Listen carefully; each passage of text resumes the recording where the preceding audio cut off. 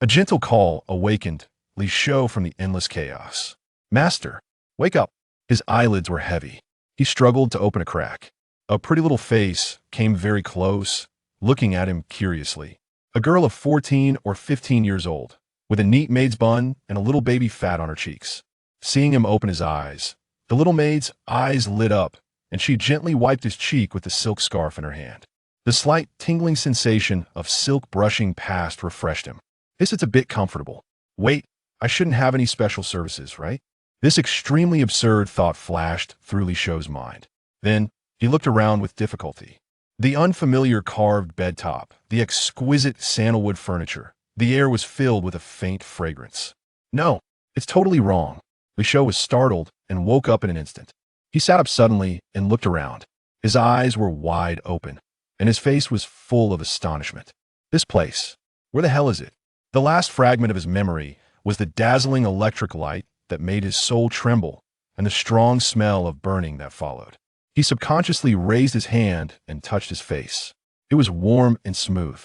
It felt very good, and it was actually quite easy to pinch. But the touch was wrong. Li Shou turned his head suddenly and looked at the polished bronze mirror on the low table next to him.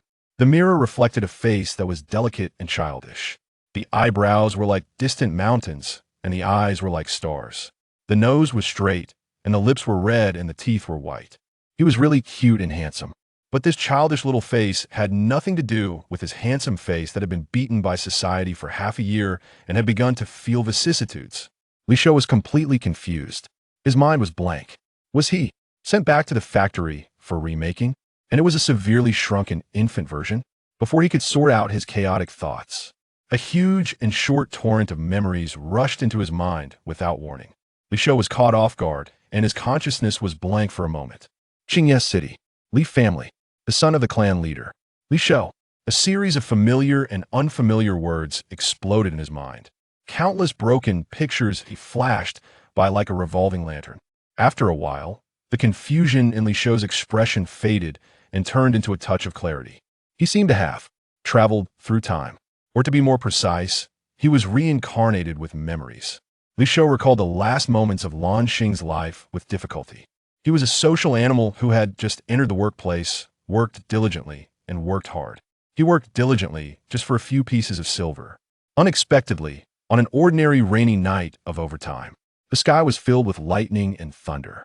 I don't know which fellow Taoist was here to transcend the tribulation and ascend to heaven, but he, a mortal, was innocently affected. Well, in short, I was unfortunately struck by lightning. I turned into ashes on the spot. Thinking of this, Li Shou's mouth twitched fiercely. It's so unfair. And now, he's the young patriarch of the Li family in Qingye City. His name has not changed, and he is still called Li Shou. The meaning is still good, living a long and long life, the kind of life that lasts as long as the sky. As for age, not more, not less, just 3 years old. The current state is that he has just awakened the wisdom of his previous life and broke the so-called mystery in the womb. After figuring out the basic situation, Li Shou first took a deep breath and then slowly exhaled. He was trying to calm the feeling of wow in his heart that was like a raging sea and a galloping horse. It was really too much information to accept in a short period of time. For such a sudden crossing, he really couldn't accept it for a while. However, what else can we do now? Didn't our ancestors say that we should make the best of it, live a new life, and, judging from the situation, the family conditions are quite good. At least we don't have to work like a cow or a horse in the previous life.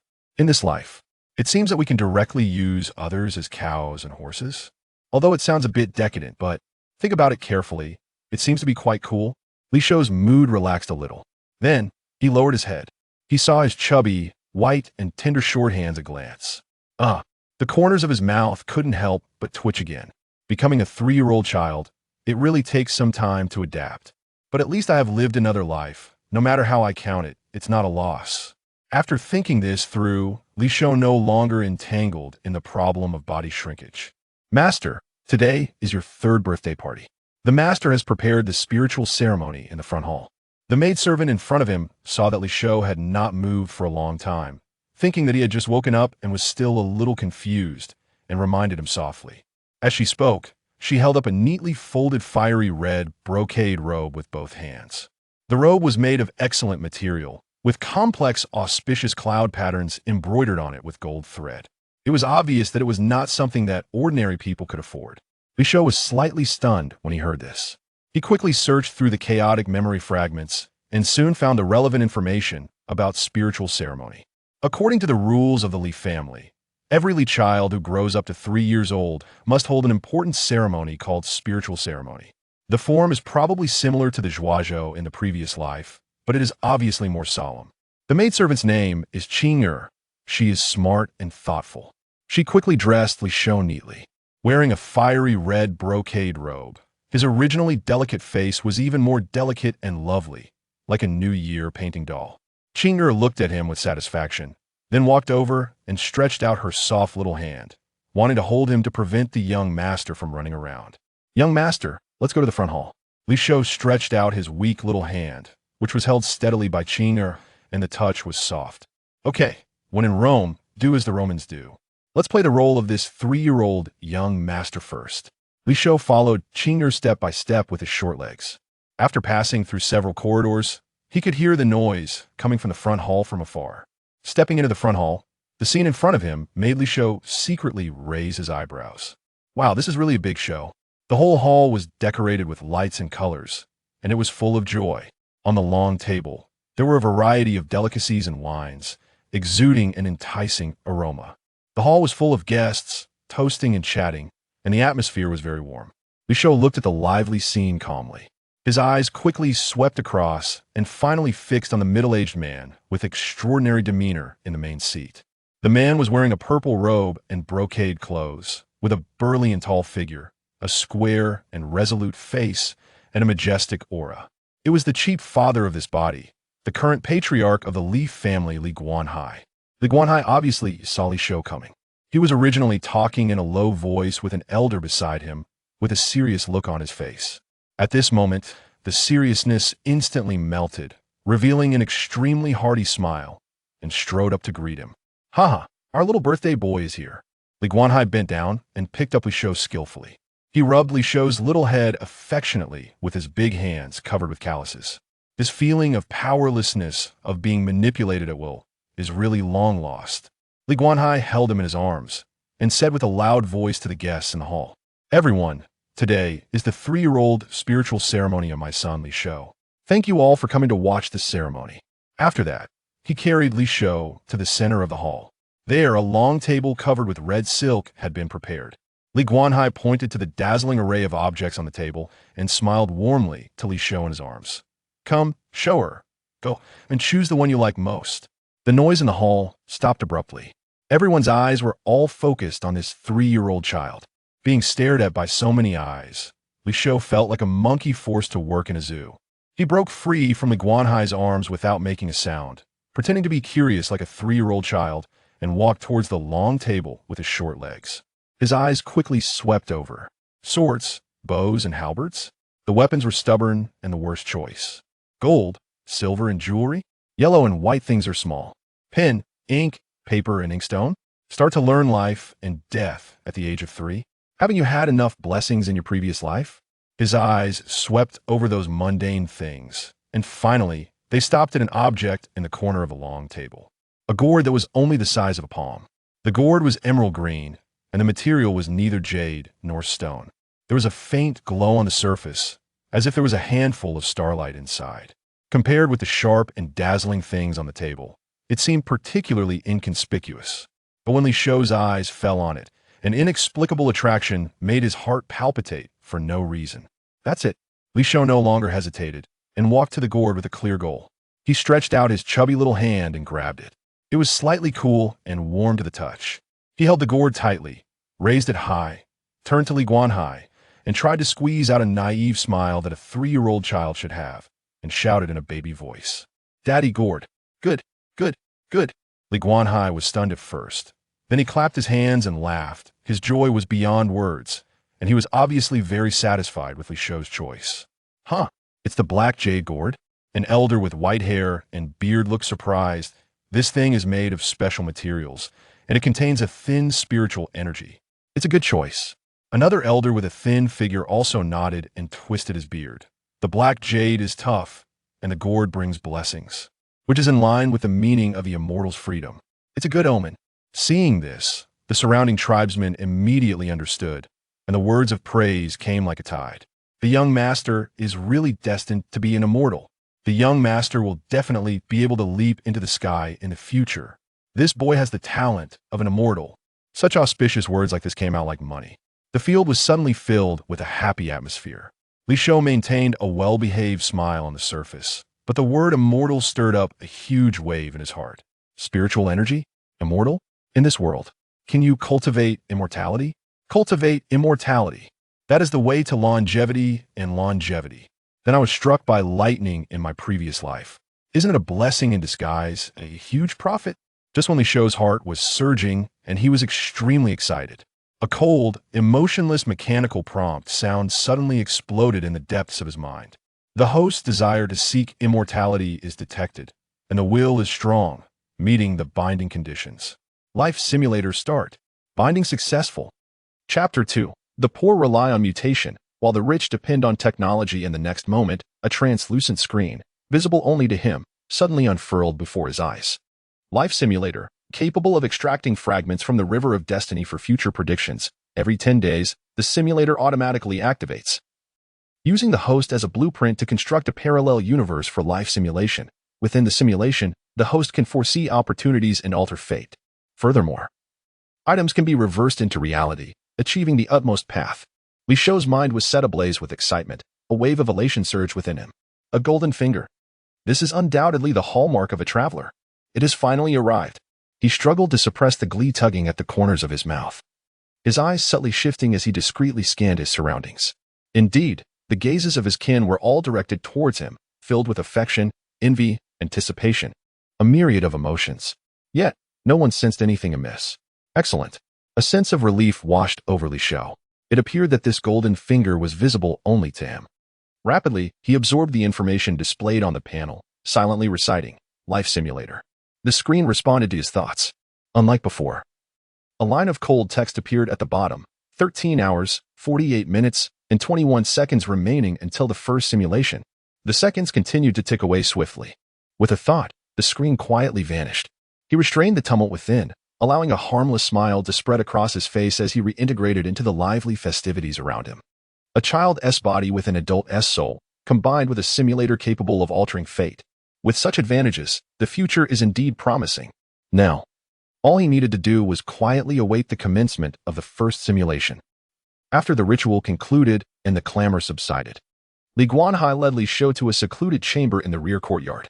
Within the chamber, only the two of them remained, and the atmosphere turned serious. Shou Erhut, do you know the origins of our Li family? Li Guanhai asked with a solemn expression and grave tone. Li Shou stifled a laugh internally. Having just awakened his past memories and integrated them with this body's fragmented cognitions, he indeed knew a thing or two. However, Li Shou outwardly portrayed the innocent curiosity of a 3-year-old to perfection. He obediently shook his head, blinking his large eyes in anticipation of his father's explanation. Our Li family is a clan of cultivators, Li Guanhai proclaimed astonishingly. Hundreds of years ago, our lineage produced a foundational cultivator of great renown. Seemingly concerned that the weight of the term foundational might elude the comprehension of the 3-year-old, Li Guanhai took the time to elucidate. In his explanation, he described this vast world where mortals were as numerous as the grains of sand in the Ganges, countless and beyond reckoning. Above the mundane, there existed cultivators who could pluck stars from the heavens and wield extraordinary powers. To his knowledge, the realms of cultivation could be broadly categorized as Qi refinement, foundation establishment, golden core, and nascent soul. Each significant realm was akin to a chasm of insurmountable depth. The Qi refinement stage is the initial step into the path of immortality and is the realm with the greatest number of practitioners. Yet, even this initial step proves insurmountable for over 90% of practitioners who, throughout their lives, remain trapped in the Qi refinement stage, ultimately succumbing to dust. At this juncture, a flicker of complex reminiscence crossed Li Guanhai's eyes, evoking both nostalgia and regret. However, he swiftly altered his tone and sighed.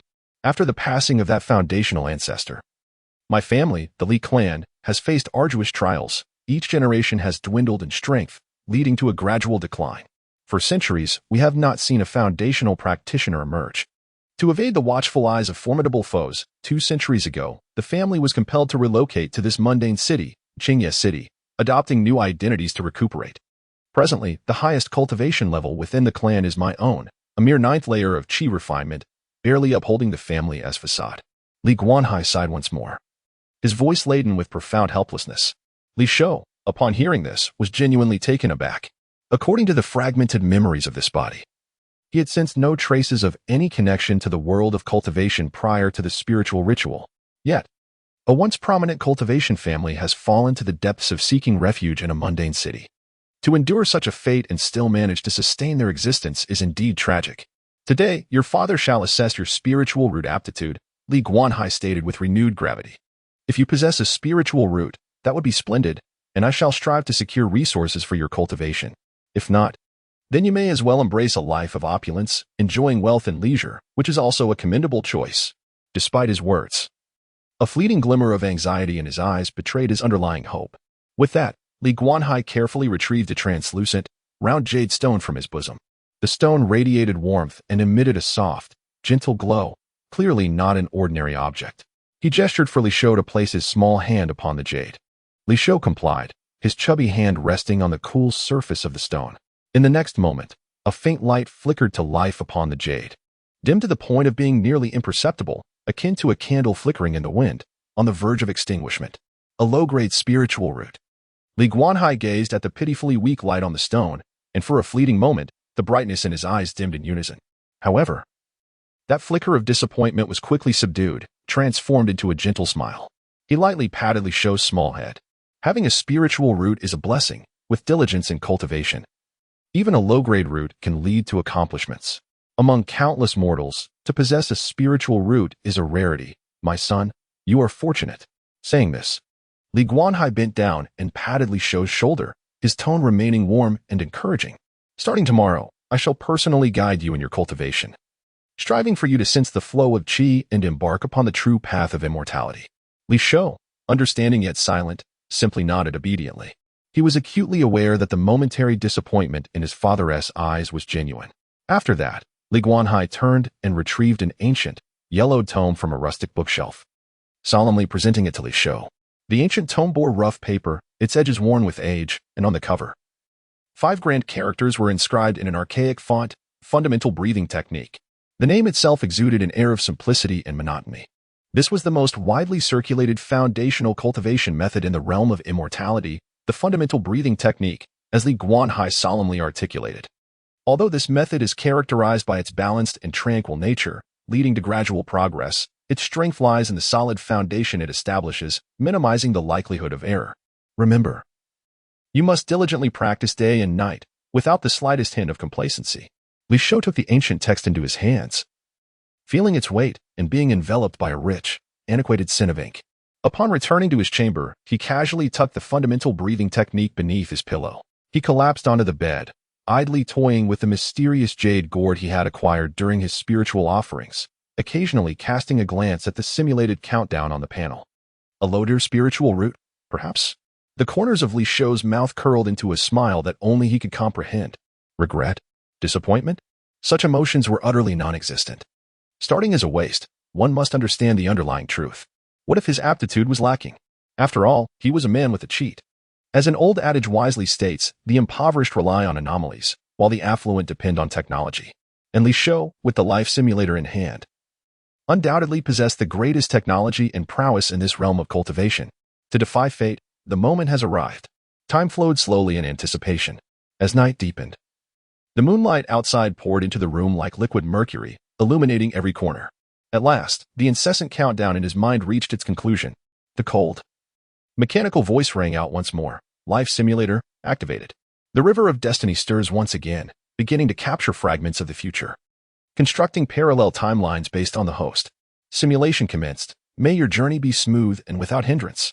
Chapter 3. Simulation concludes. Death replay in an instant. A ghostly azure light curtain unfurled before Li Shou's eyes, and lines of cold text cascaded down like a torrential waterfall. At the age of 3, you awakened your innate wisdom, realizing your destiny as a chosen one, with grand aspirations nestled within your heart. Heeding your father's teachings, you commenced diligent practice of the fundamental breathing technique, yearning for power, At 4, the harshness of reality doused you with cold water. Your mediocre talent rendered your cultivation progress arduous, and the path of immortality appeared exceedingly bleak. After a year of relentless practice, you felt no discernible qi, and restlessness began to fester within. By the age of 5, the monotonous routine of training had grown tiresome. In your spare time, you voraciously perused your family's library, seeking shortcuts, slowly gaining a vague and overarching understanding of the world of cultivation.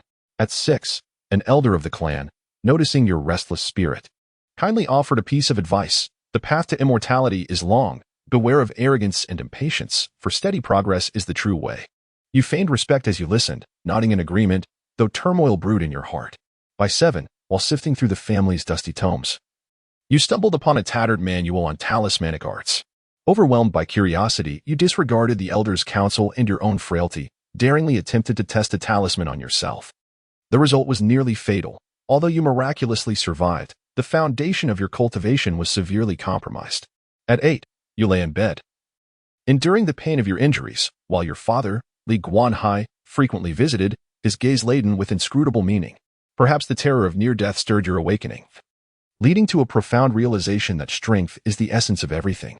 As your injuries began to heal, you secluded yourself for rigorous practice. Yet the damage to your foundation meant progress was even slower than before. At 9, you continued your solitary training at home, unwavering in focus. Yet your advancement remained as sluggish as a tortoise. By 10, seasons changed, and time slipped away. Perhaps it was your perseverance that moved the heavens.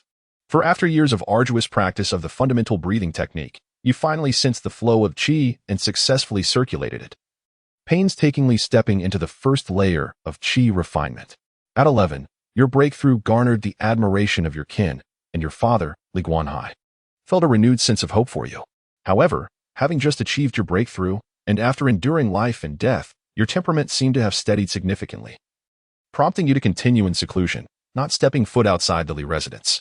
At 12, Li Guanhai expended considerable resources to procure a medicinal pill, restoring your cultivation foundation damage during the talisman experiment.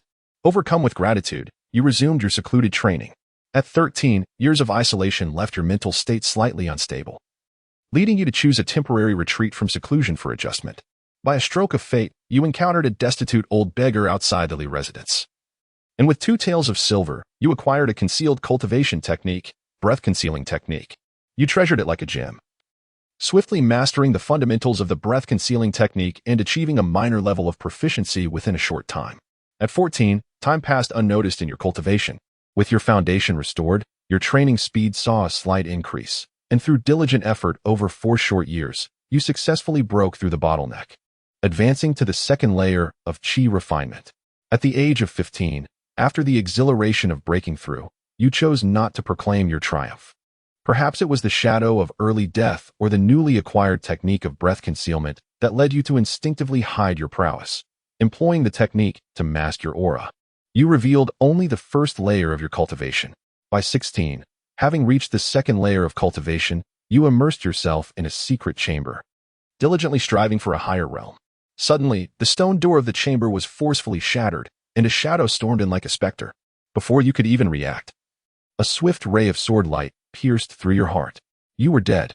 All the words on the luminous screen dissipated, ultimately coalescing into a line of shocking blood-red characters. In the silent dark chamber, life has ceased, drifting with the waves, powerless as a boat. Is this truly the end? Li Shou felt as if struck by lightning, rendered motionless. Initially, he had been thrilled by his return to the path of cultivation and the simulation.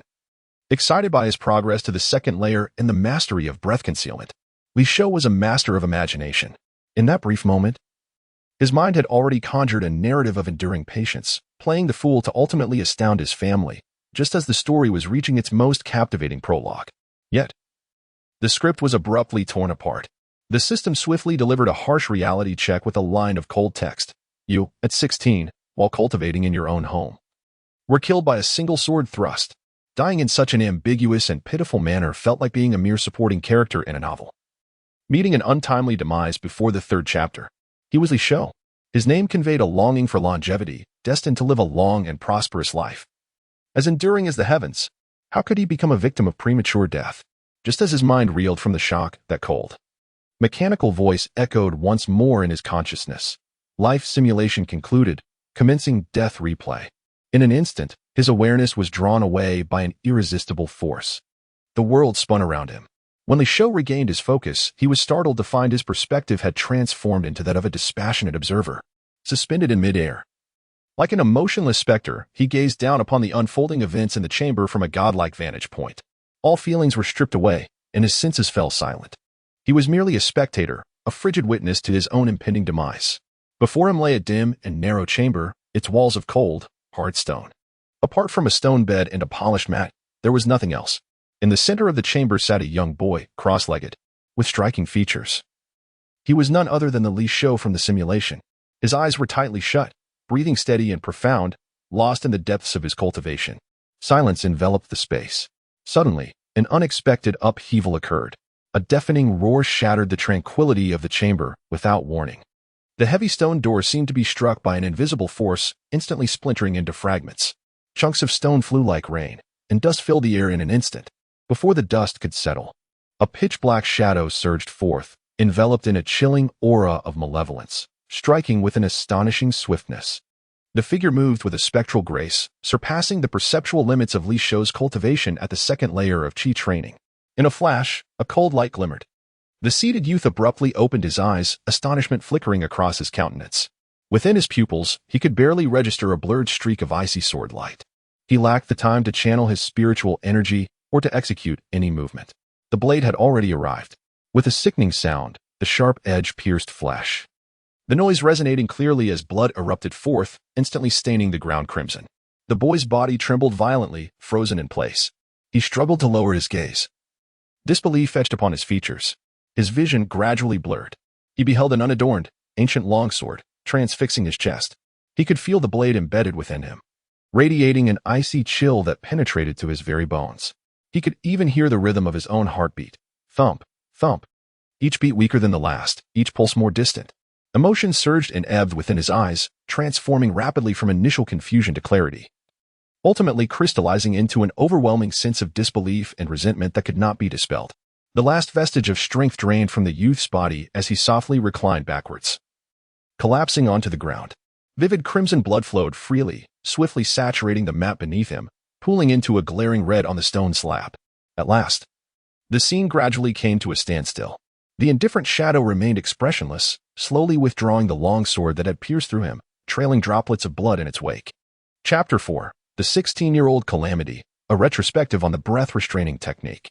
As the scene froze, consciousness returned in an instant. In that fleeting moment, the icy, numbing perspective of an observer shattered. What replaced it was an overwhelming rush of visceral sensations associated with death, akin to a raging flood breaking through a dam. The profound reluctance, excruciating pain, and bewildering anger experienced by the simulated character in their final moments surged forth, accurately reflecting the depths of his reality. Suffocation, coldness, despair. Every pore of his being felt the stark reality of death, as if a sword imbued with the essence of mortality had just pierced his chest with unerring precision. He abruptly raised his hand, trembling fingers pressing against his warm chest, where his heart throbbed vigorously. With a long exhale, Li Shou released a cloud of stale breath, a mixture of exhaustion and relief from having survived the ordeal. I am still alive. I am indeed alive. Everything that just transpired was merely a simulation. He murmured softly, his face still marked by trepidation. He closed his eyes, inhaling deeply before exhaling slowly, repeating this several times until the frantic beating of his heart, stirred by the simulated death, gradually calmed. Opening his eyes once more, he gazed at the ethereal blue translucent screen, his expression now devoid of the previous levity and nonchalance. Instead, a weighty seriousness took its place. The life simulation features death replay function was nothing short of psychological torment. The process enforced an absolute detachment, maintaining the perspective of a calm observer. Yet, upon conclusion, it mercilessly inundated him with the simulated character's final negative emotions. The experience was intended to be authentic, was it not? He began to meticulously analyze this brief yet profoundly impactful simulation of life, word by word. Thus, if I were to make no alterations and proceed with my cultivation methodically, I would meet my demise at the hands of another, stabbed to death in my own secluded chamber at the age of 16? Li Shou stroked his smooth chin, his gaze sharpening. In the simulation, the shadow moved with astonishing speed. The simulated version of himself, at the second level of Qi training, was afforded no opportunity to react. The adversary's cultivation level likely surpassed the Qi training phase. Could it be core formation? Moreover, the death replay made it clear that the opponent's movements were decisive and devoid of hesitation, with a singular focus directed towards him. Li Shou's brow furrowed deeply. This was evidently a premeditated assassination. However, what confounded him was that the simulated version of himself had been, from the age of 7 to 16, a quintessential reclusive cultivator, seldom venturing beyond his doorstep, devoted solely to cultivation. Logically, such a lifestyle afforded no opportunity to forge enmities that could lead to mortal conflict. Furthermore, he was the sole heir of Li Guanhai, a formidable practitioner at the 9th level of Qi training. The assailant's cultivation was evidently profound and unfathomable. Brazenly daring to infiltrate the Li family estate to commit murder, treating the Li family with utter disdain. Could it be that an enemy of the Li family had come to exact vengeance? A thought flashed through his mind like lightning. He recalled that after the ethereal rites, his father, Li Guanhai, had mentioned that the Li family had relocated from the realm of cultivation to this mundane Qingye city to evade calamity. Thus, it seemed likely that the threat was not directed at him personally, but rather at the entire Li clan. Was he merely an incidental victim? Or perhaps, due to his status as the clan leader's son, he was prioritized for elimination? Considering the timeline, at 16 years of age, it suggested that, 13 years hence, the Li family might very well be confronted by vengeful foes, or even face the possibility of annihilation. Arriving at this chilling conclusion, Li Shou paradoxically found an eerie calm enveloping him. Why should he fear? After all, even if the clan were to face extinction, that was a matter for decades in the future. Moreover, he was no longer the Li Shou who adhered to a regimented path of cultivation within the simulation. He possessed a simulator. The future brimmed with uncertainties, while the past had solidified into certainties. To worry about such distant prospects now was utterly futile. On the luminous screen, text shifted, and a new prompt emerged. Life simulation concluded. Commencing evaluation of the simulation. The results have been recorded. All occurrences herein are decreed by fate. Evaluation. A person seated in their home, struck down by a blade from the heavens. A commentary on the unexpected demise of a devoted cultivator. This evaluation was akin to rubbing salt into his wounds. Congratulations, host. You have accrued system points. 5. Evaluation reward. 5. Achievement reward. 10 points. The following achievements were attained during this simulation. Congratulations, host. On achieving the milestone, initiation of Qi cultivation, reward. 5 system points. Achievement conditions. In the simulated life, reach the first layer of Qi cultivation. Achievement rewards? Li Shou's eyes brightened.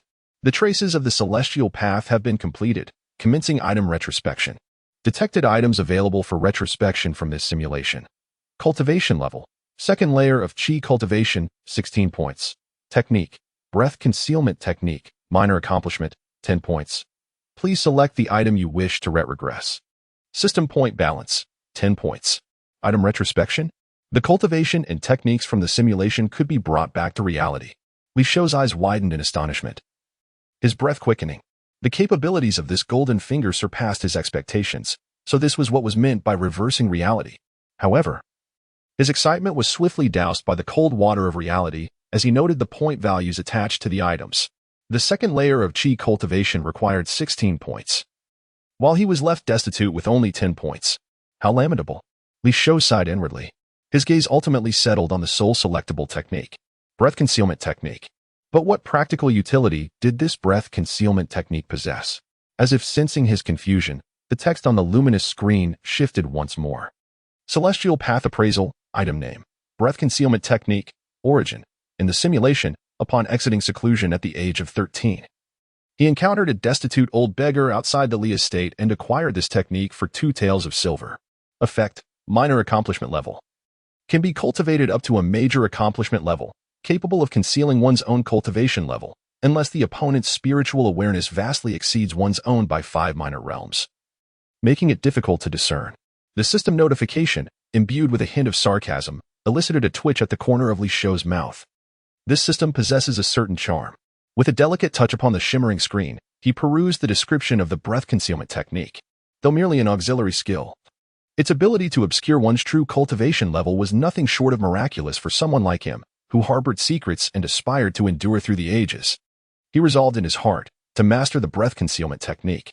Ding!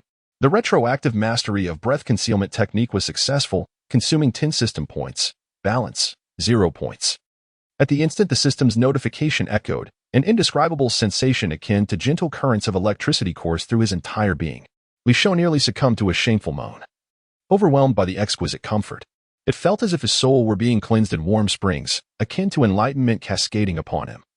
As torrents of profound knowledge regarding the breath concealment technique inundated his mind, every character, every meridian's flow, every subtle nuance of spiritual energy convergence, every detail was resplendently vivid, as if inscribed within him from birth. It was as though he had labored for years to master this technique, now seamlessly comprehending its essence. This sensation was akin to having a fully developed skill set effortlessly implanted within his mind. Clearly, the system's retroactive process not only advanced his cultivation progress but also imparted a complete understanding and proficiency. With a mere thought, the minuscule breath within him began to flow silently, adhering seamlessly to the arcane principles of the breath concealment technique, withdrawing and quieting itself. Li Shou held his breath, keenly attuned to the change. Although he currently bore the form of an infant, devoid of any strength, he distinctly sensed his presence diminishing, his aura becoming reclusive and profound. Like a hidden stone in a deep pool, undisturbed and nearly imperceptible. The cultivation levels are categorized as initiation, minor achievement, major achievement, and perfection. Chapter 5. Reality is often disappointing. The first cultivation is such a remarkable item. Li Shou marveled inwardly, utterly satisfied with the breath containment technique. At this current stage, it could be deemed a life-saving skill. The text upon the luminous screen continued to scroll. Would you like to purchase this simulated memory? Simulated memory fragment. A fleeting glimpse to grasp the essence 1 point. Simulated memory, standard edition, summarized recollection, life experience 2 points. Simulated memory, complete edition, meticulous detail. Life review 14 points. Please select the version of memory you wish to purchase. System points balance, 0 points. Simulated memory? One can actually purchase this. Li Shou's heart skipped a beat, his gaze igniting with fervor. If he could acquire the complete simulated memory, would it not allow him to experience the tumultuous years of that simulated life as if watching a film, in slow motion, fast forward, analyzing frame by frame? His curiosity was piqued. Who was that enigmatic old beggar who had sold him the breath containment technique for merely 2 taels of silver at the age of 13? Could he possibly locate him in reality? Moreover, what of the shadowy figure that met his demise at the hand of a sword when he was 16? Would the complete memory yield more clues about that nefarious assailant? Perhaps even the slightest detail of their form or an unintentional breath that slipped through. This would effectively allow him to preemptively identify potential threats. Not to mention, the wealth of cultivation experiences and mundane insights accumulated over those years was an invaluable treasure. Yet, reality is often disappointing. His gaze slowly descended, ultimately fixating on the glaring line of text at the bottom of the screen. System points balance, 0 points, 0. A capital, rounded 0, laden with sarcasm. The fervent warmth in his heart instantly transformed, as if doused in a bucket of ice water, leaving him chilled to the bone. Li Shou's lips twitched involuntarily. Truly, poverty is a sin. With a heavy heart, he reluctantly closed the screen, brimming with resentment. Very well, next time without fail. Li Shou silently vowed to devise every possible means to enhance his ratings, trigger more achievements, and amass further points. The following morning, the gentle sunlight filtered through the intricately carved window, casting dappled shadows. Young master, it is time to rise. A sweet, melodious voice chimed in his ear. Li Shou groggily opened his eyes. The first sight that greeted him was the demure face of the maid, Qing, adorned with a charming smile. As memories flooded back, Li Shou became fully alert. Gazing at the vibrant face before him, he felt an inexplicable sense of nostalgia for the meticulous care provided by the young maid. It struck him how he, a distinguished transmigrator, once lived independently as a working adult in his previous life. Yet now, he had descended to a state necessitating the service of a young girl for his daily needs. This damned, decayed feudal privilege. Yet it rather feels delightful. Li Shou was striving to control his adult soul, managing to utter a vague syllable resembling that of a 3-year-old child from his throat. He tugged at the corner of his mouth, attempting to muster a smile that was innocent and harmless. Unfortunately, the soul within him was far too mature, rendering his smile somewhat stiff and peculiar. Fortunately, Qing seemed oblivious to such trifling details. She flashed a sweet smile at Li Shou and nimbly set about assisting him in donning the somewhat elaborate brocade jacket. After a brief wash-up, Li Shou was once again led by Qing's small hand to the dining area for breakfast. The table was, as usual, adorned with fragrant spirit rice porridge, several exquisite small dishes, and a cup of warm beast milk, presenting a rather sumptuous spread. Moments later, Li Shou, feeling content, patted his round little belly and let out a resounding belch. How delightful! He wobbled his short legs. And scarcely had he returned to his room when a gentle knock echoed at the door. Knock, knock. Outside, a low and gentle voice, imbued with undeniable authority, called out, "Shou'er, your father has come to teach you the art of cultivation." It was none other than his dear father, Li Guanhai. "Just a moment, father. I shall be right there." Li Shou quickly switched to his obedient child mode, responding in a tender voice. With a swift movement, he ran to the door, struggling slightly to pull it open. Subsequently, he retrieved the yellowed tome titled Fundamental Breathing Techniques from beneath his pillow, adopting an expression of utmost compliance as he followed closely behind Li Guanhai. The father and son, one tall and the other short, entered the tranquil secret chamber of the rear residence once again. The chamber remained unchanged, with cold bluestone walls that silenced the outside clamor.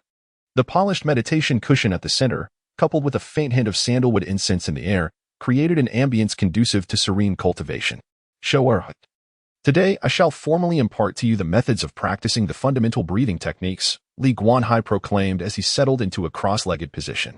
The warmth on his face swiftly faded, replaced by a solemn demeanor and a grave tone, instantly transitioning from a gentle father to a stern teacher. Sit cross-legged, focus your mind, direct your energy to the dantian, and draw the qi back to its source.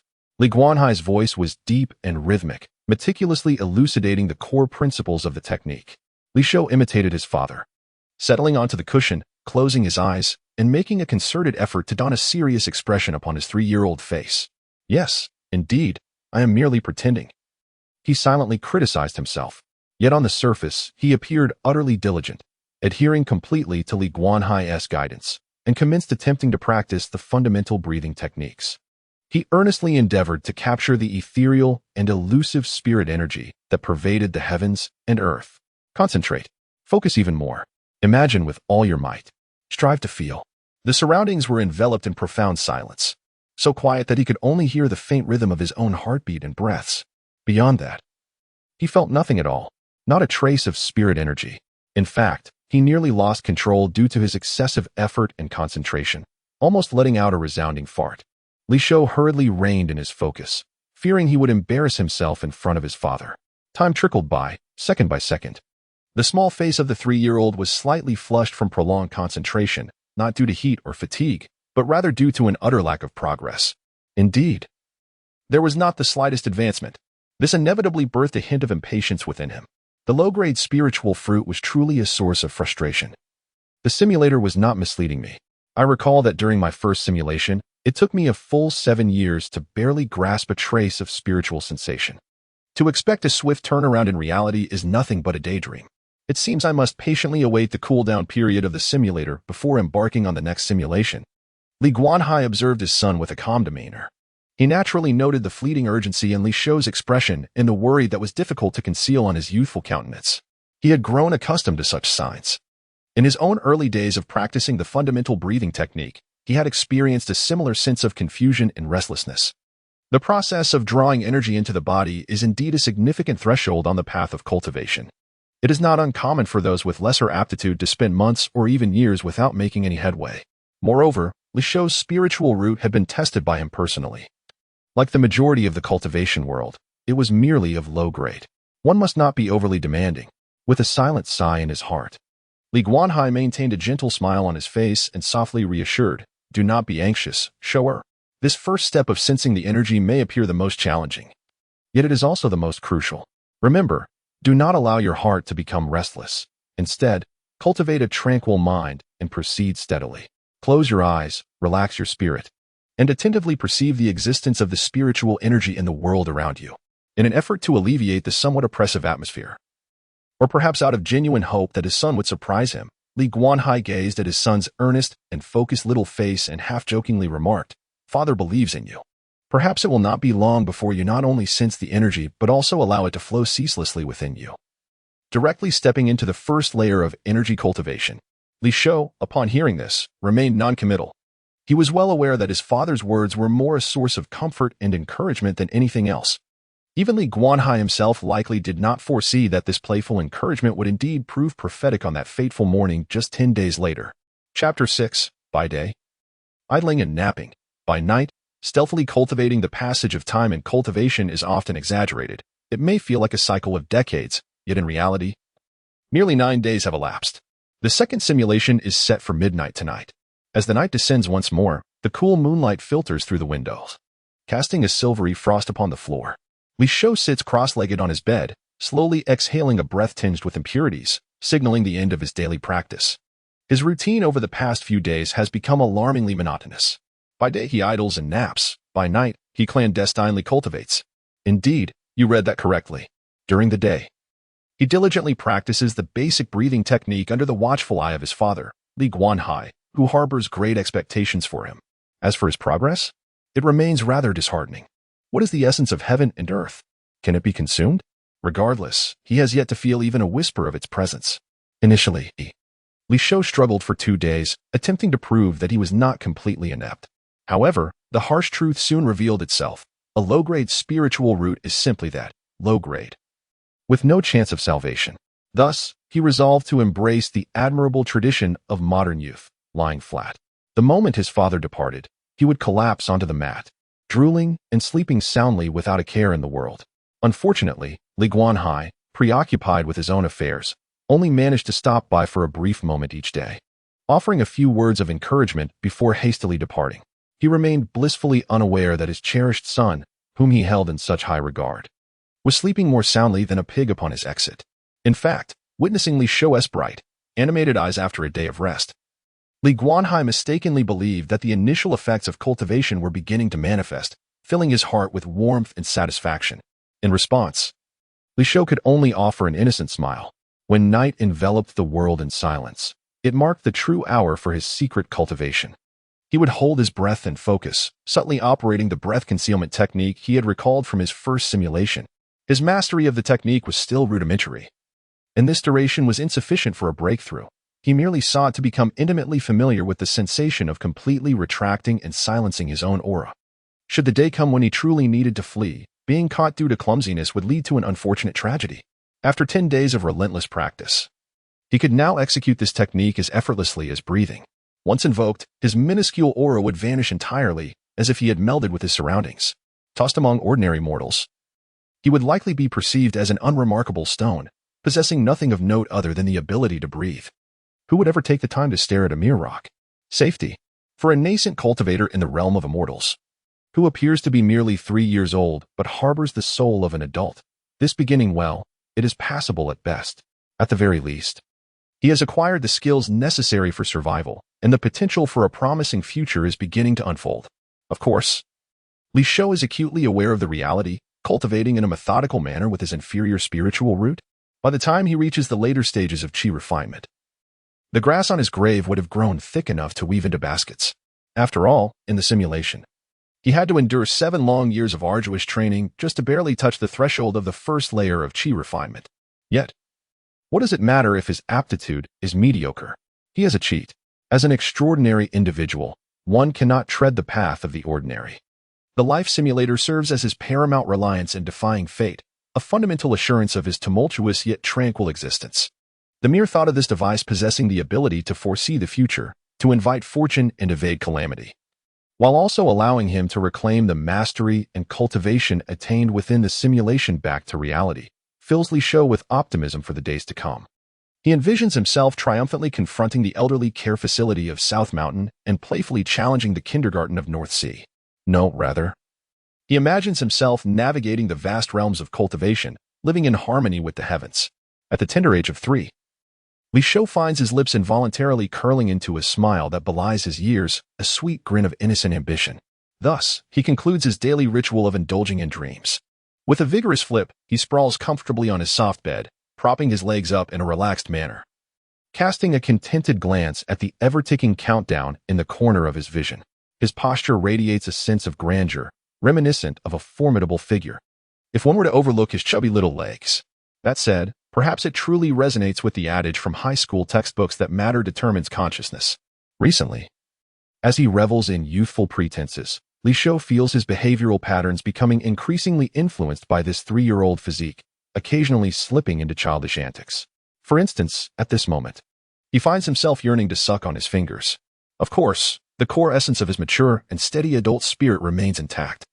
He is not so foolish as to actually indulge in such a whim, primarily for the sake of preserving his image. Over the past 10 days, aside from cultivating and feigning youthfulness, he has not been idle. A brilliant notion has emerged in his mind. Given that the first simulation was predicated upon his then current understanding and thoughts, the choices made by his simulated self were, in essence, his most authentic decisions at that time. However, now that he has undergone a simulation and gleaned insights into some future trajectories, his thoughts have shifted significantly from those during the previous simulation. Moreover, he has also revisited a minor realm of the breath control technique, and his initial circumstances differ greatly from the last time. Therefore, will Li Shou in the second simulation naively adhere to the script of the first? The answer is clearly negative. If, prior to the commencement of the simulation, he proactively establishes new plans and objectives in reality, would not the results of the simulation align with his desired direction? Is this not the legendary concept of manipulating the future?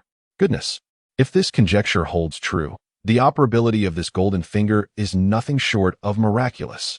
It feels as though he stands at the upstream of the river of fate, where tossing a stone could alter the course of the waters below. Contemplating this, even with 2 lifetimes of experience, Li Shou cannot help but feel a surge of exhilaration.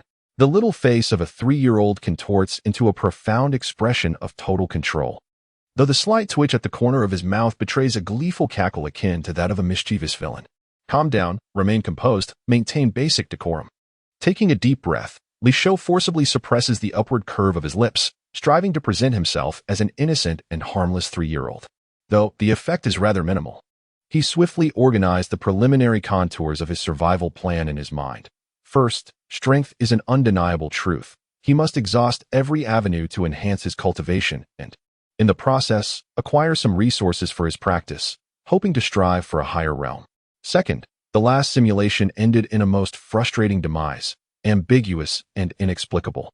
He must find a way to persuade his father to bolster the security of the Li residence. At the very least, he must prevent anyone from stealthily entering the secret chamber and delivering a lethal blow. If all else fails, he could secretly set up some minor traps around the chamber to buy himself some time to call for help. Third, if the defenses of the Li residence are woefully inadequate, or if the enemy is extraordinarily formidable, then what is there to guard? Flight. He must meticulously plan an escape route before the impending crisis at the age of 16, even preparing for a comprehensive evacuation of his entire family. A strategic relocation. As the saying goes, while the Green Mountains remain, one need not fear the lack of firewood. Fourth, and most crucially, he must ascertain the identity of the assailant in the first simulation. Was the attack directed at him, or aimed at the Li family? Without clarifying this potential source of threat, he would be restless in his sleep for days to come, etching these 4 plans firmly in his heart. Li Shou turned his attention once again to the transparent panel before him. Below the panel, the countdown displayed its final moments. 0 hours 00 minutes 3 seconds remaining until the second simulation. 0 hours 00 minutes 2 seconds. 0 hours 00 minutes 1 second. It is upon him. The seconds raced by, ultimately reaching 0. Chapter 7. The heart returns to the homeland. Yet danger lurks everywhere. Souls fragmented. Life simulator initiating. The river of fate, ripples resurge, commencing excerpt of future segments. Constructing parallel realities based on the host. Simulation commences. Wishing you a journey of smooth progress. A translucent azure light screen unfurled once more before Li Shou's eyes. Familiar words flowed like fine raindrops, cascading down in an instant.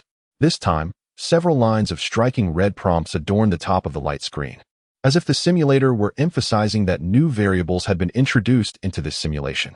Based on the host's current thoughts, the simulation plan has been generated. Simulation plan. To diligently enhance cultivation, endeavor to strengthen the guards of the Li residence, attempt to persuade the family to migrate, and if all else fails, prioritize self-preservation. Note, the simulation plan serves merely as guidance. The actions of simulated characters may deviate. Please be aware, host. Indeed, the simulation is influenced by my thoughts.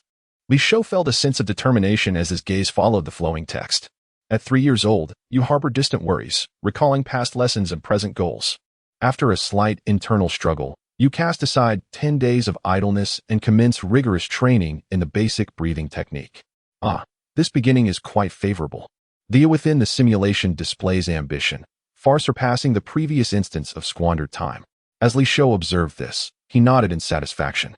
At 4 years old, you voraciously absorbed knowledge from the family's library, deepening your understanding of this world. When you once again unearthed that tattered talisman, you forcibly suppressed your reckless curiosity. Setting it aside, at 5 years old, you made your first attempt at an early warning for the Li family. With tears and lamentations, you recounted a fictitious nightmare to your father, Li Guanhai, vividly depicting a scene of bloodshed within the Li residence, beseeching him to enhance security. Li Guanhai gazed upon your terrified visage, finding it absurd yet unable to chastise you, ultimately responding with a bemused acceptance. At 6 years old, you continued to pursue the elusive sensation of qi. Li Guanhai symbolically augmented the guard force, yet still regarded your nightmare as mere childish fancy, not taking it to heart. You sighed inwardly, the powerless often go unheard. Alas, at 7 years old, you reined in distractions, dedicating yourself to your practice, growing increasingly aware that you were nearing the discovery of qi. At 8 years old, perhaps due to your focus, or perhaps a transformation in your mindset, through accumulation and release, you successfully sensed the flow of qi, drawing it into your being, breaking through to the first layer of qi training. Achieving this 2 years ahead of the previous simulation, you concealed your joy deep within, maintaining a low profile outwardly. Li Shou's eyes brightened slightly. His heart quietly exhilarated for the simulated version of himself. Is this the transformation brought about by mindset and effort? Indeed, one must be compelled to strive. At 9 years old, you remained humble and diligent, your cultivation steadily progressing. At 10 years old, though a bottleneck had not yet arrived, your cultivation began to flow effortlessly, successfully advancing to the second layer of qi training, once again surpassing the previous simulation by 3 years. Amidst the astonished exclamations of your clan, even several esteemed elders commend your innate potential for foundation building. You maintain a facade of calmness, yet your heart grows heavier with the looming threat of annihilation. If this peril is not addressed, your own survival remains in jeopardy. What value is there in such hollow accolades when one faces imminent death? At the age of 11, Li Guanhai expresses profound satisfaction with your prudent solitude, believing the Li family has a promising future and consequently bestows upon you a wealth of cultivation resources. Thus, your training accelerates. By the age of 12, after 9 continuous years of practicing the breath-holding technique, your comprehension of this skill deepens significantly. In secret, you set up some rudimentary warning devices in your hidden chamber, albeit with minimal efficacy. At 13, feeling the urgency of time, you once again earnestly counsel your father, analyzing the pros and cons and proposing that the family immediately relocate to evade potential dangers. This time, Li Guanhai's expression grows grave, indicating he might be swayed. He convenes a family meeting. However, several elders vehemently oppose the idea, citing the importance of ancestral heritage and asserting that Qingye City is a mundane place, devoid of formidable enemies. Ultimately, the matter is left unresolved. Observing the stubborn faces of the elders fills your heart with a chilling despair. At 14, your attempts at persuasion fail utterly, and the family's fate seems unalterable. The sense of urgency within you intensifies, thereby slightly hindering your cultivation progress. By the age of 15, witnessing the family's inability to move, your urgency amplifies. After much contemplation, you resolve to take matters into your own hands and escape. Under the pretext of seeking experience and knowledge through external training, you bid farewell to your father. Although Li Guanhai is reluctant, he understands that fledglings must eventually leave the nest and ultimately consents.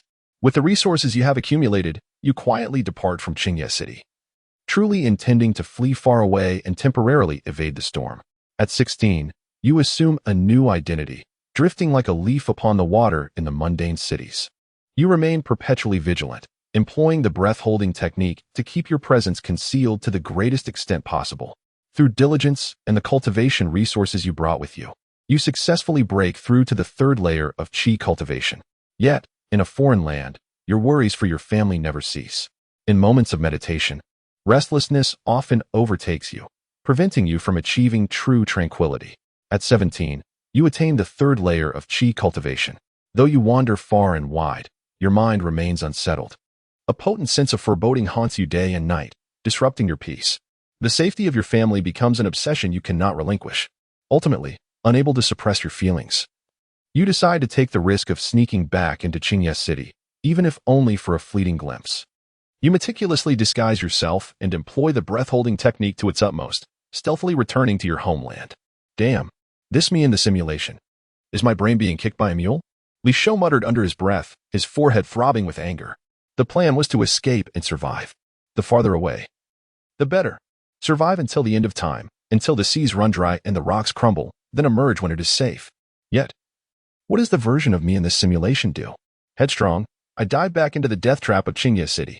How should one regard this audacious yet foolish endeavor? Li Shou sighed quietly, his emotions a tapestry of complexity. It appeared he had come to a profound realization. The self he envisioned within the simulator was, after all, not merely a cold and unfeeling sequence of code. That entity, or rather, the Li Shou who had lived for 17 years, could not always act in accordance with the most rational or optimal plans during pivotal moments. This was due to the inherent nature of humanity. They possessed emotions and connections, swayed by momentary impulses and the allure of chance. Invisible bonds tethered them, restricting their autonomy.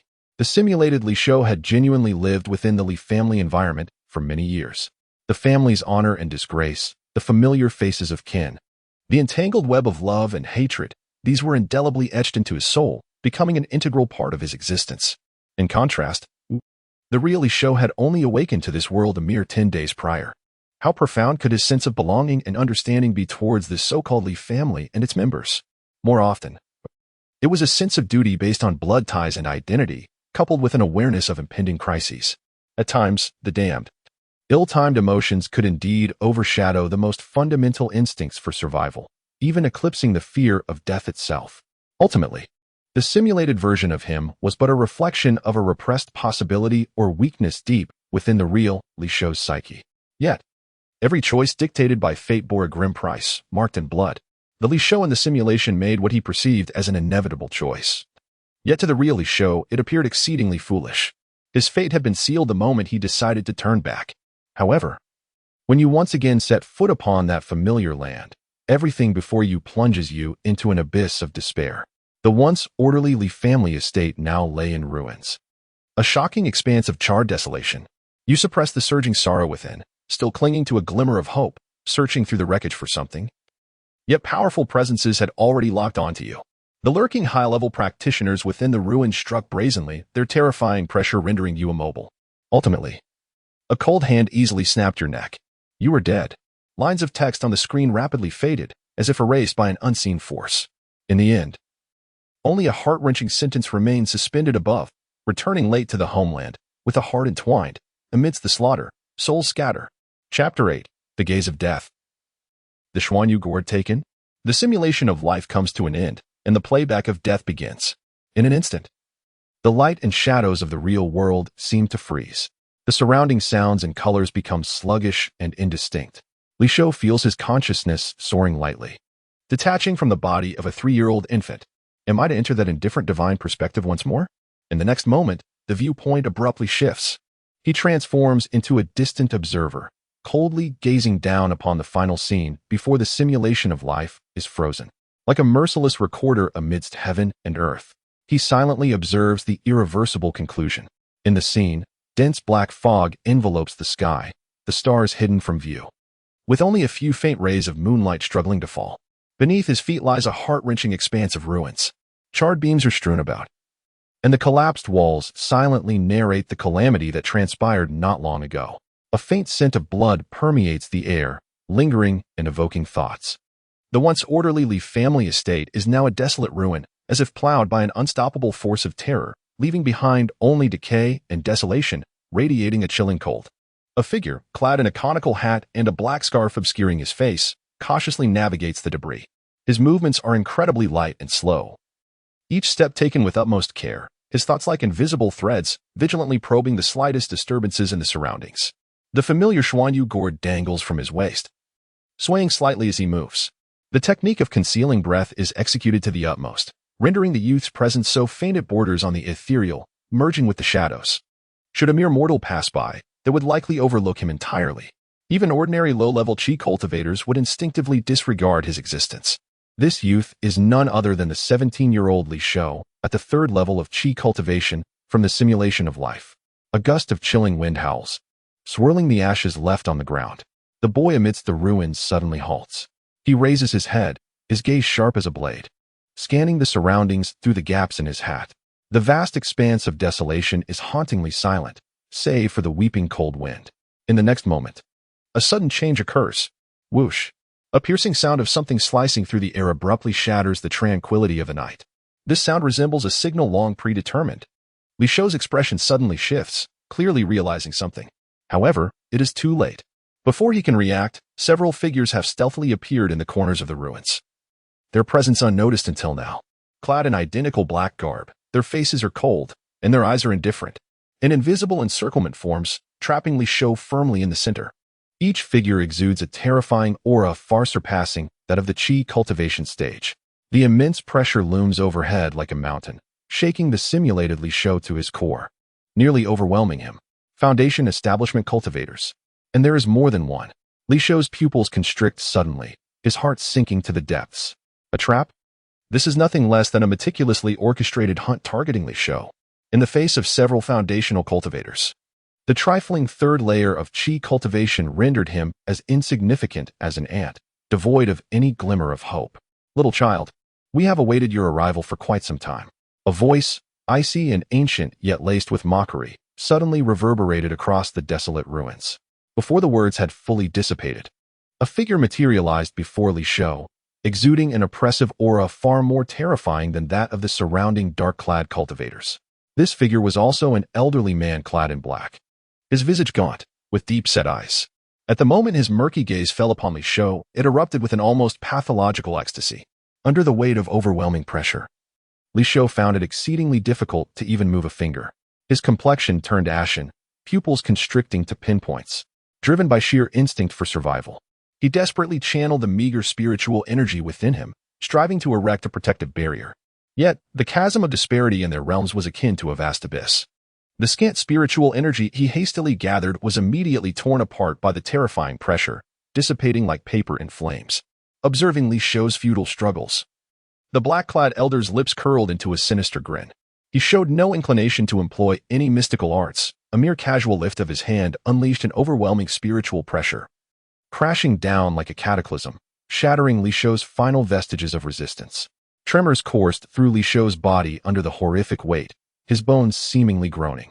As if on the brink of being utterly crushed, his legs weakened, threatening to buckle beneath him. The elder's withered hand, moving at a pace that appeared slow yet was utterly inescapable, reached coldly toward the boy's throat. Li Shou did not lack the desire to resist. Who would willingly submit to slaughter? However, the weight of the spiritual pressure was akin to a mountain, pinning him firmly in place, rendering him immobile. His internal energy was completely frozen, unable to be summoned even in the slightest. He could only watch helplessly as that desiccated hand grasped his throat. More accurately, in the face of such a terrifying disparity in strength, he found himself devoid of even the qualification to resist. A crisp crack echoed, the sound of his cervical vertebrae succumbing to the overwhelming force. Intense pain and a suffocating sensation seized Li Shou, distorting and blurring his vision. The image of the boy widened his eyes in disbelief. A profound shock mingled with boundless despair. He was astonished by the terrifying power of his family's enemies and despaired at the annihilation of his clan. Realizing he too would meet a similar fate, the Li clan was to be exterminated. In the throes of impending death, a realization struck him, causing the myriad of complex emotions in his eyes to abruptly fade. In their stead emerged a chilling coldness, a rigidity in his gaze that refused to close. He fixated intently on the withered, grotesque face before him, as if summoning the last of his strength to etch this visage, this harbinger of death, along with its bone-chilling malice, deep into the recesses of his soul, until the final glimmer of light in his pupils extinguished. The figure clad in black regarded the gradually cooling corpse of Li Shou with nothing but a disdainful sneer, as if crushing an insignificant insect beneath his heel, utterly indifferent. In the next instant, his gaunt hand shot forth with the swiftness of lightning, reaching for the small, resplendent gourd that hung delicately at the youth's waist, the Xianyu gourd. The elderly man's gaze remained fixated on the gourd, his avarice unmistakably evident, threatening to overflow from the deep-set hollows of his eyes. The scene abruptly froze, captured in the moment when the skeletal fingers of the black-clad elder were poised to make contact with the Xianyu gourd. Chapter 9. The Hatred of Annihilation. The marvelous application of the breathing technique, everything around him dissipated like a fleeting illusion. The simulation concluded, and his consciousness returned. In the next instant, an excruciating pain tore through him, a hatred as vast as a sea of blood. With a thunderous crash, it struck deep into Li Shou's mind. He jolted upright from his bed, his tender 3-year-old visage contorted in agony, features twisted into a grotesque grimace. In his eyes, blood vessels exploded, rapidly turning them crimson. The suffocating sensation of a severed neck, the despair of his homeland turned to scorched earth, and the avaricious visage of that black-clad old dog. Hatred, hatred, hatred. A tidal wave of rage erupted within his innocent chest, like a volcano. Li Shou's tiny fists clenched until his knuckles turned white, his small frame quaking violently as he struggled to contain his burgeoning fury. This overwhelming resentment, born from the simulation, threatened to shatter his fragile body. Kill, kill, kill. In this moment, one singular thought consumed him: to extract the souls and refine the essence of that damned assembly of black-clad cultivators, especially that leading old dog. To devour them alive and reduce their bones to ashes, ensuring they would never attain rebirth. Only then could he hope to relieve his burning hatred that scorched the heavens and boiled the seas. Calm, calm. His teeth ground together, his tongue bitten and bleeding, the metallic taste flooding his mouth. The pain finally summoned a shred of clarity. False. It was all false. Everything that transpired was merely a simulation. The Li family still existed. His father was still alive. He still had a chance. The soul of an adult from Blue Star roared within him, exerting every ounce of strength to suppress the vengeful flames that threatened to engulf his sanity. He abruptly flipped onto his back and sat cross-legged. Amidst the chaos of his thoughts, a glimmer of insight flashed through him. The breathing technique. Yes, the breathing technique. Like a drowning man grasping at driftwood, he disregarded his doubts and fervently activated the breathing technique he had recently mastered. As the technique flowed through him, a refreshing aura coursed through his meridians, laboriously soothing his rampaging emotions. With a deep breath, he expelled a mouthful of acrid, sweetened air, trembling as it escaped. Li Shou's chest heaved violently, yet the murderous intent that nearly consumed everything was finally subdued, sinking deep into the recesses of his heart. Exhausted, he collapsed, drenched in sweat, gasping for air as if reborn from drowning. Cold sweat coated his forehead, cheeks, and neck. He had survived this ordeal. This simulator was indeed excessively intense. Li Shou attempted to force a smile, but it appeared more grotesque than a cry, his voice slightly hoarse from the earlier screams. Instinctively, he touched his unscathed neck. The phantom pain of being brutally snapped still lingered, carrying a chilling sensation. Thank goodness, thank goodness. This breathing technique not only concealed his aura but, in a critical moment, also calmed his mind, an unexpected boon indeed. He couldn't help but feel a twinge of fear. In that fleeting moment, he had almost succumbed to the vengeance born from the simulation, but fortunately, he had regained his composure just in time. It is solely due to the essence of his soul, hailing from the Blue Star, that the 4 characters fearful of life and death are inscribed deep within. Over the past 10 days, he has, both intentionally and unintentionally, trained himself to instinctively employ the breath concealment technique whenever danger arises, preserving his life with a sense of survival. Unexpectedly, this unintentional habit saved his life at a moment of unforeseen peril. One cannot help but acknowledge the fortuitousness of the situation.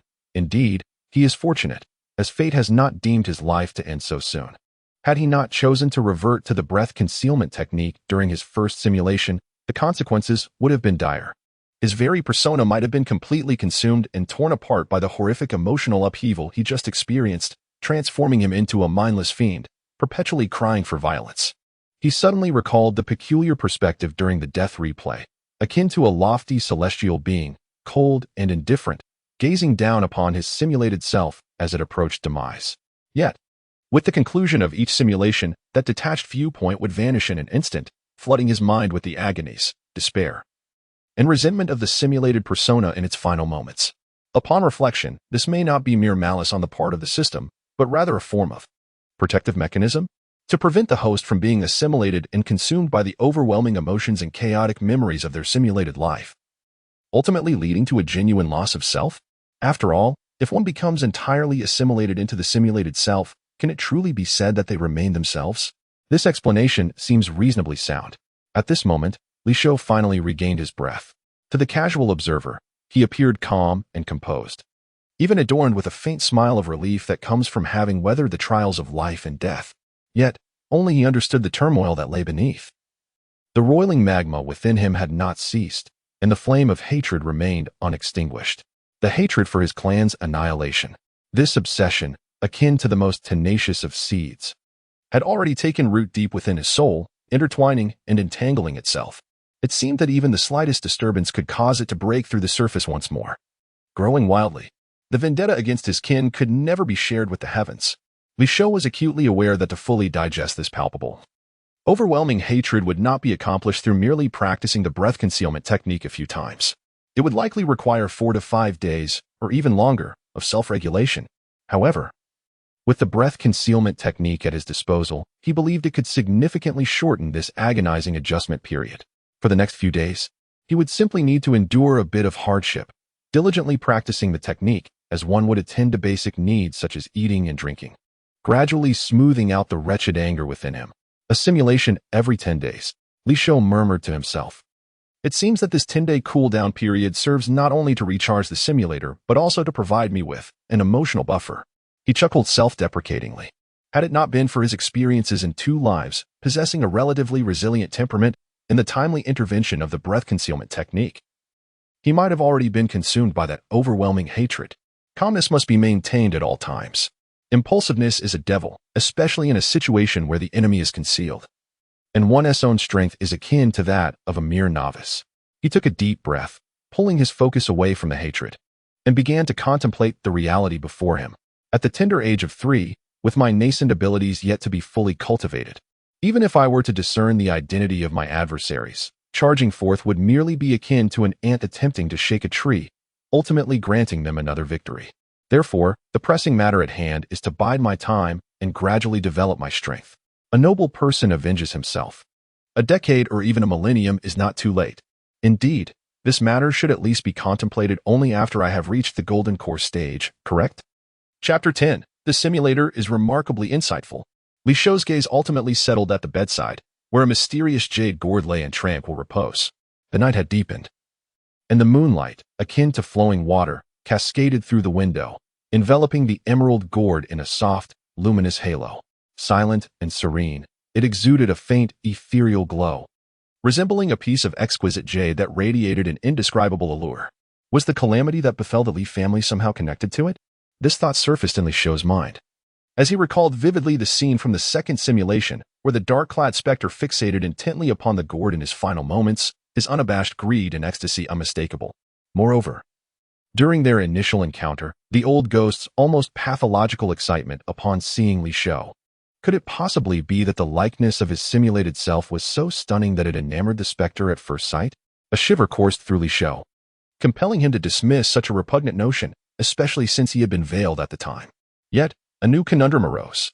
If this gourd truly was a treasure so precious that it could incite the annihilation of an entire family, how could it casually appear among the spiritual offerings of a mere 3-year-old child? Furthermore, the entire Li clan, including his father, the patriarch Li Guanhai, who was at the 9th level of qi refinement, seemed oblivious to its true worth, merely regarding it as an auspicious trinket. This was illogical. Even more absurd was the fact that in the second simulation, his 17-year-old self had displayed no caution whatsoever and brazenly adorned this artifact around his waist. This was entirely inconsistent with his principles of seeking fortune and avoiding disaster, exercising caution for survival. Had he truly been aware of its extraordinary value, he would have concealed it meticulously, perhaps even burying it deep within the Earth's core, never to reveal it so easily. Li Shou grasped the jade gourd in his palm, running his fingers over its smooth, cool surface, which felt remarkably soothing. A new possibility emerged in his mind. Unless the true application or value of this gourd was entirely unknown to the Li family, including the version of himself within the simulation, he pinched his chin, furrowing his brows in contemplation. He harbored serious doubts that the gourd's worth could only be discerned by cultivators of a certain level or those who possessed a unique posture. A particular method of cultivation. It was akin to presenting a smartphone to a primitive man, aside from using it to crack nuts. What else could he comprehend? The disparity in knowledge could be deadly. His current understanding of the realm of cultivation was still at the novice level, and no amount of ruminating could yield clarity. Never mind, with no feasible thoughts emerging, he decided to put it aside for the moment. Li Shou shook his head, carefully tucking the gourd into his bosom, securing it closely. Its true nature remained uncertain, but it was undoubtedly a pivotal clue. In the future, he must never display it carelessly. However, keeping it on his person was also precarious. His cultivation was too meager. Should an ancient monster see through him, it would spell disaster. It seemed wiser to place it within the confines of his secluded cultivation chamber, where it would be shielded from prying eyes, allowing him to study the gourd's mysteries during his cultivation breaks. Tomorrow, I must seek an opportunity to subtly inquire with the old man about the origins and legends surrounding the mysterious Xuanyu gourd. For now, however, it is imperative to assess my gains. As my consciousness delves deep into my mind, the familiar azure light screen materializes. Life simulation concluded. Commencing simulation evaluation. The results of the deductions have been recorded. All that transpired was decreed by fate. The text upon the translucent screen gradually scrolls, eventually coming to a halt. Evaluation. 1 year of mere survival culminates in awakening, resolutely turning back to offer one's life. Touching to the core. Boundless Prospects indeed refers to the expansive path leading to the underworld. The corners of Li Shou's mouth twitched. Thank you. Could you not interpret Boundless Prospects in such a manner? Congratulations, host. You have acquired system points. 8. Evaluation reward. 7. Achievement reward. 15 points. Achievements attained in this simulation are as follows. Congratulations, host. You have achieved the life milestone. Introduction to Qi cultivation. Reward. 5 system points. This growth milestone triggers each time the cultivation surpasses this level in simulations. Achievement condition. Cultivated to the first layer of Qi in the simulated life. Congratulations, host. You have achieved the special milestone. The Sea of Hatred is bottomless. Reward. 2 system points. Achievement condition. In the simulated life, overwhelmed by intense hatred, yet powerless to alter one's fate. What? Introduction to Qi cultivation can be completed a second time? Even something as ominous as the Sea of Hatred is bottomless can yield points? He nearly succumbed to the frustration and resentment that the 4 words evoked from his simulated death, hastily calming his mind with the breath control technique. Only then did he refocus on the 15 system points. TSK. The process was indeed painful, yet this transaction does not seem unwise. The ability to exchange for points is a significant gain, although he would rather avoid experiencing that kind of death again, even at the cost of his life. 15 points. 5 more than last time. It marks a considerable improvement, despite the outcomes of both simulations being increasingly tragic. The first time, he languished at home awaiting death. The second time, he survived for an additional year, reaching the 3rd layer of Qi cultivation, only to meet a more humiliating demise, his entire clan vanishing, and he himself becoming a sacrifice. It appears the feng shui of the Li family is somewhat problematic. Nevertheless, it has been validated that the simulator's deductions are indeed influenced by his real-world thoughts. Although this time, the outcome remained a dead end. It at least confirmed the controllability of the simulation. This provides invaluable experience for future endeavors to defy fate. However, both times, he was swiftly vanquished, utterly powerless to retaliate. Ultimately, he remains too weak. Weakness is the original sin. Li Shou's gaze slowly descended, fixating on the subsequent text that emerged upon the light screen. The path of destiny is complete, initiating item retrospection. Detected items available for retrospection are as follows. Cultivation level. Qi refinement stage 3, 24 points. Technique. Breath concealment technique, 10 points. Please select the item you wish to retrospect. System point balance. 15 points, apart from the option to retrospect cultivation level, which has transformed from Qi refinement stage 2 to stage 3, requiring 24 points. The other selections seem to remain unchanged. It appears that this simulator defaults to providing only the ultimate realm attained in the simulated life as options for retrospection. Li Shou gazed at the line stating, Cultivation level. Qi refinement stage 3, 24 points. His expression tinged with frustration. Setting aside the fact that he currently possesses only 15 points, which is utterly insufficient for exchange. Even if he had enough points to directly revert to Qi refinement stage 3, he would never dare to take such a risk. What? You mean to say that a 3-year-old child with a low-grade spiritual root could elevate their cultivation from 0 to Qi refinement stage 3 in a mere 10 days? During these 10 days, aside from idling and sleeping, he had secretly perused the Li family's collection of books, acquiring a considerable understanding of the fundamental knowledge within the realm of cultivation. To be frank, achieving Qi Refinement Stage 3 from an ordinary mortal within 10 days, while extraordinary, is not entirely unprecedented in the vast and talent-rich realm of cultivation. However, the crux of the matter lies in the fact that he possesses a low-grade spiritual root. It is a well-known truth that those who rely solely on arduous training would consider it a monumental achievement to reach the foundation establishment stage. For cultivators with ordinary low-grade spiritual roots, advancing even a minor realm typically requires years of effort. His spiritual root quality has already spread among the few individuals within the Leaf family who possess cultivation. If he were to flaunt his Qi Refinement Stage 3 cultivation openly, how could he explain it to the members of the Leaf family, especially under the scrutinizing gaze of his father, Li Guanhai? He certainly cannot claim that his son simply took a nap and miraculously broke through to Qi Refinement Stage 3 the next day. What complicates matters further is the uncertainty of whether anyone within the Leaf family might inadvertently leak this information, despite the family currently living in seclusion within the mundane city. The outcomes of the two simulations suggest that there may be cultivation forces lurking nearby. Should a passing high-ranking cultivator catch wind of this matter and come knocking, Li Shou believes the likelihood of being recognized for his potential and invited to be a disciple, nurtured with care, is far outweighed by the grim alternative, being captured like a lab rat for experimentation and research. In such a scenario, not only would he be unable to seek revenge, but the Leaf family might face annihilation, and the entire clan would be dragged down with him. After all, this is a merciless realm of cultivation where human life holds less value than that of a dog, and the pursuit of treasure and lives is a daily occurrence. Having been deeply influenced by web literature in his previous life, Li Shou possesses a profound awareness of this reality. He must endure. The life simulation device is his greatest trump card for establishing himself and altering his fate in this world. It must remain concealed. Although the previously retrospectively acquired breath concealment technique is beneficial, the system has made it abundantly clear that its effectiveness is limited. Furthermore, his father, Li Guanhai, currently stands as the most formidable individual in the Li family, having attained Qi Refinement Stage 9. This implies that he must possess at least a mastery of the 5th level of Qi refinement to effectively conceal his true fluctuations of power from his father's perceptive awareness using the technique of breath concealment.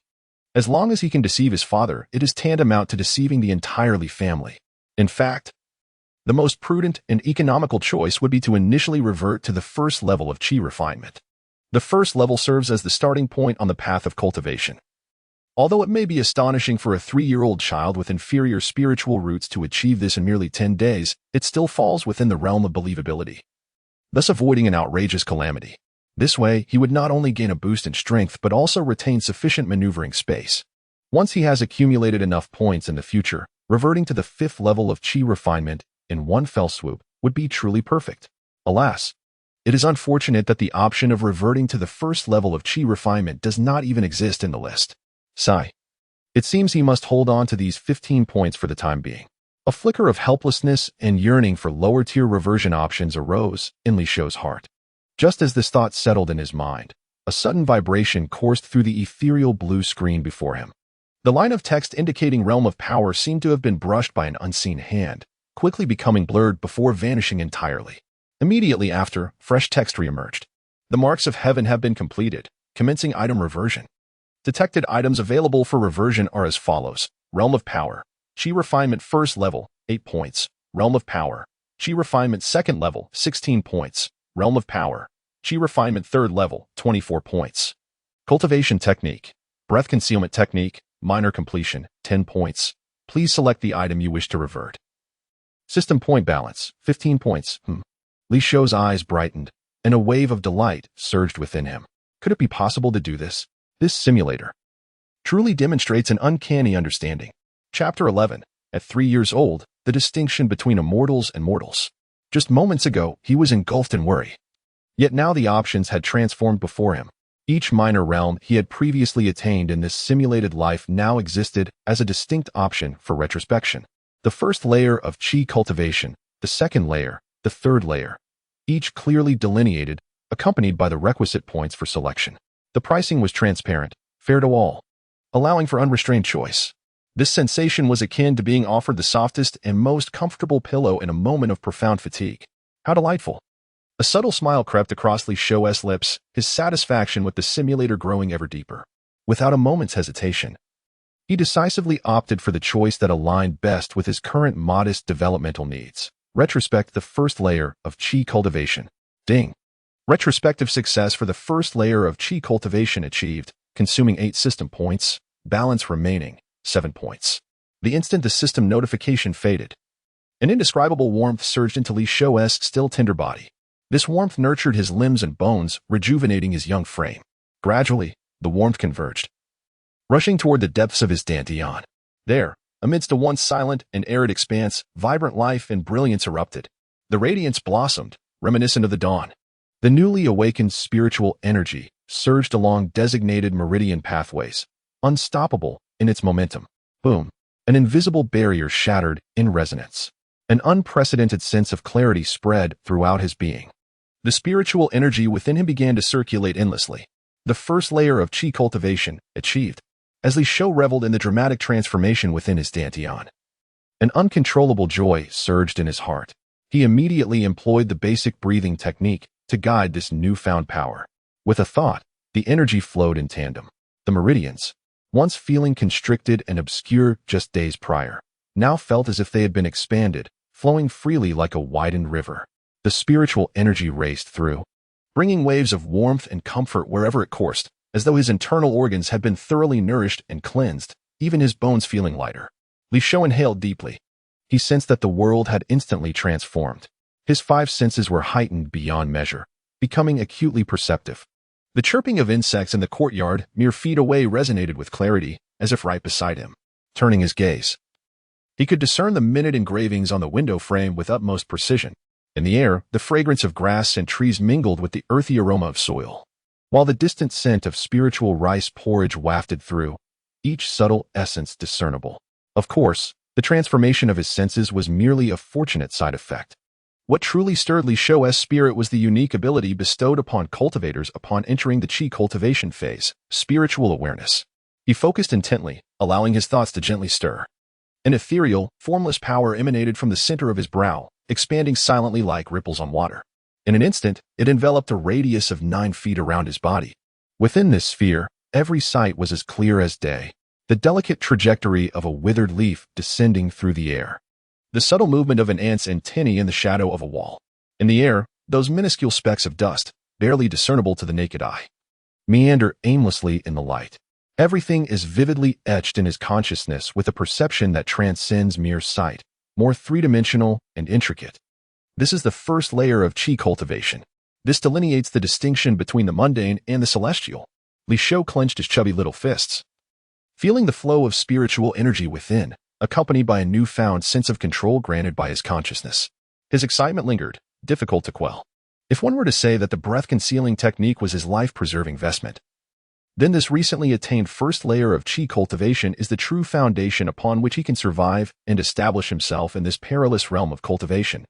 Although this is merely the initial step on the myriad paths of immortality, and he remains weak, given time and opportunities for simulation, a spark may indeed ignite a conflagration.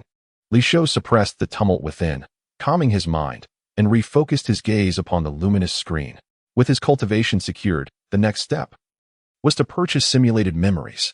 His eyes once again fell upon the blue screen. Would you like to purchase the simulated memory? Fragmented simulated memory, a brief glimpse. Minimal mental impact 1 point. Simulated memory, standard edition, summarized experience. Moderate mental impact 2 points. Simulated memory, complete edition, intricate details, life replay. Significant mental impact 15 points. Please select the version of memory you wish to purchase. System point balance, 7 points. Li Shou gazed at the options before him, his focus ultimately settling on the 4 bold words denoting mental impact. The excruciating pain of a broken neck during his second simulated death, the chilling despair and deep-seated hatred still haunt him. He even felt a lingering chill at the nape of his neck. Steadying himself, Li Shou hesitated briefly before decisively choosing to heed his intuition. He opted to purchase the fragmented simulated memory for a trial. Spending just 1 system point was a minor cost. This time, he approached it with a mindset of caution and exploration. Given the precedent of a forced experience from his death replay, he instinctively became more prudent in the face of this memory infusion situation. It sufficed to spend a small amount to grasp a general outline and key information. Next time, when he accumulates more system points and achieves a more profound mental tranquility. He would consider purchasing a more comprehensive and advanced memory. As Li Shou made his decision, ding. Fragmented simulated memory purchased successfully, consuming 1 system point, remaining balance, 6 points. With the system's notification echoing in his mind, a cacophony of fragmented images flashed through his consciousness like shattered glass. In his childhood, he had meticulously woven a nightmarish scenario. He stumbled into an unfinished family meeting, tears streaming down his face, throwing himself before his father, Li Guanhai. As he lamented the horrifying vision of the Li family's future drenched in blood. At that moment, Li Guanhai looked at his son's earnest little face, utterly bemused. The elders of the Mantang clan were utterly astonished, likely dismissing the child's antics as mere childish folly. In the aftermath, his father, Li Guanhai, did indeed implement a slight enhancement of the household's defenses. Yet it was evident that neither the father nor the clan elders took the ominous dreams of a mere child to heart. On a certain dreary night, he climbed alone onto the eaves of the house. Under the moonlight, he gazed at the vast Li family estate, his youthful visage marred by an incongruous sorrow. With a sense of insignificance, he sighed softly, the sound gradually dissipating into the wind. As time flowed onward, the scene shifted to a dimly lit chamber. Outside, seasons changed and the years passed, yet this confined space remained unchanged. Li sat cross-legged in silent meditation, day after day, year after year. The foundational breathing technique operated quietly within him, his cultivation advancing slowly through monotonous practice.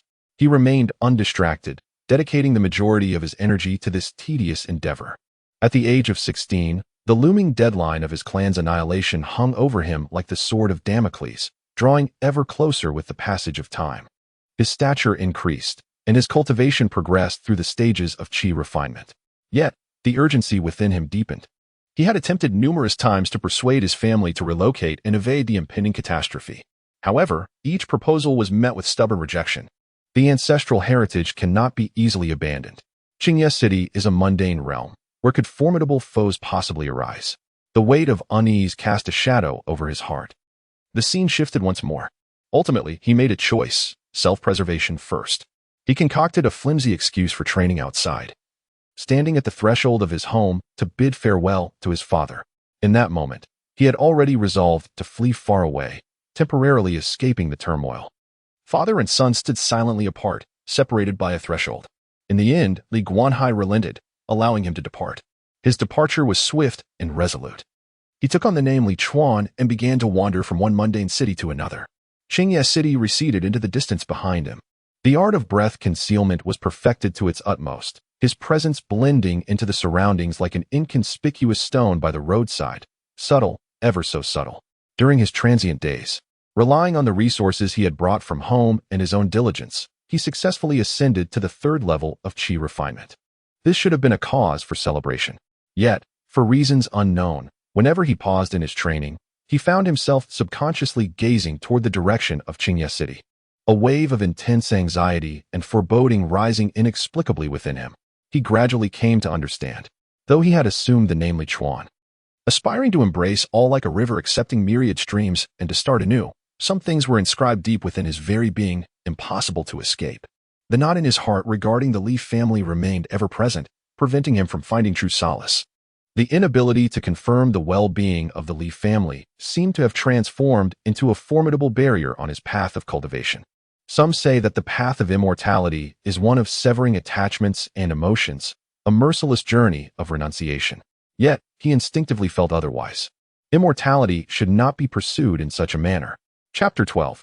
You have actually entered the first layer of qi refinement. The final fragments of memory linger vividly in his mind. Ultimately, he could not suppress the gnawing anxiety that had been festering day and night within him. After disguising himself, he stealthily returned to Qingye City under the cover of night. The familiar haven from his memories had been replaced by desolation. Ruined walls and scorched earth lay scattered around. He cautiously searched through the ruins, yet found not a trace of his kin. However, danger sought him out instead. When several terrifying auras far surpassing the qi refinement stage locked onto him, the last shred of hope in his heart was utterly shattered. He understood. The Li family was truly gone. Henceforth, there would be no more Li family of Qingye in this world. Crack, as a cold hand effortlessly snapped his neck. Searing pain and suffocation enveloped him. In his final moments, Hatred surged wildly in the darkness. At the very instant death approached, he summoned his remaining strength to fixate on the cold, indifferent face before him, his gaze unwavering. His lips silently moved, his last obsession transforming into a barely audible whisper. This hatred is irredeemable, to simulate revenge, until the last glimmer of consciousness extinguished in eternal darkness. The fragments of memory receded like the tide, yet that deep-seated hatred lingered, threading its way back into his heart. The impact was even more ferocious than anticipated. Li Shou was well prepared for this. Almost instantaneously, as the waves of hatred surged, he sat cross-legged. Closing his eyes, he focused his mind, sinking his thoughts into his dantian. He immediately activated the breath-restraining technique. Within him, the newly born Qi refinement energy flowed gently under his guidance. Utilizing his Qi refinement stage cultivation to suppress the surging hatred was, indeed, far easier than when he was merely a mortal. He could distinctly feel that as the breath-restraining technique operated and the energy coursed through him. The once tumultuous hatred crashing against his spirit was like a wave meeting a resilient and impenetrable barrier. Though still fierce, it was no longer the kind of overwhelming force that could not be resisted. Reflecting on his time as mortal, each surge of hatred had left him feeling like a flickering candle in a tempest, poised to extinguish at any moment. His spirit had to remain taut, exerting all his effort to operate the breath-restraining technique, barely managing to stave off complete annihilation by the encroaching darkness. Now, however, things were different. He could mobilize his energy, actively guiding and suppressing it. It felt as though he had transformed from a defenseless mortal into one equipped with formidable weapons. The hatred remained as powerful as a mountain, yet for the first time, he possessed the confidence to contend with it, to temporarily bind it.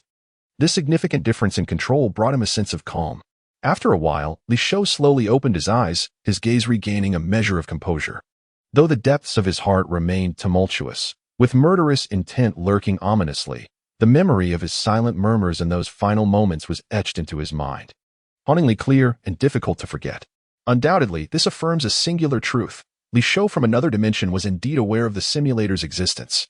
Even at the moment of his life's conclusion, he entrusted all hope of vengeance to this seemingly ethereal simulation. This deep-seated resentment remains unavenged. Li Shou whispered these four characters, his chest gently rising and falling. As a first-hand witness to fragmented memories, he understood all too well why his simulated self could not find peace in death. Hatred for the dark-clad cultivators who annihilated the Li family. That obsession demanded their complete and utter obliteration, ensuring they would never attain rebirth. Your legacy I shall carry forth. Li Shou made a quiet promise to the lingering echoes of his own discontent. One might say they were but two facets of the same soul, their thoughts already intertwined. He now comprehended that only by fulfilling this obsession would the suppressed hatred within him finally dissipate. Alas, the fragments of memory offered scant information, far too fragmented to weave into coherent clues. Concerning the origins of those dark-clad cultivators, or that enigmatic Xianyu gourd, the memories were nearly void, making it difficult to connect the dots. However, these matters were of little consequence for the moment. Li Shou's gaze sharpened, revealing a glimmer of cold decisiveness that starkly contrasted with his youthful appearance. In the face of formidable and unknown adversaries, the most reliable power is always that which one holds in their own hands. As long as one possesses sufficient strength capable of crushing all schemes, then any threat shall be as inconsequential as dust, easily swept away. Such latent dangers must be eradicated. His resolve was firm. In the next simulation, should he still fail to persuade his family to depart from Qingye City, he would no longer cling to the futile notion of forcibly rescuing them. Instead, he would opt for a more thorough survival strategy. In the next simulation, he would flee from the outset, seeking refuge in some desolate, inhospitable wilderness to devote himself to cultivation. It was imperative to sever all ties with the Li family and the self he inhabited within the simulation. Only thus could he avert the possibility of repeating the past and returning to meet a grim fate. It was not that Li Shou was inherently cold-hearted. Rather, his meager strength did not afford him the luxury of recklessness. He must endure, harnessing the simulator's unparalleled advantages to accumulate power like a snowball gaining momentum. In due time, when he possessed the means to overturn the table, he would return to settle accounts with those lurking in the shadows, exacting retribution for the massacre of his family. The vendetta was etched into Li Shou's memory. Yet, to seek vengeance, one must first survive. As his tumultuous thoughts receded like the tide, they ultimately settled into tranquility. Li Shou slowly closed his eyes, allowing his consciousness to sink into a realm of serene darkness. The night deepened. It was time to rest. A night devoid of words. The following morning, as the dawn broke, Li Shou opened his eyes, clarity shining within, dispelling all remnants of sleep. He did not linger in the warmth of his bed as usual, awaiting the gentle call of his maid, Qing'er. One simulation, one transformation. The weight of his mortal form had vanished, replaced by an unprecedented lightness and sense of control. His spirit felt invigorated, his senses heightened. Exhilarating. The gentle and vibrant spiritual energy within him flowed joyfully through his meridians like a newly born stream, nourishing his somewhat juvenile, 3-year-old body. This power suffused his limbs and bones, as if every movement could summon an invisible force. Li Shou could not help but stretch lazily, savoring an unprecedented sense of control. Creaking, the door swung open. Qing'er entered, carrying warm toiletries. As usual, she attended to Li Shou's dressing and cleansing with delicate care. Her gaze, as customary, fell upon the young master, yet something felt different this time. When her eyes unintentionally brushed against his seemingly deeper and more tranquil gaze, her heart fluttered inexplicably. She lingered for a moment longer, sensing an ineffable distance, as if the child before her had acquired something new that instinctively evoked a hint of restraint and an inexplicable reverence. Li Shou keenly noticed the maid's subtle scrutiny, but paid it no mind. His thoughts immersed in the profound experience of cultivating the first level of qi. After breakfast, he was resolute in his decision to seek out Li Guanhai. Aside from subtly inquiring about the origins of the Xian Yuhulu, it was imperative to demonstrate his current cultivation level. His achievement in the first level of qi was not something he intended to conceal, nor could he. At this moment, his father, Li Guanhai, was likely in the council hall attending to clan affairs. He instructed Qing'er to lead the way, and soon they arrived outside the council hall. Muffled voices of deep conversation drifted from within, interspersed with barely audible sighs. Had his father encountered troubling matters? As he approached, he sensed several waves of energy, like intangible tendrils, brushing against him. It was the spiritual awareness of several clan elders. Li Shou understood this well and was prepared. His expression remained calm, even as he refrained from employing the concealment technique to mask his presence. With determined little strides, he stepped into the council hall. Inside, Li Guanhai sat upright, flanked by several elderly clan members with gray hair, all eyes turning towards him in unison. In that instant, the expressions of these elders shifted dramatically, their astonishment evident, rippling through their features like stones cast into a tranquil lake. "Shou," Li Guanhai exclaimed, rising abruptly, oblivious to the thick scroll that slipped from his hands and fell to the ground. His voice brimmed with uncontainable surprise, even tinged with a hint of disbelief. You have entered the first level of qi?" Li Shou raised his head, adopting the earnest demeanor expected of a child, nodding emphatically. Yet, on his youthful face lay a tranquility that belied his age. The nearby elders mirrored his astonishment, their spiritual awareness weaving through Li Shou's petite form, confirming their observations repeatedly. Indeed, it was unequivocally true. The fluctuations of spiritual energy, though faint, were clear and pure, unmistakably characteristic of the unique aura belonging to the first level of qi.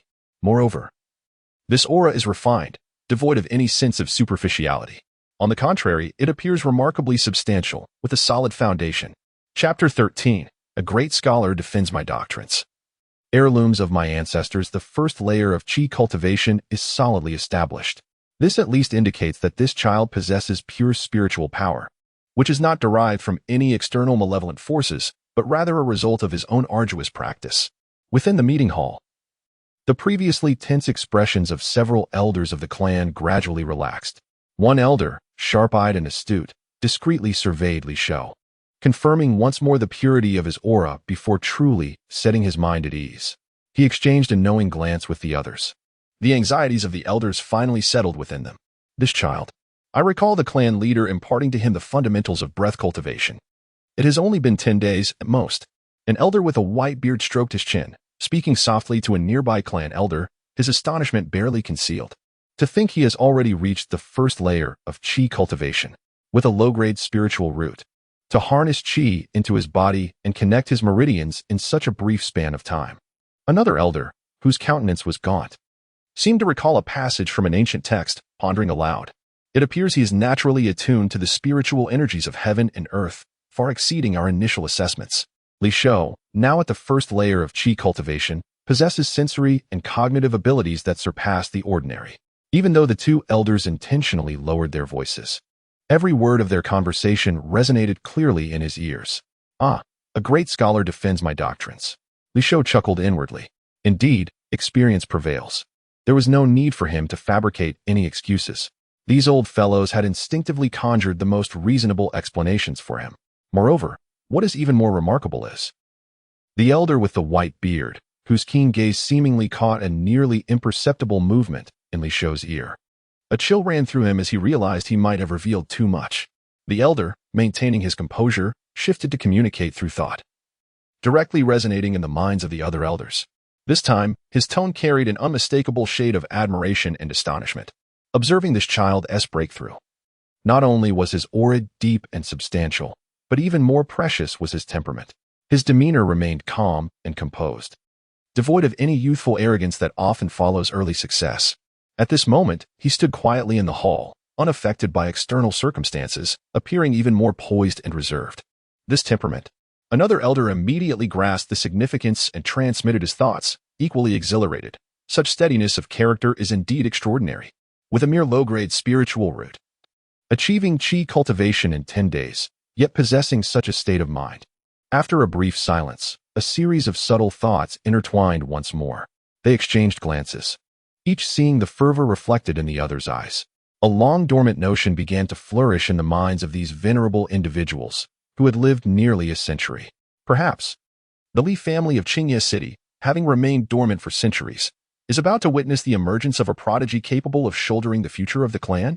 Of course, this glimmer of hope did not linger for long. Just as the excitement within them ignited, it was swiftly quelled by their rational minds. After all, they are elderly individuals who have lived for nearly a century, no longer the Na'vi youth who know nothing. They would not be so easily swayed by a fleeting glimmer of light in the darkness, losing their composure and judgment. The Li family of Qingye City has indeed languished for quite some time. Throughout their lengthy lineage, there have been descendants of remarkable talent and extraordinary capabilities. Yet, the path to immortality is fraught with difficulties, and the vicissitudes of life are unpredictable. How many once promising geniuses have ultimately faded into mediocrity or even perished prematurely, reducing their aspirations to mere dust? The first level of qi refinement is merely the initial threshold on the path to immortality. To hastily conclude the future of this child would be nothing short of reckless and frivolous. However, it is astonishing that with universally acknowledged inferior spiritual roots, he managed to break through to the first level of qi refinement within a mere 10 days, exhibiting such remarkable composure. This is sufficient to indicate that if this child continues to grow without faltering, his future achievements shall at the very least rival those of these old men. The future is indeed promising, yet it requires careful observation. The elder's thoughts were in a constant whirl, and naturally, Li Shou was oblivious and disinterested in guessing their intentions. To him, the first level of qi refinement was merely a trifling starting point, a transitional phase to better conceal his secrets and facilitate his actions. His true objective was to swiftly accumulate points, reaching at least the 5th level of qi refinement, a stage that could effectively evade his father's scrutiny, and thus fully embark on his clandestine path of development. At this moment, Li Guanhai gradually emerged from his initial overwhelming surprise. He returned to his wooden chair, looking at his 3-year-old son with a complex gaze, filled with pride, astonishment, and sentiment. Since imparting the cultivation method 10 days prior, he had adhered to the customary practices of the cultivation world, allowing Li Shou to explore his training independently without excessive interference. The path to immortality is ethereal, and personal comprehension and opportunity are paramount. Moreover, recent family affairs had been chaotic, leaving him overwhelmed with trivial matters and unable to devote attention to Li Shou's progress. He had even prepared himself for the possibility that his son might not be able to channel qi into his body for several years, for he himself had endured a similar journey. Yet, he never anticipated that in just 10 short days, his son would quietly step onto the path of immortality. Li Guanhai, with his profound experience far exceeding that of the seated elders, instantly considered the possibility and innate affinity for spiritual energy. A genuine joy welled up within him for his son. Furthermore, today, Li Shou had unexpectedly come to the council chamber, a rare occurrence indeed. Li Guanhai set down his teacup, his gaze softening with a hint of curiosity. "Shou Er, have you come today to report something of importance?" Li Shou straightened his small back, striving to appear more serious, his voice youthful yet strikingly clear. "Father, I wish to inquire about the mysterious jade gourd I received during the spiritual offering. What is its origin? Li Guanhai was momentarily taken aback. He had thought that Shou Er, unable to contain his excitement over his breakthrough, had come to share his joy and showcase his accomplishments. Little did he expect that the child would inquire about the gourd received during the spiritual offering. Oh, why has Shou Er suddenly developed an interest in that gourd? A glimmer of perplexity flickered in Li Guanhai's eyes, but he soon seemed to recollect something, maintaining a gentle tone. Li Shou blinked his innocent large eyes, his mind racing. An excuse? The naivety of a 3-year-old child serves as the finest pretext. He feigned innocence and said, "Father, I had a peculiar dream last night. In my dream, there was a white-bearded old man who told me that the gourd is a remarkable treasure that can protect our Li family." Oh? At these words, Li Guanhai couldn't help but chuckle. Dreams are often ephemeral and insubstantial, hardly worthy of credence. He laughed and shook his head, clearly regarding it as merely the fanciful imaginings of a child. However, since his son had expressed curiosity, he didn't mind elaborating a bit more. After all, the child had just embarked on the journey of cultivating qi and was naturally filled with curiosity about the world around him. That mysterious jade gourd. Li Guanhai's gaze seemed to drift momentarily, tinged with nostalgia. Its origins are indeed quite ancient. It has been one of the ancestral relics passed down since my Li family migrated to this Qingye city hundreds of years ago from our distant homeland. Ancestral relic? Li Shou promptly displayed a look of confusion, tilting his little head and pressing for more. Father, if it is an ancestral relic, it must be quite precious, right? Why would it be placed among the items for the Zhaozhou ceremony for me to grab it? Well, this. Li Guanhai's expression turned slightly resigned as he responded with a hint of a smile. Shou Er, you may not be aware, but when our Li family migrated here, we indeed brought many ancestral relics. Yet, after centuries of erosion and tumult, his voice dimmed slightly. The truly valuable treasures, those whose purposes could be discerned, have long been depleted over the passage of time or repurposed for the family's survival. What remains today? He paused, lightly tapping his fingers on the smooth wooden table, continuing, is mostly comprised of items that appear unique in material but whose specific purposes are difficult to ascertain, and their values are uncertain. The jade gourd you received during your Zhaozhou ceremony is one of them. Listening intently, Li Shou furrowed his little brows, seemingly deep in thought over his father's words. He then inquired, then, why not carefully preserve these relics whose uses are unknown? If they are placed among the Zhaozhou items for others to take, what if they are lost in the future? Li Guanhai, observing his son's earnest and inquisitive demeanor, found his smile growing even warmer. My son is astute to ponder this. Chapter 14. Perilous Secrets. Struggling against fate. My son is astute, capable of contemplating this step. Li Guanhai nodded approvingly and began to explain patiently. The items employed in this spiritual offering indeed originate from a portion of ancestral relics whose purposes remain enigmatic. This practice serves twofold. Firstly, to invoke the blessings of our forebears, hoping that they may shield the descendants of the Li family and grant them a prosperous future. Secondly, Li Guanhai paused, his gaze seemingly piercing through the walls of the conference hall, reaching into the distant past. His voice carried a hint of melancholy. It also retains a flicker of vague hope, yearning for a descendant among us who possesses profound fortune and exceptional insight, perhaps by serendipity, to unravel the mysteries of these relics, uncover opportunities, and restore the former glory of the Li family. To rely on relics for rejuvenating the family's legacy? A shiver ran down Li Shou's spine. What he had witnessed in his simulation was unmistakably a path leading to annihilation. Although the precise reasons eluded him, the ancestral relic, the Xian Jade Gourd, was likely implicated. It may not have been the direct cause, but was indeed a significant catalyst for the impending calamity. Coupling this with the numerous other similar relics of uncertain purpose in the Li family, Li Shou felt a wave of dread wash over him. They were, most likely, harboring a collection of forbidden objects that could detonate at any moment while indulging in dreams of familial revival. As thoughts surged within him, he maintained an outward appearance of sudden realization, nodding vigorously. So, has any ancestor, over the years, made any significant discoveries regarding the Xian Jade Gourd? Li Shou pressed on, his youthful face alight with innocent curiosity. This was the crux of his inquiry. Li Guanhai shook his head, a trace of regret flickering across his features. The Xian Jade Gourd indeed possesses an extraordinary and unusual appearance, with a smooth and warm texture, its material being exceptional. According to scattered records within the family archives, successive patriarchs and several highly accomplished elders had devoted considerable effort attempting to comprehend it. Li Shou felt a tightening in his chest. He involuntarily held his breath, focusing intently. Here it comes.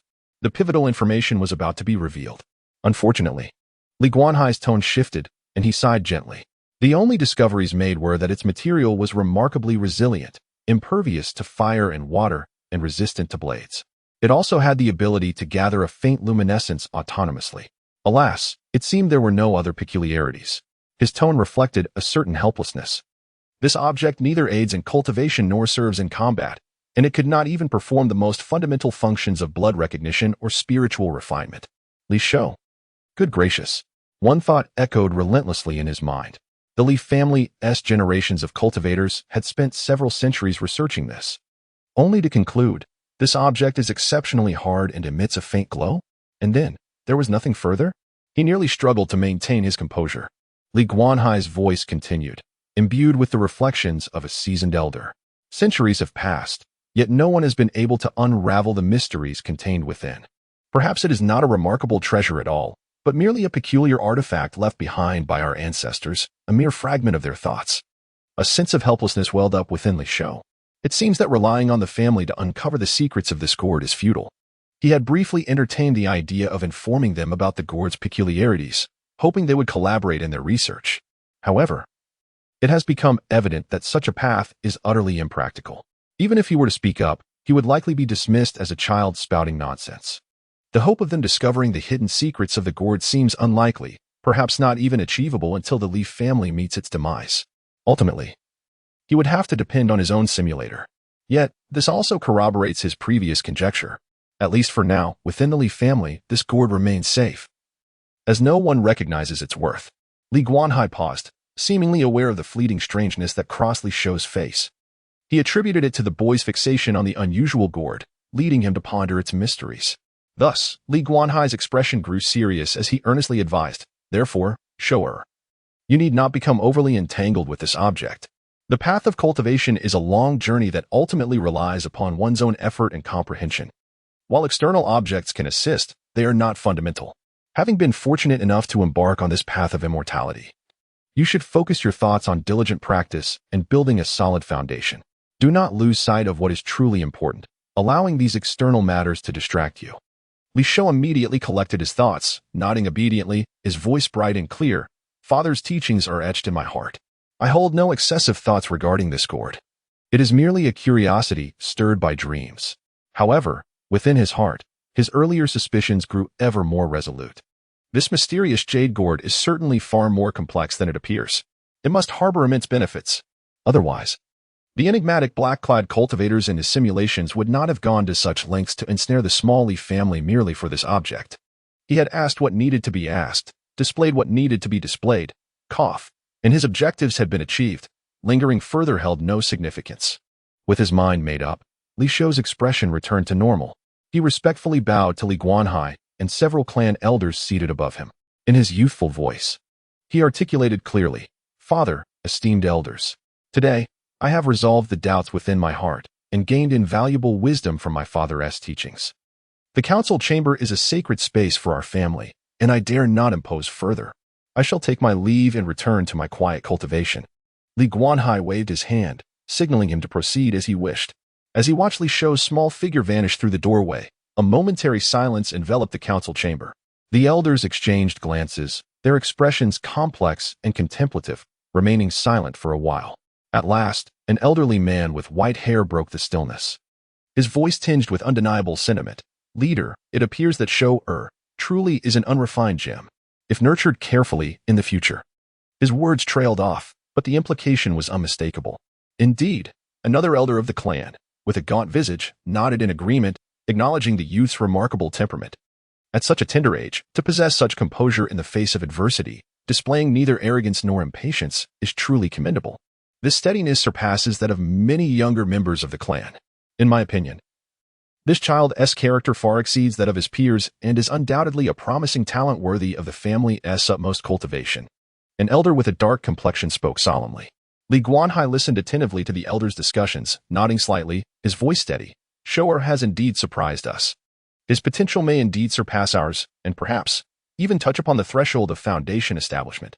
With a shift in tone, Li Guanhai issued a directive. From this moment forth, A portion of the resources suitable for initial Qi training in the family treasury shall be allocated to him. His future path is still long, and he requires more support. At this juncture, Li Guanhai's breath momentarily faltered, and a rare flicker of profound concern crossed his countenance. However, given the current state of the family, supporting the rapid growth of a genius remains a formidable challenge. The conventional accumulation of resources appears increasingly inadequate. His gaze swept over the assembled elders, his previously gentle demeanor transforming into one of piercing seriousness. Speaking of resources, esteemed colleagues, I recall that in just over 10 days, the secret realm discovered deep within the mine will be opening, correct? Upon uttering this, the previously vibrant atmosphere of the conference hall abruptly stilled. The smiles on the faces of several elders gradually faded, replaced by expressions of astonishment and deep concern as they exchanged glances. Elder, do you mean? One elder inquired cautiously, his voice dry. Li Guanhai inhaled deeply, straightening his posture. A certain light flickered in his eyes, as if he had resolved upon an immensely weighty decision. My mind is made up. His voice was resolute, leaving no room for dissent. I have been trapped at the pinnacle of Qi training for over 20 years, and as my lifespan dwindles, the hope of breaking through to foundation establishment through mere diligent practice has become exceedingly bleak. Now, with Shou revealing exceptional potential, I see a glimmer of hope for our clan's future, knowing that the Li family has successors. Thus, I can finally set aside my worries and take a bold step forward. Therefore, I intend to personally enter that secret realm in search of the elusive opportunity for foundation establishment. As his words resounded, they struck the hall like thunder, causing a stir among the assembly. The faces of several elders turned ashen, and they rose hastily from their seats. Elder, this is unthinkable. The dangers within that secret realm are extraordinary. They hurriedly attempted to dissuade him, but Li Guanhai's unwavering gaze silenced their protests. If fortune favors me, the Li family may once again bask in former glories. If not, he left the thought unexpressed. Yet the weight of the unspoken words caused the hearts of all present elders to plummet. A Qi practitioner enjoys a lifespan of 140 years. The clan leader has only just surpassed 80, still in the prime of life, and there remains a slim possibility of breakthrough through diligent cultivation. How could it come to this? The hidden realm, merely pausing at its entrance, instilled an overwhelming sense of dread among the venerable elders of their clan. It was as if unimaginable ancient malevolence lay dormant within. The dangers concealed inside indicated that it was far from a benevolent place. Why should they wager their very lives on the ethereal prospect of foundational opportunities? In that moment, a tumult of emotion surged within these elder statesmen, even invoking a sense of shame. The Li family had languished in silence for centuries. These old men appeared to have been dulled by the complacency of their secluded existence, losing the fervor for advancement that once characterized their pursuit as cultivators. They had grown accustomed to waiting, to entrusting their hopes to the nebulous notion of arduous cultivation or the potential talents of future generations. They had nearly forgotten that the path of immortality is inherently one of defiance against fate. To stagnate is to regress. The opportunities of the great Tao lay before them. Perilous though they may be, some among them could no longer bear to wait any longer. Chapter 15. At the tender age of 3, the child is poised to experience the vast world of mortal affairs. Upon departing from the council chamber, Li Shou did not immediately return to his modest abode. The initial exhilaration of having attained new cultivation had begun to wane, leaving behind a flicker of unease regarding this sudden influx of power. Was there truly no hidden peril associated with this simulator-bestowed strength? Was his foundation as solid as rock? Li Shou had always been inherently cautious. Without personal verification, he could never find complete solace. Unwavering in his steps, he made his way to the secluded chamber where his father had often guided him in his training. The chamber was as serene as ever. The central cushion awaited his arrival in quiet anticipation. Li Shou settled into a cross-legged position, gradually closing his eyes. His mind, tranquil as water, sank into his dantian. He began to circulate the foundational breathing technique, a practice he had long mastered. The technique acted as an invisible key, gently inserted into the lock, and began to turn slowly. Within his dantian, the newly awakened spiritual energy surged forth. It began to flow docilely, following the well-known pathways of his meridians, weaving delicately, inch by inch, toward his limbs and bones, permeating every corner of his being with an indescribable nurturing sensation. Wherever the energy flowed, warmth enveloped him, bringing forth a profound sense of ease that penetrated to the marrow. Li Shou nearly held his breath, focusing all his attention inward. acutely sensing every subtle change within his body with an extraordinary acuity. After a brief moment, an indescribable ecstasy surged through his heart. Stable. Remarkably stable. The cultivation he had acquired through the simulator felt far from superficial. Rather, it was solid and substantial, exceeding all his expectations. Its foundation was so robust that it hardly resembled that of a novice just entering the chi refinement stage. It felt akin to an ancient practitioner steeped in this realm for decades, with each strand of spiritual energy imbued with a profound essence, flowing harmoniously without obstruction. The tension in Li Shou's heart completely dissipated, and a subtle smile began to curve at the corners of his lips. This effortless gain, no. This sense of becoming stronger through his own simulated efforts was utterly sublime. In the chi refinement stage, Li Shou had indeed embarked on this path of immortality through his own endeavors, standing tall and proud. This undeniably proved that behind every successful version of himself, there truly existed another self laboring in the shadows. Time passed silently, like sand slipping through fingers. 3 days drifted by in the fervor of concentrated training. During the daylight hours, Li Shou scarcely left that secluded chamber. He repeatedly practiced the foundational breathing technique in a continuous cycle. He was not merely familiarizing himself. He was striving to master this newfound power completely. He aimed to refine his cultivation in the chi refinement stage to a level of effortless precision, ensuring he would not find himself in the embarrassing predicament of possessing a realm without being able to fully harness his own strength. Such a flaw could often prove fatal in the true battles of practitioners. After stepping into the chi refinement stage, what was once a tedious regimen of training now seemed far less unbearable. Every instance of the circulation of spiritual energy evokes a profound and comforting sensation, as if the very soul is being cleansed, allowing one to easily forget the passage of time. Li Shou gradually became somewhat enraptured by this feeling of his cultivation steadily advancing. He finally comprehended why the self he simulated was so obsessively devoted to rigorous training. Once immersed in the experience of witnessing the incremental growth of one's own power, it indeed becomes an irresistible allure. It appears he is truly a natural at arduous cultivation, or rather, a born saint of rigorous training. Simultaneously, the total amount of spiritual energy within his dantian was also increasing, albeit at an exceedingly slow pace. This is the process of enhancing one's cultivation. During this period, his father, Li Guanhai, took the time to personally impart several fundamental techniques that could be mastered during the chi refinement stage. Firstly, the spiritual barrier. This technique involves mobilizing spiritual energy to form a protective shield around oneself for basic defense. Secondly, the object manipulation technique. This intra-level method employs spiritual energy to remotely control objects. Thirdly, the sound transmission method. This technique envelopes sounded spiritual energy for targeted communication, facilitating discrete exchanges. All three techniques are relatively simple and are considered essential coursework for practitioners in the chi refinement stage. Li Shou's innate understanding was commendable, coupled with a remarkably solid foundation, allowing him to quickly grasp the nuances of these techniques and achieve initial mastery. Of course, with his mere first level of chi refinement, the spiritual barrier he could sustain was somewhat insubstantial, with limited defensive capabilities. Moreover, maintaining any technique necessitates a continuous consumption of spiritual energy. For him, whether sustaining the barrier or manipulating objects, the burden was considerable and challenging to sustain over time. Each practitioner, depending on their cultivation realm, varies immensely in the total amount and purity of their spiritual energy.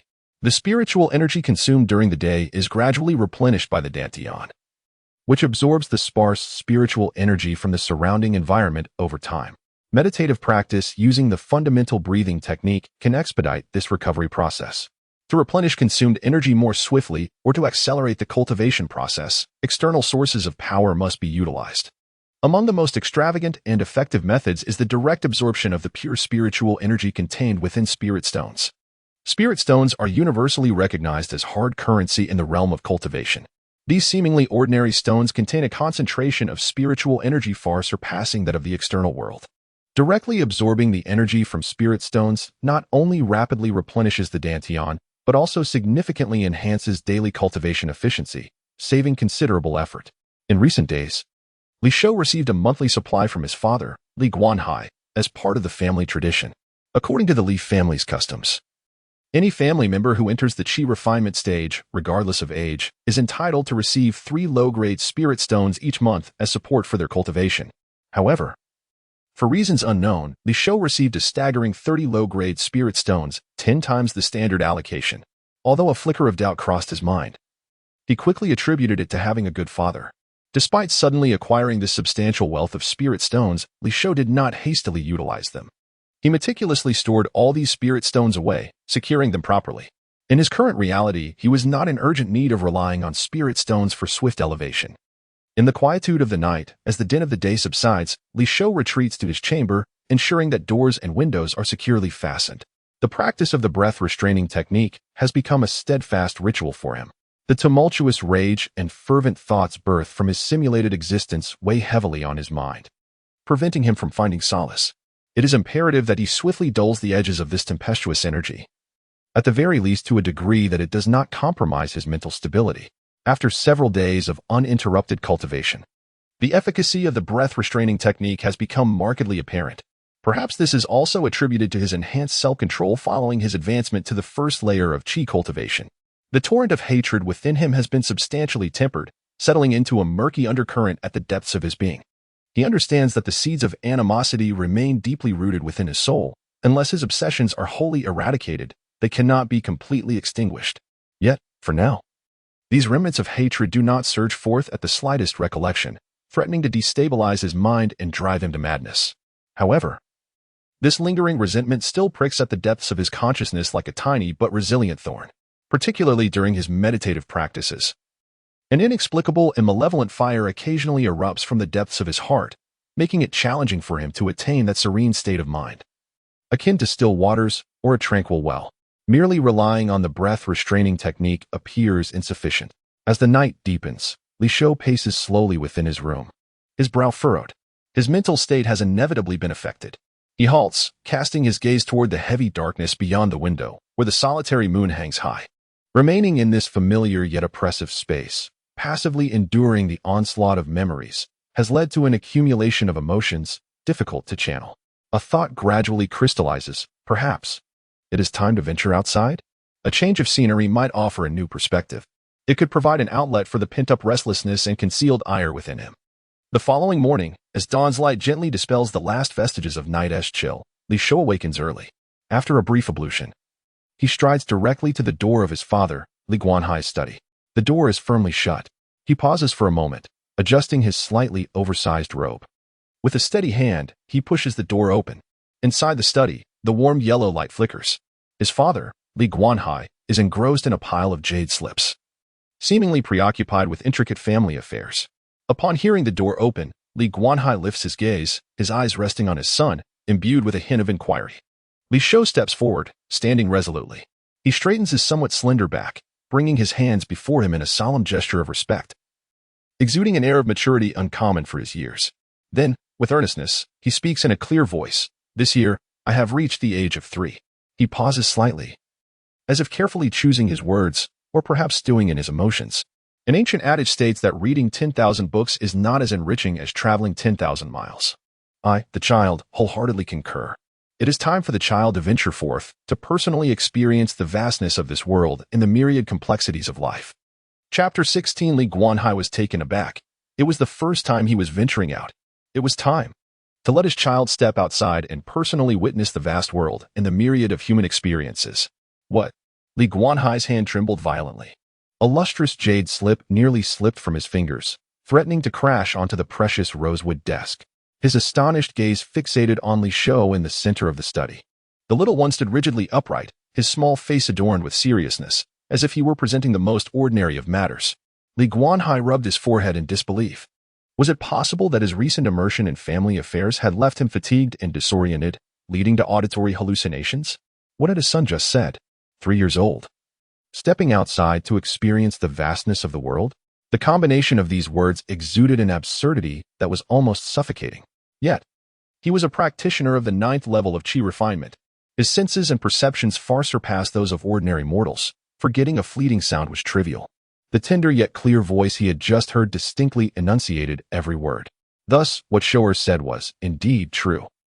Li Guanhai's expression shifted to one of profound peculiarity, a spectacle too vivid to be encapsulated by mere words. He felt utterly bewildered. The world was changing too swiftly. Was he truly falling behind? Even a 3-year-old child now aspired to emulate the protagonists of fantastical tales, speaking of bidding farewell to home, wielding swords across the horizon, and venturing into the tumultuous world. This child was merely 3 years old. 3 years. And he was to experience the vastness of the world? Are children today so precocious, so full of their own ideas? In mere moments, a flurry of thoughts surged through Li Guanhai's mind. As he began to replay the scenes of Li Shou's life from birth to the present, from the cries of infancy to the unsteady steps of early childhood, he began to reflect deeply on whether his educational approach had indeed strayed far from its intended path. After the birth of his beloved wife, who had closed herself off in pursuit of the elusive foundation establishment realm, only to ultimately perish, the pain of losing her had compelled Li Guanhai to pour all his paternal affection into this sole child, perhaps even to the point of indulgence. Though he was often preoccupied with family matters, whenever he found a moment of respite, he would shower Li Shou with affection and unwavering care. He had never raised his voice in anger, and aside from discussions regarding the revival of the clan, he had indulged almost every whim of his son. Could it be that his excessive leniency had led to this? Now, with Shou just having stepped into the first level of qi refinement, he believed he had grown his wings and yearned to break free from his protective embrace, seeking to traverse the unpredictable realms of cultivation. This simply could not be. The more Li Guanhai pondered, the graver his expression became. Perhaps it was time to temper his overflowing paternal love and adopt a more rigorous approach akin to that of a strict father, employing a more disciplined education to cultivate filial piety. While his son was still young, it might not be too late to correct this course. An aura of gravity, befitting a 9th-level qi refinement practitioner, unconsciously began to emanate from him. The air in the study seemed to thicken with tension. Li Shou immediately sensed that something was amiss. The pressure surrounding him suddenly intensified, as if an invisible mountain weighed heavily upon his tender shoulders. His small face paled in an instant. The disparity in cultivation realms was too great. The aura inadvertently exuded by a high-level cultivator served as a natural and irresistible intimidation to those of lower realms. Observing his father's increasingly somber expression, with a hint of dangerous glimmer lurking in his eyes, Li Shou's heart sank. This was bad. That previous remark seemed to have been too ambiguous. He had overstepped, and disaster loomed. Driven by an instinct for survival ingrained in his very being, and sensing the shift in his father's aura, Li Shou hastily attempted to remedy the situation, his voice tinged with a child's urgent and flustered tone, almost spilling forth. Father, I meant to say, I just want to stroll around Qingye City and admire the scenery. Yes, just to see the sights. In an instant, the oppressive aura emanating from Li Guanhai began to dissipate, settling into a calm silence. He regarded his son's clear, albeit noticeably flustered eyes, and the tension in his countenance gradually relaxed. So, he merely wished to wander the city? All that worry had been for naught, and he had nearly lost composure. Considering the use of family discipline, Li Guanhai let out a quiet sigh of relief, only to find himself bemused. This child had a knack for speaking in a manner that was either astonishing or utterly alarming. However, upon further reflection, Li Guanhai perceived that perhaps it was not entirely a negative thing. The path of cultivation was not solely about solitary meditation, oblivious to the affairs of the world outside. Engaging with the external world and witnessing the myriad of human experiences could indeed foster Li Shou's character development, and perhaps even aid him in assuming control of the family in the future. Strolling within the city posed no significant issue. After a moment of contemplation, Li Guanhai ultimately nodded in agreement to Li Shou's request. Yet, his concern lingered, and he sternly cautioned, however, you have only just begun your journey in qi cultivation, and your skills are still shallow. You must never venture out alone. I will assign 2 capable guards to accompany you at all times to ensure your safety. Remember, do not wander off. Upon hearing this, Li Shou's heart soared with joy, nodding vigorously like a chick pecking at grain. Thank you, father. I understand. He had never intended to stray far. A simple stroll within the city would suffice to ease the restlessness that had been subtly brewing during his recent training. Thus, at the tender age of 3, having just embarked on the first layer of qi cultivation, the young master of the Li family, Li Shou, was on the brink of his first outing since traversing into this realm, accompanied by 2 of the family's guards, now donned in the attire of ordinary servants, yet possessing profound strength. These were the Li family's covertly trained elite, all formidable practitioners within the realm of martial arts, innate masters. The path of mortal martial arts had its own journey. One would refine their body through rigorous training, continuously honing muscle and sinew.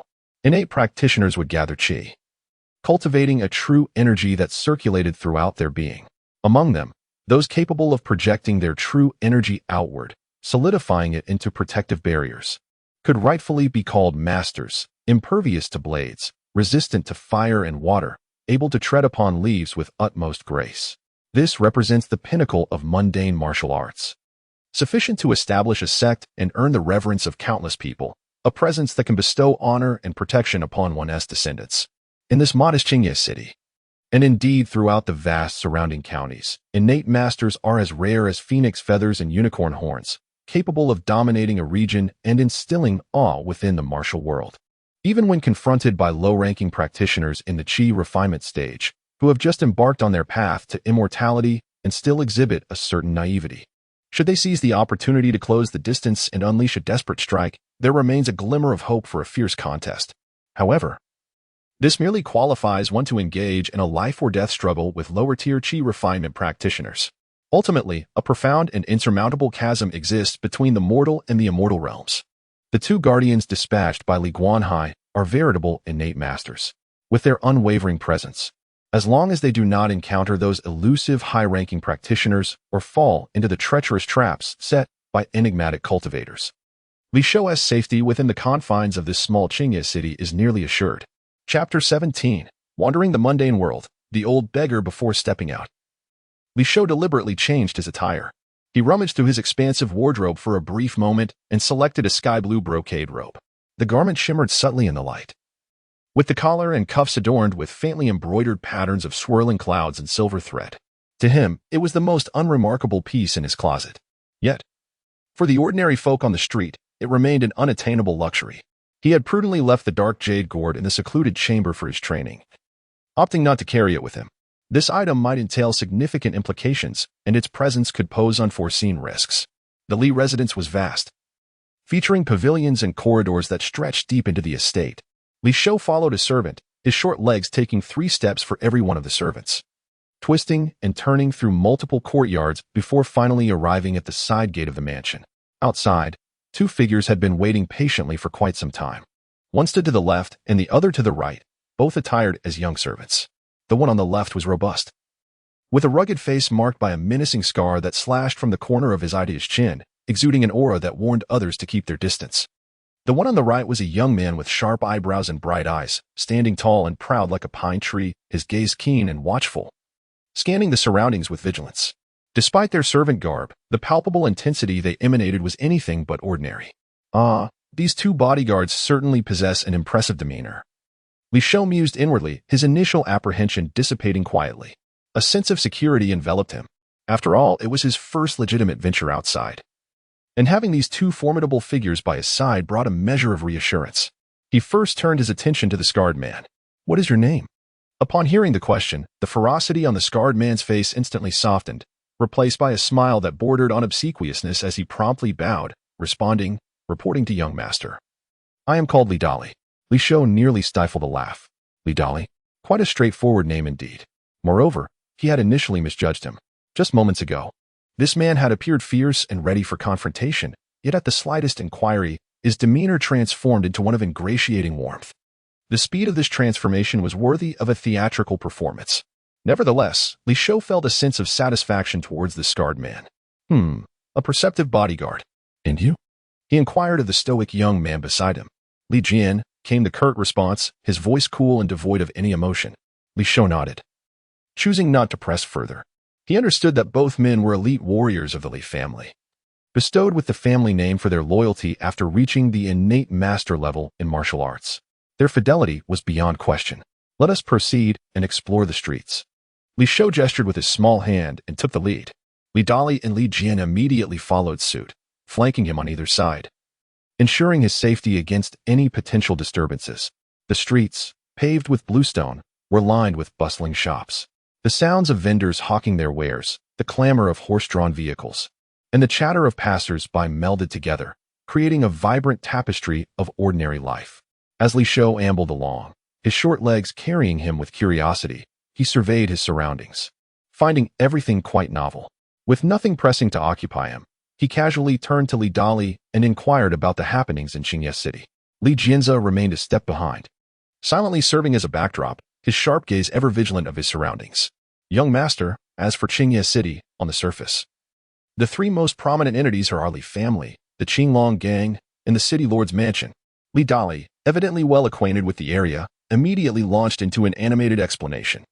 Our Li family is the foremost clan, holding a substantial share of the city's commerce. The Qinglong gang, the most formidable local power, harbors a number of desperate rogues. And the city lord's mansion oversees official matters.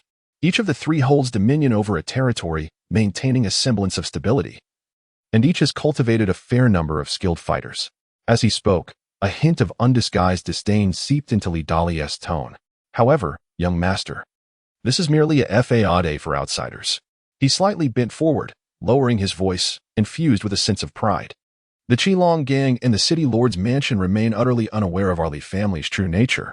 They mistakenly believe we are merely a wealthy household. Little do they know. Our Li family is, in fact, a genuine cultivation clan. Upon uttering this, Li Dali instinctively puffed out his chest. It seemed that the Li family's internal confidentiality measures were quite effective, and the ideological indoctrination of these mundane forces had proven fruitful, as Li Shou mused inwardly. It was simply that the family head chose not to vie for territorial power with these commoners, deliberately maintaining the current tripartite balance. In our Li family, all direct descendants with cultivation potential remain at the Qingye City headquarters, nurtured diligently by the clan. At this point, a trace of mortal awe and yearning for the immortal path inevitably surfaced on Li Dali's face. Those dispatched to distant lands were mostly collateral branches lacking spiritual roots. Tasked solely with generating wealth for the family, Li Shou comprehended the situation, concealing the identity of a cultivation family while upholding the illusion of balance among mundane forces. It seemed quite comprehensive. Even the city lord's mansion and the Qinglong gang, these local tyrants, were kept in the dark. Yet, in simulations, the Li family was easily obliterated. This significantly indicated that such so-called concealment was likely ineffectual against the enemies that could swiftly annihilate the Li family in those simulations. Li Shou's thoughts flickered momentarily. He shook his head slightly, temporarily suppressing these heavy contemplations. The primary objective for today was to unwind, to alleviate the oppressive mindset brought about by simulated memories. Dwelling on these thoughts was ultimately futile and would not alter anything. Meanwhile, Li Dali seemed to find a vent for his thoughts, eager to continue discussing the intricacies of the city's power dynamics. Li Shou raised his hand, interrupting him. That's enough. I understand. He held no interest in the conflicts among these mundane forces. As for controlling the city or establishing influence, such ambitions were too trivial and slow. These worldly powers were utterly insignificant in the face of true cultivators. They could not keep pace with his future growth and strength. Nor could they confront the looming threat of annihilation. The simulator was, indeed, his true support and path forward. The group continued to stroll leisurely through the streets. Li Dali proved to be a competent guide, offering a few words of introduction about each notable shop or building they passed. Young master, behold. That is the city's largest silk store, Jinxiugu, of which our family holds a 30% share. Up ahead, at that corner, lies the territory of the Qinglong gang. But upon seeing us, they must take a detour. Li Shou listened, considering it an opportunity to appreciate the local customs, and found it rather intriguing. The street was bustling with people. As they noticed Li Shou's elegant attire and caught sight of the fierce-looking young man with a scarred face and a sharp, imposing gaze beside him, they instinctively kept their distance, too intimidated to approach. Throughout their journey, they encountered no brazen bullies or arrogant scions seeking to provoke trouble, which surprised Li Shou and brought him relief. It seemed the common folk in this world possessed a certain discernment. How convenient. Unbeknownst to them, they arrived at a Baozi shop. The freshly steamed meat buns emitted a cloud of steam, and the rich aroma of wheat mingled with that of the meat, tantalizing Li Shou's appetite. He took a deep whiff. Dali, go buy a few for us to taste. He halted and pointed towards the shop. Certainly. Please wait a moment, young master. Li Dali replied, swiftly moving to procure the buns. Li Shou stood still, his small frame somewhat out of place amid the bustling marketplace. His senses, heightened by his cultivation at the first level of qi, amplified the surrounding din, the voices, the shouts of vendors, the clatter of carts, an overwhelming tide of sound. Yet he could discern and capture each distinct note with clarity. As he awaited Li Dali's return, an incongruous ruckus pierced through the cacophony, precisely reaching his ears. The sound emanated from a nearby filthy alleyway. He slightly turned his head, casting his gaze in that direction. In the shadows of the alley huddled a group of ragged, emaciated beggars, detritus of this prosperous city. At that moment, They encircled an even more tattered and disheveled old beggar. His hair was a wild tangle resembling a bird's nest. His beard a matted clump, and his clothes were so tattered they barely concealed his frail, dark skin. Yet, upon his weathered face rested an expression of irreverent self-satisfaction, starkly contrasting with his surroundings. The old beggar clutched a greasy, battered wine gourd, its original color long obscured, and periodically tilted his head back to take a swig. The beggars surrounding him chimed in eagerly, their tones a mix of flattery and deep curiosity. Half crazy. Half crazy. Please continue your tale. Where did we leave off last time? Yes. Yes. How did you manage to escape from that esteemed gentleman before you became a beggar? Share with us your magnificent exploits. The old beggar, dubbed half crazy, emitted a few unintelligible, peculiar chuckles, seemingly relishing the adoration of his audience, before taking another hearty gulp of wine. He lifted his grimy sleeve, carelessly wiping away the wine stains that had dribbled from the corner of his mouth, muttering a few indistinct curses. Shortly thereafter, the old beggar's voice, tinged with a slight inebriation, drifted through the air with remarkable clarity, carried by the gentle breeze. The sound was not loud, yet it penetrated Li Shou's ears with precision. Run? Ha! A bunch of fools. What I did was a brilliant escape. You know nothing. The old beggar chuckled softly, took another swig of his drink, and then leisurely began to speak. Let me tell you. Back in the day, I faked my death to slip away, deceiving those who thought they could outsmart me. Oh, the one I tricked. TSK, that was. Chapter 18, The Puppet of Grass and Wood. Ancestral secrets. Li Shou felt a subtle stir within. The notion of feigning death to escape? Such words emanating from the lips of a street beggar carried an unmistakable air of peculiarity. At the alley's entrance, the old beggar seemed to have reached a moment of triumph, yet deliberately paused, tilting his head to take a swig of murky liquor, successfully whetting the appetite of the surrounding beggars. Unable to withstand the suspense, they erupted in a clamor, urging him on. Hurry up. Speak quickly. What on earth is that gentleman's background? How did you manage to slip away? Their raucous voices pierced the air. Beside Li Shou, Li Jian, who had remained as silent as a shadow, slightly furrowed his brows, and a faint aura of sword intent began to coalesce within his sleeve. He tilted his head slightly towards Li Shou, his voice remaining cool and composed, devoid of any fluctuation. Young master, have I disturbed your peace? Shall I take care of this matter? Li Shou's lips twitched imperceptibly. Take care of it? How would one do that? Would it involve physical exorcism? This Li Jian, with his refined features and upright posture, exuded an air of icy handsomeness, yet beneath it all, he seemed to be a man quick to unsheath his sword at the slightest provocation. There's no need. Li Shou waved his hand dismissively, maintaining an expression of childlike curiosity. Listening to the old beggar was indeed quite entertaining. As the urgency mounted, the old beggar, now pressed for time, finally relented and continued. His murky eyes darted around, as if oblivious to the presence of Li Shou and his companions at the alley's entrance. Lowering his voice, laced with a hint of mystery and pride, he declared, that gentleman, a renowned innate master in the martial world, surrounded by an aura of protective energy, impervious to blades and arrows. What allowed me to slip away from his grasp? At this juncture, the old beggar puffed out his chest and carefully extracted a corner of a tattered booklet from his ragged clothing, swiftly displaying it before tucking it away again. With this, he proclaimed, a celestial manual. Though the glimpse was fleeting, Li Shou, with his current level of chi cultivation, discerned it clearly. On the weathered and yellowed pages, 3 archaic characters stood out: breath concealment technique. Li Shou's pupils involuntarily contracted. It was he, the very same old beggar who had, during his first simulation of life, sold him the breath concealment technique for a mere 2 taels of silver. He never imagined he would encounter him here, nearly a decade earlier than expected. Although he had already mastered the breath concealment technique through the simulator, its contents thoroughly ingrained in his mind. This did not diminish his intrigue towards the old beggar before him. How could such an unremarkable mortal beggar possess a technique of cultivation? At that moment, Li Dali had procured a bundle of steamed buns, steaming and fragrant, and handed one over to Li Shou. As he took a small bite, savoring the meaty aroma, his gaze remained fixed on the old beggar at the alley's entrance. There, the old beggar continued to boast animatedly about how, armed with this celestial manual, he had miraculously feigned death time and again to escape from life-threatening situations, leaving the surrounding beggars in a state of astonishment. They gazed longingly at the old beggar clutching the ancient tome against his chest, their eyes filled with desire, yet none dared to rush forward and seize it. After all, they were all beggars in the mud, dismissing the ramblings of this seemingly mad old man. Outside the alley, Li Shou pondered briefly before instructing Li Dali. Buy a few dozen buns. Understood. Li Dali replied, though he was perplexed, yet he promptly turned to procure the buns. Soon, he returned holding a large bag of steaming buns. Only then did Li Shou take his short legs and head towards the alley's entrance. Li Dali immediately strode ahead, vigilant for any potential threats. Li Jian lagged slightly behind, his keen gaze scanning the rear and flanks, silently on guard. As the trio entered the alley, a wave of dark, damp air mixed with the stench of filth assaulted them, far more pungent than the street outside. The beggars within the alley immediately took notice of them, particularly the well-dressed Li Shou, who was shielded in their midst.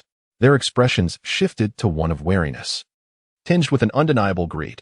A few bold souls even crouched slightly, as if contemplating some action. Li Shou remained unfazed, merely casting a glance at Li Dali. Understanding the unspoken cue, Li Dali stepped forward and distributed the bag of buns among the beggars. A gift from my young master. Take them. The enticing aroma of the meat buns, coupled with the imposing presence of Li Dali, swiftly transformed the beggars' wariness into flattery and gratitude as they eagerly reached out for the buns and devoured them ravenously. The brief commotion within the alley subsided. Only then did Li Shou take small, unhurried steps to approach the old beggar. The old man, clutching a wine gourd, squinted at him, his murky gaze revealing nothing. Good sir, Li Shou lifted his face, his voice youthful and clear. Is this celestial tome for sale? The old beggar grinned, revealing a mouthful of yellowed teeth, his eyes suddenly brightening with eagerness. Indeed, it is for sale. He quickly produced the worn booklet and presented it to Li Shou. For a mere 2 taels of silver. A fair deal for all. Li Shou gestured for Li Dali to make the payment. As 2 pieces of silver were placed into the old beggar's hands, he weighed them with delight, tucking them away into his cloak. Li Shou took possession of the tome, titled Breath Control Technique. It felt weighty in his hands. The pages coarse and yellowed, the corners tattered and exuding a faint musty odor. He flipped through it casually, confirming its contents aligned with his earlier simulations. Good sir. Li Shou inquired, seemingly nonchalant, where did you acquire this tome? The old beggar took a swig of his wine, belched, and waved his hand dismissively. Where else? I had good fortune years back, excavating graves. Ahem. I found it in an ancient tomb. Absolutely authentic. Li Shou's heart stirred slightly. Excavated from a grave? Could it be the burial site of a cultivator? He maintained his composure, discreetly channeling his spiritual sense to carefully scan the old beggar. The aura was utterly ordinary. He was an utterly ordinary and unremarkable old man, weakened even further by years of drinking and begging. There was not a hint of spiritual energy emanating from him, nor any signs of disguise. Li Shou observed his disheveled appearance and the murky yet cunning glint in his eyes. He hardly resembled a concealed master of the hidden world. Perhaps he was merely an extraordinarily fortunate mortal? Li Shou dismissed his musings, nodded at the old beggar, and turned to Li Dali and Li Jian, saying, Let us depart. The 3 turned away from the narrow alley. Behind them, the old beggar clutched his gourd of wine. His opaque eyes fixated on the diminutive figure of Li Shou until he vanished entirely at the alley's mouth. The other beggars around continued to devour their buns, seemingly oblivious to the events that had transpired. The alley was left with nothing but the monotonous sound of chewing and the occasional burp from the old beggar. A strange silence began to envelop the scene. After a considerable time had passed, and the presence of Li Shou and his companions had receded beyond perception, the drunken haze on the old beggar's face vanished without a trace. Within the depths of his murky gaze, a flicker of profound weariness and sharpness, incongruent with his exterior, flashed momentarily. He suddenly broke into a low, raspy laugh, reminiscent of a night owl's mournful cry, echoing through the dim alley. As his laughter reverberated, the beggars, still greedily consuming their buns, abruptly froze in their movements. Their bodies began to disintegrate inch by inch under the influence of the old beggar's eerie laughter. Flesh and blood dissipated. Clothing fell away. In the blink of an eye, the once living beggars transformed into brittle, yellowing twigs exuding a scent of decay. With a soft thud, the twigs fell to the ground, accumulating at the old beggar's feet. The entire alley was left with only the old beggar, standing solitary amidst the scattered twigs. He ceased his laughter and gazed intently toward the direction where Li Shou had disappeared, his eyes deep and inscrutable. Descendants of the Li family, he murmured hoarsely. Hell, they are coming for me. The chilling laughter echoed once more, imbued with an indescribable strangeness and madness. Lingering in the deathly silence of the alley, in the depths of Qingye City, within the Li family manor, stood an ancient and solemn ancestral hall. This was the Li family's ancestral shrine, housing the tablets of their forebears, a place where ordinary clan members were forbidden to enter, accessible only to the heads of the family throughout generations. At the innermost part of the shrine lay a concealed chamber. Inside this chamber, a dusty sandalwood bookshelf held only a few scrolls sealed with special prohibitions. Among these scrolls was one particularly unique. Neither gold nor jade, it felt icy to the touch.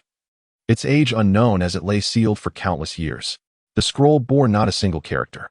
However, if the head of the Li family expended their blood essence and employed esoteric methods to unlock it, they could glimpse a passage containing family secrets potent enough to overturn their understanding. A tale of the Li family's foundational ancestor. He had once been an extraordinarily gifted late-stage cultivator, renowned for his exceptional talent, yet his actions were bold and wanton. The records document that the venerable ancestor of the Li family meticulously orchestrated a formidable killing scheme in the perilous realm known as the Valley of 10,000 Souls.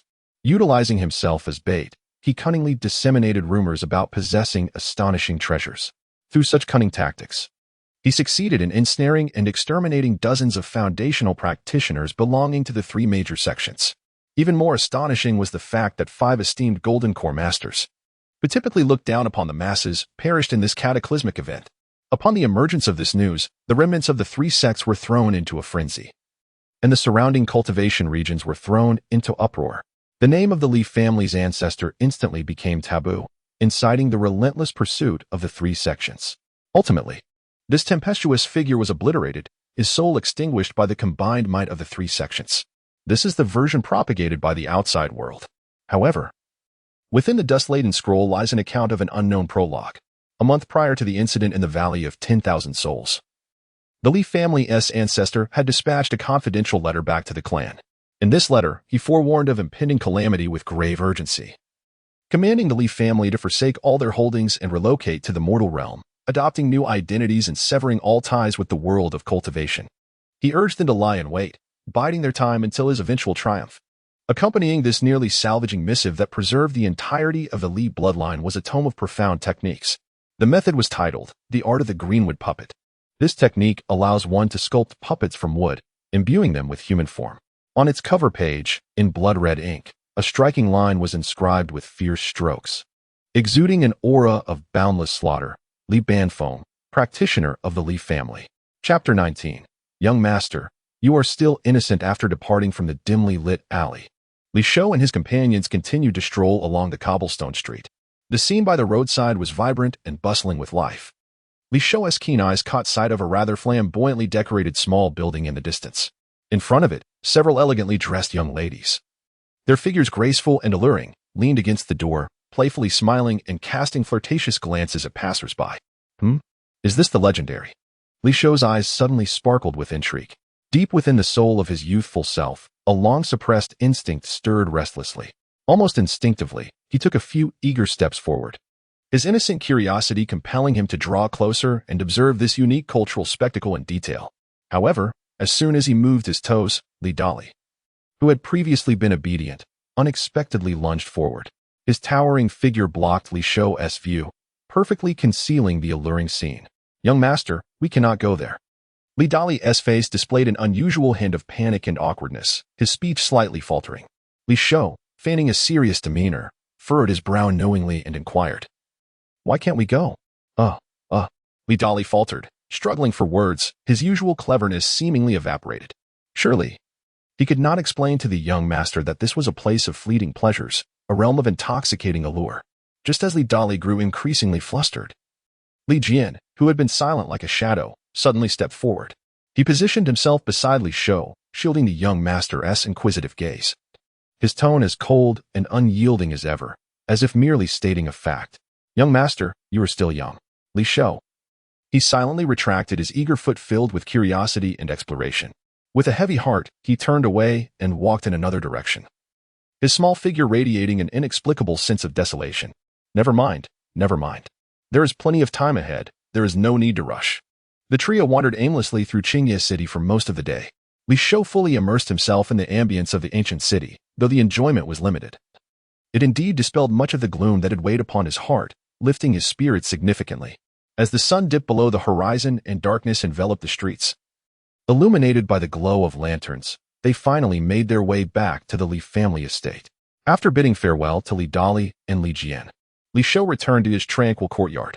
He exchanged greetings with the young maid, Qing'er, instructing her to prepare warm water. As evening fell, Qing'er attentively prepared a comfortable bathing tub for Li Shou. After sending her away, he slipped into the warm water alone. The steam rose gently from the tub, enveloping him in a misty embrace. He sighed contentedly, settling into a cross-legged position within the tub, attempting to practice the basic breathing technique. Threads of spiritual energy from the heavens and earth were drawn forth, flowing slowly along his meridians. Indeed, this time, during his cultivation, he felt none of the previous stagnation or agitation. The energy flowed smoothly, and his mind became tranquil and clear. After a brief period of practice, Li Shou slowly opened his eyes, letting out a long, relaxed breath. It appears that appropriate relaxation and the balance of work and rest are indeed beneficial for cultivation. It is essential to venture out and witness the vastness of the mortal world, which greatly contributes to one's physical and mental well-being. Time flows like a fleeting moment. 10 days after the conclusion of the second simulation, the day has quietly arrived. Within the secluded chamber, Li Shou has completed his daily training and sits cross-legged on the mat, thoughtfully playing with a warm, polished black jade gourd in his hands. Recently, the visits from his father, Li Guanhai, have noticeably decreased. According to Qing'er, there seem to be pressing matters within the clan that demand his father's attention, leaving him exceedingly busy. However, every time Li Guanhai visits, he never arrives empty-handed. He consistently brings several copies of martial arts scriptures for Li Shou. Among them, a particular technique named Changchun Gong has taken Li Shou by surprise. According to the description in the text, this is not a combat or auxiliary skill, but rather an internal cultivation method that directly enhances the efficiency of one's cultivation. The basic breathing technique serves merely as the foundational method for channeling qi into the body. If practiced alongside Changchun Gong, it could elevate daily training efficiency by a remarkable 1 to 2-fold. What piqued Li Shou's interest even more is that long-term practice of this technique could subtly nourish the practitioner's vitality. Over time, it might even extend the practitioner's lifespan by approximately 10%. Upon his initial reading of this technique, Li Shou felt both delight and confusion. Why had his father never imparted this skill to him until the age of 16 or 17, when he met his demise in the previous simulations? Eventually, through indirect inquiries, he learned that Changchun Gong was an advanced technique within the Li family, accessible only to those who had reached the 4th level of qi refinement and had made significant contributions to the clan. The reasoning behind this is quite straightforward. Although the technique is advantageous, its cultivation is quite challenging and requires precise control over spiritual energy. Ordinary practitioners at the lower 3 tiers of qi refinement often struggle to master even the most basic breathing technique, with their energy flow being coarse and unrefined. Forcing oneself to practice Changchun Gong would not only yield little benefit but could also potentially harm the foundational meridians due to errant energy flow, truly a case of losing more than one gains. However, considering that Li Shou had reached the 1st level of qi refinement in just 10 days, with an exceptionally stable foundation and a commendable grasp of the basic breathing technique, Li Guanhai and several clan elders reached a consensus to allow him an exception to attempt this advanced cultivation earlier than usual. After acquiring the technique, Li Shou meticulously studied it several times, noting its crucial points. Initially, he approached it with a mindset of trial and experimentation. To his astonishment, what others found difficult flowed through him as effortlessly as breathing, without the slightest hint of obstruction. Thus, he adapted his daily practice to incorporate both the basic breathing technique and Changchun Gong. After a few days, not only did he encounter no difficulties, but he could even distinctly sense the acceleration of spiritual energy growth within his dantian, indeed faster than before. This development naturally astonished Li Guanhai and the other elders, who marveled at the fortune bestowed upon the Li family, proclaiming him a prodigy. Li Shou could not help but reflect quietly on this turn of events. It appears I was once a remarkable talent for cultivation, hindered by a mere inferior spiritual root. This realization carries a certain subtlety. As for the other martial arts manuals sent by Li Guanhai, such as Fireball Technique, Earth Wall Technique, and Lightness Technique, merely hearing their names reveals they are the rudimentary arts commonplace in the realm of cultivation. Li Shou, however, refrained from hastily delving into their study. Fully aware of the wisdom in moderation, the energy in reality is both precious and limited. and it would be prudent to prioritize focusing on Changchun Gong and the life-preserving technique Lian Qi Shu. As for these foundational arts, they may be reserved for exploration and practice within the simulated life. Interestingly, the final manual he received from Li Guanhai, which was a technique for imprinting, particularly piqued his interest as it came with a special admonition to study it diligently. Qingmu puppet technique. Utilizing grass and wood as materials to create human-like puppets, it seemed to hold a certain allure. A flicker of determination crossed Li Shou's eyes. He resolved that in the next simulation, he would thoroughly practice this technique. His intuition suggested that this seemingly obscure art might yield unexpected miraculous effects for survival at a crucial moment in the future. Returning from his musings on the martial arts, Li Shou could not help but notice his father's enthusiasm over the past few days had been markedly transformed. With discussions of Changchun Gong, Qingmu puppet technique, and an array of foundational techniques, he was receiving a level of attention never before afforded in previous simulations. Such fervor. It felt as though there was a pressing urgency to convey important matters. He quickly shook his head, dismissing this ominous thought. It appeared that his extraordinary performance in the past 10 days of Qi training had indeed instilled great expectations in his father. Li Shou mused inwardly. What was this inexplicable sense of responsibility? It felt both burdensome and complex. However, he swiftly cast aside this intricate emotion. After all, the more his father valued him and the greater the resources provided, the more substantial the startup capital he could take with him during his ventures in the simulated life. This was undoubtedly a fortuitous outcome. Chapter 20. Fragments of the Divine Transformation Artifact, accompanying the burial of the path in the interludes of recent practice. Li Shou devoted his thoughts entirely to the mysterious Jade Gourd, as per his previous plan. He employed every conceivable method he had encountered in his past life as web literature, blood oath of allegiance, mental imprinting, magical refinement, and fanciful dreams, exhaustively testing each one. The outcome, of course, was singular, utterly futile. This gourd resembled a stone in a cesspit, odorous and unyielding, impervious to persuasion. Li Shou felt an overwhelming sense of defeat. After all, it was an artifact that the Li family had failed to comprehend for centuries. What right did he, a mere fledgling at the first layer of Qi cultivation, have to unravel its mysteries? It was likely an exercise in futility. Yet, the sheer frustration of possessing such a seemingly invaluable object without the means to utilize it was suffocating. Li Shou absently rubbed the gourd's smooth surface, which felt pleasantly tactile. An impulsive thought flickered through his mind, the life simulator. The familiar Azure interface materialized in response, displaying a chilling countdown before him. Time until the third simulation. 5 hours 04 minutes 3 seconds. 5 hours. Wait. Li Shou suddenly slapped his thigh, wincing in pain, nearly leaping from his meditation cushion. How could he have forgotten? The simulator possessed a function known as Heavenly Insight. After the first simulation, it was this very feature that had allowed him to discern the true nature of the breath concealment technique, enabling him to retrace its essence. However, the previous identification pertained to items that could be revisited post-simulation. Could it work on real-world objects too? What did it matter? Trying wouldn't cost him anything. A dead horse could be treated as a live one. Li Shou promptly gathered his focus, calming himself. While maintaining the simulator's interface, he concentrated all his thoughts, locking onto the jade gourd in his palm. In the next moment, radiant light ebbed and flowed across the screen, and words transformed like living entities, revealing entirely new information. Success. A surge of jubilant excitement coursed through Li Shou, and he held his breath, peering intently at the details. Item name: Mysterious Jade Gourd. Origin: acquired from a spiritual offering. In reality, a relic left by the ancestors of the Li family. Effect: this is one of the fragments resulting from the shattering of the ancient divine transformation level artifact, the Xiantian treasure gourd, now rendered powerless. Individual fragments hold no practical utility. Projection: collecting 2 or more fragments will allow them to merge autonomously, partially revealing the powers of the Xiantian treasure gourd. The more fragments amassed, the greater the resultant power upon fusion, approaching that of the complete artifact. Consuming 1,000 system points will reveal the whereabouts of any other fragment. Commentary: a fragment of a divine transformation level artifact? How does a mere Qi layer practitioner come by such a hot potato? Don't celebrate too soon.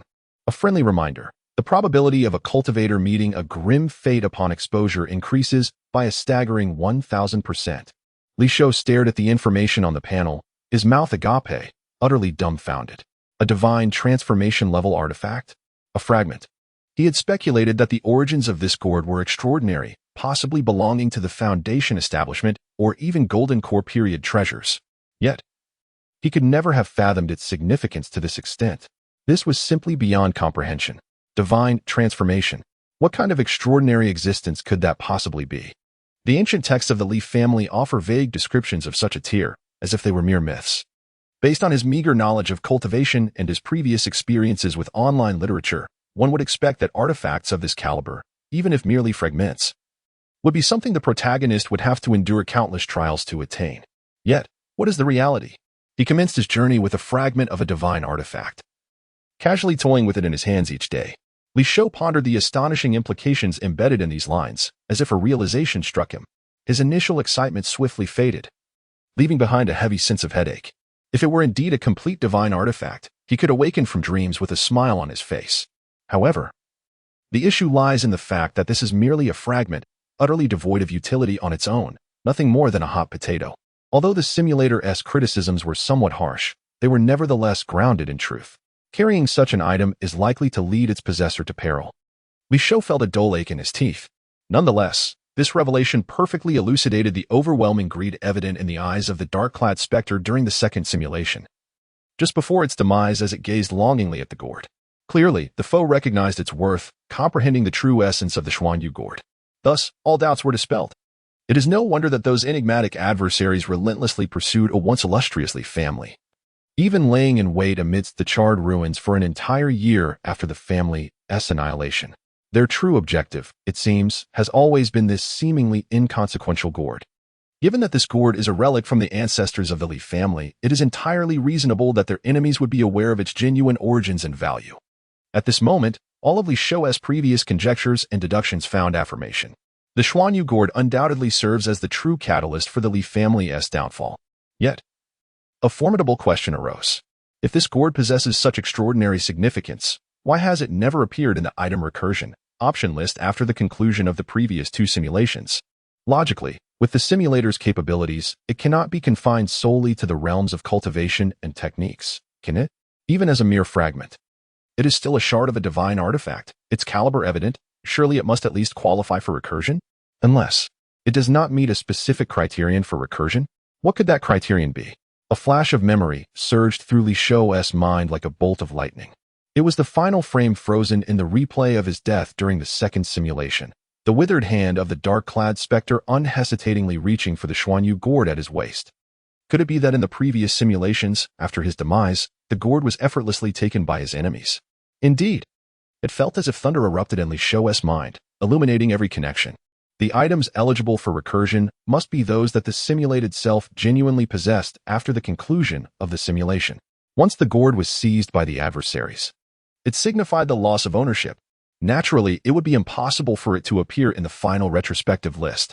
Therefore, in order for this mysterious jade gourd to manifest in the options at the conclusion of the next simulation, it must be ensured that after his demise in the simulation, the gourd remains securely in his possession. In other words, this gourd must accompany him even into the grave, to die, yet still carry it. Li Shou's lips twitched, his expression a vivid tapestry of incredulity. What in the world is this absurd setting? It seems that the plan for the third simulation has become abundantly clear. Once the simulation commences, the first course of action must be to flee, sever all unnecessary emotional ties, whether they be familial, platonic, or romantic. Although it appears there is no love to sever, in any case, one must cut all potential threads that could lead to trouble or disaster. The further he runs, the better. Ideally, he would seek a remote and secluded forest, completely evading detection. As long as he refrains from reckless behavior and does not succumb to unforeseen calamities that could lead to an untimely end, Li Shou, utilizing the combined cultivation efficiency of the basic breathing technique and the eternal spring skill, should be able to live to a ripe old age, cultivating to the later stages of qi refinement or even higher realms without issue. This way, he can maximize the chances of retaining this perilous gourd while also achieving greater accomplishments and evaluations, thus earning more system points. Perfect. In summary, the core philosophy can be distilled into one essential idea: to cultivate steadily until a natural death, ensuring that the mysterious jade gourd is laid to rest alongside him in grand fashion. As Li Shou pondered this, he couldn't help but nod vigorously. his eyes gleaming with excitement. This school of thought shall be aptly named The Path of Cautious Burial. Chapter 21. The Third Simulation.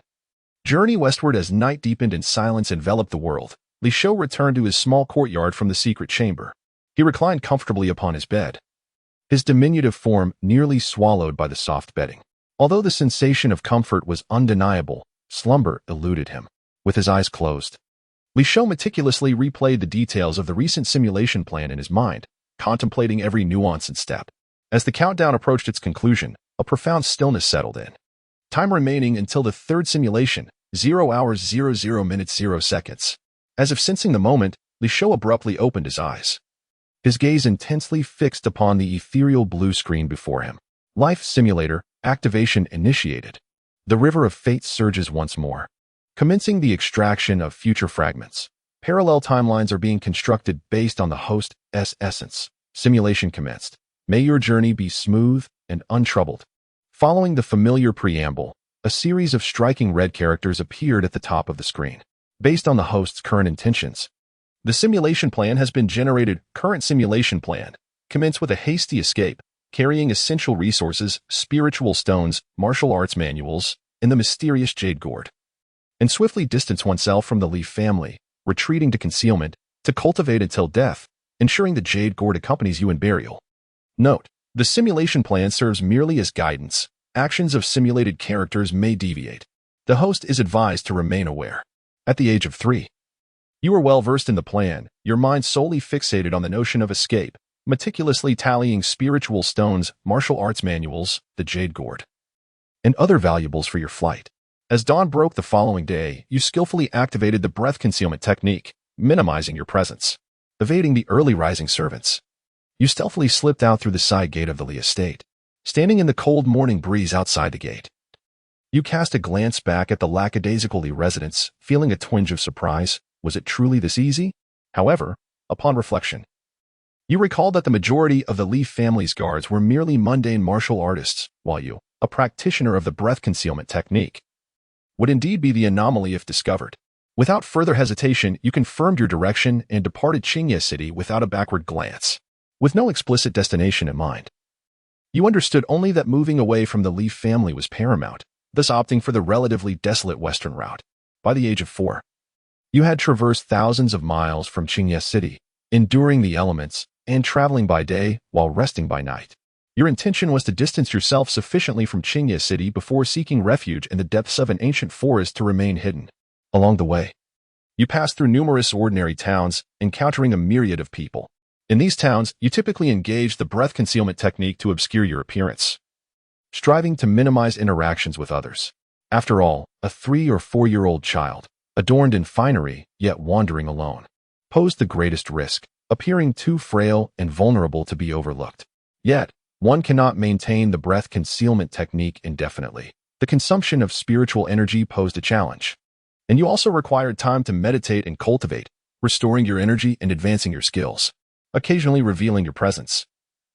Trouble inevitably arises when you procure food and necessities with the gold and silver you possess. Initially, when confronted by those who would rob or harm you, a remnant of civility from your former world compelled you to merely fend them off. Yet, as these encounters multiplied, your initial panic and anger transformed into irritation and numbness. When once again 3 burly men, their eyes glinting with malice, cornered you in a deserted alley, you raised your hand with an expression as devoid of emotion as the void itself. Moments later, you emerged from the alley, leaving behind 3 still warm corpses. You calmly realized that swiftly dispatching a few wretched souls bore no significant weight upon your conscience. The phrase, "a cultivator slaying mortals is akin to slaughtering pigs and dogs," finally resonated with its chilling truth. You traversed the land with remarkable speed. Your abilities at the first level of Qi cultivation far exceeded those of ordinary mortals, enabling you to cover dozens, if not hundreds, of miles in a single day, passing through numerous villages and towns. Gradually, whispers of a mysterious lone wanderer began to circulate in the places you passed, a figure known for targeting the most heinous of criminals with ruthless efficiency, leaving no survivors. These scattered tales, shared in different locales, gradually intertwined, becoming the latest anecdotes recounted by storytellers, much to the delight of the common folk. However, the pace of these rumors trailed far behind your relentless journey westward. Unbeknownst to you, you continued your solitary march towards the west. At the age of 5. Throughout your journey, you never ceased your cultivation. The foundational techniques of qi inhalation and the Changchun skill progressed harmoniously, leading to a steady enhancement of your abilities. This year, you successfully broke through a bottleneck, advancing to the second level of qi cultivation. And you discerned that your spiritual energy had increased by 20% compared to the first level. Simultaneously, you began to study the greenwood puppet technique bestowed by your father, discovering it to be rather obscure and challenging, making your progress slow. You had only grasped the fundamentals. After 2 years of traveling west, you had likely surpassed a distance of 10,000 miles. During this time, the number of foolish criminals who perished at your hands had accumulated to several dozen.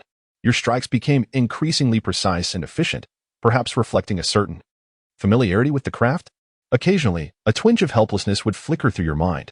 You had once sought to live a life of obscurity. Yet foolish individuals constantly presented their heads on a platter.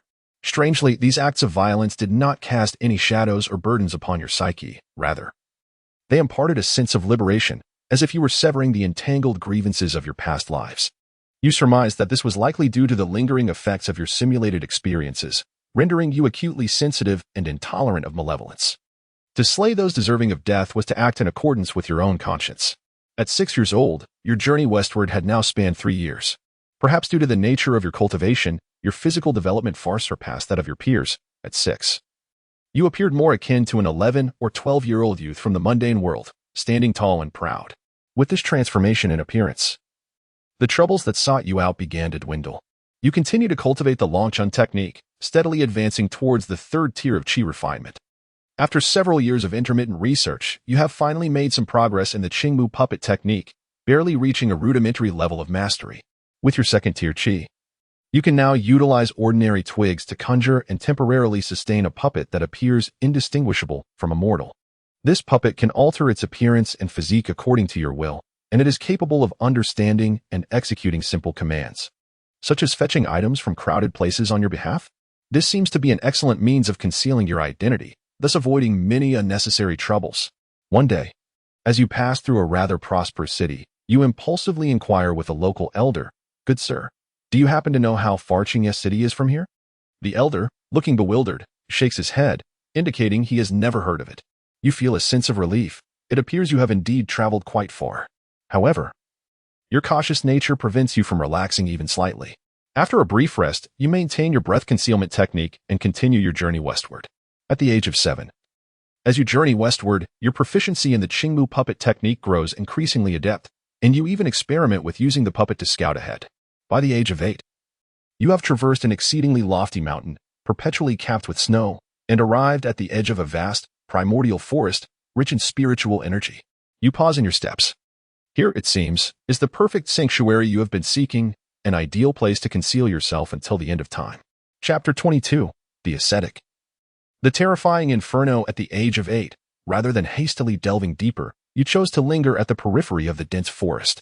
You began to experiment with the art of the greenwood puppetry, utilizing the branches readily available around you to sustain humanoid puppets. For several consecutive days, you cautiously maneuvered these clumsy figures, repeatedly exploring the surrounding area. The reports were monotonous. Apart from the usual appearance of wild beasts, no extraordinary discoveries were made.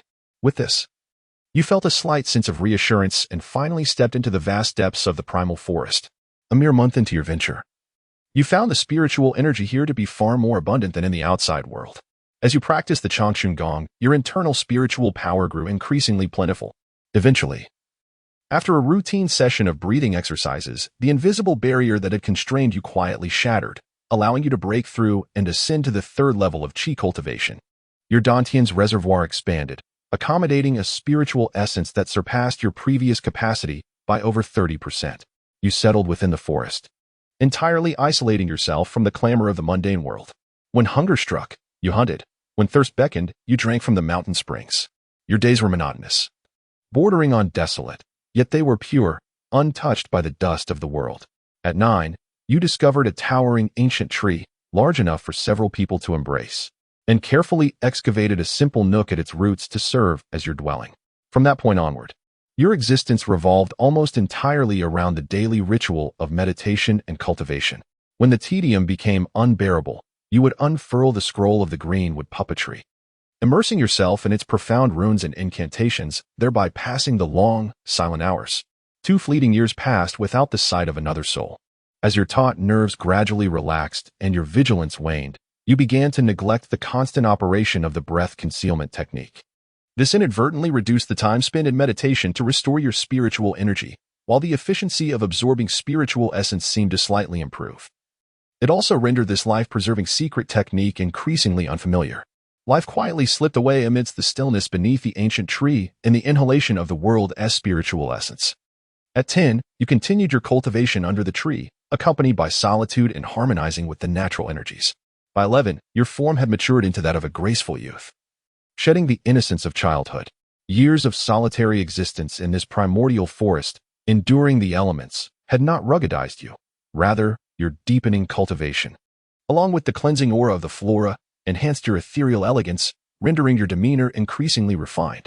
Occasionally, you would wander to a crystal-clear pond within the depths of the forest and pause to reflect, gazing at the extraordinary visage mirrored in the water. You could not help but chuckle softly to yourself. Alas, others are the reclusive masters of the mountains, imbued with an aura of celestial grace. What am I? A wild man of the forest? Perhaps the unwavering dedication to your arduous training over the past 3 years was beginning to bear fruit. As the threshold to the 4th level of Qi cultivation now felt tantalizingly close. At 12, with a surge of spiritual power coursing through you, you successfully broke through to the 4th level of Qi cultivation, experiencing the renewed expansion of your Dantian spiritual essence by another 40%.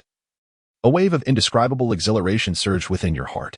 This is a height never before reached in the previous 2 simulations of life. At the age of 13, you solidified your cultivation at the 4th level of Qi gathering, continuing your arduous practice without respite. By 14, it was still all about cultivation. At 15, you remained in seclusion within the cave beneath the ancient tree. One day, you sensed that your cultivation had reached the pinnacle of the 4th level of Qi gathering.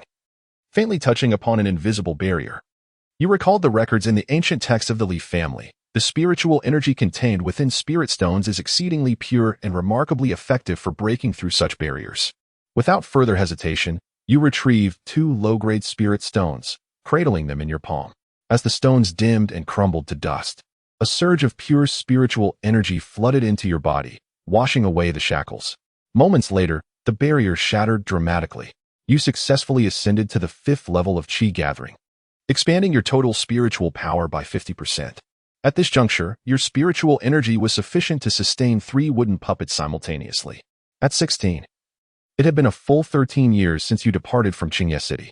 One moonlit night, after concluding your training, you instinctively looked up, casting your gaze toward the distant east, your nominal homeland. A faint stir of emotion brushed across your heart like a gentle breeze, fleeting and ephemeral.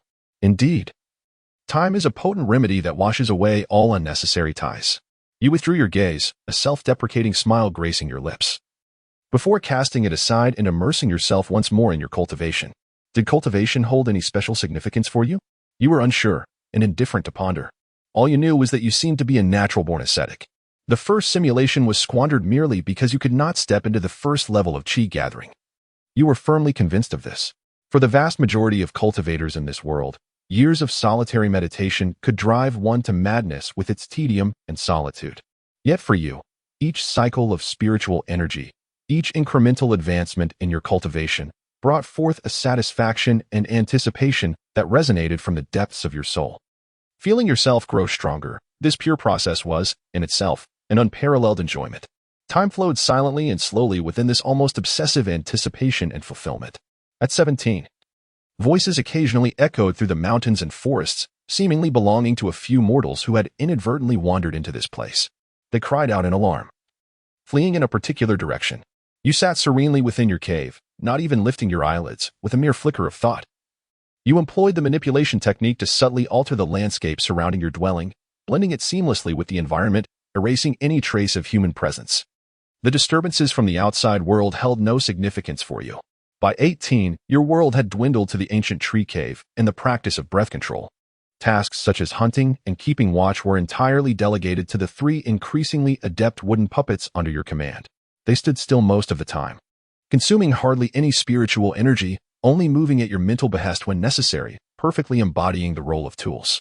At the age of 19, you diligently forged ahead, steadily advancing to the 6th level of Qi training. Time seemed to lose its inherent significance, leaving only the measurement of your cultivation progress. By the age of 20, you keenly sensed that the spiritual energy within your Dantian had reached a limit. With only a fragile veil separating you from the threshold of the 6th level of Qi training, this realization invigorated your spirit, compelling you to cultivate with increased fervor. At 21, the long-awaited bottleneck finally arrived. Without hesitation, you consumed 5 low-grade spirit stones in one breath. The stones quickly lost their luster in your palm, disintegrating into powder. Waves of pure spiritual energy, like gentle streams, flowed into your Dantian, transforming into a tumultuous surge that crashed against barriers. With the aid of this refined energy, you successfully broke through the threshold, entering the 6th level of Qi training at last. At 22, you reveled in the joy of your breakthrough, solidifying your newfound realm. However, a wave of scorching heat and a pungent smell of smoke unexpectedly swept in with no warning. You opened your eyes wide in shock. A sudden, cataclysmic inferno was raging, spreading wildly from the eastern horizon. Flames licked the sky, staining your horizon a horrifying crimson. The sea of fire was boundless, stretching infinitely, ravenously consuming the primordial forest where you had concealed yourself for 14 years at an astonishing pace. Countless trees crackled and turned to charcoal in the fierce blaze, while thick plumes of smoke billowed into the sky, obscuring the heavens. You stood transfixed, gazing at the apocalyptic inferno, your face betraying for the first time a loss of the calm composure that once defined you, replaced by profound shock and disbelief. In that moment, memories surged forth from 5 years prior, those mortals fleeing in panic from the east. Could it be that this devastating sea of flames had begun to burn 5 years ago, and it had journeyed from an unknown distance in the east, all the way to this very place? Chapter 23, The Path of Fiery Cremation. The true monarch of Yuanying with a furrowed brow, you turn and flee. If you do not escape now, this meticulously orchestrated path of survival may truly transform into a fiery cremation. Fortunately, your cultivation at the 6th level of Qi refinement is not in vain. You channel your inner spiritual energy to its utmost, becoming a mere shadow as you dash desperately westward, away from the inferno. Your speed is astonishing, swiftly surpassing the spread of the flames. The crimson line of fire is left far behind, yet it still relentlessly pursues you. You let out a temporary sigh of relief, while you race for your life. Your mind races even faster, attempting to comprehend this sudden cataclysm. This is no natural disaster. The wildfires of nature could never spread with such outrageous velocity. Moreover, they could not possess this terrifying power to scorch the heavens and boil the seas. If it is not a natural calamity, then it can only be man-made disaster. It must be a cultivator. Only those who wield the immense powers of heaven and earth can conjure such a horrifying spectacle. But what level of cultivator could summon forth this boundless sea of flames with a mere wave of their hand? You cannot even fathom it. All you know is that mere miles behind you, countless ancient trees are collapsing in the inferno, reduced to ashes. Countless beings wail and flee in the firestorm. Yet due to their insufficient speed, they are quickly engulfed by the crimson flames, unable to utter a single cry. It is like a depiction of hell itself. A thought crosses your mind, recalling those mortals who intruded into the dense forest 5 years ago, only to flee in terror.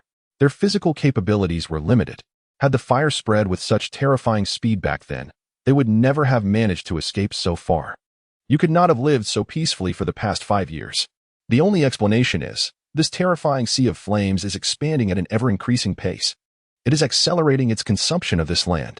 After escaping the primordial forest, one would expect the fire to diminish as it lost a vast amount of fuel. Yet the truth is, the spread of the inferno shows no signs of slowing. This only reinforces your hypothesis. This sea of flames is undoubtedly being manipulated by human hands. As you flee, you pass through many once thriving towns. Countless mortals gaze in terror at the encroaching crimson on the horizon, joining the tide of escape. Alas, how can the speed of mere mortals compare to that of this apocalyptic inferno? Amidst the desperate cries, they are soon swallowed by the flames rushing from behind, leaving not even a trace of ash. Where the fire passes, life ceases to exist. The earth is charred, and cities become mere wastelands.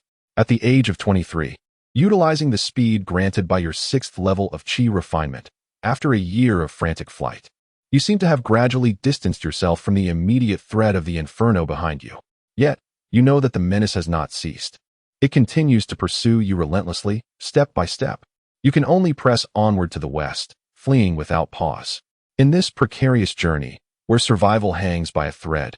It is utterly impossible to cultivate tranquility. For any prolonged moment of closed-eye contemplation could signify being overtaken by the inferno behind you, leading to utter annihilation. Throughout this year, you have witnessed the demise of countless lives, with the splendor of yesterday reduced to the scorched earth of today. Your heart, amidst this relentless flight and the horrors observed, has gradually grown numb and indifferent. Along the way, you encountered some mortals who, perhaps noticing your extraordinary speed, gazed at you with hope and pleaded for a ride. Yet, you merely glanced indifferently, your figure not pausing for an instant. This was not a matter of cold-bloodedness, but rather a consequence of your own desperate plight. In the face of such catastrophic calamity, what could a practitioner at the 6th level of Qi refinement possibly do against overwhelming odds? To preserve your own life is already a stroke of fortune. After fleeing for a year and 3 months, the vast inferno in the distance finally ceased its advance. Seemingly halted by an invisible boundary, unable to encroach further, you exhaled heavily, coming to a halt, casting a backward glance at the gradually quieting crimson, your heart still trembling. The remnants of the fire's fury continued to ravage the land, waves of heat rolling forth, distorting the very air. Yet the frenzied momentum that consumed all was undeniably brought to a standstill. It was slowly dissipating. You patiently observed for a month, confirming that the inferno would no longer reignite, and then prepared to take flight, eager to distance yourself from this place of turmoil. However, you had not ventured far before being intercepted.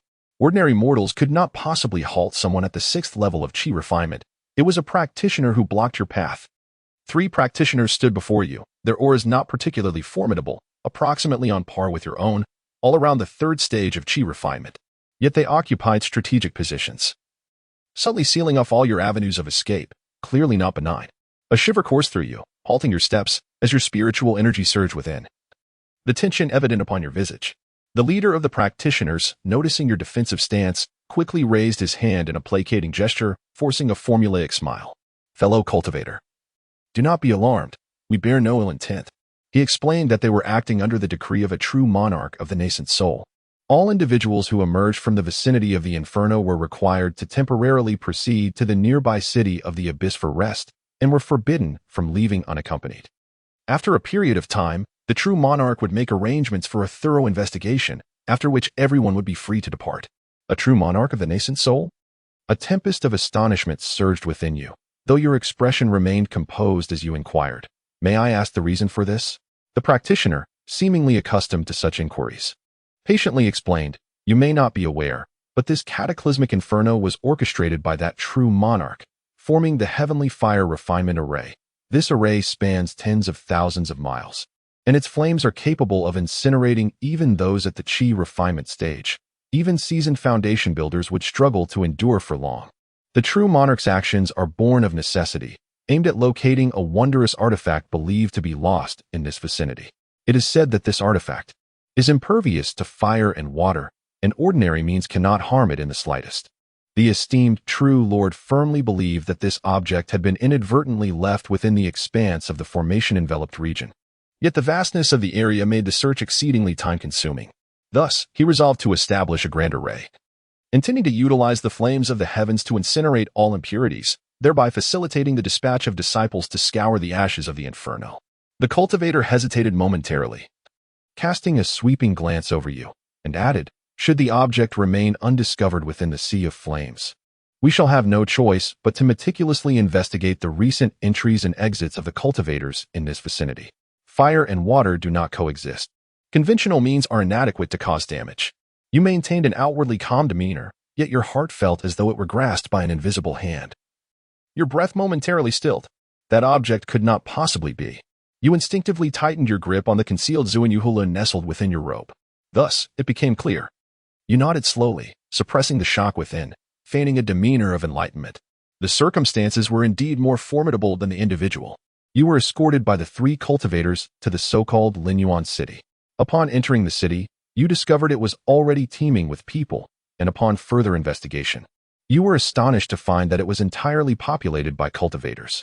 A multitude of cultivators gathered here exhibited a kaleidoscope of expressions. They could generally be categorized into 2 groups. One group, much like yourself, donned varied attire, their expressions ranging from vigilance to confusion or unease, clearly compelled to remain here. their movements confined within the city. The other group wore a uniform array of sect garments, exuding a formidable aura and moving freely. They were the disciples dispatched by the Yuaning True Lord to carry out the search and investigation tasks, including the 3 who had previously intercepted you. Amidst the throng of Qi refinement practitioners, you also keenly sensed several powerful auras that far surpassed the Qi refinement stage. Those belonged to Foundation Establishment cultivators. In such an environment, your cultivation level of the 6th layer of Qi refinement could scarcely be concealed. You realized that the breath-holding technique could merely suppress fluctuations in your cultivation, but could not obscure your identity as a cultivator, and thus you resolved to abandon its use. Before long, you attracted the attention of other cultivators stranded in this place, and one approached you to initiate conversation. You saw no reason to decline, as you were in need of gathering more information. Chapter 24, The Escape Plan. Father and son soon, disappointment enveloped you. The individuals who approached to engage in conversation were all unremarkable rogue cultivators of dubious origins. Their foundations were muddled and impure, evident of having taken countless detours on their paths. Among them, the youngest, yet already over 50, bore wrinkles at the corners of his eyes, declaring himself 52 years of age. Their cultivation levels were generally meager, with many stuck at the lower tiers of Qi training, and only a scant few reached the threshold of the mid-level. Like you, they were utterly oblivious to the circumstances surrounding them, having been forcibly trapped in this place. Some had languished here for a full 5 years. This likely coincided with the time the nascent soul True Monarch set the fires ablaze. Should anyone dare to venture beyond the designated Inferno zone, they would be immediately intercepted and confined here. You maintained a facade of cordiality, subtly extracting fragmented information while the urgency within you intensified. Given various signs, you could almost ascertain that this catastrophic arrangement was predominantly aimed at the mystical jade gourd nestled within your grasp. The moment the gourd was exposed, the outcome would be nothing short of fatal. The harrowing conclusions of your previous 2 simulations served as testament to this truth. Yet, you could not abandon it. This gourd represented the ultimate goal of your current simulation, the essence of your survival path. You had resolved, come what may, to ensure that this gourd would be interred alongside you. Trapped in a desolate predicament with no hope of survival, you must escape. You began discreetly inquiring about the station cultivators within the city. This task proved not to be arduous. After all, at least half of the cultivators confined within the city yearned day and night for liberation from this prison, and thus information spread like wildfire. Through your inquiries, you gleaned a general understanding. The defensive force of Lingyuan City primarily consisted of mid-level Qi practitioners who patrolled daily, maintaining basic order while surveilling all captives. The true threat lay in the 6 foundation building cultivators stationed at the front and rear gates, 3 at each entrance. Moreover, rumors suggested that the nominal lord of the city was a Golden Core true person. Fortunately, it appeared that this individual had recently been dispatched deep into the Inferno to search, temporarily absent from the city. You relinquished the notion of escaping alone. With your current strength at the 6th layer of Qi training, slipping past the watchful eyes of foundation-building cultivators was nothing short of a fool's errand. You required allies. The reasons for escape among the similarly trapped rogue cultivators were simple. They held no trust in their captors, who could ascertain whether the so-called inspections might devolve into unabashed plunder. In the world of cultivation, the strong prey upon the weak, a commonplace occurrence. On this basis alone, you were destined to be natural allies. You did not know when the final inspections would descend upon you, but one truth was clear: time was of the essence, and you must swiftly identify those who could be of use to you. Selecting individuals was of utmost importance.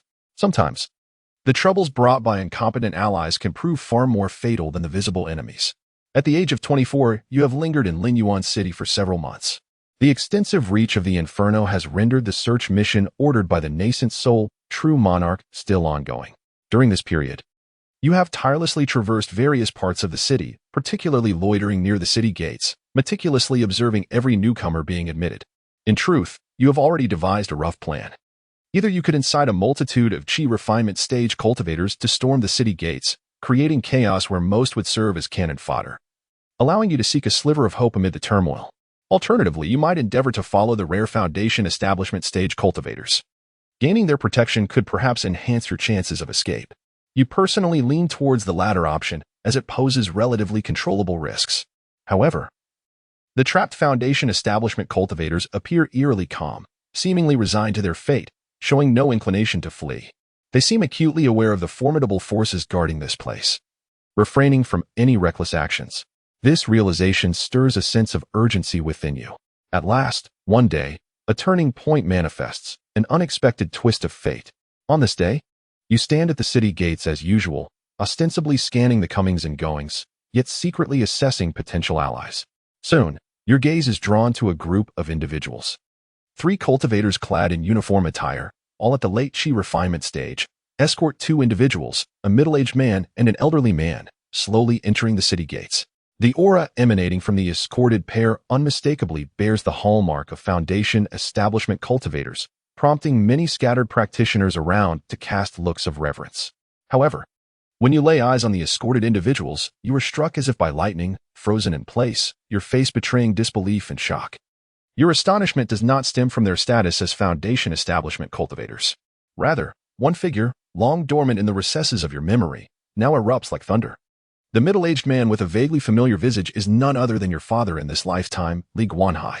And right beside him, the seemingly disheveled elderly man is unmistakably the mysterious beggar who sold you the breath concealment technique 21 years ago in the alleys of Qingye City. How could they possibly be here together, both at the Foundation establishment level? What on earth has transpired over these 21 years? They stride side by side through the gates of Linyuan City, disregarding the curious and awestruck gazes of the surrounding practitioners. The 3 uniformed cultivators exchange a few hushed words before turning to depart, leaving behind Li Guanhai, the old beggar, and you standing there, utterly stunned and shaken. The old beggar seems to sense your gaze and casually glances your way, his eyes lingering on you for a brief moment. A subtle, meaningful smile suddenly graced the corners of his lips, as if an epiphany had struck him. He gently nudged Li Guanhai beside him with his elbow, whispering a few words before they both approached you.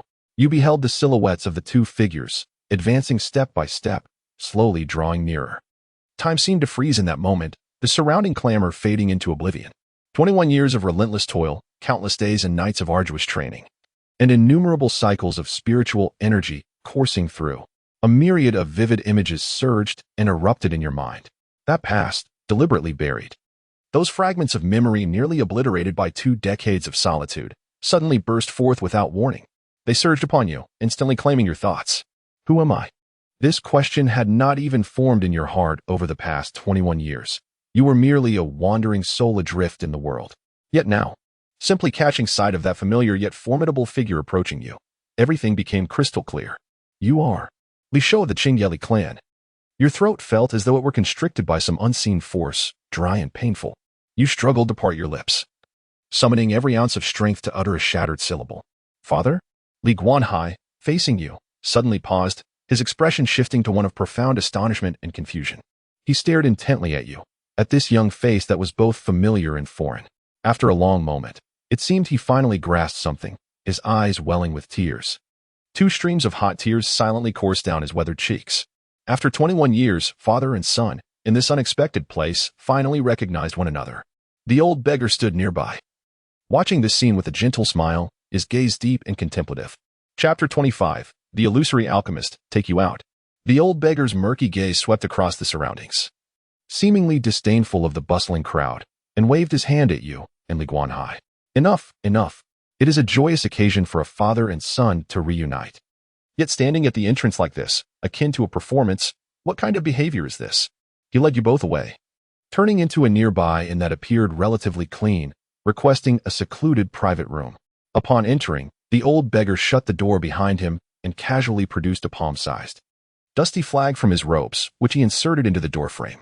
A faint halo radiated outward like rippling water, instantly isolating the room from the outside world. This is a soundproofing formation, he declared. Now, even if the golden core old monster is eavesdropping at the door, he won't hear a word. The old beggar clapped his hands and found a seat for himself, pouring himself a cup of cool tea from the pot on the table, adopting a demeanor akin to that of a spectator. Within the room, the atmosphere grew somewhat peculiar. You gazed at this middle-aged man, both familiar and foreign, noticing the few strands of frost at his temples. His authoritative gaze remained intact, yet it was layered with untranslatable complexities. Your throat felt dry. 21 years had passed. Your mind buzzed with thoughts. The simulator's plan to sever karmic ties and pursue a life of survival seemed painfully absurd at this moment. You yearned to speak, to explain, to extend your greetings, yet 1,000 words were lodged in your throat, ultimately manifesting as silent writhing. What could you possibly say?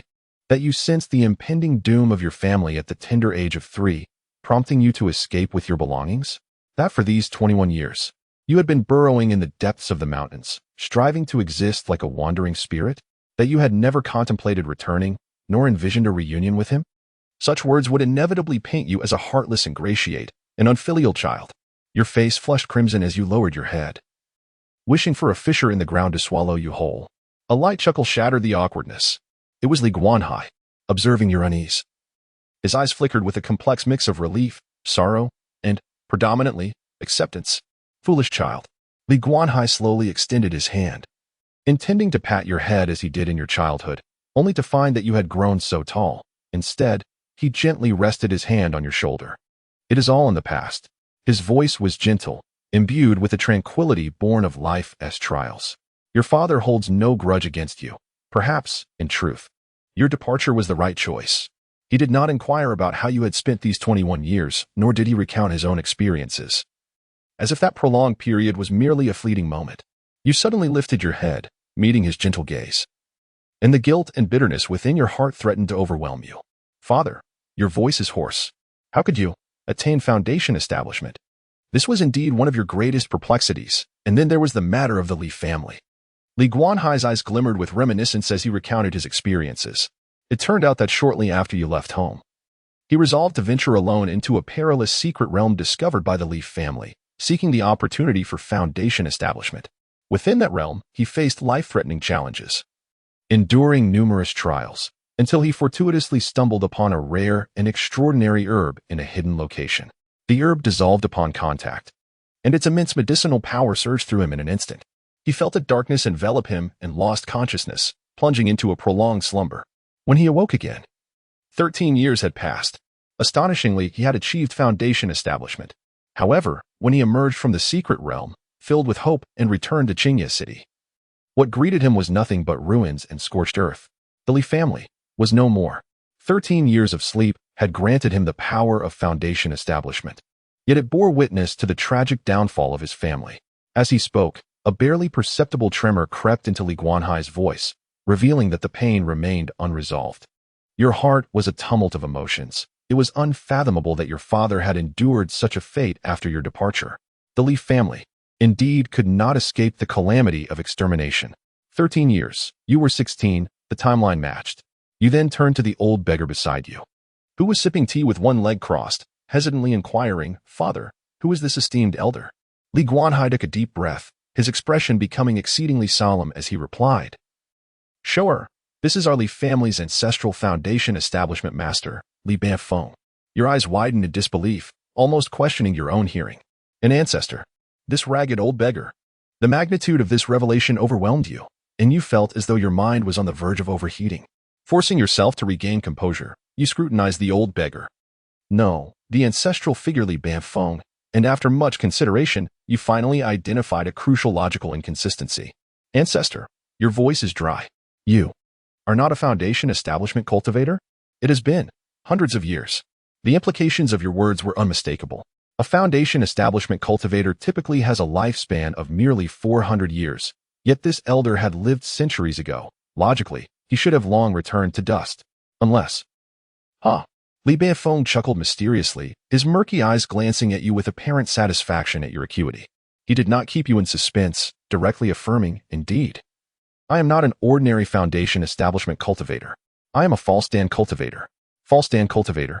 You rapidly searched your mind for this unfamiliar term, but found nothing. Li Banfeng seemed to perceive your confusion and clarified. A false stand is the result of failing to break through to the Golden Dan path. Though I did not successfully form a true Golden Dan, I surpassed the completion of foundation establishment. As for strength, it is neither inferior to those above nor excessively superior to those below. Though one's lifespan may not rival that of a true immortal, living for 5 to 6 centuries is certainly within the realm of possibility. Li Banfeng's murky gaze shifted between you and Li Guanhai before he suddenly inquired, "Young one, you still possess that Xianyu gourd, do you not?"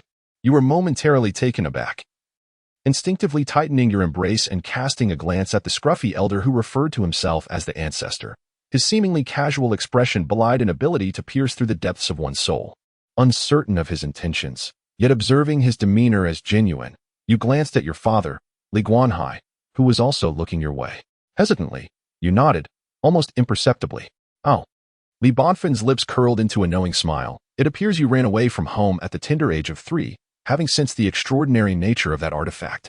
He waved his hand dismissively, his tone shifting to one of brisk decisiveness. Enough of the chatter. Since the item is still in your possession, let us not linger. I shall escort you out. Escort me out? The abruptness of this declaration left you momentarily bewildered, struggling to comprehend the lack of preamble in his words. You were grappling with the enormity of this revelation and caught the crux of his statement, asking in a daze, you mean? You entered Lin Yuan City for the purpose of... Indeed, Li Banfeng affirmed with a nod, taking a sip of cool tea before elaborating leisurely. The contingency I left behind years ago, though centuries have passed, still allows me to vaguely sense the direction of that broken gourd. When your father, this unworthy fellow, emerged from that secret realm, weeping and lamenting the loss of his home, I surmised you had most likely absconded with that item, and were still alive and well. Li Guanhai's face flushed with embarrassment, and he coughed awkwardly. Li Banfeng cast him a sidelong glance before continuing, thus. I took your father and managed to slip away from that inferno. Over the past few months, we have traversed 7 or 8 cities teeming with cultivators. Yet we failed to locate you. No success led us to push onward, until we arrived in Lin Yuan City, where we finally laid eyes upon you.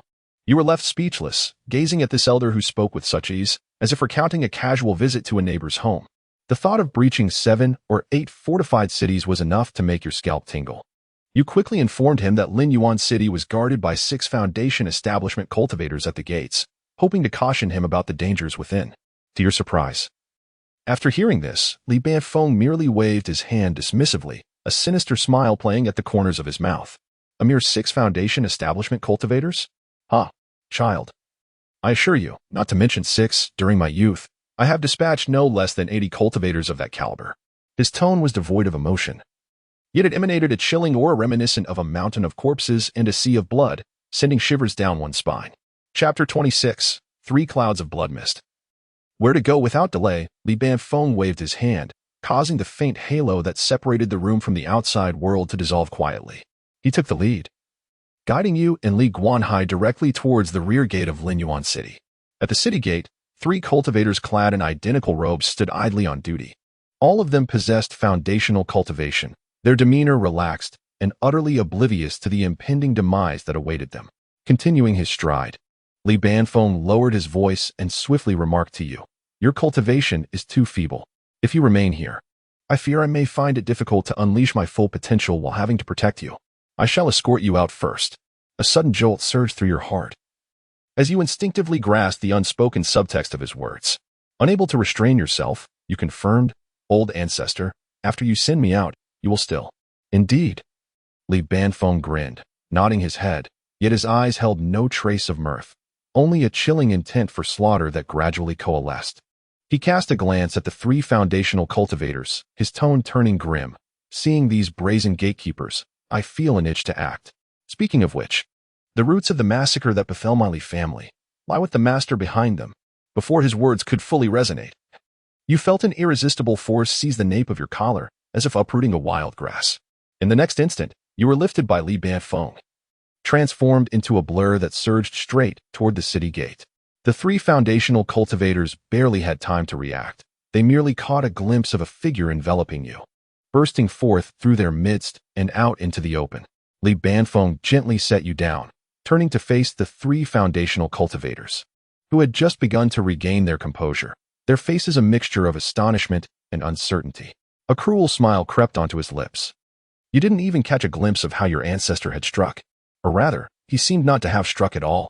What followed were 3 exceedingly faint sounds, akin to the puncturing of water sacs. In the next moment, where the 3 foundational cultivators had stood, only 3 swirling clouds of warm, crimson blood mist remained, rapidly spreading. The scent of blood instantly enveloped the area around the city gate. Not a single scream escaped their lips. The 3 foundational cultivators had simply ceased to exist. This scene once again shattered your understanding of power. What you had previously assumed to be mere false Dan cultivation now appeared to be a realm far superior to foundational, truly a dimensional strike. akin to the disparity between clouds and mud.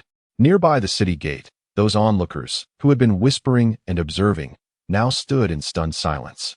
As though ensnared by an immobilizing spell, their faces filled with horror.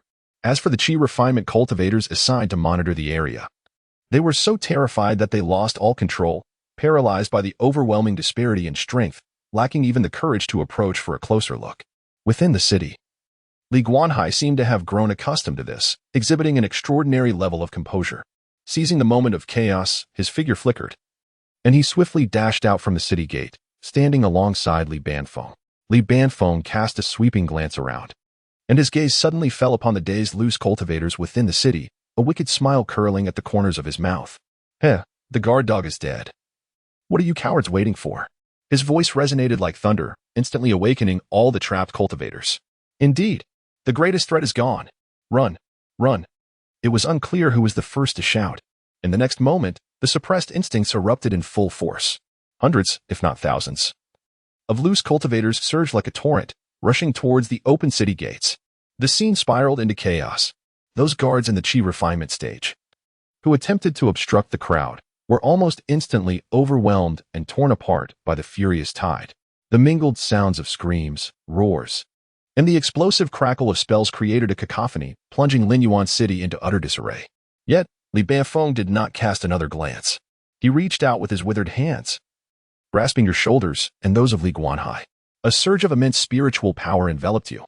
In the blink of an eye, the three of you transformed into a breathtaking streak of light, tearing through the sky at a speed surpassing that of foundational cultivators, vanishing instantly from sight, leaving behind the chaotic and bloody Linyuan City. Although the turmoil was largely orchestrated by him, who could distinguish the original culprit amidst such bedlam? Perhaps this was simply the way of the ancestors, you thought with a shiver of trepidation. Time elapsed, the duration unknown, perhaps days, perhaps longer, as the surroundings became utterly unfamiliar. Li Banfeng released his grip, gently placing you both in a desolate valley.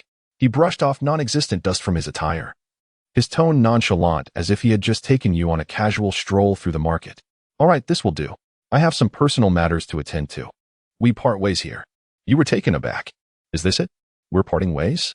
Having just recognized your ancestral kin, you had barely spent half an hour together before you were to go your separate paths? You opened your mouth, momentarily at a loss for words. Li Banfeng seemed to see through your thoughts, casting a fleeting glance your way with his murky eyes. "What? Do you wish to cling to me?" He scoffed lightly. "I saved you merely out of kinship, to ensure the continuation of the Li lineage. As for anything else, with your meager abilities, what help could you possibly provide by my side, other than being a burden?" Though his words struck deep, you had to concede their truth. You steadied yourself, recalling the crucial item. "What about the Xianyu gourd?" Li Banfeng appeared to have anticipated your inquiry, a carefree smile gracing his lips. "Keep it. That item is governed by fate. If it is yours, it will not escape you. If it is not, no amount of coercion will avail."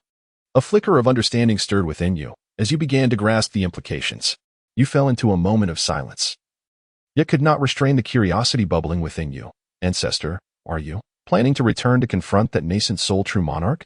Upon hearing your words, Li Banfeng's face betrayed an unmistakable surprise, as if he had not anticipated that you, a mere junior, could discern such a layer of meaning. He chuckled, revealing a set of yellowed teeth, his gaze sharp as a blade. "You young one, your mind is quite agile." However, he continued with a hint of caution. "But I am no fool. To confront that ancient nascent soul directly is the folly of the imprudent." He tapped his head, implying the importance of intellect. "A good mind is a valuable asset. One must learn to wield it wisely. Some accounts must be settled gradually." It seemed that the ancestor intended to employ cunning tactics. You silently remarked. You and Li Guanhai made several attempts to dissuade him, but Li Banfeng's resolve was unwavering. He merely waved his hand, casting a lingering glance in your direction, and advised you to take care of yourself. In the next instant, his figure flickered and transformed into a streak of light. That luminous arc showed no hesitation, soaring back the way it came, piercing through the void. In the blink of an eye, he vanished from sight. The mountain breeze swept through, carrying a chill. Only you and your father, Li Guanhai, remained, standing amidst this entirely unfamiliar desolate expanse, exchanging glances of uncertainty. Chapter 27, Mundane Comfort, Prelude to the Simulation's End. Father Li Guanhai remained silent for a long while, gazing into the distant horizon, before gently patting your shoulder. Let us depart. As long as we breathe, the Li family endures. You were silent in response. Indeed, survival is paramount. You followed Li Guanhai, leaving the desolate hollow behind. Surrounded by unfamiliar landscapes, you chose to retrace your steps in the opposite direction for safety's sake. Li Guanhai, now a foundational cultivator, moved with astonishing speed. He took you along, his form transforming into a faint streak of light as he raced close to the ground.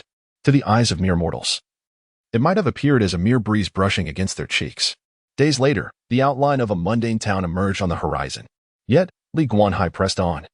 For this place was still too close to the terrifying sea of flames in Linyuan City. No one could assure whether the eyes of that nascent soul true monarch had reached this location. Without pause, he propelled you forward for 3 days and nights until a magnificently grand city loomed ahead, its towering walls bustling with life, exuding an aura reminiscent of dragons. This seemed to be the capital of a vast mortal kingdom. At last, you halted your journey. Here, you should find sufficient safety. After a brief discussion, Li Guanhai agreed that it was prudent to masquerade as commoners and settle in this place. Concealed among millions of mortals might be your best option at present. After all, the world of cultivation remained tumultuous, posing great peril for both of you. In some inscrutable manner, it felt as though you had returned to the Li family's ancient strategy of hiding from disaster, albeit this time, it was just the two of you. Li Guanhai possessed little in the way of worldly possessions. His storage bag held merely around 200 lower-grade spirit stones. Conversely, you retained a considerable amount of precious jade and stones from your strategic departure from the Li family. These gems would suffice to secure a comfortable residence in the capital and ensure your sustenance for decades to come. Soon, you integrated into the city known as Fannin, establishing a new home in a secluded alley in the southern part of the city. On the very night of your settlement, Li Guanhai entrusted you with all 200 lower-grade spirit stones. You gazed at him in surprise. Li Guanhai waved his hand, an expression of unprecedented relief mingled with fatigue. Take this, Shower. The family has perished, and though I have fortuitously established a foundation, I have lost my edge. My aspirations for the Tao of immortality have waned. To witness your well-being and to see you continue onward, as a father, I find fulfillment. His tone was calm, as if he were discussing a trivial matter. These spiritual stones, while mere drops in the ocean for my foundational cultivation, proved to be immensely beneficial for your chi training. You quietly accept the stones, your heart a tumult of emotions. At 25, you have entirely adapted to the rhythm of life in Fannin City. Like an ordinary youth, you venture to the East Market for the freshest fruits, visit the tea houses in the West Market to listen to storytelling, and engage in casual conversations with your neighbors, fostering harmonious relationships. Your extraordinary beauty and gentle demeanor have swiftly made you the object of affection for countless youthful maidens within several streets. Matchmakers incessantly visit your home, nearly wearing out your courtyard door. In response, you maintain a gentle smile, graciously declining their advances. The ties of the mundane world often represent a fatal weakness for cultivators. Uncertain of when the investigation by that nascent soul, true monarch might reach you, you dare not harbor any attachments. You devote yourself entirely to your cultivation, practicing the Changchun Gong and sensing the gradual increase of your spiritual energy. Meanwhile, Li Guanhai has completely transformed into a idler. Each day, he carries a birdcage and strolls to the chess stand at the street corner, competing with a group of similarly aged elders. Their faces flushed in heated debates over a single move. Alternatively, he sits for hours in the afternoon sun, cradling a pot of inferior tea, his gaze distant and contemplative. The authority and sharpness that once defined him seemed to have been entirely dulled by the mundane trivialities of life, rendering him almost languid. It is hard to fathom such a profound transformation occurring within a single year. At times, as you observe him bantering with his chess companions, an absurd illusion washes over you. Could this truly be the once stalwart Li Guanhai, who commanded the family with such dignity? He often mutters to himself phrases that are difficult for you to comprehend. Slow down. Sometimes it is not so bad to pause and reflect.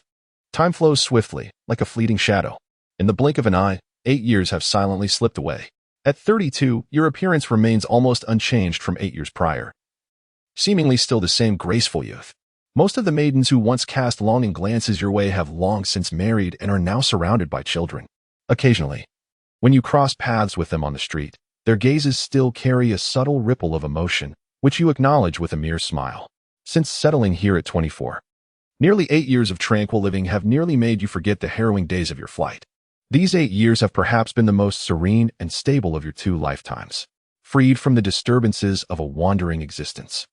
Coupled with an ample supply of spiritual stones, your cultivation has returned to its rightful path. Thus, in this year, you successfully broke through your limitations and ascended to the 7th level of Qi training, officially entering the upper 3 tiers of Qi cultivation. You clearly sense that the path ahead will grow increasingly arduous. The constraints of your bottlenecks are intensifying, and each subsequent breakthrough will likely require decades of relentless effort. The efficacy of inferior spirit stones in surmounting higher-level bottlenecks diminishes progressively. It is imperative to seek more advanced resources or perhaps explore alternative methods. You open your eyes and gaze out the window. The moonlight is resplendent, and the night is deep. From the adjoining room, the faint sound of your father, Li Guanhai, snoring softly can be heard. He seems to have engaged in a fierce battle at the chess table all day, and at this moment, he sleeps soundly. Neighbors have mentioned that the same group of elderly gentlemen from years past remains unchanged. Chapter 28. A Death and 2 Wounds. A peaceful departure in the blink of an eye. 3 decades have passed through the cycles of winter and summer. The passage of time, though perhaps fleeting for cultivators, can transform the mortal realm beyond recognition. The flora beyond the city walls has withered and thrived multiple times, and the emperor of this mundane dynasty has donned a new visage. At 62, you stand upon the bluestone slabs of your courtyard. Your figure is upright as a pine tree. Time seems to have been particularly gracious to you, bestowing upon your features a gentle warmth that belies the passage of years. Your cultivation has progressed steadily during these long and tranquil days, akin to a stream merging with the ocean, its arrival inevitable. You have reached the pinnacle of the 7th layer of Qi cultivation. The once dashing youth, who turned countless heads of enamored maidens, has now matured into a refined gentleman. Yet, that innate charm, deeply etched in your essence, remains untouched by the relentless march of time. Occasionally, as you stroll through the streets, you still attract a number of astonished or bashful glances. Your father, Li Guanhai, appears to have fully embraced his mortal existence. He remains unchanged. The longevity granted to foundation-building cultivators has seemingly halted time in his presence. Each morning, he continues to carry that well-worn birdcage, ambling toward the corner chess stand. However, the opponents across the chessboard have shifted through generations, from the old companions of yore, now replaced by their sons, to the grandchildren of those old friends, now gray-haired and trembling as they sit opposite him, carefully placing their pieces. Time, in its unwavering cruelty, shows no mercy to mortals. Yet, throughout these 30 years, you have never once faltered in your cultivation. You have expended a significant amount of spirit stones, secluding yourself for 3 days in a bid to break through a formidable barrier. Finally, on an afternoon that seemed unremarkable, the stubborn bottleneck that had long plagued you shattered like glass. You have ascended to the 8th layer of Qi cultivation. As you feel the power within your dantian swell to 80%, you exhale deeply, relieved that decades of arduous effort have not been in vain. However, the technique you have practiced, the breath-concealing art, despite over 60 years of comprehension and deepening insight, remains shrouded behind a veil of ambiguity, preventing you from achieving mastery. You sense that a crucial opportunity eludes you, yet its nature remains elusive. Conversely, the Greenwood puppet technique, inherited from your father, has become increasingly refined in your hands. Now, with your exceptional understanding, you have attained mastery. The plant puppets you catalyze consume far less spiritual energy, and their forms and movements are nearly indistinguishable from ordinary mortals. The puppets are even capable of accurately comprehending and executing intricate commands. More conveniently, as long as the puppets remain within the range of your spiritual perception, they can relay their experiences in vivid imagery directly to you. You begin to experiment with new applications. For instance, infusing a considerable amount of spiritual energy into a specific puppet in advance, granting it the capability to act independently for an extended duration. The comfort of leisurely days can easily dull one's resolve, yet it also fosters a flicker of curiosity about the external world amidst your focused cultivation. After all, solely confining oneself to solitary endeavors is not a sustainable path. You resolve to catalyze a sufficiently empowered Greenwood puppet every 3 days, sending them forth in different directions to explore the outside world and return with their reports. Firstly, you aim to discern whether you might locate a gathering of cultivators and reconnect with the long-absent realm of immortality. Secondly, you wish to ascertain whether, after so many years, the tumult of the outside world has finally subsided. Indeed, as decades flow by, life has settled into a tranquil stasis, akin to a stagnant pool of water. That exalted nascent soul-true monarch may have long since cast aside the existence of you two insignificant remnants. You are uncertain, yet prudent exploration is essential. Time swiftly passes, and 15 years have gone by. At 77 years of age, you still maintain the visage of one in their 30s, with a serene heart. Throughout these years, the Greenwood puppets you dispatched have largely returned with little of value. However, one puppet sent to investigate the East, just moments before exhausting its spiritual energy and returning, brought back a piece of news that jolted your spirit. It discovered a marketplace suspected to be a gathering place for cultivators, modest in scale, seemingly established only in recent years. Yet, before the puppet could approach for further investigation, it was keenly detected by a cultivator within the marketplace, who promptly captured it. Upon witnessing this, your heart raced, and your nerves tightened, fearing that they might trace the puppet back to your hiding place. Yet, the subsequent images relayed by the puppet astonished you. The cultivator who had seized the puppet appeared to recognize the remarkable level of the Greenwood puppet technique, mistakenly assuming its controller to be a reclusive master. His demeanor shifted to one of profound respect, expressing a desire to befriend and consult this supposed high figure. Before ultimately releasing the puppet, your mind raced, and a bold thought emerged. Why not seize this opportunity to masquerade as a sage? This could be an excellent chance to gather information from the outside world. Just this once, and never again. You immediately catalyzed a new Greenwood puppet, infused it with spiritual energy, and attached a fragment of your consciousness to it, guiding it back to the marketplace. This fragment of consciousness allows you to control the puppet in real time, though it demands significant mental energy and cannot be sustained for long. You maneuver the new puppet back to the previously discovered marketplace, adopting the demeanor of a reclusive sage who has emerged from seclusion after many years, claiming to have been unaware of worldly affairs and seeking to inquire about recent events from that fellow cultivator. As anticipated, the other party harbored no suspicions.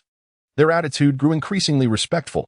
Evidently, the phrases unconcerned with worldly affairs and in seclusion for many years greatly satisfied his imagination.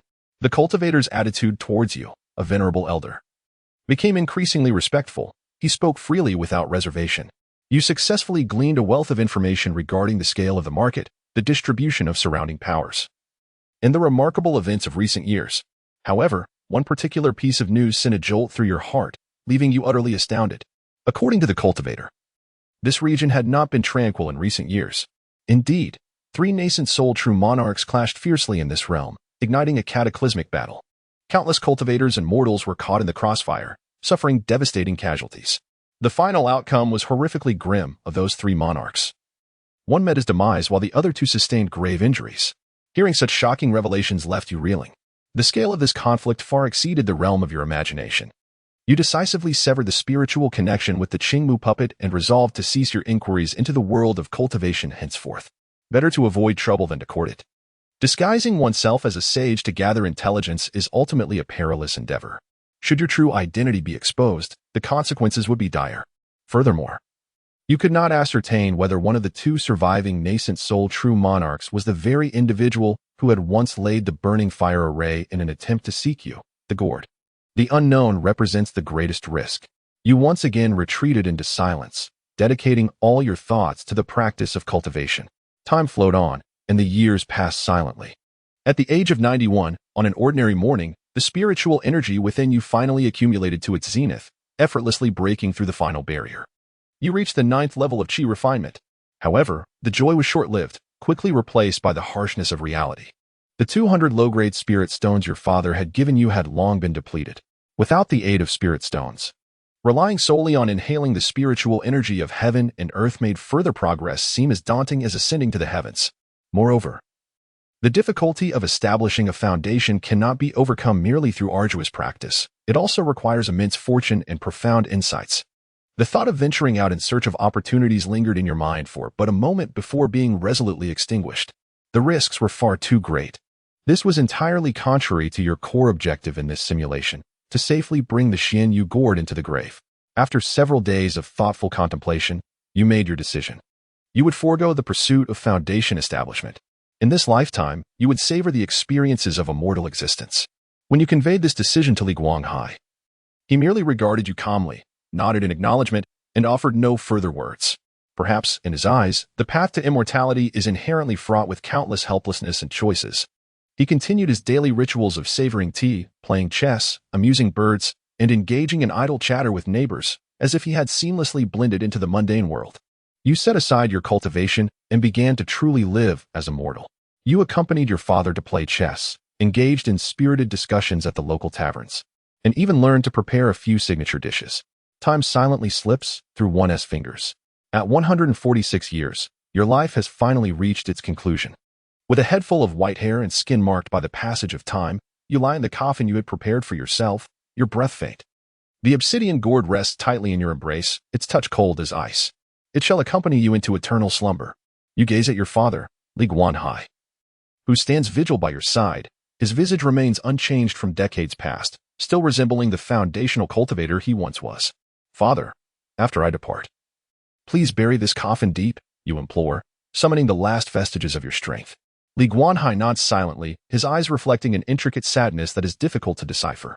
The white-haired bids farewell to the black-haired? No, it is the immortal who sees off the transient traveler returning to the dust. You slowly close your eyes, your consciousness fading.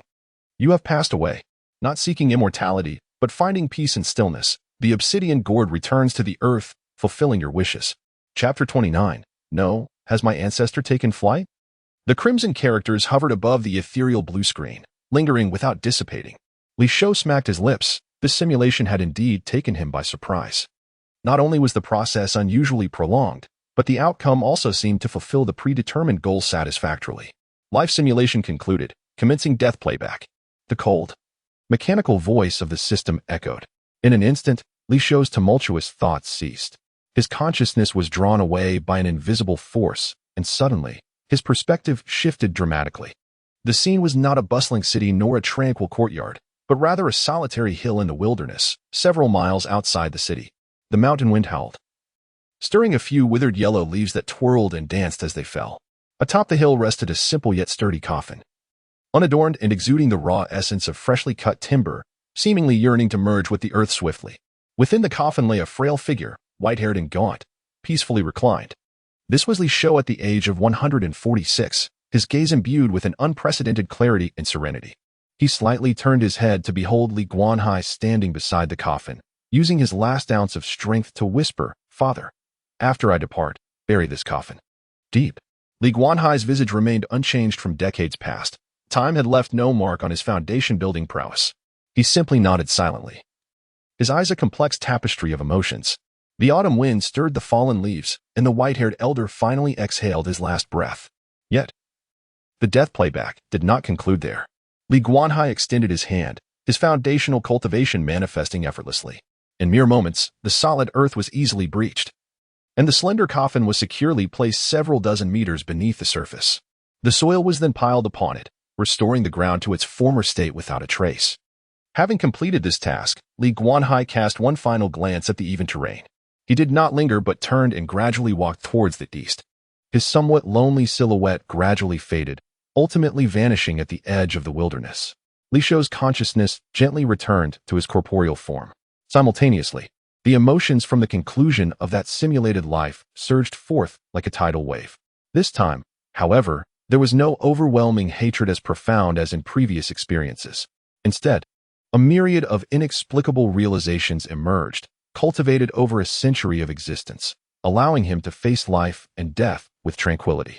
Having practiced for most of his life, he ultimately chose to enter the world and experience the myriad of human conditions with a sense of liberation. There was also a profound satisfaction in having the mysterious jade gourd accompany him into the coffin, fulfilling a long-held wish. Furthermore, there lingered a faint, almost negligible, obsession with the unknown nascent soul true monarch. Could this be considered hatred? Li Shou contemplated carefully. It seemed not quite so. In this simulation, his fixation was not particularly intense. After all, human emotions are inherently complex and ever-changing. At this moment, he resembled someone who simply harbored a competitive desire to seize an opportunity in reality to vanquish that old fellow. As these disparate yet gentle thoughts coursed through him, Li Shou felt an indescribable sense of ease enveloping his entire being. His body and mind seemed to shed a burden of immense weight, rendering him considerably lighter. He comfortably squinted his eyes, savoring this long-lost sensation of relaxation and contentment. A satisfied murmur escaped his lips. It appeared that the feedback from this death replay was not entirely negative. Li Shou mused inwardly, a subtle smile curving his lips. If it were possible to attain a relatively good ending in this simulated life, it would greatly liberate my spirit. At the very least, this feeling of profound comfort was undeniably genuine. After fully absorbing these delicate sensations, he redirected his attention to the ethereal blue screen before him. At that moment, the text on the screen had quietly shifted, initiating the final settlement of the simulation. Life simulation concluded. Commencing settlement evaluation. Simulation results have been recorded. All that transpired here was fated. Evaluation. You, in your mortal form, have walked the path of survival, evading the world for 100 years solely for treasure. A handful of earth conceals your brilliance. Only when buried does the gourd sing praises. An examination of how a qualified treasure escort meets his own demise. Treasure escort? Self-burial? The corners of Li Shou's mouth twitched slightly. Why did this evaluation feel like a veiled jab at him? What does it even mean? Well, the simulator remains true to its nature, maintaining its acerbic tone, yet he had grown accustomed to it. The text on the screen continued to refresh. Congratulations, host. Total system points acquired. 50, evaluation reward, 229, achievement reward, 279 points. Li Shou's eyes widened in astonishment at the sight of this number. How much? Am I seeing things? 279 points. Moreover, the bulk of it came from that so-called achievement reward. His breath quickened, and his heart began to race uncontrollably. He had anticipated that this century-long simulation of survival and burial would yield a considerable amount of system points, but he never imagined it would be to such an extent. Li Shou was on the verge of soaring to new heights. Soon after, the achievement list materialized. The achievements attained in this simulation are as follows. Congratulations, host. For achieving the accomplishment, Beginner in Qi Cultivation, reward, 5 system points. This was an old acquaintance, a guaranteed benefit, which Li Shou scanned over with a glance. His full attention was captivated by the remaining 2 new achievements. Congratulations, host, for achieving the accomplishment, Natural Death at Life's End, reward, 15 system points. Achievement condition, in the simulated life, lifespan exhausted, natural death. This was fairly standard, aligning with expectations. However, when he beheld the final achievement, congratulations, host. For achieving the hidden accomplishment, Ancestral Pitfall, descendants reap the benefits, reward, 199 points. Upon fulfilling the conditions, in the realm of simulation. Due to the instigation of his ancestor, Li Banfeng, 3 nascent soul true lords engaged in a fierce battle, resulting in the demise of the true lord who sought the mysterious Xuanyu gourd. Consequently, the host was able to live in tranquility. Li Shou? Upon reading this, he was utterly bewildered, his mind seemingly malfunctioning. Is this truly the case? Did his ancestors' actions inadvertently lead to the demise of an enemy? Moreover, this reward is somehow attributed to his lineage? Is this even possible? Such fortuity exists. Suddenly, he recalled the profound words the elderly ancestor Li Banfeng had once imparted. A brain, my boy, a brain is a marvelous tool. It must be employed wisely. Some accounts must be settled gradually. Enlightenment dawned upon Li Shou. His ancestor is truly remarkable. Indeed, extraordinary. This maneuver places his ancestor in the upper echelons of brilliance. Chapter 30. The Fate Shakes, revisiting the Qi cultivation of 9 levels. Li Shou savored the lengthy yet rewarding experience of this simulated life. In his desperate attempt to escape the boundless sea of flames, he found himself inadvertently trapped in Linyuan City. What he anticipated to be a brush with death took a miraculous turn when his revered ancestor descended from the heavens, bursting through the city gates and rescuing him. Most astonishingly, after parting ways with his ancestor, unbeknownst to Li Shou, the ancestor employed a cunning strategy to eliminate the Yuanying true monarch, who had been relentlessly seeking the Xian Yuhu Lu. This led to a remarkably smooth continuation of Li Shou's simulated life, allowing him to live in peace until his natural end. Upon completion of the simulation, he was further rewarded with a substantial amount of system points for achieving the hidden accomplishment titled Ancestral Pitfall, Descendants Enjoy the Shade. This was, without a doubt, a stroke of luck, entirely reliant on the prowess of his ancestor. Instantly, Li Shou felt a profound admiration for the ancestor Li Banfeng, whom he had only encountered once, but whose impression lingered vividly in his mind. It seemed imperative that he seize an opportunity in reality to connect with his seemingly disheveled yet venerable ancestor Li Banfeng. Seated cross-legged at the tender age of 3, Li Shou plunged into contemplation. The foresight of his ancestor Li Banfeng in orchestrating such a grand scheme, inciting the 3 Yuanying true monarchs to turn against one another, could not have been mere verbal manipulation. There must be extraordinary wisdom behind it. These intricate details remained elusive within the simulation, shrouded in mystery, yet perhaps in reality. He could glean some invaluable insights from his ancestor. He momentarily set aside these musings and redirected his consciousness into the familiar azure light screen, his heart ablaze with anticipation. With 279 system points, supplemented by the remaining 6 points from the second simulation, he now possessed a remarkable total of 285 points. This should suffice for him to revisit a plethora of valuable items.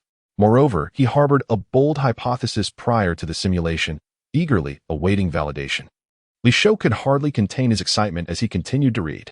Before him, lines of fresh text gradually materialized on the screen. Heavenly Dao's marking complete, commencing item reversion. Detected items available for reversion from this simulation. Cultivation level. Qi cultivation second layer, 8 points. Cultivation level. Qi cultivation third layer, 16 points. A succession of cultivation level options commencing from the second layer of Qi cultivation, with each subsequent advancement demanding an incremental 8 points. Cultivation level. Qi cultivation 9th layer, 64 points. Technique manual. Basic breathing technique. Minor achievement, 10 points. Technique manual. Greenwood puppet technique. Major achievement, 30 points. Special. Treasure fragment Xinyu Lu? Points. Please select the items you wish to revert. Available system points, 285 indeed. Li Shou momentarily disregarded the myriad of enticing options above. His gaze fixated directly upon the reversion entry for the Xinyu Lu, a wave of relief washing over him. The absence of the reversion option for the Xinyu Lu in the previous simulation was, as suspected, due to its loss of ownership at the simulation's conclusion.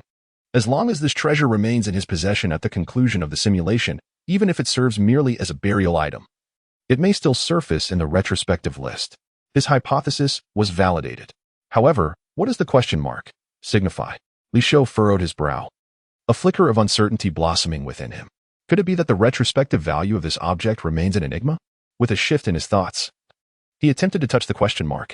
Soon, a line of chilling system notification text gradually materialized beneath the retrospective option of the Xinyu gourd.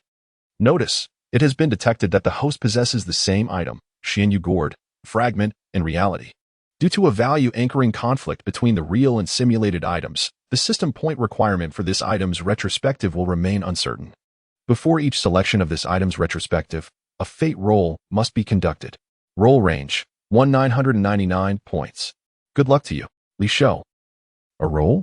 And it ranges from 1 to 999 points? Isn't that quite the vast span? After a moment of contemplation, Li Shou resolved to proceed with the roll first. He rubbed his chubby little hands together, exhaled a breath, and silently chanted, "Initiate roll." A mechanical voice resonated at the opportune moment. Ding! The fate dice has begun to turn. Rolling. Above the luminous screen, an ethereal golden die materialized from thin air. Its surface was adorned with flowing runes, spinning at an astonishing speed. Li Shou's heart raced uncontrollably, and he held his breath. Would he be graced by fortune or cursed with misfortune? All hinged upon this quiver. Moments later, the golden die gradually slowed its rotation until it came to a gentle halt. A number vividly etched itself into Li Shou's vision, 99. After a moment of stunned silence, Li Shou instinctively touched his little nose. He couldn't help but exclaim, "If only I had such luck in my previous life while playing games." With that thought, there was no reason to hesitate any longer. He chose to initiate the retrospective for the Xinyu gourd without a moment's delay. Ding! Retrospective for Xinyu gourd successful. Consuming 99 system points, balance 186 points. As the system notification confirmed the successful retrospective, a Xinyu gourd materialized beside Li Shou in reality. This gourd resembled the one he had previously acquired, its surface glistening in a rich emerald hue, exuding a faint ethereal light. However, the original Xinyu gourd had been temporarily placed in his secluded cultivation chamber. He recalled that the system had previously indicated that 2 fragments could merge autonomously when together. Li Shou resolved to test this out tomorrow. At present, he still had a considerable number of points at his disposal. He promptly chanted, "Retrospective Qingmu puppet technique." Ding! Qingmu puppet technique retrospective successful, consuming 30 system points. Balance 156 points. In an instant, an exquisite and profound understanding surged into Li Shou's mind. This sensation was extraordinarily wonderful.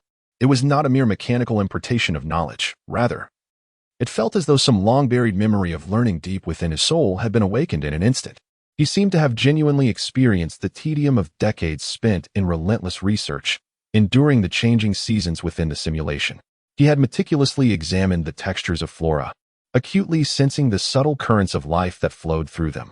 His understanding of how to catalyze, manipulate, and even imbue the puppets with spiritual essence had become remarkably precise. Each detail, each nuance, resonated within him instinctively. Li Shou even felt a peculiar certainty, with just a flicker of thought. The flowers and trees in the courtyard could instantly transform into human puppets, obedient to his command, becoming the most loyal of servants. This extraordinary technique, acquired from the old man in just 2 days, had already reached an advanced level in the simulation and was finally poised to shine in reality. Having mastered the art of greenwood puppetry, Li Shou's gaze, now aflame with fervor, turned toward the extensive array of options for realm cultivation. A smile of triumph involuntarily graced his lips. Here was Li Shou of the Qingyeli family, having cultivated for nearly 2 decades, yet still trapped at the first layer of qi refinement. Such sluggish progress was indeed a disgrace to his fellow transmigrators. Now, with ample system points at his disposal and opportunity within reach, why delay any further? Simulator, revert to the 9th layer of qi refinement. Chapter 31. The Gourd Fusion and the Allure of Premium Draws. As Li Shou completed his silent incantation, the frigid, mechanical voice of the system resonated in response. Ding. Realm of Cultivation. Qi Refinement Level 9. Reversion successful. Consumed 64 system points, remaining balance, 92 points. In an instant, an immense torrent of spiritual energy surged through his meridians, tumultuous and relentless. Li Shou distinctly sensed that the totality of spiritual power within him was escalating at a staggering pace. Qi Refinement Level 2. Qi Refinement Level 3. Qi Refinement Level 4. Like a force of nature, it swept through effortlessly, until the overwhelming tide of spiritual energy reached a pinnacle. It stabilized firmly at Qi Refinement Level 9. In the span of mere moments, the reservoir of spiritual energy within Li Shou had magnified by several dozens of times. Exhaling a long breath, he released a cloud of murky air, a flicker of brilliance momentarily igniting in his eyes. At this moment, he felt an unprecedented surge of strength. With a mere shift of thought, his consciousness unfurled like an invisible tide, spreading outward in all directions. 100 feet, 200 feet, 300 feet. His awareness easily enveloped the entirety of the courtyard, every blade of grass and every brick vividly reflecting in his mind. His consciousness even extended beyond, brushing against a certain room within the courtyard. Instantaneously, Li Shou caught sight of the maid, Qing'er, curled up on the bed. She appeared to be in a deep slumber. Her breathing steady and prolonged, her lips slightly puckered, a glimmer of dew resting at the corner of her mouth. Ahem. Halt, halt. Li Shou was suddenly jolted back to reality, hastily retracting that wayward strand of consciousness. Such impropriety. He was, after all, a model citizen educated in the principles of Blue Star, with lofty ideals and virtuous character. How could he indulge in the act of peeping at a young girl in her repose? With a mental pivot, he summoned the system interface, albeit with a tinge of guilt. Would you like to purchase this simulation memory? Fragment of simulation memory, a cursory glance. A general understanding, 8 points. Simulation memory, standard version, summarized experience of life, 15 points. Simulation memory, complete version. Meticulous and exhaustive narrative of life, 146 points. Please select the version of memory you wish to purchase. System points balance, 92 points. Li Shou regarded the exorbitant points required for the complete memory with a grimace. This simulation spanned an astonishing 146 years, a point per year. The sheer magnitude of information contained within was unfathomable. Who could say whether it might overwhelm his tender, 3-year-old mind? Or worse, induce a fracture of the psyche? Blurring the lines between simulation and reality?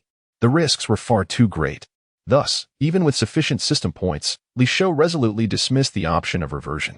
Turning his attention to the memory fragment, although it required a mere 8 points, he recalled with clarity that the last time he had accessed a memory fragment, the insights gleaned were pitifully scant, essentially a waste of points. It was utterly unnecessary to revert.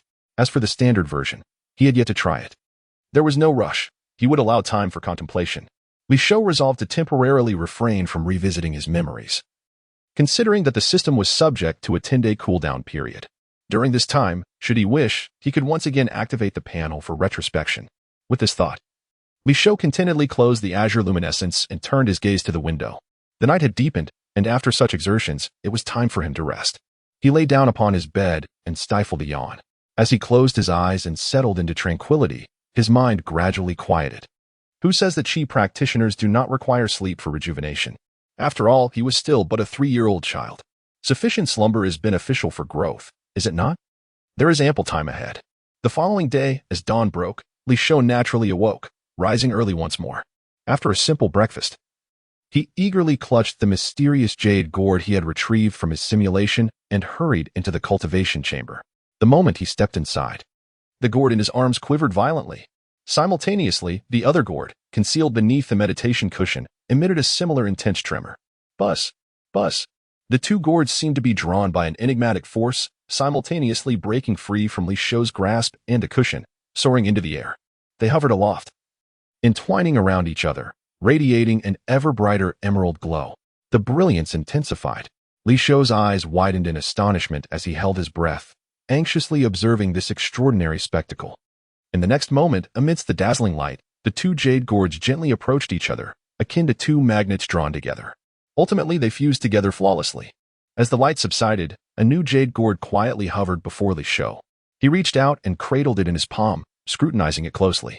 Externally, this fused gourd seemed not to have undergone significant alteration. It remained as translucent and lustrous as ever.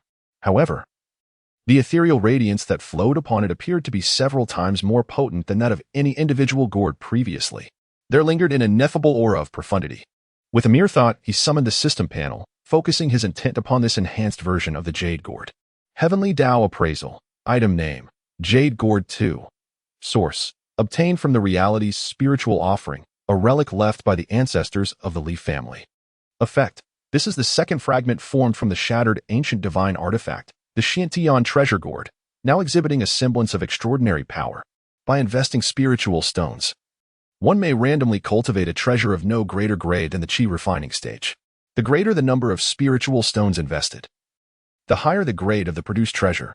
Projection: collecting 2 or more fragments will allow them to fuse autonomously, initially revealing some of the Xiantian Treasure Gourd's powers. The more fragments collected, the stronger the fusion and the closer it approaches the completeness of the artifact. Consuming 1,000 system points will reveal the whereabouts of any remaining fragments. Commentary: youngster, do you wish to grow stronger? Then recharge. A friendly reminder: small investments bring joy. Large investments can be harmful, and excessive investments lead to utter annihilation.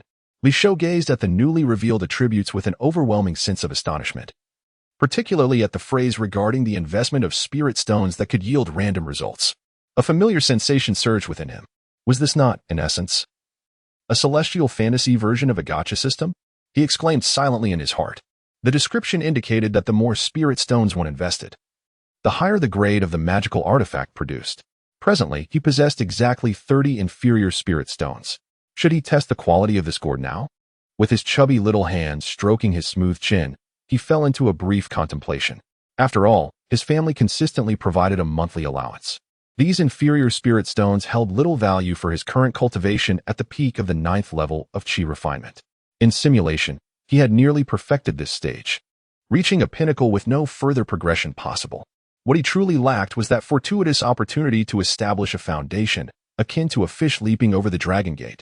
Thus, his demand for these low-tier spirit stones was not particularly high. He resolved to proceed.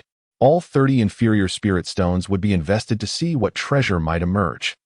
A rare glimmer of determination flashed in his eyes, dispelling any lingering hesitation. Gambling was an art. He carefully extracted the 30 inferior spirit stones from his bosom, akin to a devout believer offering up a sacrifice, and delicately arranged them beside the pristine black jade gourd.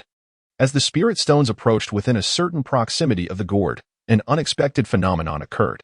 The 30 inferior spirit stones seemed to encounter an invisible vortex of absorption. The pure spiritual energy contained within them was frantically drawn forth, rapidly dimming before his very eyes. In the blink of an eye, all the spirit stones had lost their spiritual essence, transforming into a pile of dull, lifeless stones.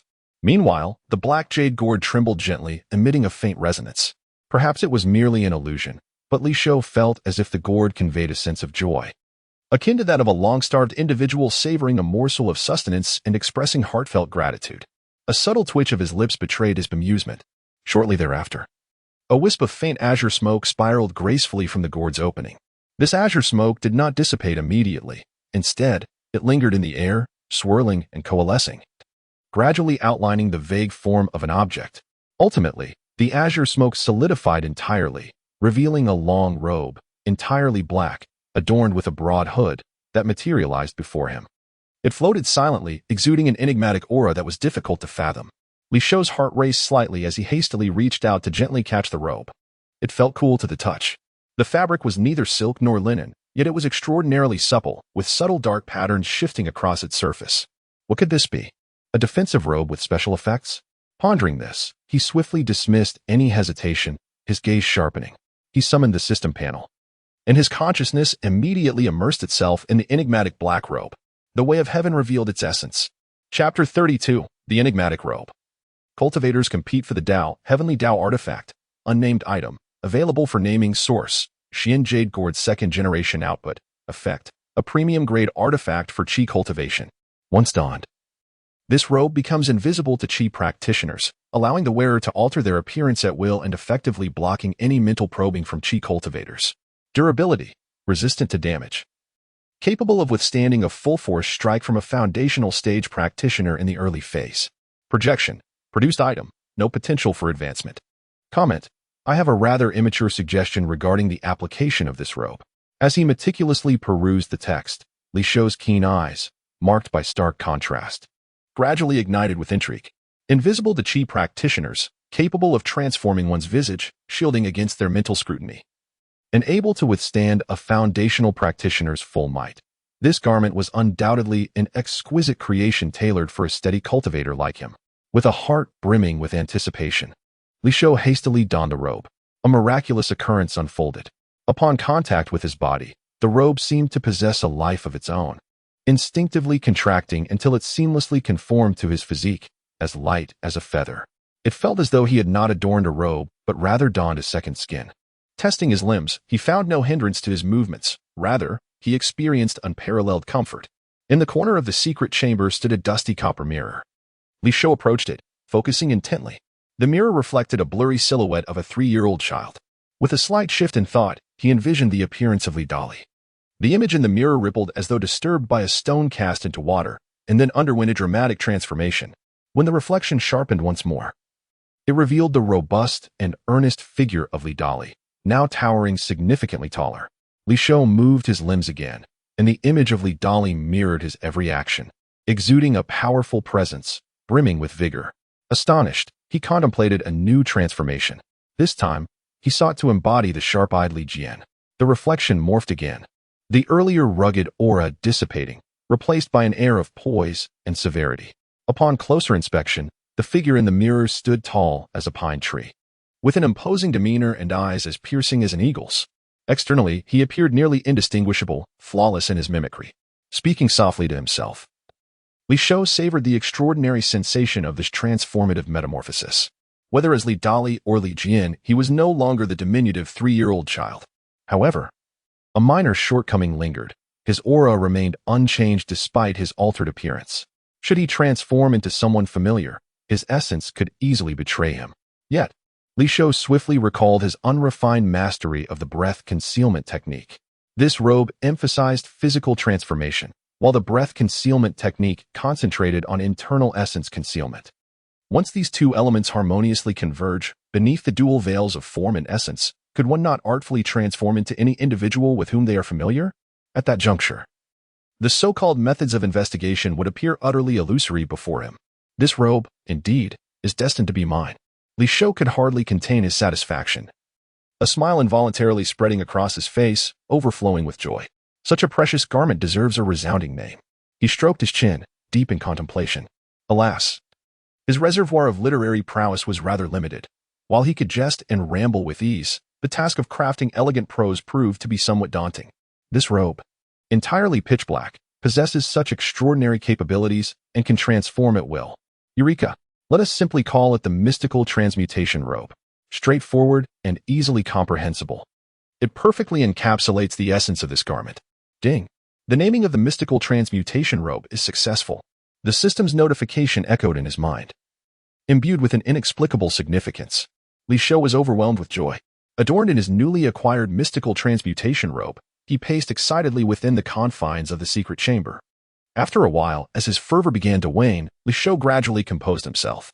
With his cultivation now at the 9th layer of Qi training, and with this enigmatic robe by his side, His prowess had indeed reached new heights.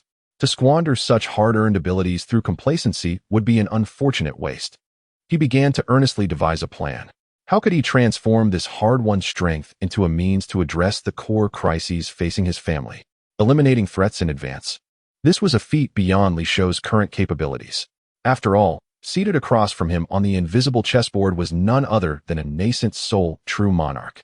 Having just reached the 9th layer of Qi training, such an adversary remained distant and formidable. In his mind, Li Shou could not help but recall the experiences from the 3rd simulation. He meticulously analyzed each detail, seeking opportunities to enhance his strength. His father, Li Guanhai, had fortuitously established his foundation within that perilous secret realm, relying on a peculiar treasure herb. Yet, the price paid was a prolonged slumber lasting a full 13 years. By the time he awoke, the family had long since perished, and the moment had passed. For low-tier Qi cultivators, the difficulty of foundation establishment is akin to scaling the heavens. It cannot be achieved merely through solitary and arduous practice. One must possess the right opportunities for foundation establishment. Should he, like his father Li Guanhai, seek that fabled foundation herb?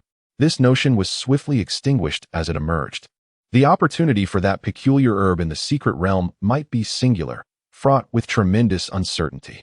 What if he were to consume it and, like his father, succumb to a 13-year slumber?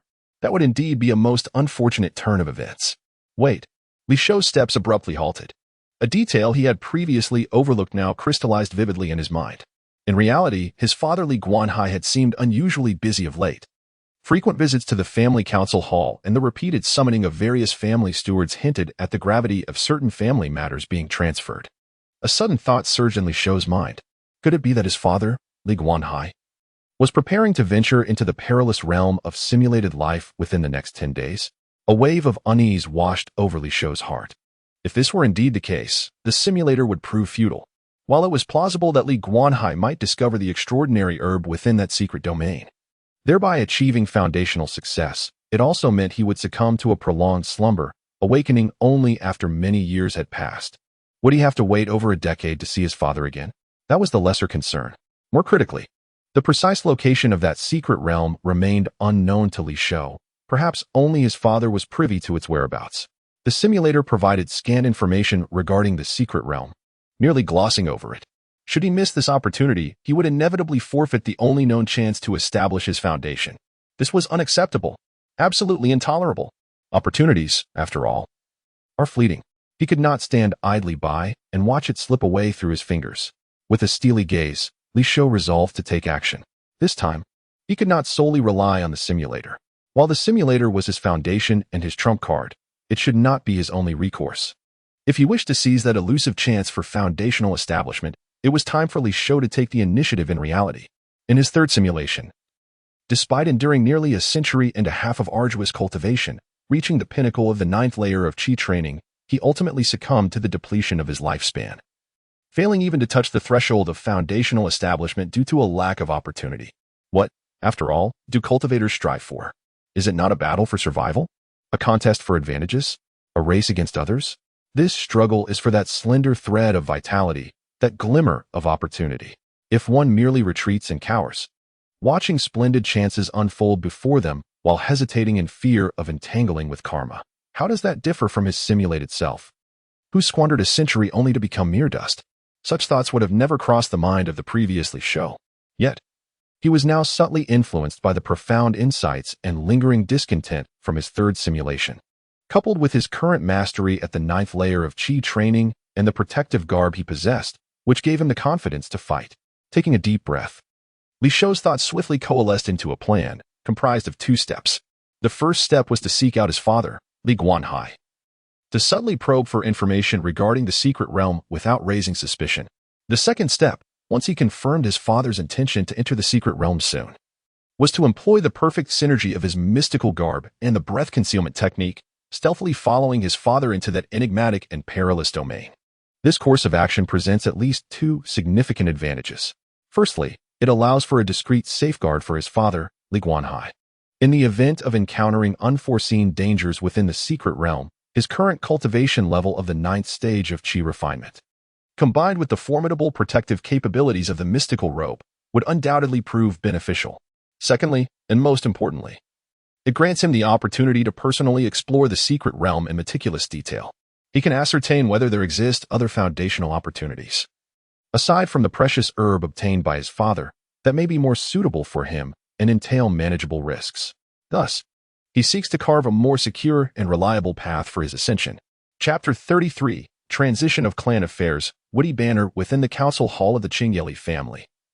The fragrant smoke from the sandalwood incense curled gracefully. The atmosphere was heavy with anticipation. The clan leader, Li Guanhai, sat at the head of the table, his gaze sweeping over the elders gathered below. In merely 2 days, the secret realm would be unveiled. Li Guanhai began to speak, his voice unassuming yet commanding enough to quell all distractions. During my tenure in the secret realm, I shall entrust the clan's affairs to you all. His eyes finally settled upon an elderly man with hair as white as snow, Li Xiantian. As the eldest among the clan, his profound cultivation and steady demeanor commanded respect. If I am not back within a month, Uncle Xiantian, you shall temporarily assume the position of clan leader. Upon hearing this, Li Xiantian's frail form trembled slightly, bowing in deference, though his countenance bore a weighty gravity. The expressions of the other elders varied. Some were anxious, others contemplative, while a flicker of inscrutable light danced in the eyes of a few. Ultimately, they all nodded in silent agreement, for the edict of the clan leader was not to be defied. Once all matters had been addressed, the elders, each harboring their own thoughts, rose to depart. Li Guanhai exhaled deeply, leaning back against his chair with a hint of weariness. Though the burden of clan affairs had been momentarily lifted, an inexplicable sense of emptiness lingered within him, as if something vital was amiss. His gaze drifted out the window, observing the dappled light upon the stone slabs of the courtyard, mirroring his current state of mind. Suddenly, a thought intruded upon his consciousness. This matter. It seemed he had yet to inform that little rascal, Shower. How should he broach the subject? To send a servant would be too brusque, too impersonal. But if he were to speak directly, what words could he possibly choose? Li Guanhai pressed his fingers to his brow, feeling a familiar wave of discomfort. In his youth, he had been a spirited aspirant of the immortal path, diligently cultivating to the 9th layer of qi refinement. Yet he had lingered at the threshold of foundation establishment for years, unable to break through. Disheartened, he gradually shifted most of his focus to the intricate affairs of the family. Under his stewardship, the Li family, while not soaring to great heights, had maintained a commendable order. The subtle factional disputes among the elders had been deftly resolved by him, affirming his position as a formidable clan leader. Yet, the complexities of family matters, especially concerning his beloved son, posed considerable challenges. The discovery of the secret realm had rekindled the ambition buried deep within him, the longing to pursue the path of enlightenment. For the sake of this elusive hope, he was willing to cast aside the weight of family duties and seize that slender chance for survival. Yet, he could not help but worry. Should his journey meet with misfortune, and if he were to perish, how would Shower react upon learning of his fate? Would it tarnish the purity of his son's aspirations, casting a shadow over his long journey of cultivation? The profound affection of a father, intertwined with the resolute determination of a cultivator defying fate, clashed tumultuously within the depths of his heart. He yearned to grasp that faint glimmer of hope while simultaneously fearing that his departure might leave his young son in desolation. Amidst Li Guanhai's tumultuous thoughts, a familiar presence entered the perimeter of his qi perception, approaching the council hall. The figure, diminutive and exquisitely sculpted, bore a youthful visage yet moved with a resolute gait entirely incongruous with his tender age of 3. A faint aura of cultivated energy emanated from him. Who else could it be but his beloved son, Li Shou? At this moment, Li Shou had already perfected the art of breath concealment to its utmost limits. His formidable cultivation at the 9th level of qi refinement was impeccably suppressed, presenting only a semblance of the 1st level of qi refinement, although he now stood at the same level as Li Guanhai. The marvel of breath concealment rendered even a practitioner of equal standing like Li Guanhai incapable of discerning the true depths of his abilities. Naturally, he remained oblivious to the fact that this seemingly harmless 3-year-old had, just the previous night, shattered through 8 levels, ascending to a height indistinguishable from his own. Li Shou immediately sensed the familiar consciousness that brushed against him. It was his father, Li Guanhai. Understanding dawned upon him, yet his steps did not falter, and his demeanor remained composed as he approached the door of the council chamber. Upon reaching the threshold, he paused and bowed slightly. "Father," he greeted in a clear, melodious voice. "Come in," came Li Guanhai's voice from within the hall. Li Shou stepped inside, his petite form exuding a sense of calm rather than fragility within the expansive chamber. He gazed at his father, seated in the principal position, and without preamble, he inquired, "Father, you seem particularly busy these days. Is something significant about to transpire within the clan?" At these words, Li Guanhai momentarily hesitated, taken aback. He regarded his 3-year-old son, whose demeanor was unexpectedly steady and whose eyes gleamed with clarity, and could not help but silently acknowledge the child's precociousness. Without a hint from him, Li Shou had already discerned some clues from his recent actions, observing the unusual brightness in Li Shou's eyes. Devoid of the typical innocence found in most children of his age, Li Guanhai remained silent for a moment before slowly responding, his voice tinged with a slight rasp. "Indeed, I must soon depart for a secret realm to seek foundational opportunities." Upon hearing this, Li Shou grasped the situation, mentally affirming his suspicions while maintaining an outwardly curious facade. He blinked innocently. "A secret realm? Is it at home? Why have I not heard of it? Is it very impressive?"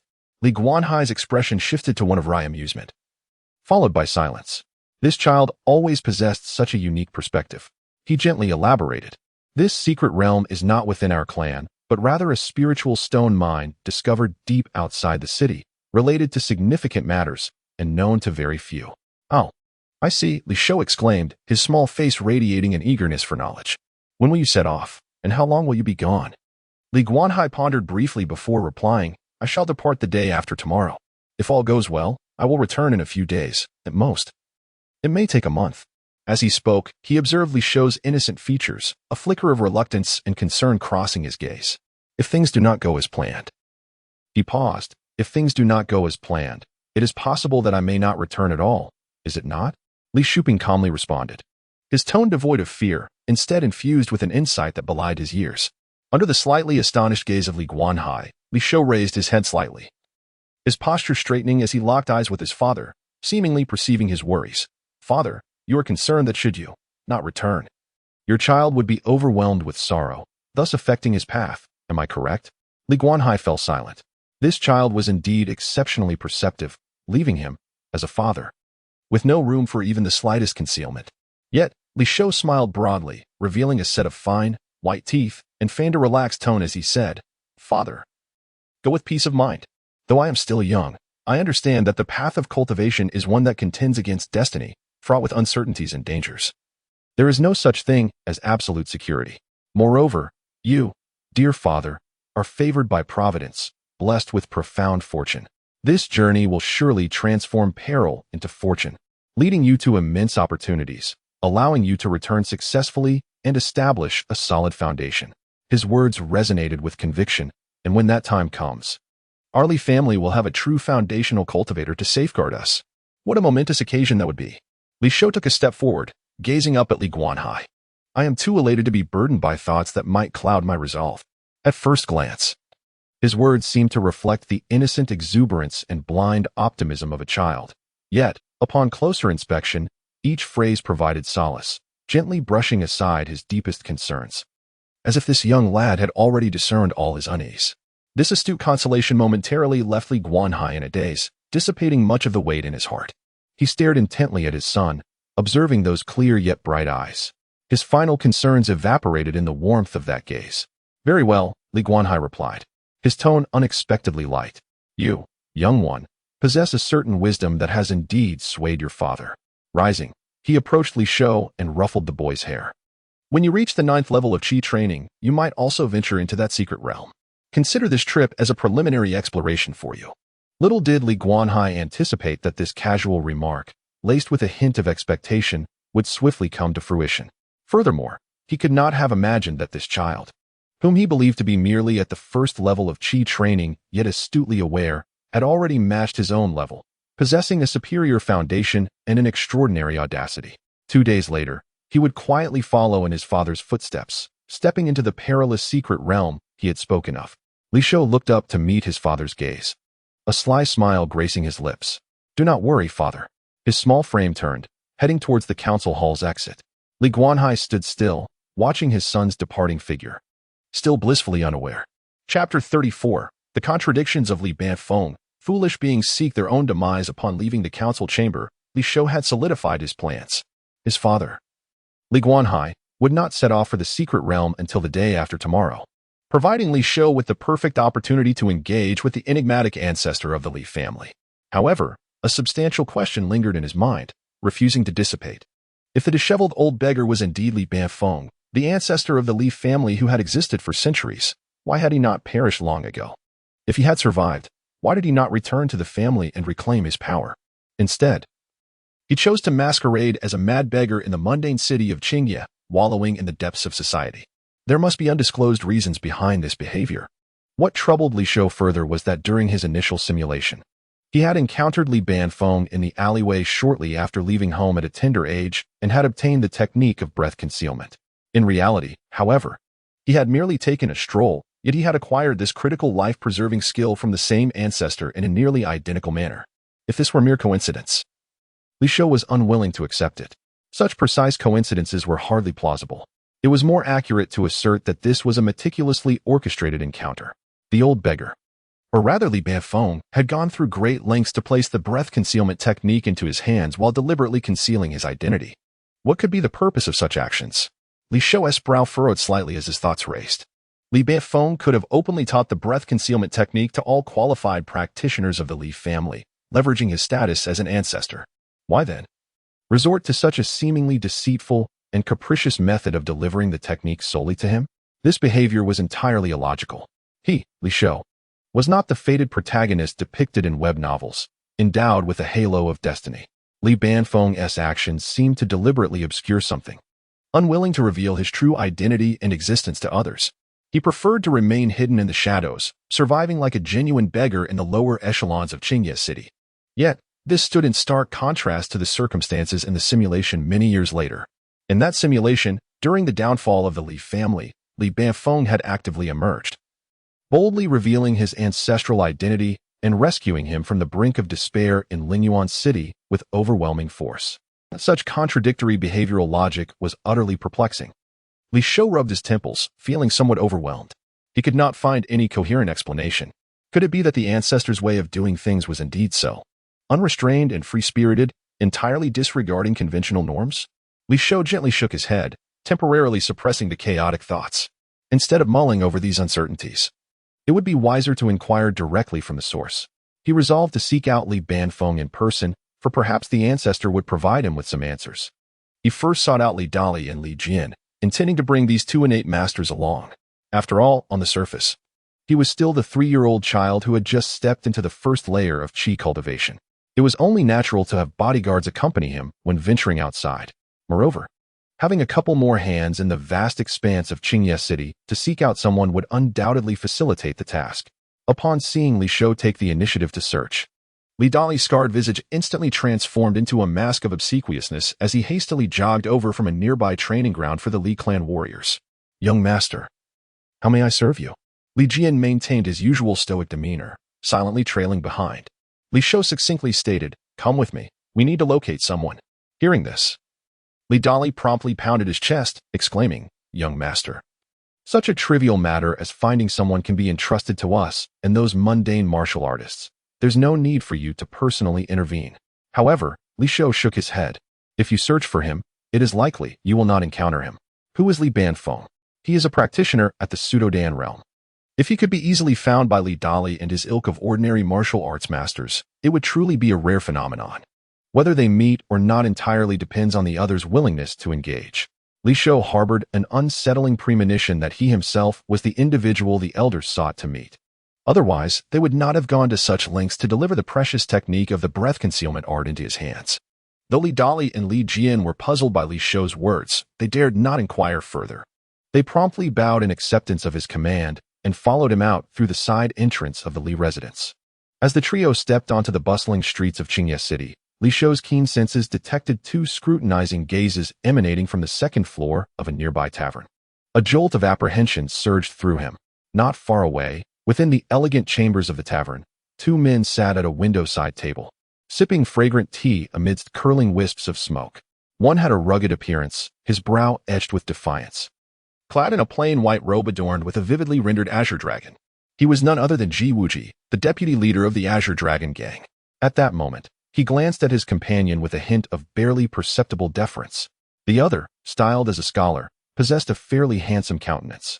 Yet the arrogance that occasionally flickered in his eyes stripped away any semblance of scholarly grace. A subtle aura of primal energy subtly pulsed around him, a practitioner of innate martial arts. Brother Ji, is that young lad downstairs the so-called young patriarch of the Li family? Kaihe, the scholar-like figure, spoke with a tone tinged with disdain. I see your Azure Dragon gang holds some sway in Qingye City. How is it that you are so lenient, allowing this insignificant Li family a share of the spoils? His gaze remained fixed on the young Li Shou below, a cruel smirk curving his lips as he continued, I propose we capture this little brat and make an example of him. Then we need not fear that the Li family would not obediently submit. Upon hearing this, Ji Wuji's complexion drained of color, and beads of cold sweat began to form on his brow. He hastily lowered his voice, suppressing his palpable alarm. Master Kai, tread lightly. The Li family is far from simple as it appears. My father has warned me that their foundations are unfathomably deep, and they must not be provoked lightly. Foundations? Kai scoffed, as if he had heard the most ludicrous joke in the world, his tone rising sharply, piercingly arrogant. No matter how profound one's background may be, can it truly rival the esteemed court of the Grand Qi dynasty? On the street below, Li Shou's steps remained unyielding, his youthful visage untouched by the tumult around him. It was as though he were entirely oblivious to the blatant malice and palpable menace emanating from above. He continued on with a measured pace. Though his once innocent eyes narrowed imperceptibly, a fleeting glimmer of icy resolve flickered deep within, so swift that it was nearly imperceptible. Casually, he cast a glance towards the source of the raucous laughter, his gaze sharp as an unseen blade, effortlessly piercing through the window panes of the loft, landing with precision upon the boisterous Kaihe. In the realm of cultivation, there exist such foolish mortals unaware of their impending doom. Li Shou's expression remained unchanged, his lips parting slightly as he uttered two words, devoid of any emotional inflection. Seeking death. Chapter 35. Threats must be eradicated. The beginning of the butcher's path to death. Li Shou's voice was barely a whisper, almost inaudible. Li Dali, standing beside him, vaguely caught the two words and briefly questioned his own hearing. However, as he abruptly turned his head, he met the piercing, icy gaze of his young master. Was that an intent to kill? A jolt of alarm surged within Li Dali, prompting him to instinctively glance around. There were no suspicious individuals provoking his master's ire. Apart from himself, the only other presence nearby was Li Jian, who stood a few paces back in a vigilant stance. Could it be that his master was referring to him? Had his excessive chatter disturbed his master's tranquility? The more he pondered, the more convinced he became. Cold sweat instantly beaded on his forehead. He hurriedly bowed, his voice betraying a slight tremor. Young master, I deserve death. I spoke too much. I shall reform and never dare to. Before he could finish, a somewhat youthful yet undeniably authoritative voice resonated in both his and Li Jian's minds. Dali, Jian, both of you are innate masters. How confident are you in quietly eliminating another innate master without attracting any attention? This was the secret transmission technique of cultivators. Li Dali snapped back to attention, his expression turning serious as he swiftly suppressed the doubts bubbling within him. After a moment of contemplation, he cautiously replied on behalf of the taciturn Li Jian. In the realm of innate masters, Jian and I are indeed among the elite. However, to eradicate a peer without alerting anyone poses considerable difficulty. He hesitated, tentatively inquiring, could it be that some indiscreet innate master has offended you, young master? I am willing to share your burdens, to brave fire and water, and face death without hesitation. None of this concerns you. Li Shou spoke directly this time, his tone returning to calm, his delicate features revealing no trace of shadow. Yet within him, a chilling intent to kill surged relentlessly. The grudges and pent-up resentment he had previously harbored in his simulated lives now surfaced like dark currents. Someone has harbored malicious thoughts against me? Excellent. This individual has become a tangible threat. As a threat, it must be eradicated in its nascent stage. He must die. However, a direct assault is not advisable. Li Shou was reluctant to prematurely reveal his true strength at the 9th level of Qi cultivation.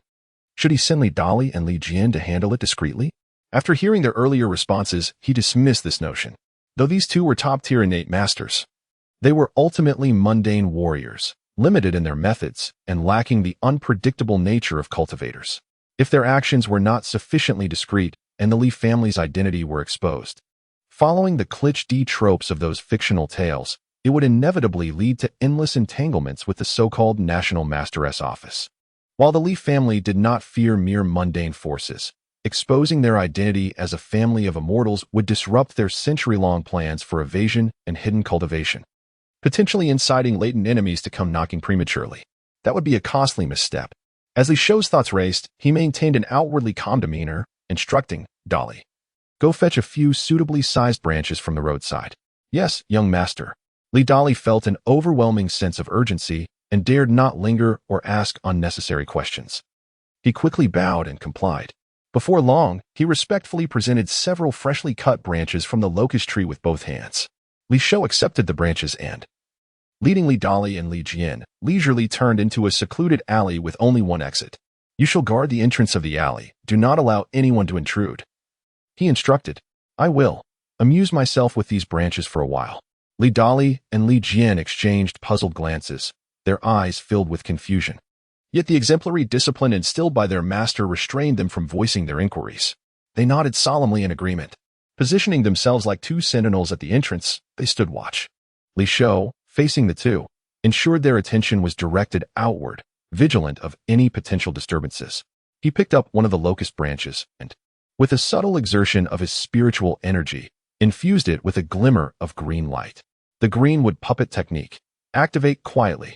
In an instant, a 3-year-old child, strikingly similar to him, vividly materialized in place. The child's clothing was wrinkled, hair gently tousled, and even the spark in those eyes was imitated with remarkable precision. Simultaneously, with a focused thought, Li Shou maximized the efficacy of the concealment technique, causing his form to rapidly fade from the air. Ultimately, he vanished entirely into the shadows of the alley, as if he had never existed. To the mundane eye, he became utterly imperceptible. After issuing instructions for the freshly animated greenwood puppet to remain engrossed in playing with the branches, Li Shou wasted no time. He swiftly transformed into an elusive shadow, silently darting towards the Li family residence. Since he could not rely on others, he would take matters into his own hands. The adversary he was destined to confront in the future was none other than the lofty and aloof Yuanying Jinjuan, who regarded all beings as mere ants. Today, a slight taste of bloodshed would serve as a modest rehearsal for the grand encounters that lay ahead, an endeavor not to be dismissed lightly. Time was of the essence. Li Shou was determined not to allow that treacherous individual, who harbored deadly intentions, to see the light of another day. It was time to act decisively. However, before doing so, he needed to return to the training chamber to retrieve a crucial item, the very core of his ability to eliminate his target discreetly. In the elegant loft above, Kai He peered through the window, observing the diminutive figure of Li Shou instructing his servants to gather branches below. He let out a derisive laugh. This child of the Li family, rather than marveling at the wonders of the street, shows interest only in a few worthless branches, truly a childlike disposition. Sipping his tea, he regarded the situation with disdain, with no other skilled members of the Li family nearby. This was a once-in-a-lifetime opportunity. Fortune favors the bold. Brother Ji, are you truly not considering this? Across from him, Ji Wui, the young vice leader of the Qinglong gang, broke into a cold sweat, repeatedly shaking his head, inwardly lamenting. Brother Kai, you jest. I have pressing matters to attend to at my estate. It is regrettably inconvenient for me to accompany you. I must take my leave. With that, he rose in haste, as if fleeing from venomous snakes, and departed without a backward glance. Observing the disheveled retreat of Ji Wuji, Kai disdainfully curled his lips and let out a cold snort. Humph. What a pathetic bunch the Qinglong gang is, mere short-sighted weaklings. If they cannot even dare to take this little risk, how can they ever aspire to greatness? He was reveling in the enjoyment of his fragrant tea, contemplating how to capture that young scion of the Li family for a hefty extortion, thereby extracting a substantial profit. Suddenly, the door to the private room swung open. A rugged figure with a defiant gaze strode in with great strides. Kai's smile faltered slightly, and a look of profound surprise flashed in his eyes. The person who had just fled was none other than Ji Wuji. Yet at this moment, there was no trace of the previous fear and unease on Ji Wuji's face. Instead, a nearly frenzied smile adorned his lips, accompanied by a sharp aura that felt unfamiliar to Kai. Brother Ji, what is this? Kai exclaimed, his eyes widening in confusion. Ji Wuji boldly took a seat across from him, grinning widely to reveal a set of gleaming white teeth, his eyes glinting with a bloodthirsty light. Brother Kai, I was foolish before. I've come to realize, just as you said, that fortune favors the bold. Let us join forces and pull off this grand heist. Chapter 36. The deceased was indeed alive upon hearing the words. Kai-He's expression first stiffened. The next moment, he threw his head back and laughed heartily, his laughter echoing throughout the loft. Ha ha, Brother Ji, I, Kai, have indeed not misjudged you. He patted Ji Wuji's shoulder with great vigor, exuding an air of unmatched grandeur. With a man of your caliber, who possesses such insight and understanding, the Qinglong gang shall surely soar to great heights in Qingye City, nay, throughout the entire De Qi dynasty. The future is boundless. In response, Ji Wuji also wore a smile, albeit one that did not reach his eyes. His gaze remained fixed on Kai-He, imbued with an inscrutable meaning. Nay, nay, it is you who possess such discerning eyes, Brother Kai, capable of perceiving the hearts of men. Were it not for your exceptional insight, how could I have this rare opportunity to conspire with you on such significant matters? He paused, slowly blinking.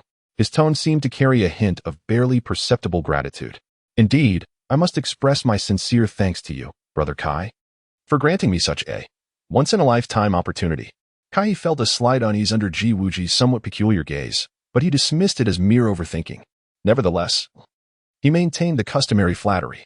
The two exchanged jovial banter, their laughter resonating harmoniously for a time. As the laughter subsided, Kai could hardly contain his eagerness, rubbing his hands together and lowering his voice. That little rascal from the Li family. I wonder where he has scurried off to. Perhaps hiding in some nook and cranny, playing in the mud. We must not let him stray too far, lest he disrupt our grand plans. Ji Wuji nodded earnestly, his tone adopting a sense of urgency. Indeed, Brother Kai speaks wisely. Just moments ago, I saw the little lad heading towards the city gate. It appears he intends to leave the city. I rushed back post-haste to inform you. Oh, leaving the city? Kai's eyes suddenly brightened, his heart swelling with joy. Haha. That little rascal truly chooses the path of least resistance. Within the city, we must tread carefully around the meddlesome officials of the Lord's residence. But once outside the city, the sky is high, allowing birds to soar freely. The sea is vast, enabling fish to leap at will. How easy it would be to deal with that little brat then. It certainly saves me considerable effort. Suppressing his inner elation, Kai confirmed. Are you truly certain of this, Brother Ji? Absolutely, Ji Wuji asserted, thumping his chest with conviction. Excellent, excellent, excellent, Kai exclaimed thrice. Unable to contain his excitement any longer, he slapped his thigh forcefully. There is no time to waste. Brother Ji, let us hasten out of the city and capture that little rascal without delay. Ji Wuji readily agreed, and the two wasted no further time. They swiftly departed the loft, one following the other, making their way to the western city gate. Their journey was unimpeded, and after passing through a few rudimentary checkpoints manned by martial artists, they found themselves outside the city. As I cast my gaze across the empty official road, not a trace of children could be found. Kai furrowed his brow in confusion and inquired, Ji brother, where are they? Ji Wuji scanned the surroundings. Perhaps the little one had wandered off in play. He spoke with conviction, do not fret, Brother Kai.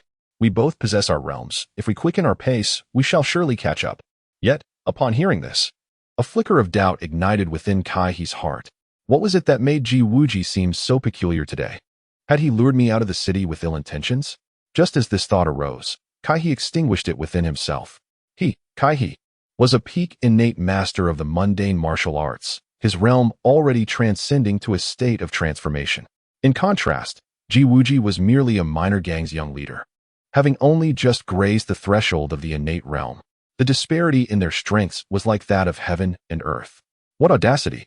What capability did he possess to harbor malign thoughts against me? It was merely my overthinking. With this realization, Kai cast aside any remaining doubts. He immediately harnessed his strength, unleashing the terrifying speed of an innate master, propelling himself forward like an arrow. However, in the next moment, the confidence on his face froze. Ji Wuji, who should have been far behind, was now shadowing him closely, his speed seemingly equal to Kai-He's. Moreover, there was an air of ease about him. It must be understood that the difference between the postnatal and innate realms was as vast as the chasm between heaven and earth. How could this be possible? Kai-He's heart jolted in shock. He was about to question whether Ji Wuji too had entered the innate realm. Yet, before he could utter a word, he was horrified to see Ji Wuji's figure rapidly shrinking before his eyes. The outline that belonged to a grown man rippled and twisted, resembling water waves. In an instant, it transformed into a tender child, approximately 3 years old. The child was exquisitely crafted, with delicate features, He wore a somewhat oversized sky blue brocade robe. This could only be the young clan leader of the Li family, Li Shou, whom he had been contemplating capturing. You, Kai He stammered. His tongue twisted in shock, pointing at Li Shou, unable to articulate a coherent sentence. What are you stammering about? How impudent. Li Shou's lips curled into a chilling arc that belied his youthful appearance, leisurely taking over the conversation. Indeed, the Ji Wuji you see now is merely an illusion conjured by Li Shou, using the mystical robe. After retrieving the robe from the training chamber, he had resolved to lure the oblivious Kai He out of the city, intending to eliminate him discreetly. In doing so, he would leave no trace, thus avoiding future complications. At this moment, Kai He felt an icy chill envelop him, an unprecedented fear gripping his heart. He found himself uncontrollably levitating, his limbs and body seemingly shackled by invisible chains, unable to move a fraction. What sorcery is this?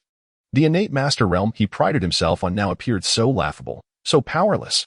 Li Shou gazed at the visage of sheer terror before him and let out a chilling smile. A mere trick of the hand, a manipulation of objects.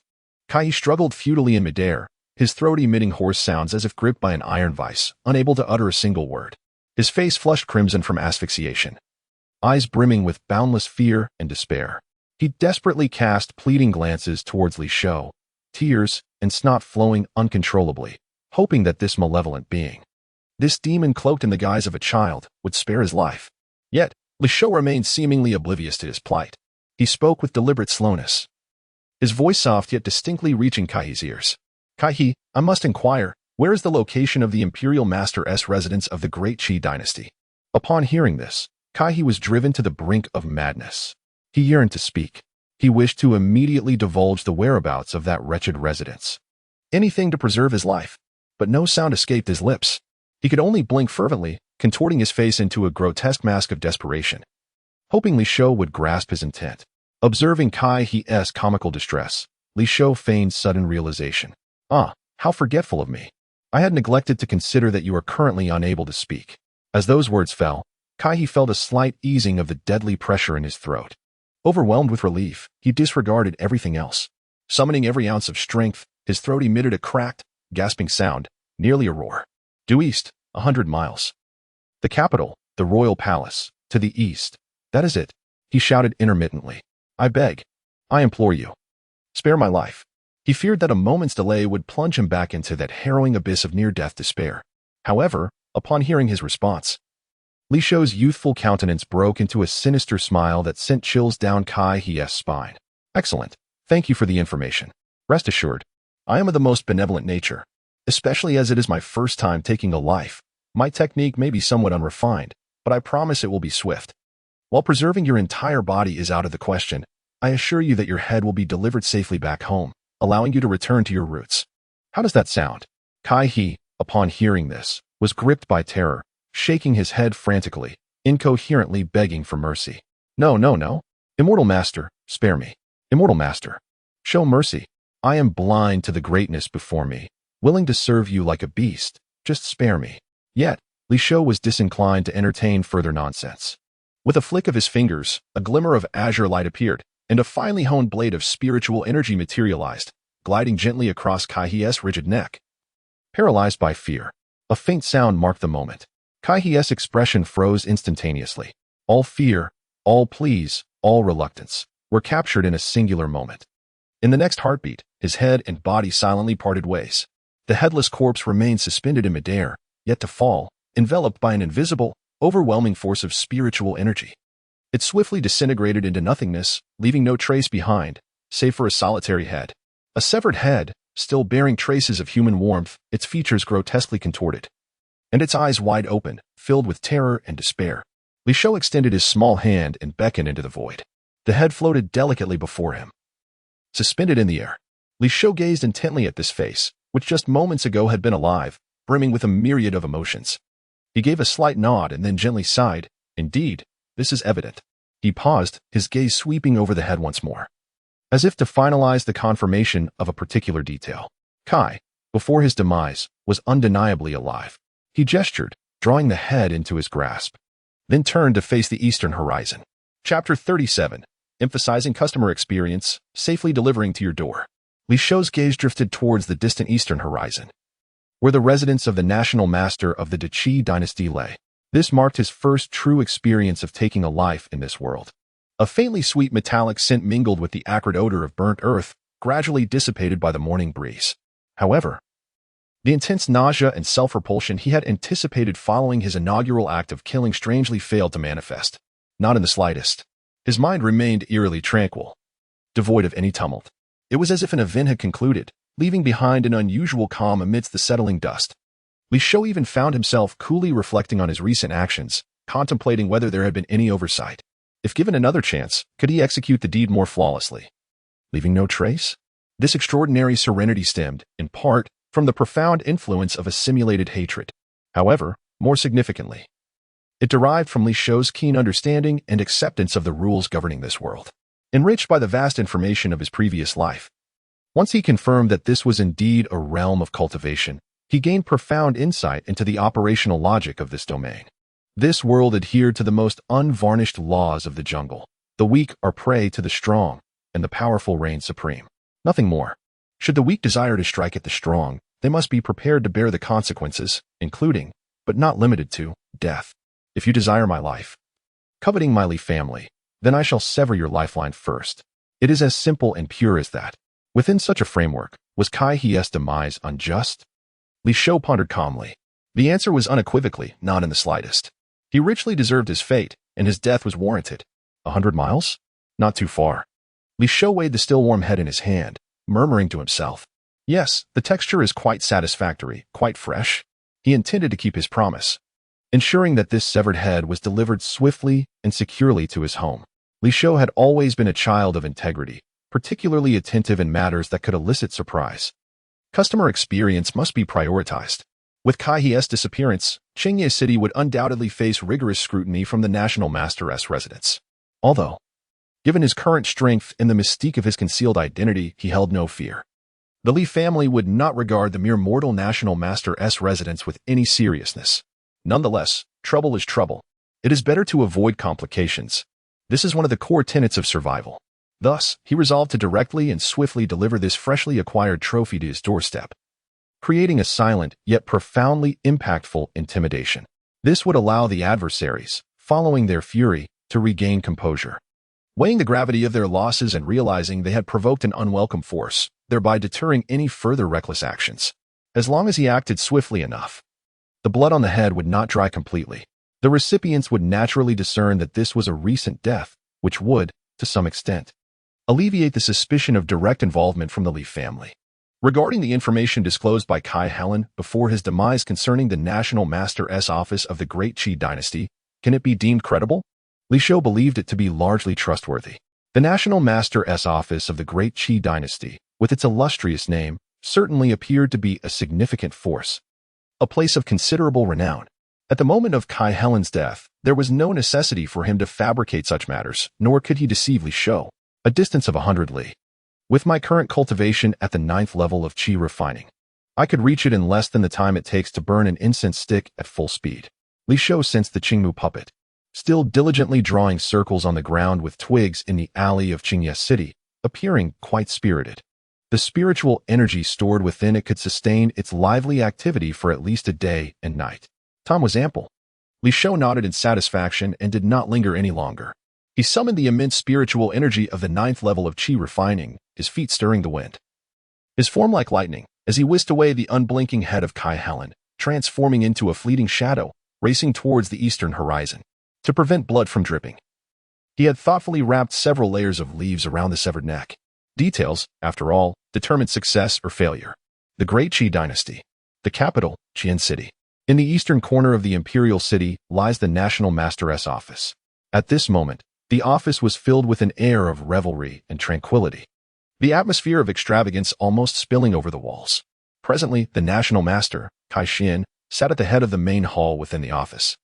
He appeared to be in his mid-40s, with a lean face and 3 strands of long beard cascading over his chest, his eyes slightly closed, exuding an aura of ethereal grace. Occasionally, maidservants approached quietly to serve tea, all of them possessing exquisite beauty and graceful figures, clad in thin garments that hinted at the spring warmth. As the National Master of the Great Qi dynasty, second only to the Emperor and favored by the current sovereign, Kai Xian's life was undoubtedly luxuriant.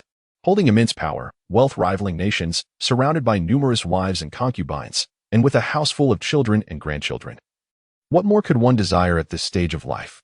He took a gentle sip of fragrant tea, and a self-satisfied smile unconsciously crept upon his lips. The circumstances of his current life were not due to his sagacity in governance or his adeptness in navigating human sentiments, but rather a single word: deception. Who could have imagined that the revered national master, esteemed as a celestial being by the current emperor, was in fact a consummate charlatan? In his early years, he was merely a wandering and impoverished Taoist, until by chance he stumbled upon a tattered tome titled An Introduction to Cultivating Immortality in a dilapidated cave. He cherished it as a treasure, seizing an opportunity during the emperor's excursion from the palace to create an elaborate ruse, expounding upon the so-called methods of attaining immortality. The befuddled old emperor believed every word, promptly welcoming him back to the palace and honoring him as the national master. From that moment on, the old emperor became so enthralled with the teachings of the cultivation path that he neglected state affairs for years, day and night dreaming of transcending into the heavens. Yet Kai Xian was acutely aware that the introduction to cultivating immortality was nothing more than superficial knowledge of the cultivation realm. He had merely sifted through it, excerpting a few enigmatic fragments and embellishing them slightly, rendering the old emperor utterly captivated, tirelessly delving into his studies. Whenever the old emperor inquired about matters of immortality, Kai Xian would feign an inscrutable demeanor, asserting that fate had its own course and that his majesty need not rush. Yet, deep within, he harbored disdain and contempt for the emperor. Life's triumphs must be savored to the fullest. Kai Xian mused softly, stretching languidly as he prepared to embrace his newly acquired concubine for a brief respite. At that moment, a dull thud echoed, soft yet distinct, reaching his ears. It seemed that something had fallen from the heavens, landing upon the bluestone tiles outside the hall. Kai Xian furrowed his brow, his contentment waning as he opened his eyes with annoyance. Which insolent servant dared to disturb his refined leisure? He turned towards the sound. There, on the bluestone, an object rolled about, round and plump. After a few rotations, it finally came to a halt. A human head. A head, stained with dried leaves and dust. Its eyes wide open, unblinking in death. Moreover, the edges of the severed neck were wrapped in several leaves, still glistening with the morning dew, fresh and dripping. The ease and satisfaction that had graced Kai Xian's face instantly froze. His pupils constricted sharply as he fixated on that head. Breath, at that moment, ceased. That face, that youthful visage, marked by terror and resentment, belonged to none other than his most accomplished and cherished 32nd son, Kai He. Who else could it be? Chapter 38. The Methods of the Immortals. A chilling scream pierced the tranquility of the National Master's residence. Kai Xian, in that moment, bore no resemblance to the dignified figure of a sage he typically embodied. The grand chair beneath him was pushed back in a panic, nearly toppling over. The surrounding maids and concubines were rendered pale with fear, their screams echoing, creating a cacophony that engulfed the entire hall in chaos. As the piercing cries began to subside, Kai Xian struggled to calm his racing heart, realizing that no further attack was imminent. In his youth, while wandering the world as a wayward Taoist, he had encountered countless grotesque spectacles. He had even used the bones of the dead as a pillow. This was merely a momentary lapse of composure in the face of an unexpected event. His expression darkened, a tempest of emotions brewing within. His gaze was fixated on the severed head before him. His 32nd son, Kai He, had been nurtured with rare herbs since childhood. His physique honed to a level far beyond ordinary mortals, firmly standing on the threshold of innate mastery. How could he possibly be so easily decapitated? And that very head presented to him? Such an occurrence defied all logic.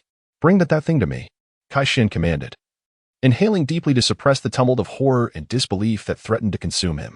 A somewhat braver servant, trembling with trepidation, approached cautiously, hands quaking as he gingerly lifted the head. Perhaps overwhelmed by anxiety, the servant stumbled, allowing the still fresh blood to drip along the way, leaving a gruesome trail on the polished stone floor. Fool, Kai Xian muttered under his breath, his gaze unwaveringly locked on the approaching head. As it drew near, he fought against the nausea that churned in his stomach, squinting to scrutinize the face twisted in terror, the eyes wide open in their final moments of shock. There was no mistaking it. This was indeed his beloved son, Kai He. A chill surged from the soles of Kai Xian's feet to the crown of his head. Could it be a disguise? Clinging to a sliver of hope, he reached out, his fingertips icy as they explored the terrified visage. The texture of the skin, the outline of the bones, as he confirmed that this was not a mere illusion, but the genuine head of his own flesh and blood. His face drained of color, devoid of any trace of blood. It was real. It was truly here. A torrent of dreadful speculation surged through his mind. His son was an innate master. If someone could slay him with such ease, their strength must at least match his own, if not exceed it. Yet, how could even an equally matched innate master infiltrate the heavily guarded outer courtyard of the National Master's residence and silently penetrate into the depths of the inner sanctum where his family resided? The ability to silently deliver a severed head naturally also grants the power to quietly extinguish a life. Yet, the assailant refrained from taking action, leaving behind the head as a chilling warning, a stark, blood-soaked admonition. The more Kai Xian pondered, the colder his heart grew, beads of cold sweat trickling down his forehead, dampening his temples. His gaze instinctively fell, suddenly noticing the clean cut at the neck of the severed head, smooth as glass. It was evident that death had been instantaneous, without even a hint of struggle. What kind of divine weapon could sever the head of a congenital master with such ruthless efficiency? No. Even mythical weapons require their wielder to possess overwhelming power. A thought flashed through his mind, one that seemed absurd to ordinary martial artists, yet perfectly aligned with the eerie scene before him. The means of the immortals. Only such celestial techniques could elucidate this entire scenario. With a thud, Kai Xian's legs weakened, and he could no longer support his body. Sliding straight down from the grand chair, crawling forward a few steps before kneeling heavily on the ground. At that moment, he had no regard for the dignity of the national master or the astonished gazes of those around him. "Spare me, immortal master. Spare me." Kai Xian wept profusely, prostrating himself at the empty doorway of the grand hall, his voice hoarse and filled with anguish. That ungrateful son, Kai He, had long been cast out by the old man, severing their father-son bond. His every action had nothing to do with the old man or the Kai family. He pleaded for the immortal master's mercy. Kai Xian's lament echoed throughout the vast hall, tears and snot flowing freely, swearing and vowing, nearly summoning his ancestors from their graves to testify. He desperately proclaimed that he harbored no resentment whatsoever, wishing only for the immortal master to turn the page on this matter and spare his insignificant life. In the shadows, Li Shou executed his concealment technique to perfection, quietly observing the farcical drama unfolding within the national master's residence. Kai Xian's pitiful, tear-streaked visage, as if he wished to burrow into the earth, appeared genuine. Excellent. This simplifies matters. Li Shou nodded slightly, feeling quite satisfied. The fear in that old man's eyes was authentic. He was evidently terrified. The effect of this intimidation surpassed his expectations. Li Shou had always adhered to his own principles. One does not offend unless provoked. Since Kai Xian had completely capitulated, he saw no need to further shed blood or annihilate an entire family unless absolutely necessary, a task he typically held in disdain. His objective had been achieved. Confirming that his opponent had become a startled bird, unwilling to pursue this matter further, Li Shou decided it was time to depart. The spiritual energy cultivated to the 9th level within him began to circulate quietly. In the next instant, his form dissipated like a wisp of green smoke, swiftly retreating without a sound. After all, over in Qingye City, his wooden puppet awaited the handover. The next order of business was to meet with the esteemed elder, Li Banfeng. As for this interlude at the National Master's residence, it was merely the removal of a thorn that might have pricked his foot. He certainly does not have the leisure to linger over such trifling matters. Unbeknownst to Li Shou, everything he had just executed, from beginning to end, was observed by a figure cloaked in the shadows, lurking deeper within. The adept, Li Banfeng, similarly harnessed the art of breath concealment to its utmost, rendering his presence nearly imperceptible. He gazed in the direction where Li Shou had departed, a flicker of keen insight igniting in his murky old eyes, and a knowing, appreciative smile crept across his lips. Ah, the calculated approach, the decisiveness in action, and the meticulousness in covering one's tracks. Li Banfeng stroked his disheveled, unkempt beard with satisfaction, nodding in approval. A low chuckle, tinged with both contentment and a hint of pride, escaped his lips. This style of operation, this fierce determination, and this intellect, this young man is indeed akin to myself. Chapter 39. Extraordinary insight and self-justification. However, at this moment, Li Banfeng's seemingly murky old eyes narrowed slightly. Within the narrow crevice, a glimmer of brilliance flashed fleetingly, though the aura of that young child had been meticulously restrained. The fluctuations in his cultivation unmistakably indicated he had reached the 9th level of qi refinement. He mused inwardly, finding this rather intriguing. He distinctly recalled that just a few days prior, this child had barely managed to achieve the first level of qi refinement. Such rapid progress, even by Li Banfeng's standards accumulated over centuries, was indeed rare. As for the notion of a prodigious spiritual root and the extraordinary ability to cultivate at an astonishing pace, such phenomena were not entirely unheard of within the vast realm of cultivation. It occurred to him that he had yet to thoroughly investigate the child as spiritual root. The spiritual root lies concealed within the Dantian's qi si, and a cultivator seeking to discern it typically employs one of three methods. The first method involves utilizing a natural wonder known as a talent stone, where the subject's cooperation allows for a glimpse into their potential, posing little danger. The second method entails a high-level cultivator employing special secret techniques to probe a lower-level cultivator's Dantian, which similarly requires the latter to be open and receptive. Otherwise, it could easily lead to chaotic energies and potential madness. The third method is far more forceful, where a high-level cultivator, armed with vastly superior power, forcibly penetrates the Dantian with their consciousness to investigate. Such an approach is both domineering and perilous. A moment's carelessness could obliterate a person's foundational path and sever their route to immortality. Though Li Banfeng did not consider himself a paragon of virtue, he had yet to stoop to such depths. Furthermore, he found himself rather fond of the child's demeanor. The old man was elated rather than inclined to commit despicable acts that would harm his own descendants. Li Banfeng moistened his cracked lips, a flicker of comprehension passing through his murky gaze. Rather than subscribing to the notion that this child possessed some divine, unparalleled talent, it seemed more plausible to believe. A fleeting realization sparkled in his eyes, as if clouds had parted to reveal the sun, illuminating his understanding. It must be the miraculous influence of the Xianyu gourd. In that instant, clarity washed over him, dispelling all prior doubts. The old man had spent decades studying it without uncovering its true nature, yet the child had discerned its extraordinary efficacy in just a few days. When he spoke of this, there was no trace of regret or resentment over being outpaced by a junior. Rather, his face radiated unreserved admiration and delight, akin to witnessing a seed he had sown finally sprouting forth with vigor.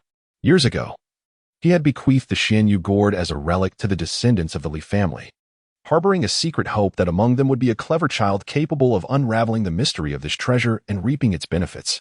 Since it was a legacy he had already entrusted, there was no reason for envy or desire to reclaim it. Each individual has their own fate, their own opportunities. If this child could, through his own capabilities, penetrate the enigma and soar to new heights, that was his fortune, his prowess. How intriguing, truly captivating. Li Banfeng chuckled softly, his gaze deepening even further. Little child, I am eager to see what magnificent tree this intriguing seed of yours can grow into. He lifted the gourd of liquor at his waist and tilted his head back, taking a hearty swig of the fiery spirit.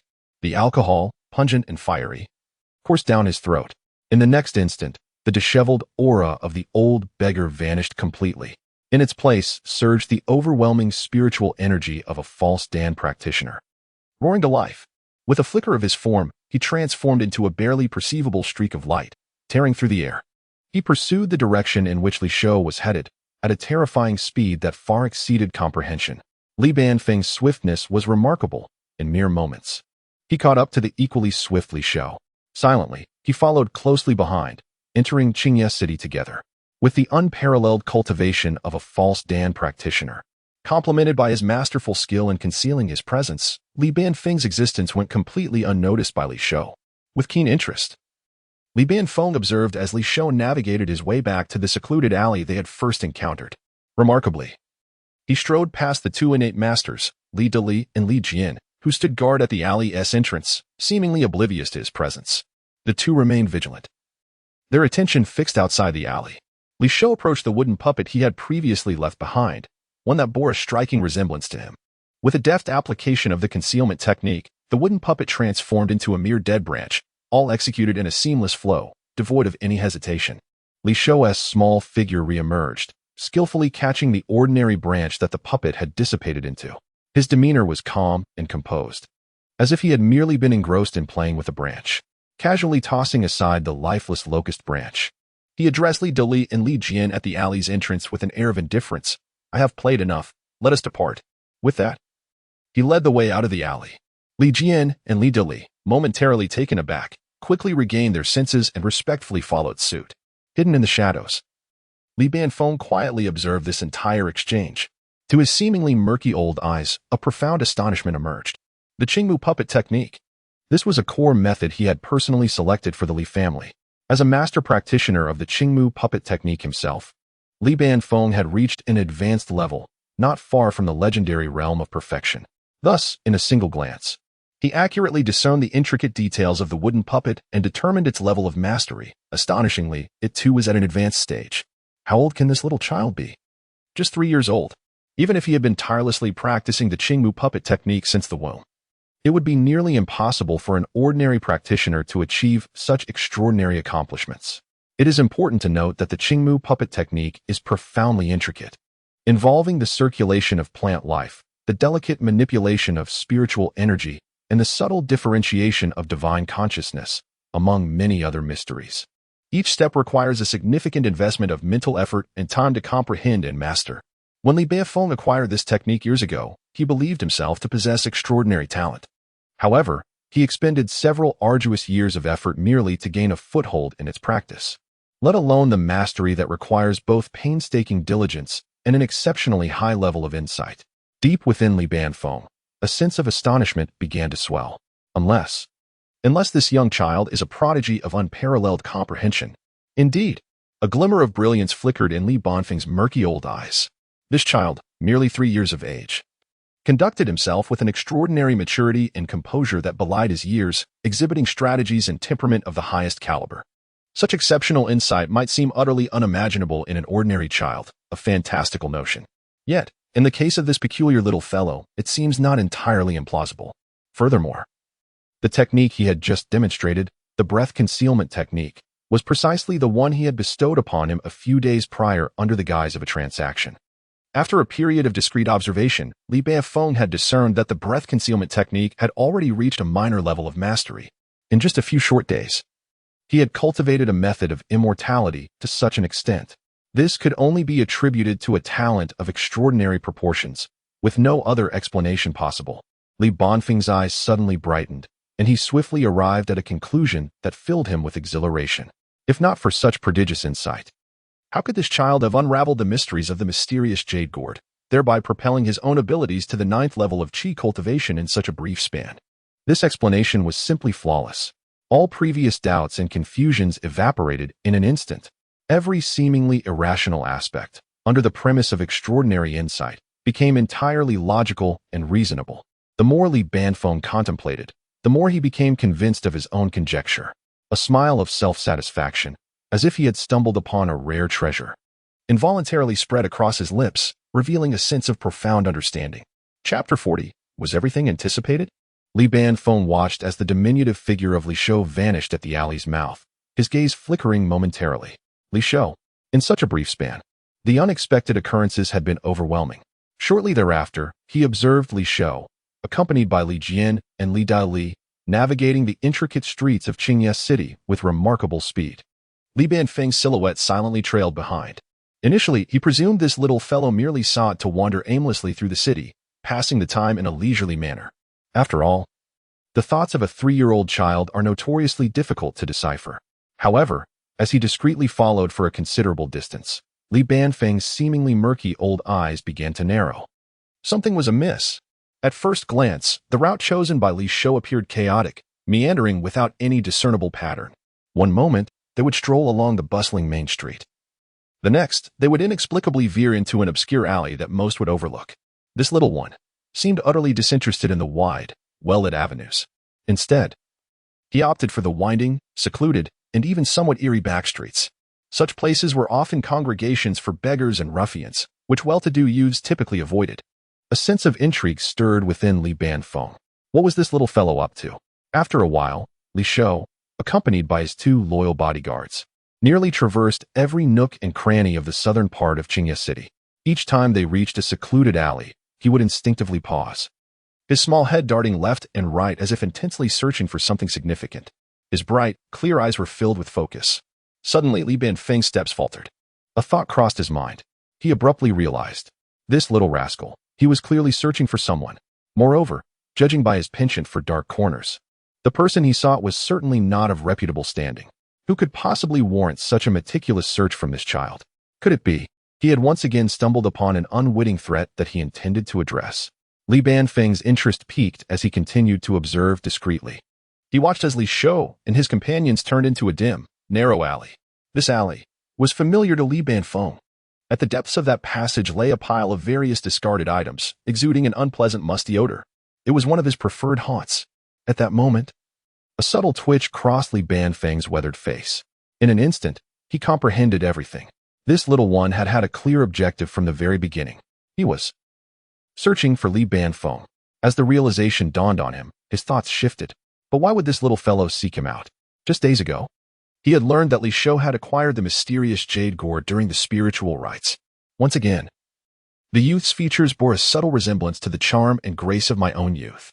A whimsical thought crossed my mind, leading me to believe that this child and I shared a profound connection and possessed great potential. As fate would have it, when Li Shou ventured out for a leisurely stroll, I seized the opportunity to bestow upon him the breath retention technique under the guise of a trade, treating it as a modest token of our initial encounter. In the days to come, this fortunate child would have a greater chance of survival on his path of cultivation, ensuring he would not meet an untimely demise. At that moment, I perceived him merely as a perceptive 3-year-old, and thus I gave without deeper contemplation. Little did I anticipate. Just a few days later, the child seemed to sense something extraordinary and sought me out. Li Banfeng couldn't help but admire this precocious 3-year-old. A seed of cultivation with astonishing insight. Very well. A smile of acceptance graced my heart, and I felt no desire to conceal myself any longer. At the alley's entrance, I swayed slightly, and the breath retention technique, which had once harmonized me with the universe, dissipated quietly. Li Shou, accompanied by Li Deli and Li Jian, ambled through the alley, his senses keenly probing the surroundings. Suddenly, he felt a stirring within him. An overwhelming, majestic force, tinged with a hint of dominance and weariness, surged unexpectedly from behind. Then, a pair of dull thuds echoed as Li Deli and Li Jian collapsed to the ground. Startled, Li Shou swiftly turned around. There lay his companions, eyes shut and faces calm, evidently having succumbed to a deep slumber in an instant. It was then that Li Shou discerned the third figure standing there. Clad in tattered, filthy garments, the figure appeared aged and weary, with murky eyes. Yet, within those depths flickered a mischievous glint. His gestures seemed madcap, yet there was an air of nonchalance about him. Who else could this be but the enigmatic ancestor of my family? Child, Li Banfeng finally spoke, his voice slightly hoarse, his gaze piercing into Li Shou's youthful face, a smirk playing upon his lips. Since you have come seeking me, I shall no longer indulge in cryptic games.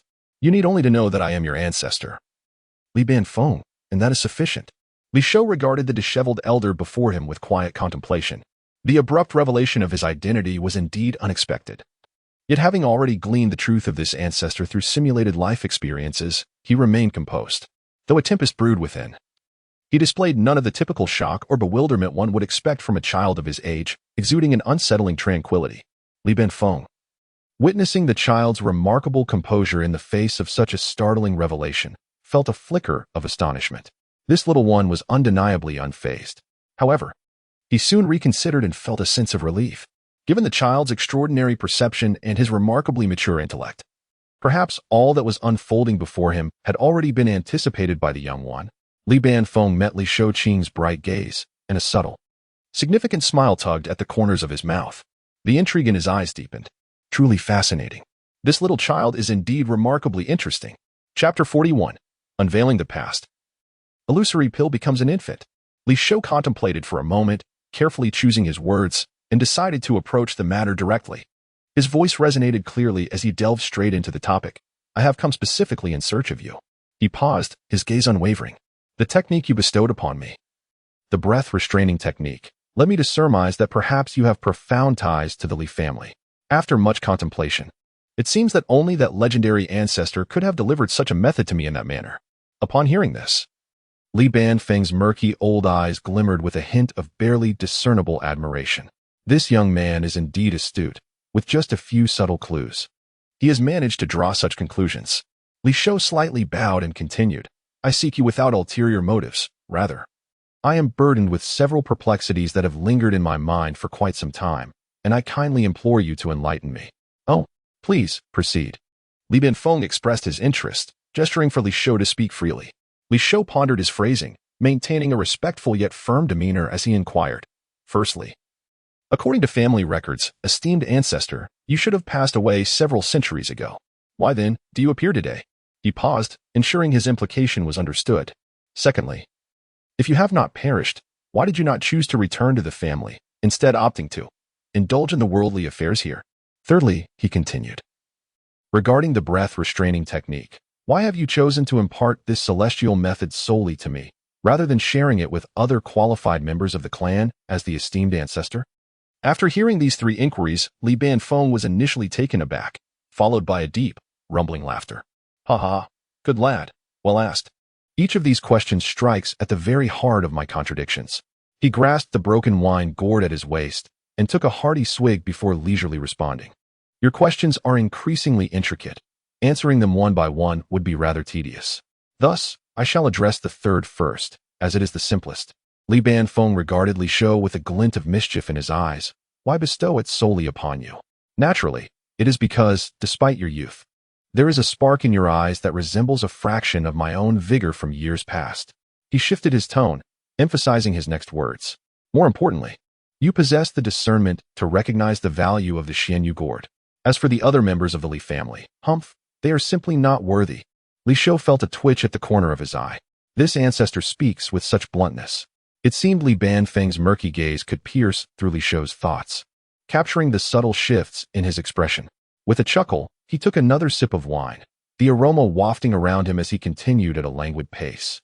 As for the first question, the truth is, I never actually died. With Li Banfeng's recounting, a tale long buried for 3 centuries began to unfurl before him.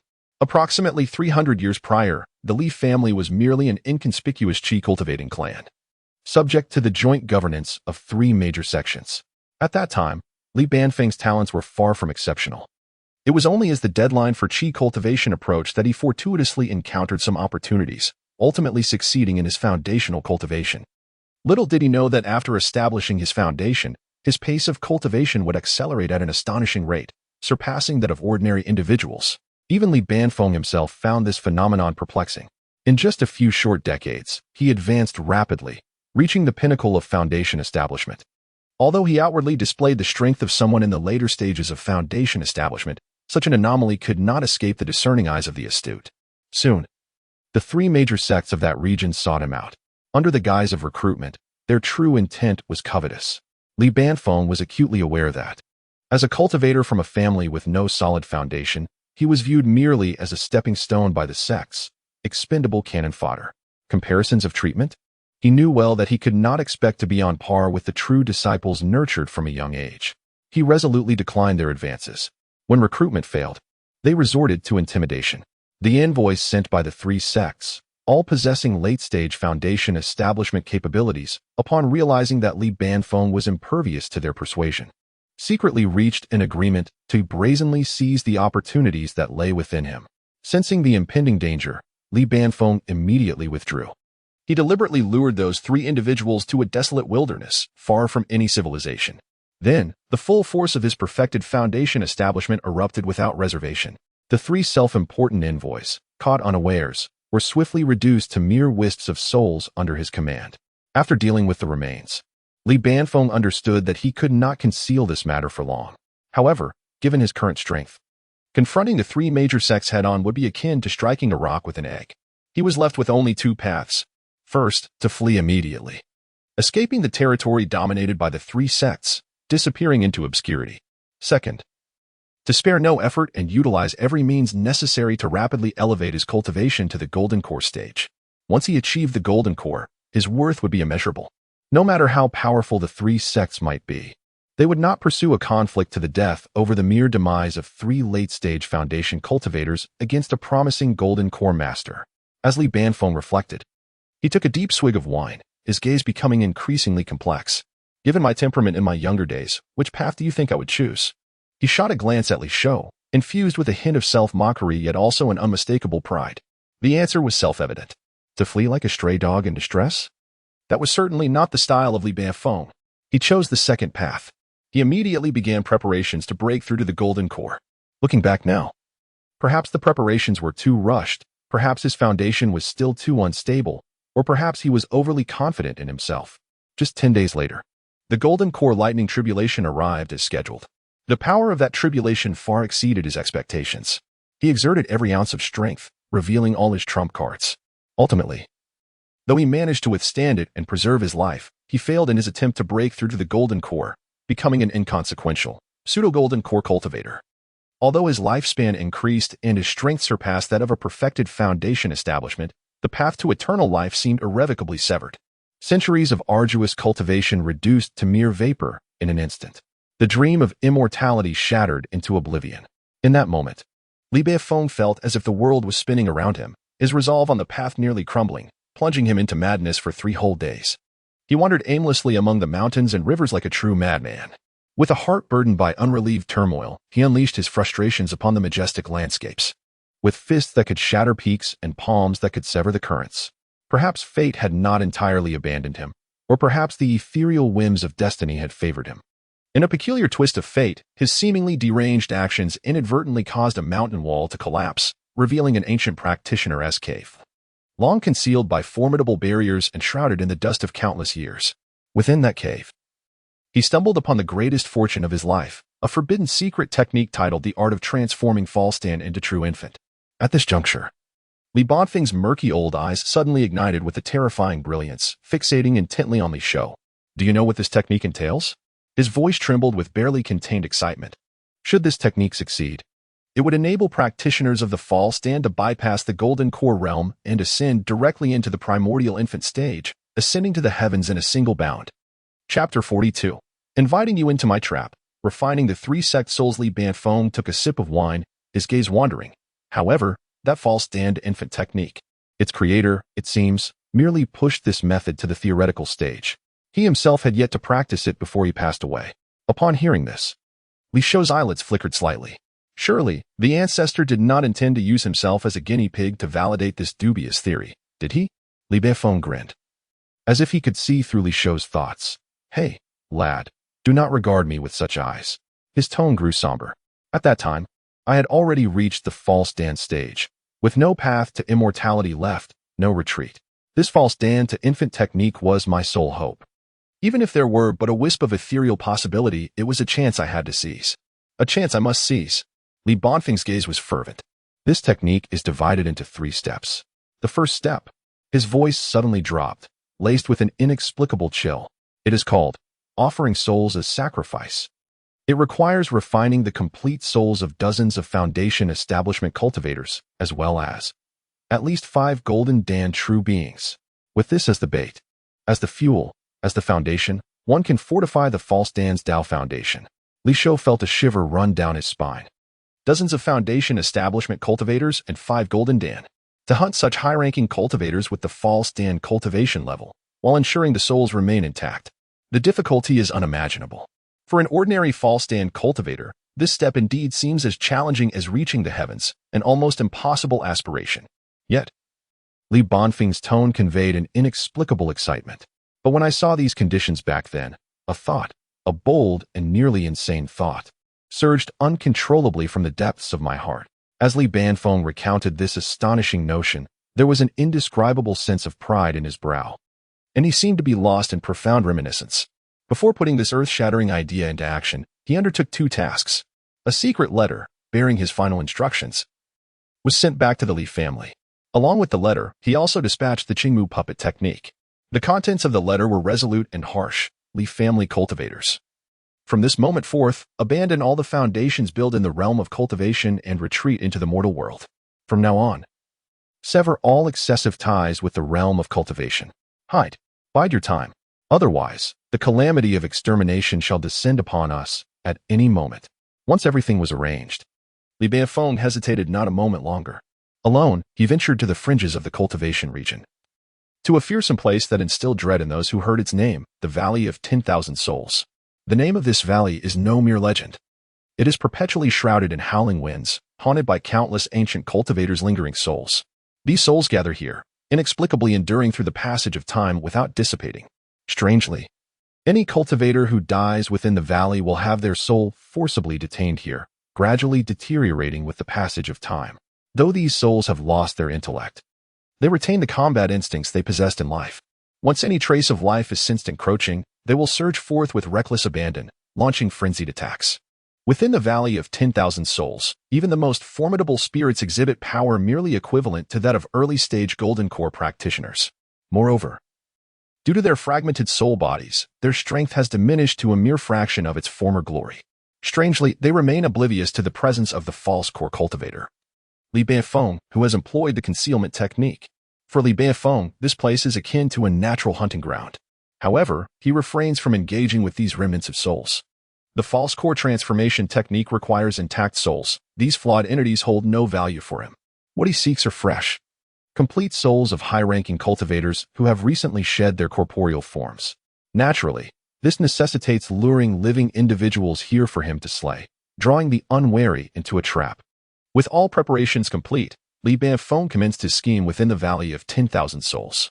Spreading rumors has never been a daunting task, especially when such news is intertwined with the promise of opportunity. Within a mere 3 days, the news of Li Banfeng, a late-stage foundation establishment cultivator, acquiring a chance for a nascent soul, resonated throughout the realm of cultivation like wings taking flight. Countless cultivators were stirred into action. Greed swiftly overshadowed reason, compelling them to flock to the Valley of 10,000 Souls, fully aware of its perilous nature. Why? Simply because the allure of the nascent soul was overwhelmingly enticing. No one questioned the veracity of this information. After all, who would be foolish enough to publicly disclose the existence of a colossal opportunity that could invite their own demise? Wouldn't that be inviting an untimely end? Furthermore, it wasn't long before discerning individuals noticed that the once vibrant members of the Li clan had seemingly vanished from existence, leaving their affairs in the cultivation world abandoned as if they were worthless rags. This only served to further validate the authenticity of the news. The Li family was evidently preparing to flee en masse, intent on monopolizing the opportunity. As time progressed, the 3 major sects in that region finally sensed something amiss. Not a single cultivator sent to negotiate with Li Banfeng returned. There was no word from them. How could a mere loose practitioner, ostensibly at the late stage of foundation establishment, cause 3 sect members of the same rank to vanish without a trace? What does this signify? The only plausible explanation: Li Banfeng must possess an earth-shattering opportunity of immense magnitude. Everything unfolded according to Li Banfeng's meticulous calculations, fermenting almost flawlessly. The 3 major sects, realizing the gravity of the situation, acted decisively. They dispatched a formidable force of 9 Golden Core Masters accompanied by hundreds of competent foundation establishment cultivators. They boarded several massive flying vessels, advancing with overwhelming might, swiftly overtaking all the scattered practitioners drawn by the news. In a display of brute force, they sealed off all other entrances to the Valley of 10,000 Souls, cutting off access for those errant cultivators. They proclaimed loudly, "This Li Banfeng, this opportunity for a nascent soul, is now firmly within the grasp of our 3 sections. All idle individuals, withdraw at once. Otherwise, face annihilation." Though many scattered practitioners were reluctant, they had no choice but to retreat in the face of the formidable alliance of the 3 major sections. As the 3 major sects entered the Valley of 10,000 Souls, filled with joy, they remained oblivious to the chilling intent of Li Banfeng, whose murderous aura had long since locked onto them. With thoughts racing through his mind, Li Banfeng decided to reveal himself, stepping forth before the cultivators of the 3 sections. This unexpected appearance left the sect members astonished, quickly giving way to wild joy and a fervent pursuit. Li Banfeng turned and fled. As a false core cultivator, his speed of escape was astonishing. Moreover, with the remarkable operation of the concealment technique, the countless souls within the valley rendered him invisible, inadvertently becoming a natural barrier against the pursuing sect members. In an instant, despite their numbers, none of the 3 sect cultivators could catch a glimpse of Li Banfeng. As the chase continued for an extended period, although Li Banfeng remained uncaptured, he did not demonstrate the overwhelming power surpassing that of a late-stage foundation establishment cultivator. Yet, he bizarrely seemed immune to the soul attacks.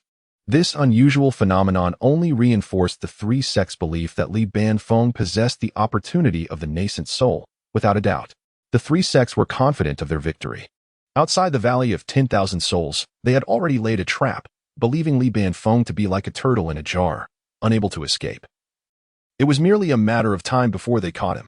However, the prolonged pursuit and the relentless soul attacks began to sow discord among the cultivators of the 3 sections. Pre-existing grievances had festered over the years, leading to growing suspicion and even violent clashes among them during the hunt for Li Banfeng. What began as a pursuit turned into a chaotic melee among the three major sections. The sect members engaged in fierce combat with the restless souls of the valley, resulting in the gradual fall of Foundation establishment cultivators. Seizing the opportunity, Li Banfeng would quietly return to refine these complete souls using secret methods. Ordinary Foundation establishment cultivators posed no threat to him, while the Golden Core cultivators from the three sects were too embroiled in their internal strife to pay heed to anything else. This provided Li Banfeng with an exceptional advantage. The 9 esteemed Golden Core masters, amidst fierce infighting and the relentless assault of the restless souls, became increasingly battered and beleaguered. Eventually, the first Golden Core master fell. Soon after, a second followed. By the time the 5th Golden Core master met his demise with an anguished roar, the souls of the 5 recently deceased exploded with overwhelming resentment and murderous intent, instantaneously joining the fray. This development extinguished any thoughts among the remaining Golden Core masters of halting their conflict. They were compelled to continue the fight. No one anticipated that at the very moment when chaos and carnage reigned supreme within the Valley of 10,000 Souls, Li Banfeng, who had remained silent and observant, would finally act. As a false core cultivator endowed with extraordinary opportunities, he seized the moment amid the tumultuous clash between the 5 newly manifested Golden Core souls and the other cultivators. He resolutely struck out, successfully refining the complete souls he required. Thus, the first step of the false core to nascent soul technique was achieved. Chapter 43, The Struggle of Two Hearts. Borrowing infants to transform infants, the 9 Golden Core cultivators present were predominantly at the early stage of Golden Core cultivation, with the mightiest among them being merely at the mid-stage. Frankly speaking, the disparity in strength between early-stage Golden Core cultivators and those of the false core realm was not an insurmountable chasm. Moreover, Li Banfeng was to contend only with souls that had lost their corporeal forms. Additionally, Li Banfeng had never been one to adhere to the lofty ideals of a virtuous gentleman. He often chose to ambush the Golden Core souls during their fierce battles with others. Once he struck, success was almost assured.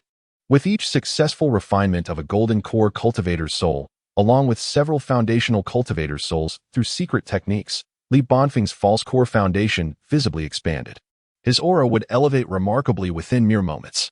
The surviving Golden Core cultivators could only watch in astonishment as this individual, who had previously been merely at the late stage of foundation establishment, suddenly erupted with strength surpassing that of a typical false core. And this power continued to amplify at an astonishing rate. They were left in a state of bewilderment, mistakenly believing that Li Banfeng was cornered and resorting to some forbidden technique that compromised his foundation to contend with them desperately. Furthermore, they had to remain vigilant against potential underhanded tactics from the cultivators of the other 2 sections. These sagacious Golden Core cultivators, without a moment's hesitation, opted for a strategic retreat. Witnessing their leader, a Golden Core master, fleeing, the mere foundation establishment cultivators scattered like birds and beasts, disbanding in an instant. Li Banfeng, engrossed in the meticulous refinement of the already wounded Golden Core souls, did not pursue the fleeing soldiers. In an instant, the vast One Soul Valley was left desolate, devoid of any remaining cultivators from the 3 sections. After completing the refinement of those souls using secret techniques, Li Banfeng's false core foundation was significantly reinforced, and he deemed himself superior to the average early-stage Golden Core cultivator based on his current strength. As for whether he could withstand a mid-stage Golden Core, he himself was uncertain. At that moment, Li Banfeng reopened the tome titled False Core Cultivation Techniques, directing his gaze towards the crucial second step. As he recounted this, the Li Banfeng in reality paused, then slowly spoke. This second step is termed the struggle of two hearts. By invoking the secret technique, a cultivator's soul autonomously differentiates into a simulated heart demon within their consciousness. This compels the cultivator's true self to contend against this heart demon. Once commenced, the two hearts are like water and fire, irreconcilable and locked in a struggle to the death. Should one succeed, their path of the heart becomes harmonious and indomitable. Should one fail, the cultivator's true self dissipates entirely, supplanted by the heart demon, which seizes control of the entity. Li Shou felt a chill run down his spine, his face betraying his astonishment. Is this secret technique not exceedingly sinister? He abruptly turned to Li Banfeng, an uncontrollable thought surging within him. Could it be that the ancestor had already completed this perilously formidable second step? Li Banfeng seemed to perceive the doubts swirling in Li Shou's mind, regarding him with a smile that was neither here nor there. What if I told you? I am that heart demon, the true ancestor of the Li family. In the course of contending with me for the path, has long since had his soul scattered. Do you believe it? Li Shou was indeed startled by this statement, breaking into a cold sweat.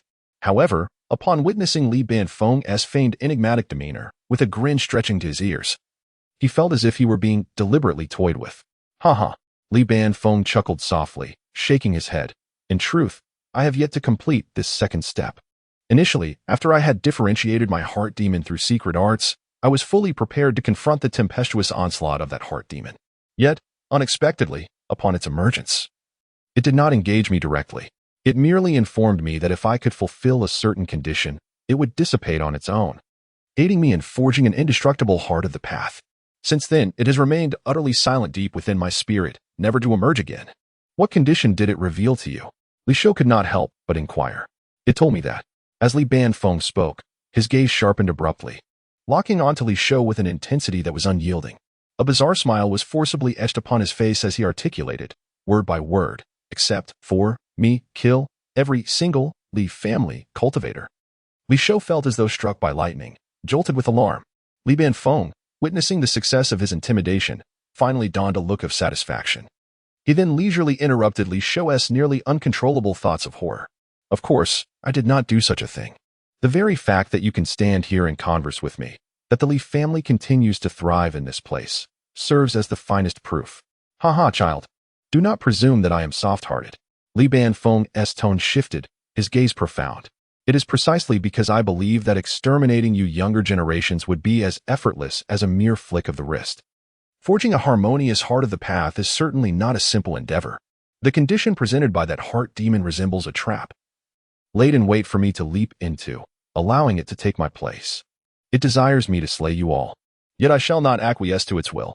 I have chosen not to enter the Li family's stronghold, yet for centuries, I have lingered near this vicinity, quietly observing each of you as you are born, grow, and eventually pass away.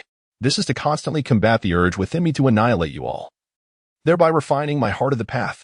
As Li Shou listened to Li Banfeng's extraordinary revelations, a sense of clarity washed over him.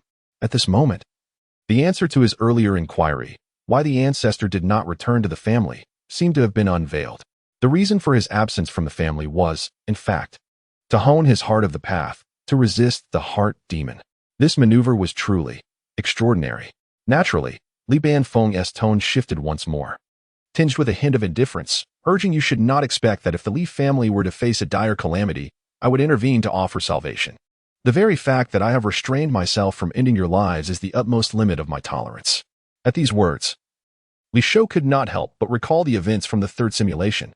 In that instance, Li Banfeng had indeed rescued both him and his father, Li Guanhai, from the brink of despair.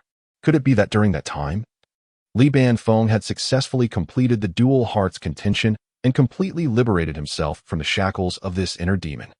Thoughts raced through Li Shou's mind, prompting him to inquire, Ancestor, what then is this third step? A knowing chuckle escaped Li Banfeng's lips.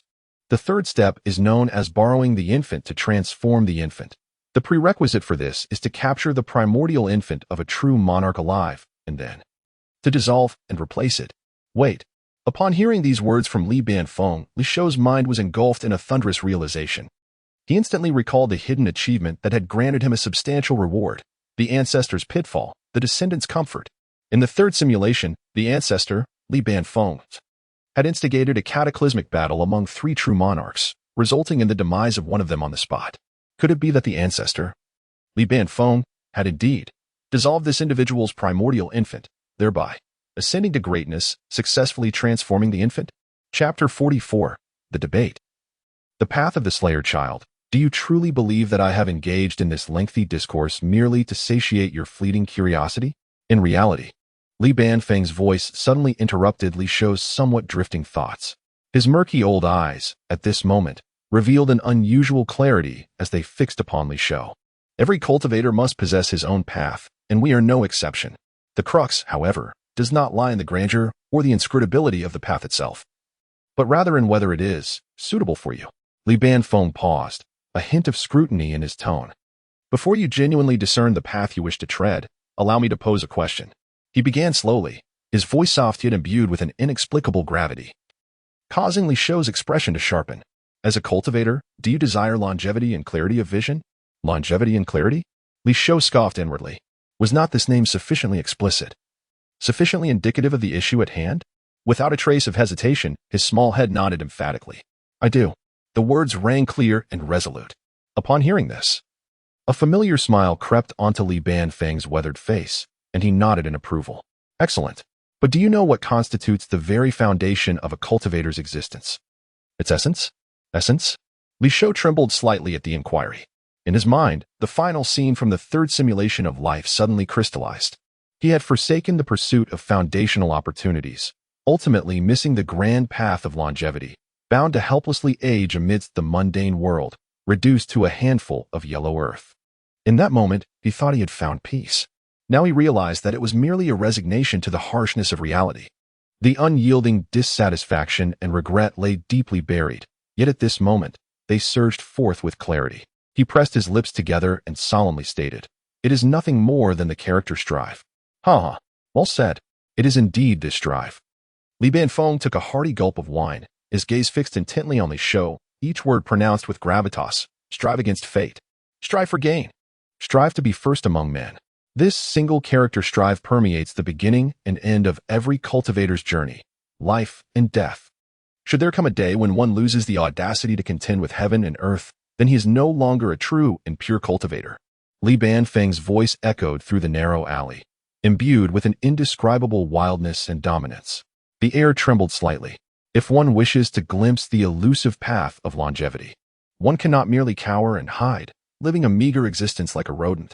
To strive at the right moment, according to one's capabilities, is the true path. He looked at Li Shou, his eyes gleaming with the light of memories. In my early days of cultivation, I was solely devoted to arduous practice, awakening only when the end was near. It was precisely through striving that I fortuitously grasped that slender chance to establish my foundation. After the foundation was firmly established, the envoys of the three sects came to threaten and entice. Had I not fought back, I would have long since turned to dust, and today would not have existed. Upon becoming a false Dan, acquiring the technique of false Dan to infant, do you comprehend how arduous the first step, offering one's soul as a sacrifice, truly is? If I do not venture into the valley of 10,000 souls to seize that slender chance of survival, how could I ever hope to be intertwined with the path of eternal life? Li Banfeng's voice resonated like a thunderous bell, his gaze piercing as he fixed his eyes upon Li Shou's bright and clear orbs. My struggle is born from the fierce majesty of slaughter, the supreme reverence achieved through bloodshed. I shall slay until none dare to contest me, until countless cultivators bow their heads, not daring to look up. This is my path. He suddenly gulped down a large draught of strong liquor, the liquid trickling down his unkempt beard, revealing his wild demeanor. So, child, how will you engage in your struggle? In the narrow alley, the air momentarily stiffened. Li Shou stood still, hesitating to respond. Bowing his head, his small frame appeared somewhat fragile beneath Li Banfeng's overwhelming presence. He fell into contemplation as scenes flashed through his mind. In the first simulation, at the tender age of 16, newly embarked on the path, he was inexplicably pierced through the heart by a sword in a secret chamber. Such humiliation. In the second simulation, despite his desire to advise his family, he could not avert the impending doom, nor could he resist the emotional ties that compelled him to return to his ancestral home, only to have his neck easily snapped by lurking enemies, dying with unclosed eyes. In the third simulation, he treaded cautiously, surviving for a century. Had it not been for the covert intervention of the ancestor Li Banfeng, who orchestrated the demise of that nascent soul true lord, even if he could have lived to an old age, that so-called peace would have been nothing but a castle in the air, collapsing at the slightest touch. 13 years hence, those who slaughtered the Li family would inevitably arrive. They are the sword of Damocles hanging overhead, unavoidable calamities. They are threats. They are the obstacles that must be crushed to allow Li Shou to seek the path of immortality. The overwhelming hatred and unwillingness accumulated from his simulated lives surged within him, tumultuous and roaring in his young chest. Li Shou slowly lifted his head. Within his eyes, which should have been innocent and pure, a glimmer of bloodlust flickered, accompanied by a depth and chill incongruous with his age. He possessed a simulator. He could foresee crises. He could discern opportunities. His struggle should not be one of passive waiting, nor of relying on the whims of fortune, nor of placing hope in the protection of others. His struggle ought to be proactive, thorough, leaving no room for future repercussions. My struggle, Li Shou spoke, his voice soft, like a gentle breeze. It shall be to eradicate every budding threat to my struggle, to obliterate any existence daring to obstruct my struggle, before they can truly manifest as a threat, wiping them completely from this world, to extinguish all variables at their source. He gazed at Li Banfeng, his youthful visage marked by a grim resolve. Articulating each word with crystalline clarity, this path of mine may well be termed the path of the human slayer. Chapter 45, The Cruelty of Fate and the Futility of Spiritual Roots. Li Banfeng was momentarily taken aback by the words of the young Li Shou, a mere 3-year-old child, who spoke with an unexpected decisiveness and a palpable air of bloodshed. Soon after, he erupted into a thunderous, maniacal laughter that echoed through the narrow, secluded alley, infused with a touch of madness and exhilaration. Ha ha! The path of the human slayer. What a splendid phrase! His gaze burned with intensity as he scrutinized Li Shou from head to toe. Who would have thought, you little one, that you could rival my youthful audacity? Your temperament, your spirit, resonate deeply within me. He nodded in appreciation, but then his tone abruptly shifted to a grave seriousness. However, my boy, I must caution you. Should you wish to traverse this path of eternal life, even if you harbor no ambitions to compete in the future, it may ultimately prove futile. He paused, lowering his voice to deliver an undeniable truth.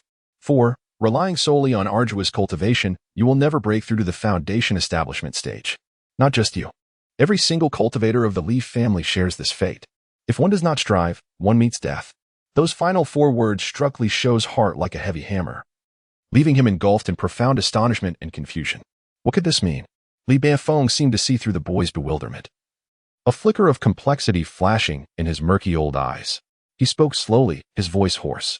Child, do you know how many years my Li family has endured before me? Without waiting for a reply, he continued in a near whisper. Before my time, the family records have documented a lineage spanning 1,000 years.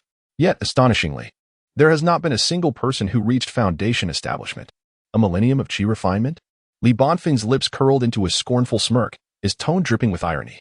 Despite the generations of my family, with all their supposed limitations, after 1,000 years of gathering spiritual resources and arduous cultivation, one would expect at least a few fortunate souls to break through, wouldn't one? Li Shou's heart trembled, his face a mask of disbelief. 1,000 years without a single breakthrough? This was indeed exceedingly peculiar. Wasn't spiritual root aptitude the key determinant of a cultivator's speed and potential? Could it be that the Li family had been cursed to produce only low-grade spiritual roots for generations? That thought instinctively surfaced in his mind. Once again, Li Banfeng seemed to penetrate his thoughts, erupting in a derisive scoff. In my youth, I too devoted considerable effort to meticulously examine the records of our ancestors. Across that long millennium, not only were low-grade spiritual roots scarce, but even mid-grade ones appeared only occasionally. There was even a fleeting instance of a high-grade spiritual root. But, at this juncture, I must ask, did they ever achieve foundation establishment? Low-grade spiritual roots toil throughout their lives, ultimately exhausting their lifespans, only to fade away in the qi refinement stage, bereft of hope. Of middling spiritual roots, exhausting the family's resources, secluding oneself in a futile endeavor, ultimately leading to a cataclysm of spiritual energy, resulting in death and oblivion, such as the fate of the so-called prodigy endowed with superior spiritual roots. The conclusion remains hopeless. The practitioners of the family are exceedingly precious. Most adhere strictly to the teachings of their forebears, fearful of deviating even a fraction. Yet, not a single individual has managed to ascend to the foundation establishment stage through diligent cultivation. Is this not a curious phenomenon? They appear as though ensnared behind an invisible barrier, firmly kept from crossing the threshold into foundation establishment. No matter how fervently they struggle, they cannot surpass even a fraction. It is akin to the old man, once rejected by the ethereal path of Golden Core. At this juncture, Li Banfeng spoke with a tone laden with deep resentment and unyielding spirit. Had it not been for my unwavering resolve, my unwillingness to succumb to despair, I would have sought a glimmer of hope beyond, fearing that my end would mirror theirs. He recounted his past attempts at attaining the Golden Core, his words still imbued with defiance and pride. He asserted that while his ambition may have appeared reckless, it was not born of blind arrogance. He had meticulously studied the myriad ancient texts concerning the tribulations of Golden Core. He believed himself fully prepared. Yet, when the cataclysmic thunder of tribulation descended upon him, its ferocity far surpassed any depiction in those texts. That was no ordinary Golden Core tribulation. To have survived that near-certain demise was nothing short of miraculous. Li Binfeng's gaze suddenly fixed intently upon Li Shou. I surmise that our Li family lineage has been subjected to a curse. The word curse sent a jolt through Li Shou's heart. Merely hearing it exuded an air of foreboding and peculiarity. A serious glint flickered in Li Binfeng's eyes. He explained with deliberate caution, curse is a term steeped in mystery. I gleaned fragments of its essence from a severely damaged ancient text. Such enigmatic and unpredictable methods have likely been lost to the annals of time within the contemporary cultivation world. It is an intricate and invisible restriction imposed by powerful ancient practitioners upon another cultivator or their descendants. Li Shou listened intently. His brow furrowed as he endeavored to comprehend these revelations that upended his understanding. The implications bore both positive and negative connotations. For the practitioners of the Li family, relying solely on methodical cultivation renders the breakthrough of significant barriers nearly impossible. Li Binfeng's voice grew increasingly somber as he continued to unfold this alarming conjecture. Should one forcefully attempt seclusion to break through, they would often invoke tribulations far beyond the ordinary, leading to an end of death and oblivion. This, perhaps, is the adverse effect wrought by the curse, which may well be termed heaven's jealousy. Only by venturing forth, striving, seizing, and claiming amidst the perilous dance of life and death, can one uncover that slender thread of extraordinary, hidden opportunity. It is this thread that may offer a faint glimmer of hope to shatter the shackles of limitation and achieve success. However, Li Binfeng's tone abruptly shifted. His voice carried an unmistakable undercurrent of uncontrollable excitement. Once the breakthrough is achieved, do you recall, my dear, that I once proclaimed? After my own breakthrough to the foundation establishment stage, I swiftly surged forth, akin to a raging torrent, toward the pinnacle of that realm. In my time, I was but a mere cultivator with a lowly spiritual root. How could I have possibly possessed such astonishing speed of cultivation? This serves as yet another crucial basis for my belief that this is the influence of the curse. Perhaps, alongside the calamities it brings, this curse also bestows a modicum of advantage. After overcoming the layer of heaven's jealousy, the cultivation speed of the Li clan's practitioners will receive an astonishing enhancement. This could be aptly termed as heaven's favor. If the Li clan's practitioners wish to achieve success in the path of immortality, they must endure the capricious cycles of heaven's jealousy and heaven's favor to survive against the odds. At this moment, Li Binfeng's gaze was fixed intently upon Li Shou. My child, do you grasp the significance of this? It implies that the commonly held belief regarding the spiritual root qualifications determining the limits of a practitioner's cultivation is utterly inapplicable to us. Spiritual roots? What do they amount to? Li Binfeng spoke with disdain, infused with a profound contempt and disdain for the established rules of cultivation. They are entirely unworthy to serve as shackles restraining the pursuit of the Tao by the Li clan's practitioners. Li Shou was left utterly speechless. The notion that spiritual roots are irrelevant? This completely overturned his understanding of cultivation, which had been shaped through 2 lifetimes and numerous simulated experiences. Alas, Li Binfeng's tone shifted to one of melancholy, for in the present day, aside from myself, there remains no other capable of breaking through the foundation establishment stage within the Li clan. Thus, while this curse may lead to ruin, it may also pave the way for future opportunities. Li Binfeng patiently awaited, granting Li Shou ample time to digest this earth-shattering revelation. After a considerable pause, he slowly continued, Of course, among the current practitioners of the Li clan, I alone have successfully broken through to the foundation establishment stage. To hastily conclude that this heaven's jealousy and heaven's favor is a collective curse targeting all descendants of the Li clan based solely on my solitary experience would be overly presumptuous.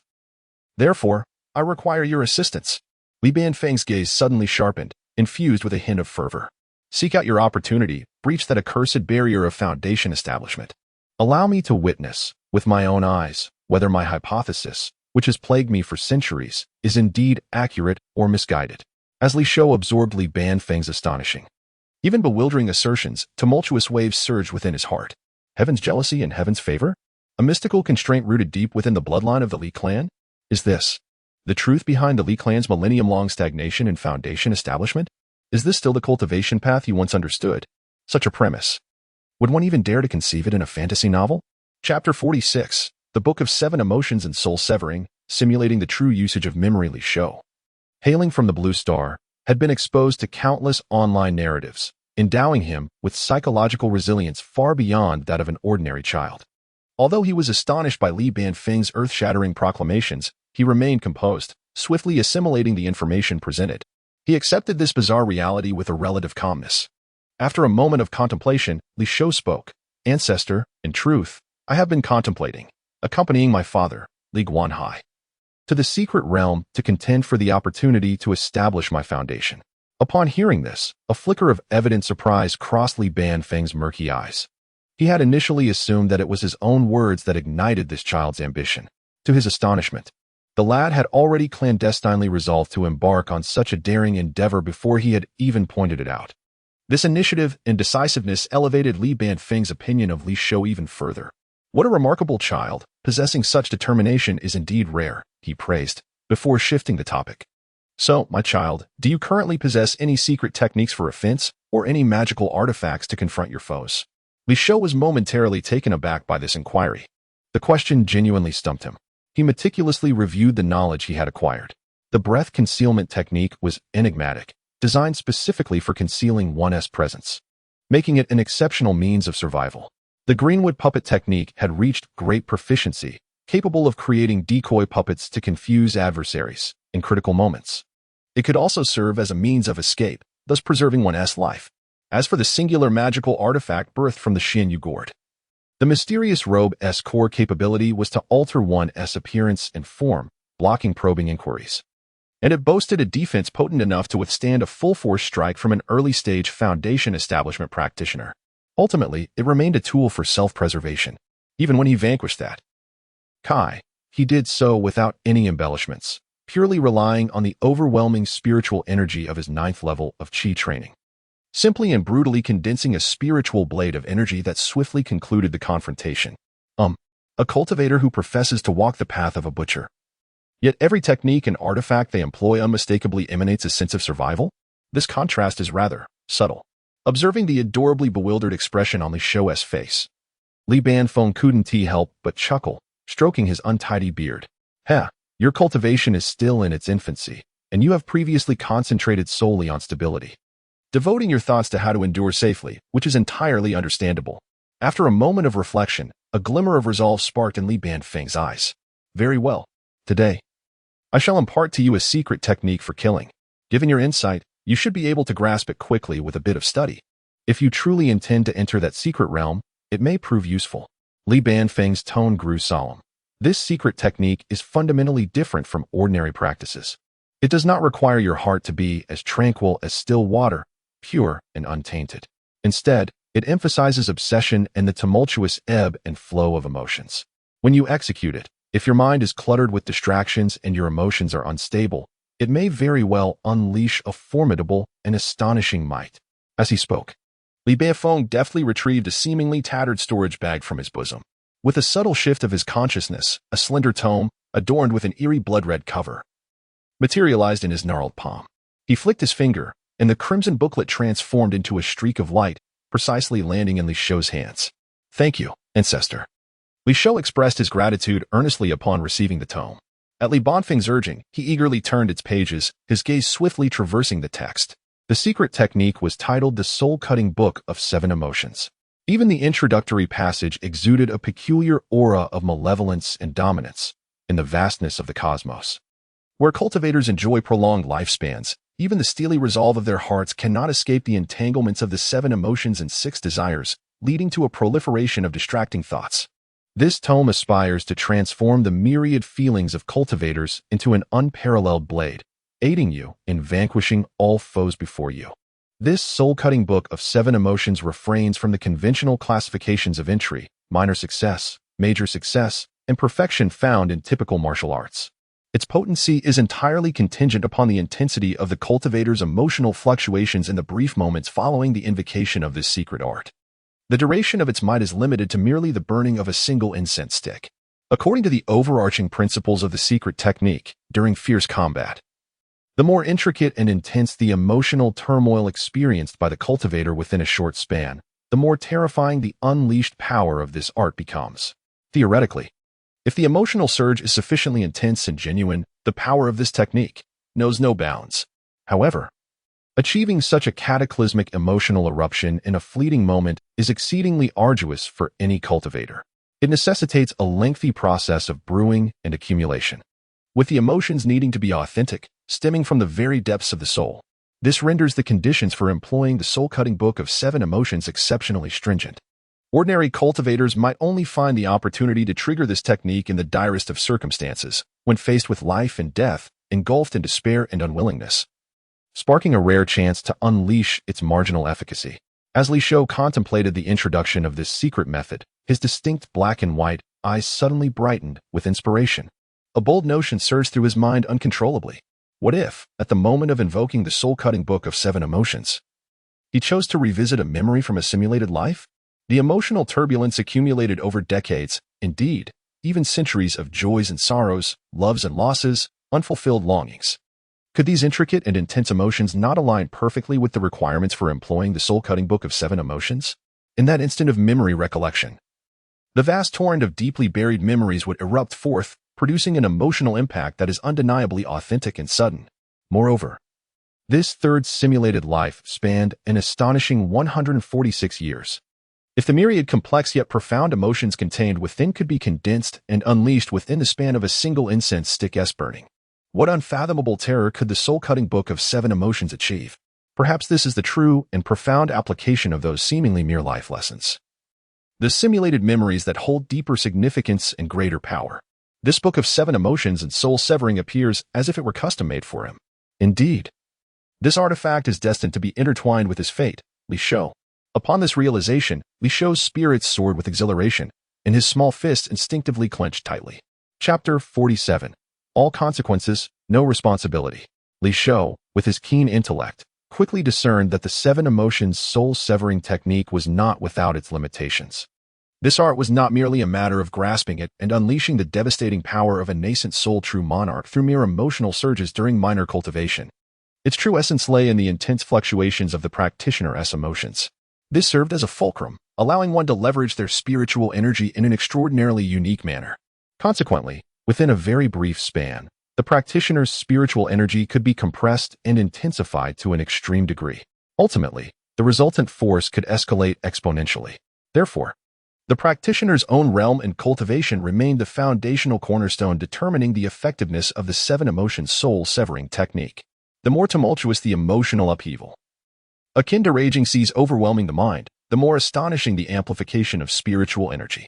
However, should one's spiritual foundation be insufficient, no matter how tempestuous the emotions, it would ultimately amount to nothing more than a rootless reed, incapable of stirring any monumental waves. Li Shou's fingers twitched slightly as he swiftly turned to the last page of the tome. The ink on that page was richly applied, the characters strikingly flamboyant, seemingly infused with the unique audacity of the writer. Note: upon completion of this technique, the well-being of all practitioners is not guaranteed. Any severe consequences arising from personal reasons, such as the collapse of one's Tao heart, falling into madness, or uncontrolled operation of spiritual energy, are entirely unrelated to this true monarch and shall not be held accountable. At the end of the tome was a flamboyant signature, 7 emotions true monarch. Li Shou's lips twitched imperceptibly. Remarkably, this secret art even bore a disclaimer. It appeared that the 7 emotions soul-severing technique was indeed no benevolent tool and should not be employed lightly. Seeing that Li Shou had finished perusing the thin booklet, Li Banfeng's murky old eyes gleamed with a hint of inscrutability. He then languidly spoke. "Have you finished? Youngster, do you still remember the breath-restraining technique you practiced?" Li Shou nodded, affirming that he remembered well. The completion of the 7 emotions soul-severing technique stirred the mind, leaving indelible risks for those with a fragile Tao heart. If one could immediately employ the breath-restraining technique at the moment this secret art's duration concluded, it would effectively suppress the negative effects and significantly reduce the risk of falling into madness. Li Banfeng paused briefly, his tone imbued with significance. If one day you manage to cultivate the breath-restraining technique to perfection, you will be able to forcibly quell the surging emotions that tumultuously arise within you, restoring the calmness of an ancient well in an instant. Only then can you fully evade the repercussions of this technique. Ultimately, this method was indeed sinister and domineering, demanding a high level of mental resilience. For those with slightly wavering resolve, employing it could lead to a scenario where one might inflict 1,000 losses upon the enemy while suffering 800 in return. With your current level of the breath-restraining technique, you must remain cautious. If you can avoid using it, do so as much as possible. Remember. Upon hearing this, Li Shou nodded solemnly, his expression grave. He firmly etched the admonition from his ancestor into his memory. The 7 Emotions soul-severing book, in conjunction with his simulated memory, possesses boundless potential. However, should he suffer a backlash, the consequences would be dire. For the time being, it must be treated as a trump card to be kept close to his chest. In the future, he must diligently practice the breath restraint technique to attain mastery, ensuring he can safely wield this formidable weapon. After pondering for a moment, Li Banfeng appeared to recall something and began to rummage through his robe. Ultimately, he produced a modest gray cloth bag, no larger than the palm of his hand, and casually tossed it to Li Shou. I have no remarkable artifacts on my person. I have always relied on my own being as my weapon, and I do not indulge in collecting low-tier treasures, he explained. As he spoke, the venerable ancestor Li Banfeng took a moment to elucidate the usage of the gray cloth bag. This is a storage bag. Its interior space is quite extraordinary. By inscribing your spiritual mark within, this storage bag will establish a connection with your soul. Unless you are killed or a cultivator of vastly superior realms forcibly erases the spiritual seal, no other means will suffice to open it. Li Shou received the storage bag, feeling a slight weight to it, and promptly bowed in gratitude. Thank you for your generous gift, ancestor. He probed his consciousness into the bag and, with a thought, successfully inscribed his spiritual mark upon it. Although the space within the bag was not overly vast, measuring approximately 3 to 5 cubic feet, it vastly exceeded what an ordinary Qi refinement stage cultivator could possess. Inside, he found scattered over 100 low-grade spirit stones, glimmering with a soft luminescence. This cache of spirit stones would effectively alleviate Li Shou's urgent need for rapid replenishment of spiritual energy during battles. Additionally, there were several talismans of various colors, subtly emanating spiritual fluctuations, offering both offensive and defensive capabilities, and their variety was commendably comprehensive. Moreover, he discovered a few exquisite jade vials, each adorned with labels inscribed in cinnabar, clearly indicating the names and functions of the elixirs within, all of which were commonly used by practitioners in the Qi refinement stage for healing and replenishing spiritual energy. Though these items appeared to be the usual fare for lower-tier cultivators, their diversity and quantity rendered them a significant unexpected fortune for Li Shou. This venerable ancestor, while claiming to possess nothing of value, had truly bestowed upon him a wealth of practical resources. Li Shou carefully stowed the storage bag away, and after a moment's contemplation, he could not suppress his curiosity and inquired, "Ancestor, you previously mentioned, how did you manage to escape the entrapment of the 3 sects? Who had cast a net around you and survived to this day?" This question not only piqued his own interest, but surely that of the readers who were equally intrigued. Upon hearing the inquiry, Li Banfeng merely cast a fleeting glance at him, a faint smile playing at the corners of his lips. "Child, with your current meager cultivation, knowing too much would be of no benefit to you. Once you truly carve out your own fortune from that perilous secret realm and step into the foundation establishment stage with dignity, then I shall recount those old tales to you in detail, should you wish." With that, Li Banfeng waved his hand nonchalantly. Li Shou was suddenly taken aback. Unbeknownst to anyone, an invisible barrier had been woven within this alley, now quietly dissipating. Not far away, Li Dali and Li Jian remained unconscious on the ground, utterly oblivious. Li Banfeng cast a meaningful and enigmatic smile at Li Shou. In the next moment, under Li Shou's gaze, Li Banfeng's figure began to shimmer with an ethereal quality, as if his flesh and blood were being dissolved by an unseen force, peeling away inch by inch. In the blink of an eye, there was no trace of Li Banfeng left, only a piece of withered wood that fell with a thud onto the cold ground. This piece of dead wood appeared unremarkable, indistinguishable from the ordinary rotting timber scattered throughout the alley. Li Shou's expression shifted slightly. Could it be that, all along, the entity with whom he conversed, imparting teachings and treasures, was merely a puppet?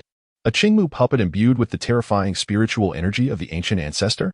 Or perhaps, this venerable ancestor had cultivated the Qingmu puppet technique to an extraordinarily high realm, capable of employing mere deadwood as a medium to perform such unfathomable techniques of substitution and transference? Li Shou gazed at the piece of wood lying quietly on the ground, rendered speechless for a long while. Chapter 48. Has the young master surpassed me in height? Li Dali's eyelids trembled violently, and he finally stirred from his stupor. His mind remained somewhat foggy. As his gaze focused, he beheld the diminutive yet inexplicably lofty silhouette of his young master, Li Shou. In that fleeting moment, Li Dali felt a wave of disorientation wash over him. How had the young master's figure transformed so dramatically, seeming to tower over him? It was as if he had grown taller than himself. No, that thought struck him like a bolt of lightning. He suddenly realized that he was lying on the ground. This realization was akin to a bucket of icy water poured over his head, jolting him into full awareness. He then sensed a weight pressing down on him, as if he were atop another person. Struggling to turn his stiff neck, a familiar face, also with eyes tightly shut, came into view. Li Jian. Li Dali's complexion paled to a ghastly white, and his mind erupted into chaos. What on earth was happening? He desperately recalled the last scene before his unconsciousness. In his memory, both he and Li Jian had been dutifully guarding the young master just a few steps away when everything went dark, plunging him into oblivion. A chill surged from Li Dali's feet to the crown of his head. Without a moment's hesitation, he instinctively rolled over with all his might, forcefully pushing the still unconscious Li Jian aside. He then sprang to his feet. Upon catching sight of the young master's serene profile, Li Dali's legs buckled, and he fell to his knees with a thud. Pressing his forehead against the cold stone floor, his voice trembled. "Young master, your subordinate has failed in his duty. I deserve 1,000 deaths." Behind him, the startled Li Jian also shuddered, hastily rising and mirroring Li Dali's posture. Kneeling with an expression of sheer horror etched upon his typically stoic features. "Your subordinate has neglected his duty. Please, young master, impose your punishment." Li Shou gradually regained his composure. He regarded the two anxious figures before him, his eyes, which should have been innocent, betraying an unwavering calm. With a gentle wave of his small hand, he spoke in a voice devoid of tumult. "It is of no consequence. I merely employed a minor technique of a cultivator to grant you both a brief slumber." A technique of a cultivator? A brief slumber? Both Li Jian and Li Dali instinctively lifted their heads, exchanging a terrified glance. In each other's eyes, they perceived a profound chill and indescribable dread. The young master's abilities as a cultivator were indeed formidable. To render both of them, innate masters, utterly oblivious and induce them into slumber. Observing the fluctuating expressions of the duo, Li Shou secretly chuckled while maintaining his composed demeanor. "Let us return." With a graceful motion of his small hand, naturally positioned behind him, he took a step forward. His youthful gait was calm and unhurried as he strode past the two, his diminutive figure exuding a remarkable poise that belied his tender age. A voice tinged with hesitation echoed from behind. "Young master, shall we not seek anyone?" Li Shou continued his stride, unperturbed. He was naturally sculpted like a work of art, and at this moment, with his head slightly raised, he exuded an ethereal aura, resembling not a mere mortal youth, but rather a celestial being gracing the earthly realm. A faint voice floated gently through the cool alley breeze. "We have already found it." Silence enveloped them as Li Shou, accompanied by the awe-stricken and perplexed Li Jian and Li Dali, returned to the heavily guarded Li family estate. At the entrance, he waved his hand casually, bidding farewell to the two. Li Jian and Li Dali, as if granted a form of absolution, promptly bowed deeply, nearly at a 90-degree angle, their humility reaching its zenith. They maintained this posture until the diminutive figure vanished entirely behind the imposing walls, only then daring to rise slowly. By now, beads of cold sweat had formed on their foreheads, unbeknownst to them. Li Shou, however, made his way directly to his serene and elegant courtyard. Upon stepping through the gate, a young maid, around 14 or 15 years old, her hair styled in twin buns, approached with light, buoyant steps, lifting her skirts. Her eyes sparkled with innocent delight. "Young master, you have finally returned. Are you hungry? Qing'er has just prepared some freshly made lotus cakes. They are truly delightful." She was his personal maid, Qing'er. Li Shou regarded her, and a faint smile that matched her youthful exuberance graced his delicate features. "I am a bit weary. There is no need for snacks." His voice was soft, devoid of any pretense. In stark contrast to the previous indifference and authority he had displayed, he now resembled an ordinary, well-behaved child. "Qing'er, you may go and have your meal. I wish to be alone for a while." "Yes, young master," Qing'er replied obediently, bowing to him before quietly retreating. She even took the care to gently close the courtyard door behind her. Alone in the courtyard, Li Shou looked up to the sky. The sun had begun its descent, casting a fiery glow across the evening clouds, and the greenery in the courtyard was bathed in golden hues. Who could have anticipated that from the moment he left the Li family to encountering the malice of Kai-He and unknowingly delivering a severed head safely home, culminating in that astonishing dialogue with the venerable ancestor Li Banfeng? All these tumultuous events transpired within just a few hours. Yet, the experiences he had encountered and the secrets he had uncovered were indeed plentiful. Li Shou stood quietly in the courtyard, his small frame illuminated by the lingering rays of the setting sun, his gaze deepening. He inhaled deeply, momentarily suppressing the events of the day. Turning, he stepped into the house. Li Shou retrieved the blood-red tome titled The Seven Emotions Soul-Severing Manual and placed it gently upon the table. With a solemn gesture, he opened the first page. The path of cultivation is fraught with challenges, and time is a relentless tide that cannot be reversed. Before he embarks on his journey to the secret realm in the coming days, Li Shou must swiftly master the lethal techniques contained within the Seven Emotions Soul-Severing Manual. To ensure absolute certainty, he must commence his study at once. This is what it means: competing with others for supremacy, contending with the earth for advantage, struggling against the heavens for survival. Only in this manner can one carve out a unique path to transcendence in the brutal realm of immortal cultivation. Chapter 49. The Boots of Tetanus. Following Li Guanhai, the night was as dark as ink, ushering in the following evening. Li Shou sat cross-legged upon his bed. With his remarkable insight, he had thoroughly comprehended the essence of the Seven Emotions soul-severing technique, integrating it with ease. Now, with a mere shift of thought, he was confident he could invoke this technique in the heat of battle. His mind sank into the storage bag bestowed upon him by his ancestor, Li Banfeng. In one corner of the bag, spirit stones emitted a faint glow, resting quietly. Li Shou counted them, totaling 108 inferior spirit stones. He contemplated silently. Tomorrow would mark the day his father, Li Guanhai, embarked on his perilous journey to that treacherous secret realm. Time was of the essence. A gleam of determination flickered in his eyes. He resolved to use the mysterious jade gourd once more for a small infusion. With a slight movement of his will, 50 inferior spirit stones materialized in his palm. The remaining 58 stones would serve as reserves for the expedition, sufficient to counter any unexpected depletion of spiritual energy. Li Shou gently pushed the 50 stones towards the jade gourd. The gourd seemed to sense the offering, vibrating slightly, its emerald light swirling restlessly, akin to a ravenous beast awakening. In a moment of dazed wonder, it devoured all the spirit stones in an instant. Thin wisps of azure smoke spiraled in the air, coalescing into a vague silhouette. The outline rapidly solidified, revealing a pair of long boots entirely cloaked in obsidian black. At the soles, faint crimson patterns, resembling living veins, flowed mysteriously. With a gentle tap of his fingertip, the boots floated before him. He focused his thoughts once more. Heaven's Path Appraisal, unnamed item, can be named. Source, produced by the mysterious jade gourd. Effect, a superior artifact for qi cultivation.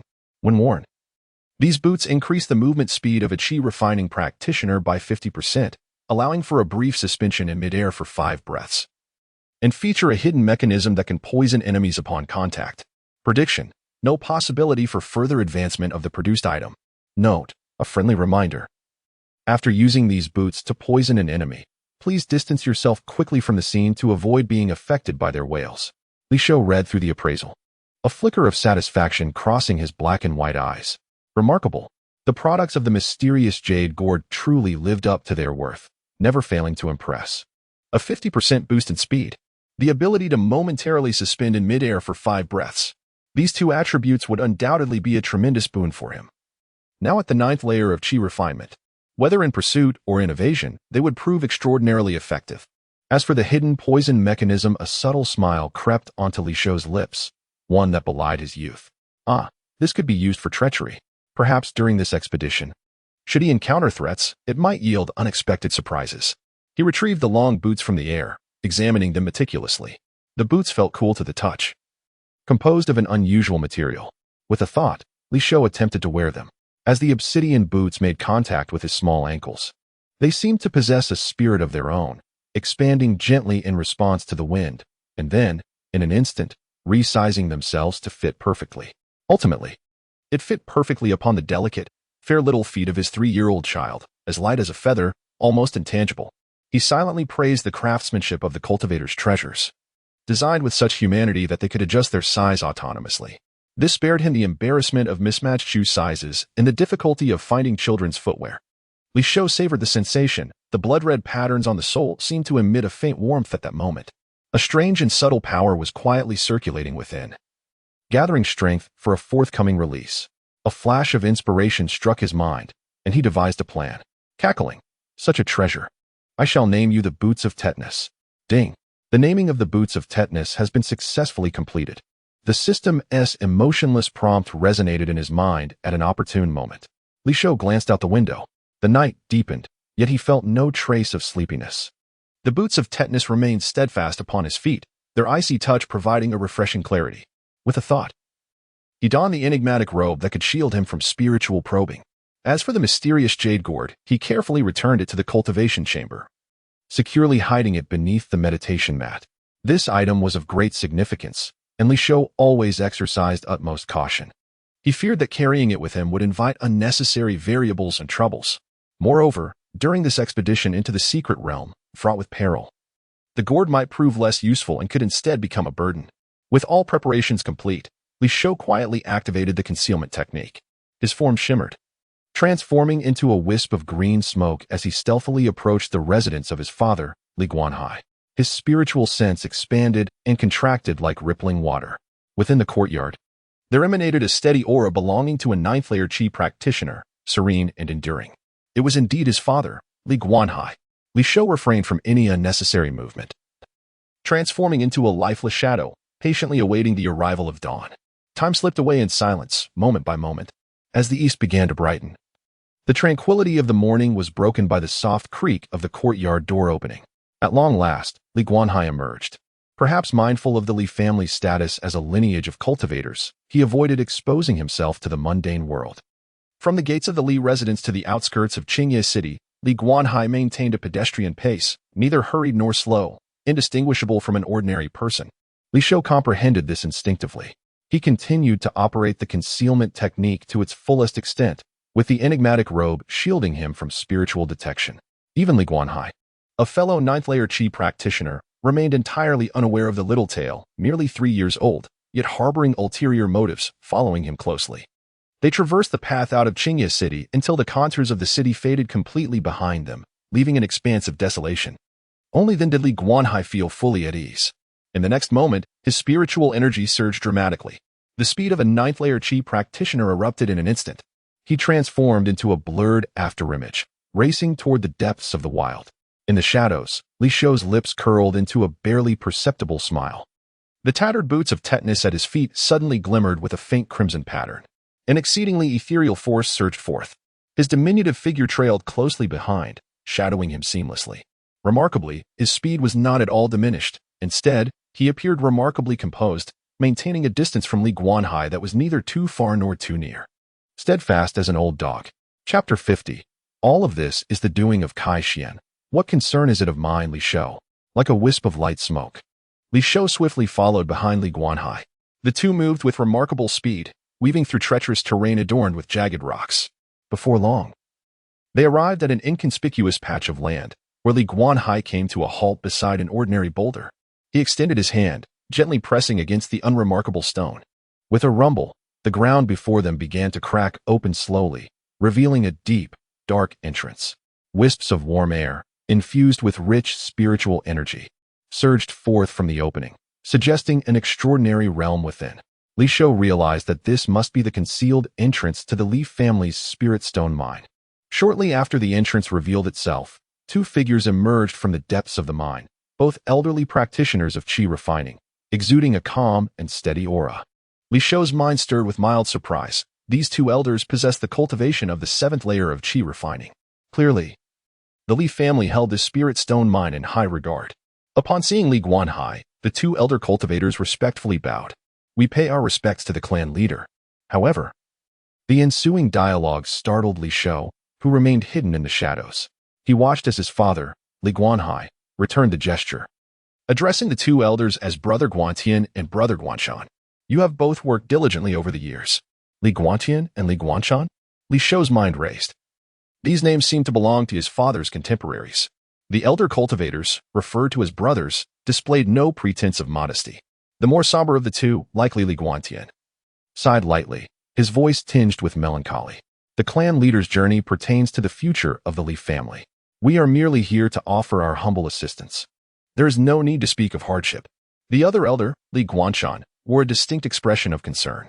However, that secret realm appears exceedingly perilous. The path to Foundation establishment is fraught with danger, every step laden with thorns. Clan leader, I implore you to prioritize your safety and not to force matters. Li Guanhai's expression remained calm as he nodded. Rest assured, my brothers, Guanhai knows his limits. With that, he hesitated no longer and stepped into the shadowy depths of the mine, his figure soon vanishing into the darkness. Li Shou observed everything from his concealed position, his thoughts racing.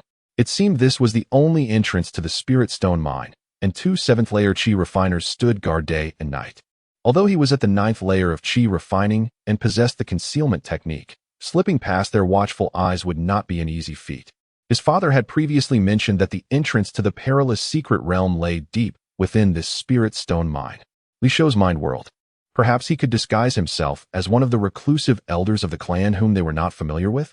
No, that would not do. In the event of subsequent confrontation, the elder of the clan might inexplicably be branded as an intruder in the spiritual stone mine, which would undoubtedly jeopardize his kin. Such self-destructive actions must be avoided. With this in mind, a glimmer of cunning sparkled in Li Shou's eyes as an ingenious idea surged forth. His figure subtly flickered within the shadows, and the mystical robe he donned began to operate silently. In the blink of an eye, the charming visage of a 3-year-old child vanished without a trace. In its stead stood an elderly man clad in opulent Taoist robes.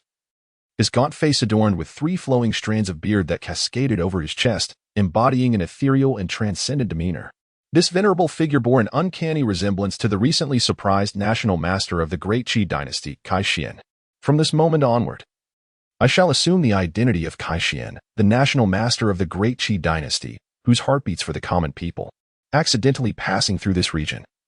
I have discovered an overwhelming presence of demonic energy, compelling me to delve deeper into the investigation. As for any future incursions into the Li family's spiritual stone mine by unidentified individuals, that will naturally be attributed to National Master Kai eliminating threats to the populace, regrettably revealing his whereabouts. What concern is it of Li Shou's? Perfect. At the entrance of the mine, the 2 elderly cultivators watched as Li Guanhai's silhouette faded into the depths of darkness, their expressions growing increasingly somber. Li Guantian let out a deep sigh. For the sake of that elusive Foundation establishment, is it truly worth it? Li Guanshan remained silent, slowly raising his gaze towards the sky obscured by rocks above. In his eyes, a sense of wistfulness lingered. The bloodline of the Li family has been ensnared in the cultivation of Qi for centuries without the opportunity to establish a foundation. Could it be that fate is indeed playing its cruel tricks, destined to unfold this way? This poignant scene was ripe for the composition of a poem to express the depths of their emotions. Wait. Just as the 2 elderly cultivators turned their gaze skyward, lost in profound reflections, their minds momentarily relaxed. A swift azure figure, akin to a bolt of lightning, surged past them, brushing close to the ground with an almost imperceptible gust of wind. The figure's feet were clad in dark black boots adorned with crimson patterns that glimmered with speed, leaving behind but a fleeting shadow. By the time they were jolted back to reality and swiftly turned their heads, they only managed to catch a glimpse of the figure's vague silhouette and the fleeting glimmer of a jade token at its waist. The figure was slender, moving with an inexplicable grace. In an instant, it had vanished into the dark depths of the mine, disappearing from sight. Who goes there? Halt. Both Li Guantian and Li Guanshan, startled and enraged, shouted in unison. However, it was too late. Given their advanced age and years of complacency in their tranquil post, their once sharp cultivation skills had dulled. How could they possibly contend with such an audacious intrusion? In an instant, they found themselves at a loss, unsure of how to respond. Who was that person? Li Guanshan pondered with uncertainty. Li Guantian furrowed his brow, recalling that fleeting glimpse. The figure did not appear to be from their clan. The jade token at the waist seemed to bear the inscription of the National Master's office. As Li Shou transformed into Master Kai, he surged past the 2 Li family guards with unwavering speed, racing deep into the mine.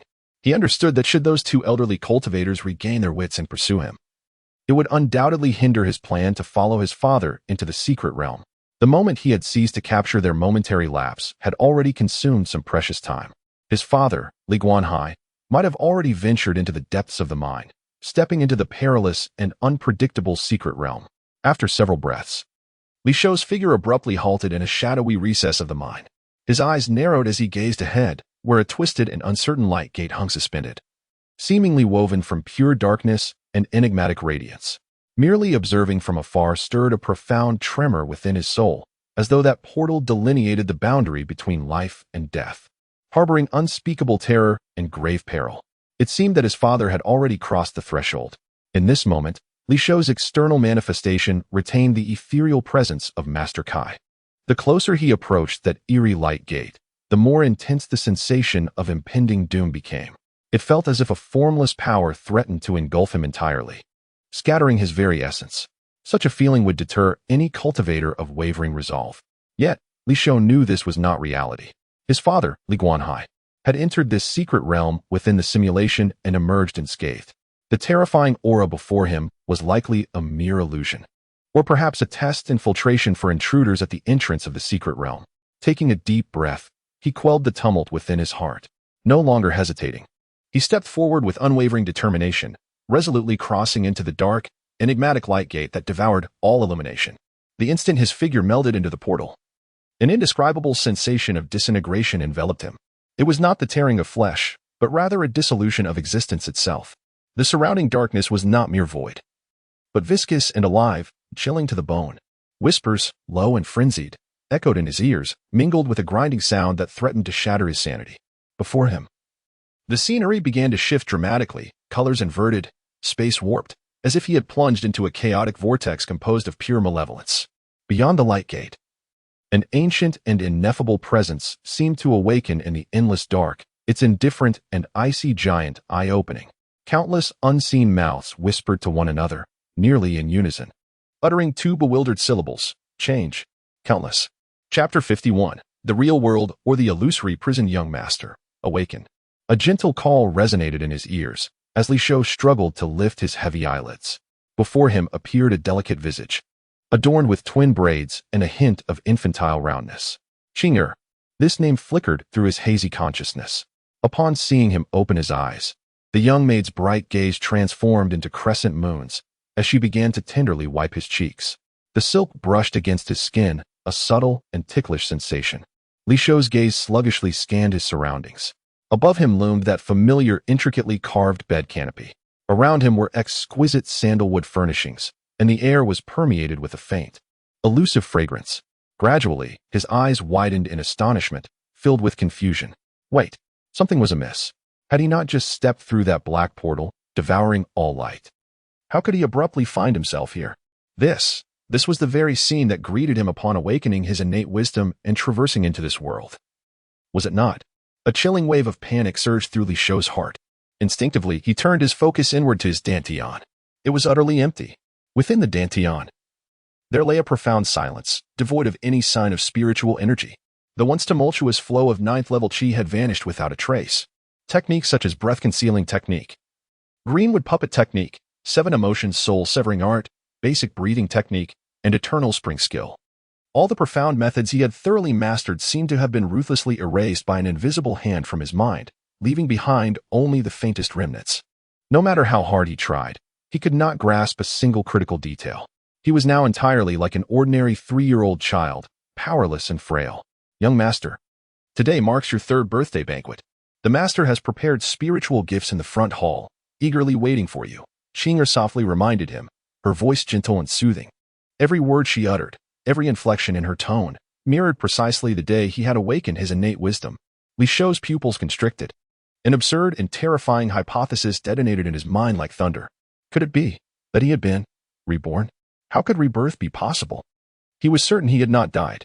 Such a phenomenon only occurred after one had perished completely, with an infinitesimal probability of occurrence, did it not?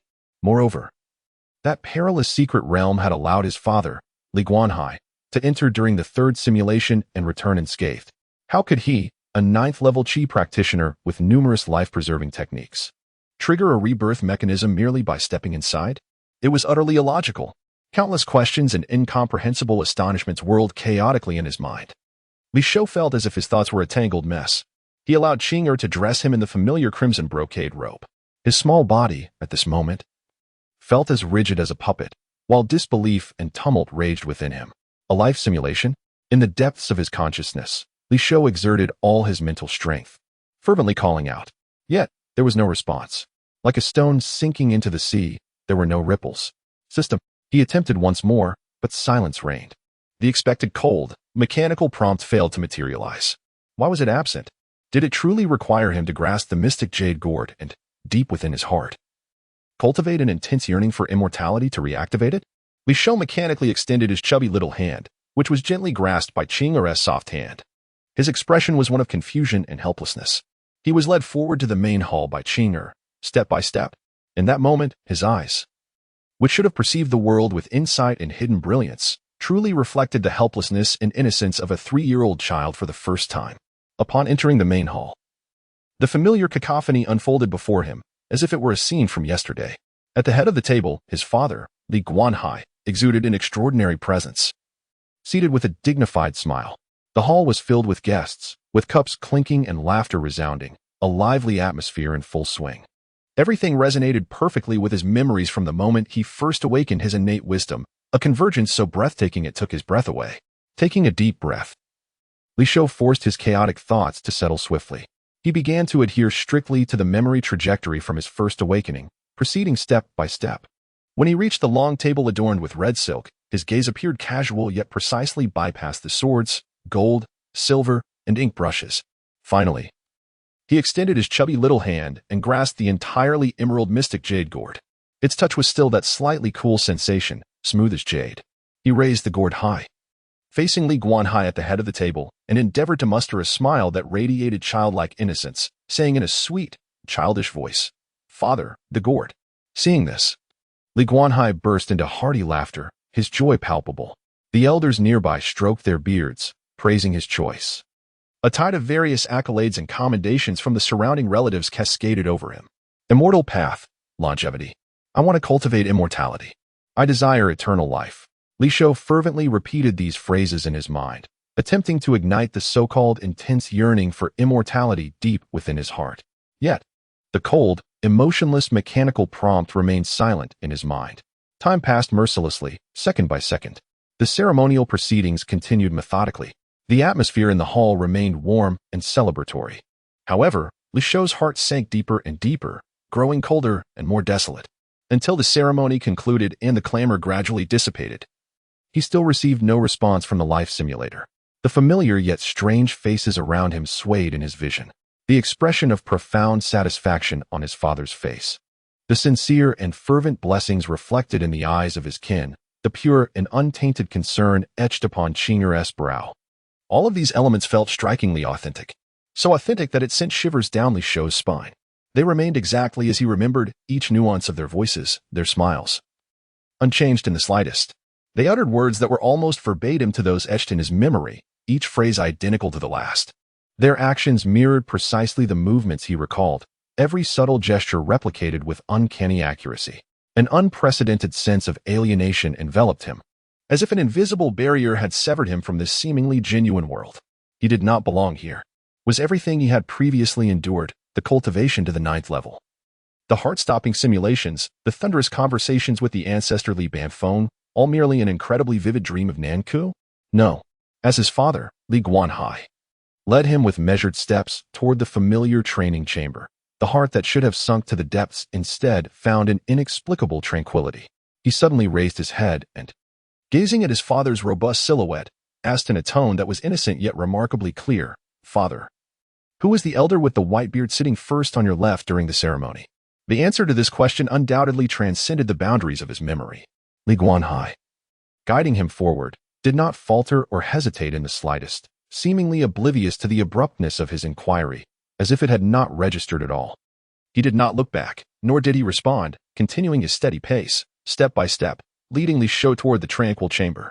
As he beheld the silhouette of his father, so familiar it was almost ingrained in his mind, a subtle, icy smile crept upon Li Shou's lips, unnoticed by anyone.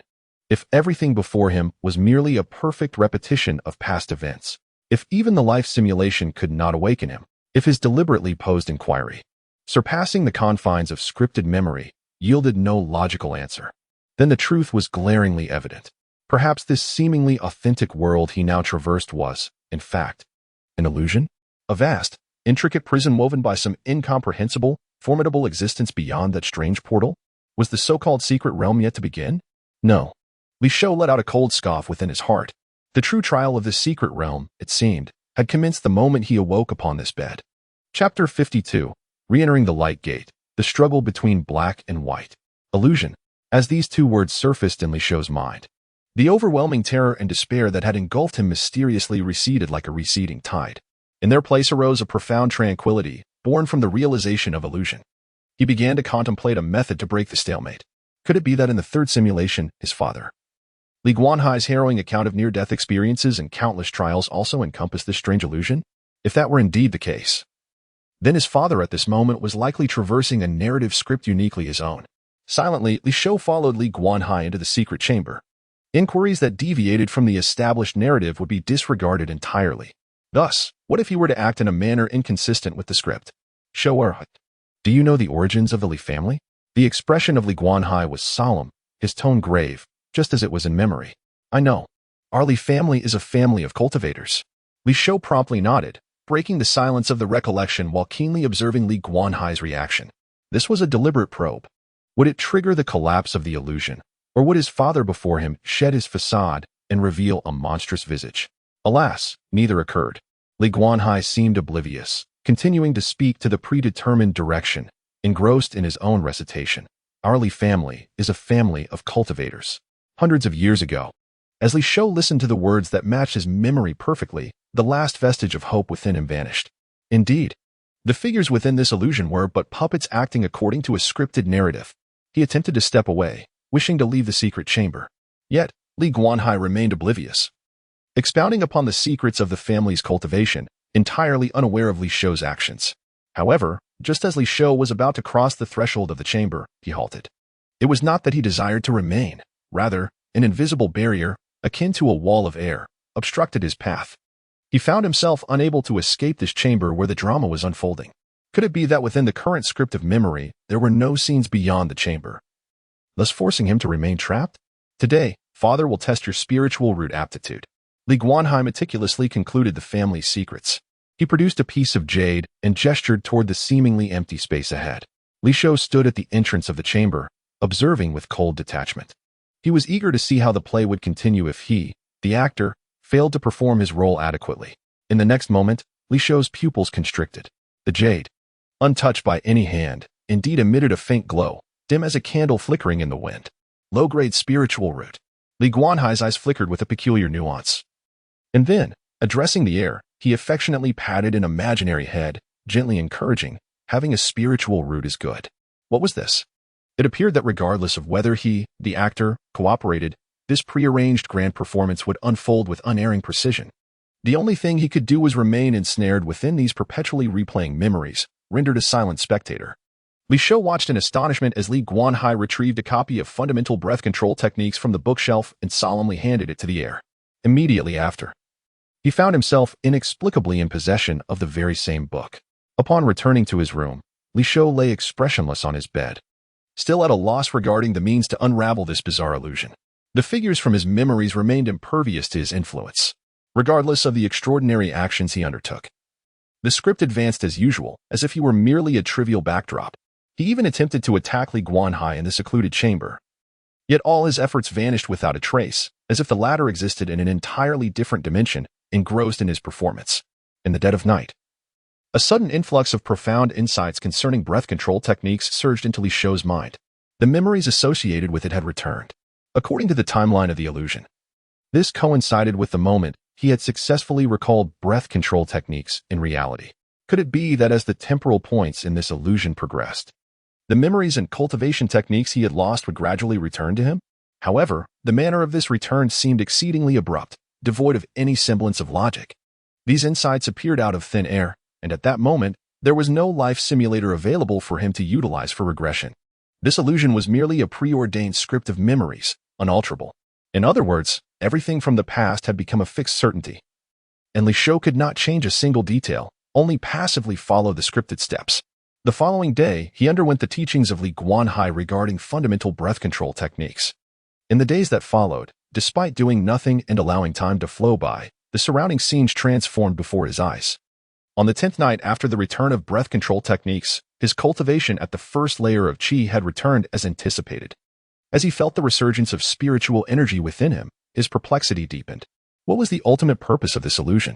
With the scenes and characters beyond his interference, and seemingly no apparent way to break free, he could only passively relive memories. If this were merely to confuse his mind with a perfectly consistent script, blurring the lines between reality and illusion, such a tactic seemed rather rudimentary. Any alert practitioner entering this realm would soon detect the incongruities. This felt more akin to an obligatory ritualistic process. Was something awaiting him quietly at the end of this illusion? If he were to step through that luminous door at the same temporal juncture once more, what might transpire? Would he be ensnared in an endless cycle of illusion until his very soul was utterly submerged? Or was there something else? Li Shou did not know. Yet he was being inexorably propelled forward by this seemingly authentic world. He was guided to his father's study, fulfilling the pretext of seeking solace. He was led through the dark alleys of Qingye City, where he encountered the old beggarly Banfeng and purchased the book breath control techniques. On the night of the 20th day, pushed along by an unseen force, the profound insights gleaned from mastering the Aoki puppet technique and the pinnacle of qi cultivation returned to him in full. In his hand, a mysterious black jade gourd had inexplicably appeared. The following day, two identical black jade gourds autonomously merged within the confines of the training chamber. Wisps of azure smoke coiling around them, ultimately coalescing into an extraordinary and enigmatic robe. He found himself guided into a dark alley, leaving behind a wooden puppet. Cloaked in the mystical robe, he trailed behind Kai He as they exited Qingye City. Astonishingly, despite his inaction, he beheld Kai He seemingly manipulated by an invisible force, levitating in terror and pleading for mercy. Ultimately, only a still warm head remained in his grasp. Li Shou had never envisioned adhering to such a ludicrous script. Yet, that intangible barrier relentlessly compelled him, weaving through the tapestry of these already experienced memories. He encountered the national master of the Deqi dynasty, Kai Xian. Witnessing the head he held soar forth, landing upon the bluestone slabs of the master's estate, he observed Kai Xian, a figure of immense power, transition from sheer terror to uncertainty, ultimately kneeling in a torrent of tears and begging for forgiveness. He met the old beggar, Li Banfeng, engaging in the necessary dialogue, albeit one that felt overwhelmingly one-sided. Everything had reached its conclusion. At last, he was once again thrust before the all-consuming black portal of darkness. He stood silently, gazing into its depths. What lay beyond the portal? As time inexorably marched on, his body continued to be propelled closer to the threshold by the unseen barrier. Closer, even nearer. Li Shou fixed his gaze upon the encroaching dark portal, a cold and enigmatic smile gracing his lips. Since the script had already been inscribed, dictating his path, he was determined to witness firsthand what phantoms lurked beyond that portal. With unwavering resolve, he stepped forward, entering once more. He once again felt the dissolution of existence, the surrounding darkness slithering like a living entity, while incessant maddening whispers filled his ears. The world within Li Shou's eyes began to warp, distort, and collapse. He seemed to plunge into an abyss of chaos. When Li Shou opened his eyes again, he no longer beheld the delicate face of Qing'er. Instead, he saw himself. More precisely, it was an individual whose form and visage were indistinguishable from his own. As he blinked open his eyes, the other also calmly opened his, revealing a profound and chilling depth. The figure before him, an identical Li Shou clad in a pristine white robe, sat cross-legged, immaculate, and serene. Yet, as Li Shou lowered his gaze, he was astonished to discover that he had donned a robe as dark as ink. The white-robed Li Shou spoke slowly, his voice calm yet imbued with an undeniable chilling resonance. All has been replicated. You are the darkness, I am the light. From this moment forth, we shall contend upon the path to the bitter end, unyielding and relentless. Chapter 53. The Black Piece takes the initiative. Have I jumped the queue? The replication is complete. The voice of the white-robed Li Shou resonated softly. Upon hearing these words, Li Shou's heart suddenly understood. It turned out that the long and peculiar memories he had experienced were all for the emergence of the white-robed figure before him. What a grand scheme! With a thought, he silently recited, Life Simulator. The familiar interface responded, cold as ever, yet at this moment, it felt remarkably welcoming. Li Shou let out a heavy sigh of relief. Thankfully, this was not yet another cursed illusion. After uttering those words, the white-robed Li Shou did not immediately take action. He simply sat quietly, his gaze cold and scrutinizing the black-robed Li Shou. Li Shou steadied his emotions and asked in a deep voice, Is this the beginning? The white-robed Li Shou responded flatly. The black piece takes the initiative. The move signifies the start. Thereafter, it is a fight to the death. Before we proceed, you may inquire about anything regarding this place. I will answer without reservation. Hearing this, Li Shou's heart stirred. The black piece takes the initiative, a fight to the death. The initiative lies in his own hands. As long as he refrains from making the first move, this bizarre confrontation would not truly commence. He felt no urgency. This was an opportunity to unravel the mysteries of this secret realm. Upon entering the secret realm, all of my memories would be replicated, and then a being identical to me would be differentiated? Li Shou posed his first question, his gaze firmly locked onto the white-robed Li Shou. Indeed. The white-robed Li Shou was succinct, his words measured. I'm an autonomous manifestation of your memories. In terms of cultivation, techniques, and experiences, there is not the slightest distinction between us. He paused, his emotionless eyes fixed on Li Shou, and continued, according to the records of this place's rules. You are the first being in eons to reach this third stage, discerning the true self. By killing me, you will become the lord of this Taigu Xian realm. Taigu Xian realm?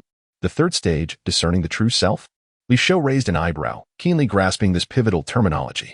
Third stage? What third stage? Had I not just entered this secret realm? His heart brimmed with confusion. The white-robed Li Shou replied indifferently. You have successively passed the first stage, Thorny Path, and the second stage, Trials of the Heart Demon. Thus, you have arrived at this third stage, discerning the true self. Li Shou listened, utterly bewildered, his brows knitted tightly. Thorny Path? Trials of the Heart Demon? He distinctly remembered plunging into that bizarre memory script immediately after stepping through the light gate. He had never experienced any stages. What are these first two stages you speak of? Why do I have no recollection of them? Li Shou pressed for clarification. The white-robed Li Shou maintained his cold demeanor, resembling an emotionless automaton stating an established fact. The first stage, Thorny Path, requires the cultivator to slay 99 opponents of the same realm to pass. The second stage, Trials of the Heart Demon, will manifest myriad heart demons based on the cultivator's soul, and only by steadfastly adhering to one's true self can one break through. Any cultivator guided by the enigmatic Taigu Xianjing who steps into this realm must undergo the trials of the first two stages before reaching the ultimate third stage, known as distinguishing the true self. In theory, no one can enter the third stage without having passed the first two. Only beings recognized and guided by the Xianjing may enter. All other outsiders will be repelled by the inherent rules of this realm. Li Shou found himself engulfed in confusion, a myriad of doubts swirling within his mind. What was the situation? Could it be a glitch in the system? Just then, the white-robed Li Shou shifted his tone, an unusual glimmer flashing in his cold gaze, and continued, unless it is the fabled variable. A variable is unbound by the constraints and restrictions of this realm's laws. Should a variable breach the sanctity of the Xianjing without guidance, it would bypass the preordained protocols of the first two stages and arrive directly at this third stage, teeming with countless memories and transformations. Upon hearing this, Li Shou felt a dawning clarity. So that was it. He had inadvertently become that so-called variable. Having learned of this secret realm from Li Guanhai during the third simulation of his life simulator, leading him here by a twist of fate. Could this be a form of benefit in some sense? He had circumvented the bloody trials of the Thorny Path and the perilous heart demon tribulation. It dawned on him that his father, Li Guanhai, was likely engaged in a fierce struggle against 99 other cultivators of the same rank on that thorny path at this very moment. Regaining his composure, Li Shou momentarily set aside his concerns for his father and continued to inquire, what specific benefits would I gain if I were to conquer this third stage and become the master of the Taigu Xianjing? This question was of paramount importance. The white-robed Li Shou replied calmly, the master of the Taigu Xianjing will be nourished by the Taigu Xianqi of this realm, solidifying and greatly enhancing their Dao foundation. Furthermore, they will wield the supreme artifact of transformation unique to this realm, the Taigu Xian Seat. Within this Xianjing, the moment the Xian Seat is summoned, it can traverse vast distances instantaneously, shifting mountains and seas, rendering one omnipotent. Any cultivator below the transformation stage entering this realm will find their lives at your whim. The notion of possessing a supreme artifact capable of effortlessly controlling cultivators beneath the transformation stage left Li Shou in a state of profound shock. The level and rewards of the Taigu Xianjing exceeded his wildest expectations. This opportunity was indeed extraordinary. However, a critical concern lingered in his mind. one that directly impacted his chances of emerging victorious in this relentless struggle for the Tao. The pressing question remained, did this perfect replica of himself possess a life simulator as well? With his thoughts racing, Li Shou resolved to test the waters. He feigned contemplation, as if pondering his advantages, and then slowly inquired, "What do you believe is my greatest asset?" The white-robed Li Shou responded without hesitation, "The insights gleaned from your acquired techniques, the inexplicable surge in your cultivation level, and those abruptly appearing fragments of artifacts." Upon hearing this, Li Shou felt a profound sense of reassurance wash over him. Indeed, the man in the white robe, Li Shou, is utterly incapable of replicating the life simulator and is even entirely unaware of its existence. Does this not imply that his greatest trump card is something the opponent lacks entirely? In an instant, a peculiar and domineering technique from the Seven Emotions soul-cutting manuscript flashed through Li Shou's mind, a method that, upon invoking simulated memories, could unleash boundless power. A meaningful smile unconsciously curled at the corners of his lips. Chapter 54. A touch, a victory. Li Shou surveyed his surroundings. Beneath his feet lay a cold, unyielding black stone slab, extending approximately a mile in circumference, forming an isolated battleground. The entire arena was enveloped by a faint, silvery circular barrier, isolating it from the outside world, creating a realm of its own. Instinctively lowering his gaze, he noticed that the tattered boots he had worn, which had once protected him from tetanus, along with the enigmatic robe he had donned, had vanished without a trace. In their stead, he found himself clad in ordinary black cloth boots and a robe as dark as ink. Before him, the white-robed Li Shou seemed to perceive his confusion and calmly elucidated. To eliminate external influences and ensure absolute fairness in this battle, all innate attributes of your artifacts will be temporarily stripped away. Li Shou furrowed his brow, still harboring doubts. Will the memories, experiences, and insights I acquire henceforth be mirrored back to you? This inquiry was pivotal to his potential to exploit the information disparity and secure victory.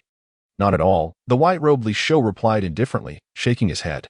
I am a replica formed from your complete memories prior to your entry into this realm. From the moment we manifested here, we became two entirely distinct entities. Your thoughts, feelings, and insights from now on are irrelevant to me. Upon hearing this explanation, Li Shou felt a sense of reassurance. The white-robed Li Shou, seemingly concerned that he might deliberately prolong the encounter, added, the replication of the previous memory script appeared lengthy. Yet in reality, it transpired in an instant. The time limit for this third challenge, discerning the true self, is set at 10 days. Should you fail to slay me within this period, the outcome will also be death. Li Shou inwardly marveled at the ruthless nature of these rules, leaving no room for leniency. However, he took a deep breath, his gaze sharpening. Given that the opponent shared all memories, experiences, techniques, and cultivation with him post-awakening, a straightforward confrontation would likely yield an uncertain outcome, perhaps even favoring his adversary. After all, this opponent was a manifestation of the realm's rules. Who could say if there were hidden advantages at play? The Seven Emotions soul-severing technique, when used in conjunction with simulated memories, posed significant risks and potential repercussions. Yet, in the current context, defeat equated to death. He could no longer afford to hesitate. He resolved to exhaust all his strength afterward, employing the breath-restraining technique to forcibly suppress the surging backlash of emotions. With his thoughts racing, Li Shou swiftly made up his mind. He no longer wavered, allowing his consciousness to plunge into the sea of awareness, decisively summoning that chilling system interface. Would you like to purchase this simulated memory? Fragmented Memory, a brief overview of key events 8 points. Simulated Memory, Standard Edition, Summary of Experiences 15 points. Simulated Memory, Complete Edition. Detailed recapitulation of life 146 points. Please select the memory version you wish to purchase. Current system balance, 92 points. The fragmented memory held little value, offering scan information. For the sake of caution, he purchased the Simulated Memory, Standard Edition. With a thought, Li Shou felt a notification. Ding. Purchase of Simulated Memory, Standard Edition successful. Consuming 15 system points, remaining balance 77 points. In an instant, a torrent of chaotic and vast memories surged into his mind like a river bursting its banks. The span of 146 years, joys and sorrows, separations and reunions, were all contained within. Just as this flood of memories was about to completely engulf Li Shou's consciousness, rendering him momentarily dazed, he forcefully clung to the last thread of clarity and commanded, soul severing of the Seven Emotions, arise. Before him, the white-robed Li Shou's pupils suddenly constricted, He distinctly sensed that the aura of the black-robed version of himself had undergone an earth-shattering transformation in an instant. The youthful face of the black-robed Li Shouxin, merely 3 years old, began to exhibit a chillingly rapid succession of expressions. At times, he bore the weariness and bewilderment of being far from home, braving wind and rain. At other moments, he experienced the shock following his first act of killing a villain. The reluctance, coupled with the subsequent sense of relief and secret thrill. There were moments of tranquility and joy during solitary cultivation in the dense forest, as well as terror and despair when engulfed by raging infernos, accompanied by the numbness from the countless lives lost in the flight. There were also the astonishment, guilt, excitement, and reverence upon reuniting with his father, Li Guanhai, and his ancestor, Li Banfeng. Additionally, there was the comfort of the years of tranquility spent in Fanon City, mingled with melancholy, and the acceptance that came before the final breath. Beneath it all lay a profound yearning and unwillingness towards the path of immortality hidden deep within his soul. Joy, anger, sorrow, fear, love, hatred, desire, greed, aversion, ignorance, arrogance, doubt, all transformed into the perfect fuel for the soul-severing of the 7 emotions. The white-robed Li Shouxin observed the black-robed Li Shouxin's spiritual energy surging in an unfathomable manner, compressing to an extreme degree. He saw the aura of the black-robed Li Shouxin rise dramatically, becoming deep as an abyss and vast as a prison in an instant. He could clearly feel that the weight the black-robed Li Shouxin bore was not merely his own, but also encompassed the monumental emotions and will of another's entire life. To the white-robed Li Shouxin, this aura, this state, was utterly terrifying. He could naturally discern that the black-robed Li Shouxin was utilizing the soul-severing of the 7 emotions. Yet he was entirely unable to comprehend how, despite possessing all of the black-robed Li Shouxin's previous memories, the latter could unleash such a complex, profound, and immense torrent of emotions in mere moments, resulting in a nonsensical surge in strength. It was simply inconceivable. However, having inherited all of Li Shouxin's memories and combat instincts, he made the most prudent and soul-correct decision the instant he sensed the impending danger: escape. The white-robed Li Shouxin sprang to his feet without a moment's hesitation, turning to flee at the fastest speed of his life, away from the black-robed Li Shouxin. At this moment, the slight daze in Li Shouxin's eyes, caused by the overwhelming impact of memories, gradually began to dissipate. He regained a semblance of clarity that belonged solely to him.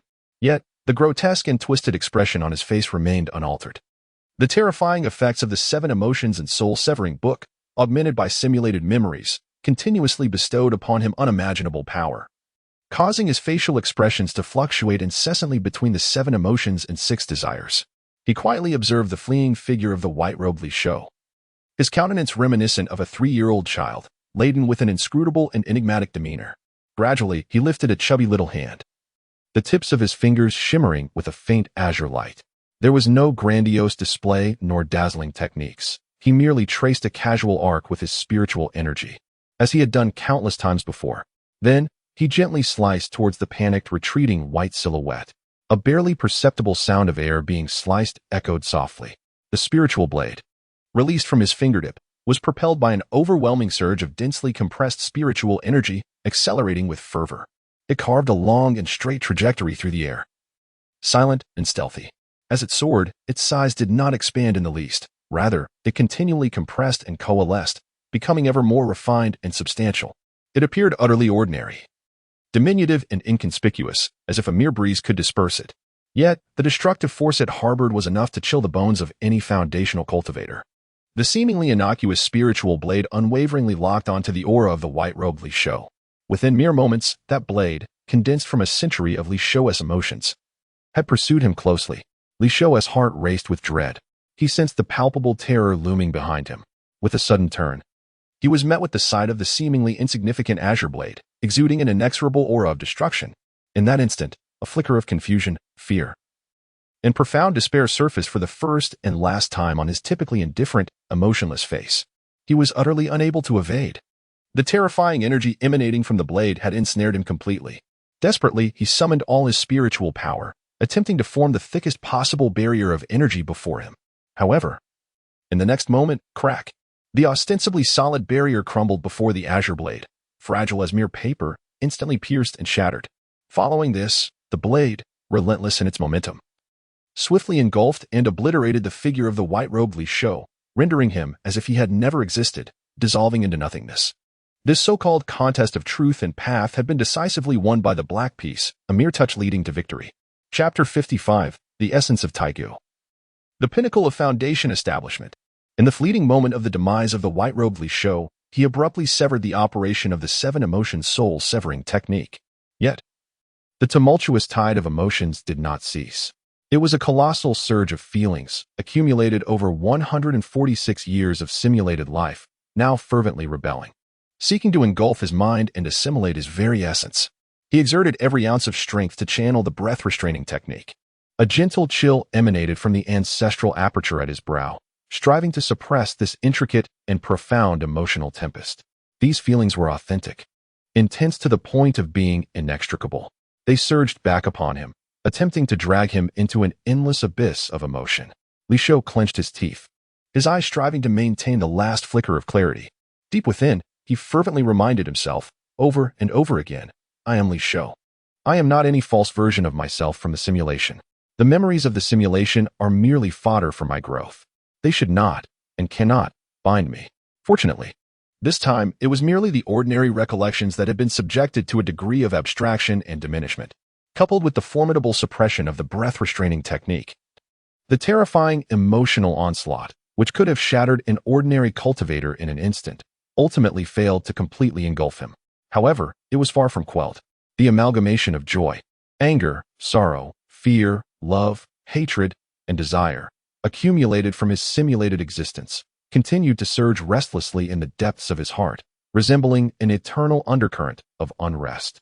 Just as Li Shou valiantly battled against the backlash, a pure white light, akin to a darting fish, emerged from the point of his obliteration. This white light was ethereal and swift, seemingly disregarding any obstacles, and swiftly penetrated his brow. Following this, the originally inky black robe he wore began to undergo a visibly strange transformation. The change commenced at the upper half of his body, the left side. From shoulder to chest remained a profound black, utterly unmoving. In contrast, the right shoulder, right side of his chest, and his entire right arm became as if splashed with sacred white paint, rapidly absorbing the hue until it transformed into a brilliant white. The lower half of the robe, however, exhibited an opposite phenomenon. The right side retained its original dark color, while the left half morphed into pure white. The wide black belt that bound his waist also underwent a transformation, with its upper and lower edges turning white, leaving only a slender yet striking black line in the center. Even more captivating was the emergence of a layer of mysterious silver-white patterns that quietly appeared upon his dark left shoulder. These patterns twisted and coiled, resembling neither dragon nor snake, yet exuding an ineffable aura of antiquity and nobility. From a distance, this newly fashioned robe, interspersed with black and white, presented an extraordinarily bizarre yet overwhelmingly commanding visual impact. Yet, at this moment, Li Shou had no inclination to attend to these external nuances. All his mental focus was desperately concentrated on executing the breath-restraining technique, striving to counteract the psychological assault instigated by the simulated memories, clinging fiercely to his true self.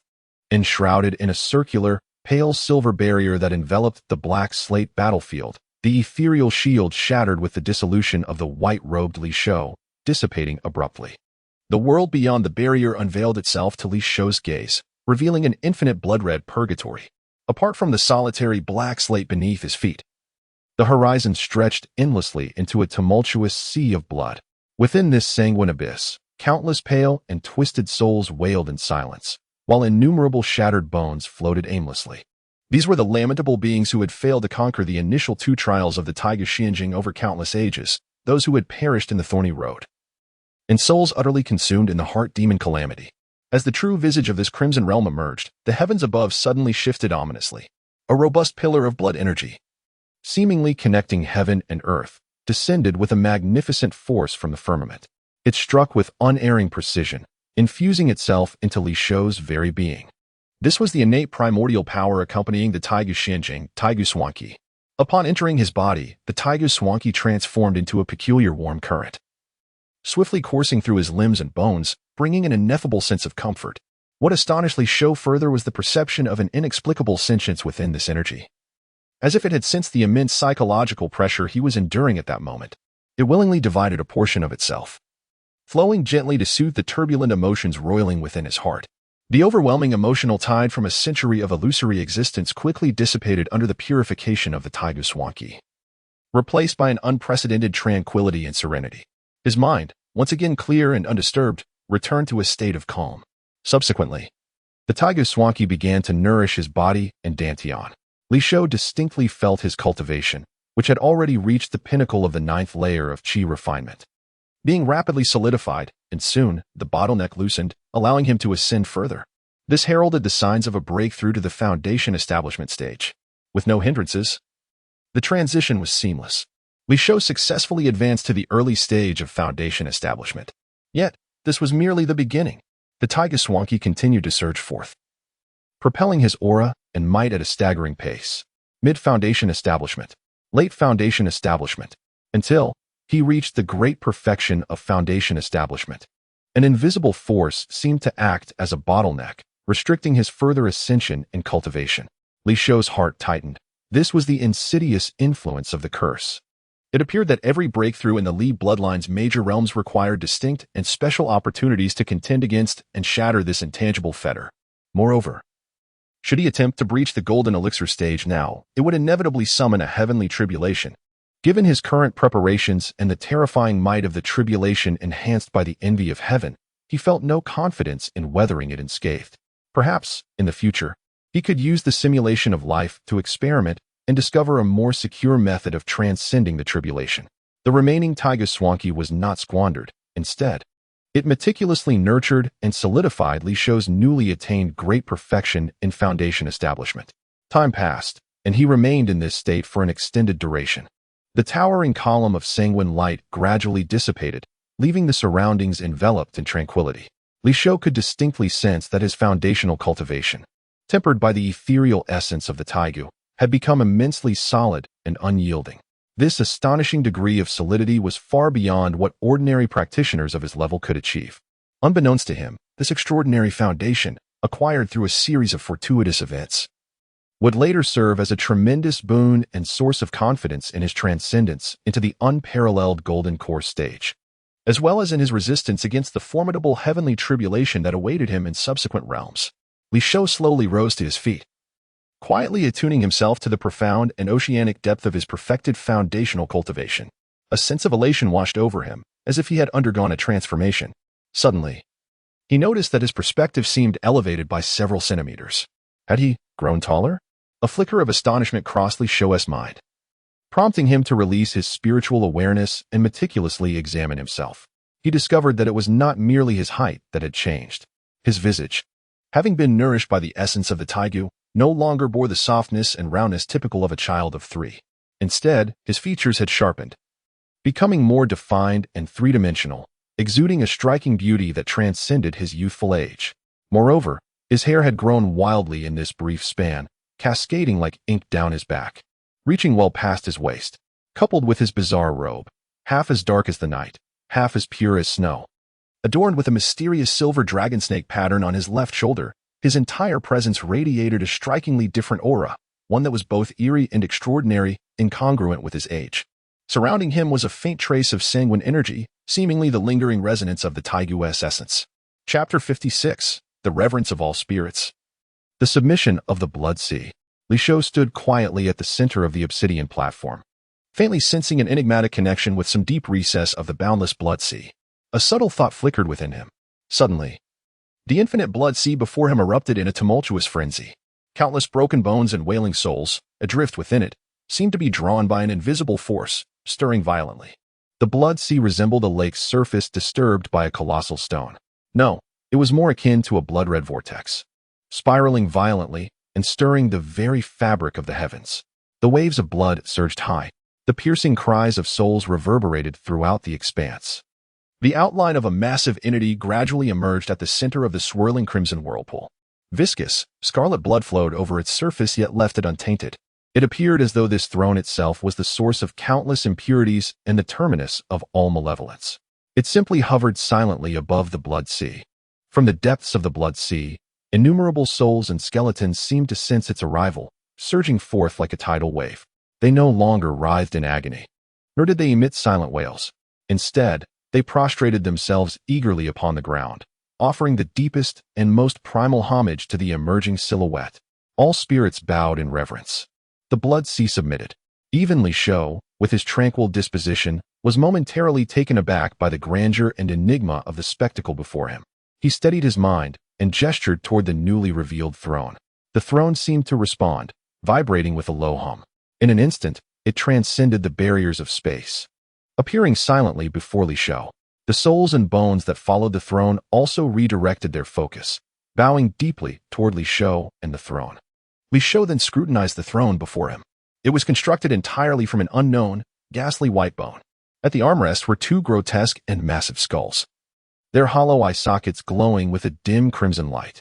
The entire structure emanated a chilling, ancient, and profoundly sinister aura. Compared to Li Shou's youthful form, the throne appeared overwhelmingly colossal. Taking a deep breath to suppress the tumult within, Li Shou immediately connected with the system. System, Heavenly Dao Appraisal. A ghostly blue screen materialized in response. Heavenly Dao Appraisal. Item name: Tai Gu Xian Zhua, recognized owner. Origin: a product of the Tai Gu Xian realm. As long as the realm endures, this throne remains eternal. Function 1. Requires taking a seat by presiding over this throne. One can command all skeletons and souls within the realm, summoning them instantaneously, moving mountains and parting seas, controlling all information within the realm. Function 2 can be taken outside the realm. Activating this throne externally can open a temporary entrance to the Tai Gu Xian realm and the outside world. The throne can actively consume the flesh and souls of living beings. The higher the quality, the better. Accumulating energy to open a temporary gateway to the Tai Gu Xian realm, with the duration of the entrance dependent on the amount of energy consumed. The elevation of this realm is intricately linked to the exalted status of the Tai Gu Xianjing. Should the Xianjing ascend, the power of this seat will similarly rise, revealing boundless potential. A friendly reminder: this Xian seat is equipped with the universal buffet function. The host is encouraged to actively seek sources of sustenance, lest the Xianjing cease to function, for which no responsibility shall be borne. Furthermore, prolonged hunger may compel the Xian seat to venture out in search of food, and the consequences shall be solely the host's responsibility. Li Shou, having read every word, felt a knowing smile curve his lips. What a splendid universal buffet! Even more splendid is the notion of venturing out for sustenance. Without hesitation, he concentrated his thoughts, his form gently rising and landing steadily upon the Tai Gu Xian seat. To his surprise, the seat was not cold and hard, but rather imbued with a gentle warmth, perfectly conforming to his physique as if custom-made. The Xian seat seemed to resonate with his very intentions. The moment he settled, it surged upward with a thunderous roar, soaring into the air, overlooking the endless army of the undead below. An indescribable sense of control washed over him. A torrent of clandestine knowledge regarding this realm unfolded before him, akin to a vast celestial map unfurling in his mind. This was not a crude, direct infusion of memories. It resembled a transcendental leap in status. In that instant, he felt as though he had become the very essence of the Tai Gu Xian domain, omniscient and omnipotent within this realm. Any information concerning the Xianjing was now at his fingertips, accessible with the slightest movement of his thoughts. Thus, he discovered that this realm was known as the Tai Gu Xianjing, a peculiar microcosm independent from the main world. Its sole purpose was to identify a worthy successor following the mysterious departure of its first master. This Xianjing is divided into 3 trials. The third trial, where he currently resides, Endless Blood Purgatory. The first trial, known as Myriad Manifestations Killing Field, and the second trial, titled Heart Demon Catastrophe, set in the 9 Netherheart prison. Beyond these core trial areas, at the center of this microcosm, stood a towering, faceless statue, exuding an ancient and profound aura. With a mere thought, Li Shou and the Tai Gu Xian seat vanished from their location. In the next moment, he found himself hovering high above the first trial, Myriad Manifestations Killing Field, utilizing the mysterious powers inherent in the Tai Gu Xian seat. He could seamlessly shield himself from the perceptions of all beings below. Peering down, he beheld an expansive and peculiar terrain, the boundaries unknown. This land encompassed a myriad of distinct geographical features: volcanic lava fields, expansive frozen tundra, toxic swamps, and endless deserts, along with the perilous dense jungles where his father, Li Guanhai, presently found himself. According to the rules of the Xian domain, all challengers entering this realm would be randomly cast into one of these diverse terrains. Subsequently, within this terrain, the projections of the 99 fallen cultivators of the same rank would be replicated, compelling the challengers to vanquish them one by one in order to progress. Li Shou's gaze sharpened. His consciousness, augmented by the formidable power of the Taiguxian seat, effortlessly traversed countless spatial barriers. His sight precisely focused on a particular location within the myriad formations, a perilous thicket teeming with danger. Deep within that jungle, a familiar figure was engaged in a fierce battle with several formidable cultivators. Sword energies crisscrossed, and spiritual lights flickered brilliantly, though the figure appeared somewhat disheveled. Their techniques were steady and seasoned, exhibiting a commendable balance between offense and defense, clearly indicative of extensive experience. Who else could it be but his somewhat inept father? Li Guanhai? Chapter 57, The Immortal, Unbeheld. Li Shou's gaze penetrated through numerous barriers, ultimately resting upon his father, Li Guanhai. In that moment, Li Guanhai appeared slightly beleaguered, besieged by projections of several cultivators. Yet, he bore little in the way of tangible wounds. Each maneuver and shift, each transition between offense and defense, exhibited a remarkable precision. His techniques subtly revealed an astonishing ingenuity and intricacy. Time and again, he managed to resolve the opponent's fierce onslaught from the most improbable angles, countering with unexpected strikes that frequently found their mark. With every masterful display from his father, Li Shou couldn't help but silently marvel. Could it be that his father was truly a combat genius, hindered by familial obligations? A faint smile flickered at the corner of Li Shou's mouth. He himself possessed extraordinary comprehension, while his ancestor, Li Banfeng, enjoyed profound fortuity. Now, it seemed that his father, Li Guanhai, was endowed with an exceptional talent for combat. This family, indeed, each had their own remarkable brilliance. Li Shou reined in his racing thoughts and began to deliberate earnestly. He was now the master of the Taiguxianjing. Should he intervene directly and put an end to the battle between these projections and his father? Then, he could bestow the reward for clearing the first level, the myriad forms killing field, directly into his father's hands. As the controller of the Taiguxianjing, he possessed the authority to do so effortlessly. However, upon viewing a message through the Taiguxian seat, he could not help but be momentarily taken aback. His father, Li Guanhai, had already vanquished 94 projections of cultivators of the same rank. Only 5 opponents remained. It appeared that the time spent during his own process of absorbing the Taiga Xuanqi to consolidate and elevate his foundation had indeed consumed a significant amount of time. His father's journey through the first level was, unbeknownst to him, nearing its conclusion. Li Shou's thoughts raced. Given this situation, there was no need for him to hastily reveal himself or intervene forcefully. After all, according to the rules of the Xianjing, each challenger, upon successfully completing a level, had the right to decide whether to continue to the next. In a previous simulated life, after his father, Li Guanhai, passed this first level, he wisely chose to withdraw. This was undoubtedly a prudent decision. Knowing when to strive was the path to longevity. Li Shou began to examine the rewards for clearing the first level. The myriad forms killing field. The rewards varied based on the challenger's cultivation level. However, their core function was to enhance the foundational strength rather than directly aid the cultivator in breaking through. For cultivators at the 9th layer of Qi refinement, the reward was a herb known as the Foundation Strengthening Grass. This name, seemingly unremarkable, concealed a rare spiritual object capable of significantly reinforcing the foundation of Qi refinement cultivators. Upon consuming this herb, the cultivator would fall into a prolonged slumber. During this period of sleep, their foundational strength would imperceptibly and continually strengthen. In the simulated life, Li Guanhai had indeed consumed this grass, awakening after more than a decade of slumber and successfully breaking through to the foundation establishment stage.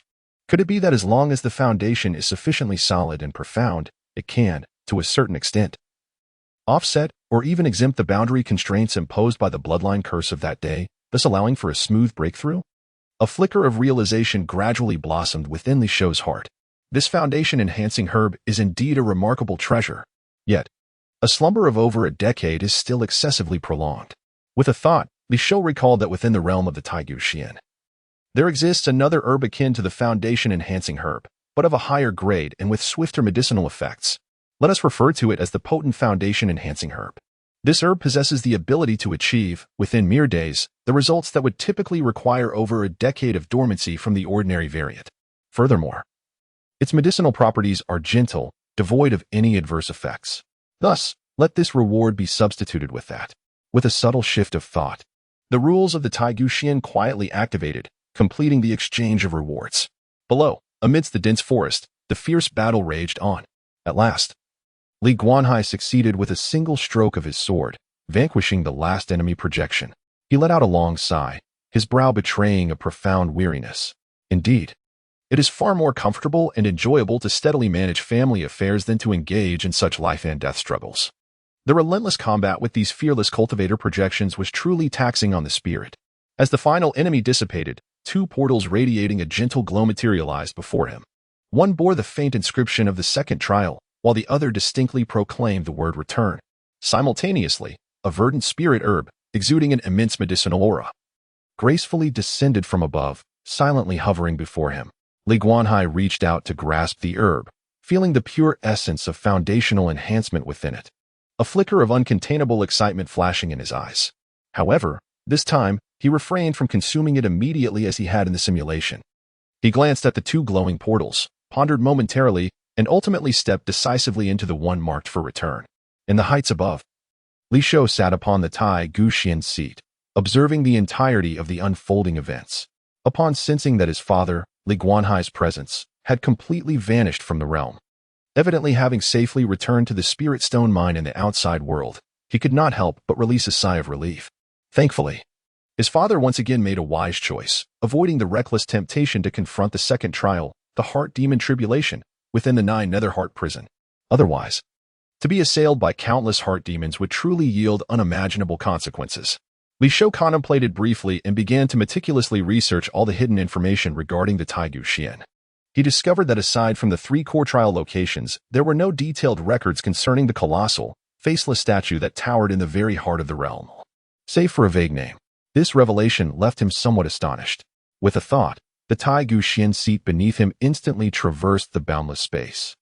Arriving at the center of the realm in an instant, the scenery around him shifted dramatically.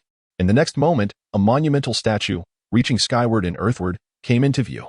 The statue presents a profound and somber hue of ebony, crafted from an unknown and extraordinary material.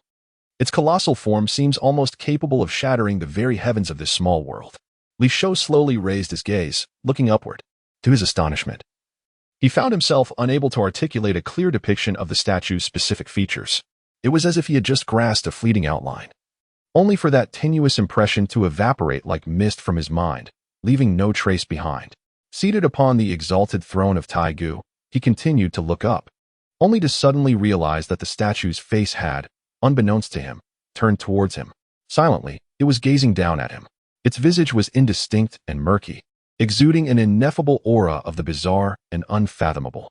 A sudden jolt surged through Li Shou's heart. In that instant, fragments of a tattered ancient text from the Li family abruptly echoed in his mind. All practitioners of the world foolishly seek eternal life, aspiring to coexist with the heavens. Yet who truly knows what immortality resembles?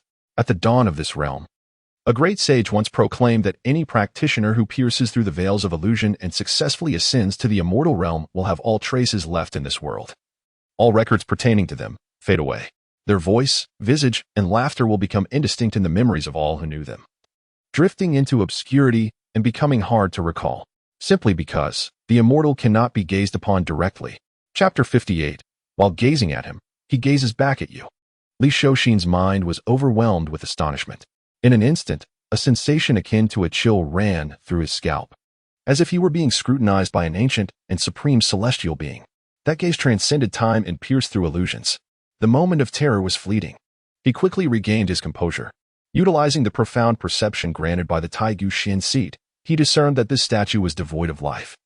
There were no fluctuations of divine consciousness, no signs of vitality. It seemed to have maintained this posture of bowing and looking down ever since its inception, quietly observing the unchanging expanse at the heart of the Xian realm. Could this statue be a faceless celestial figure, existing solely in legend? The Tai Guxian realm had existed for countless ages, and this statue had undoubtedly stood for an equally long duration. Could it possibly be the statue of the enigmatic first master of the Xian realm? That master, upon departing this world, had now attained transcendence and become an immortal?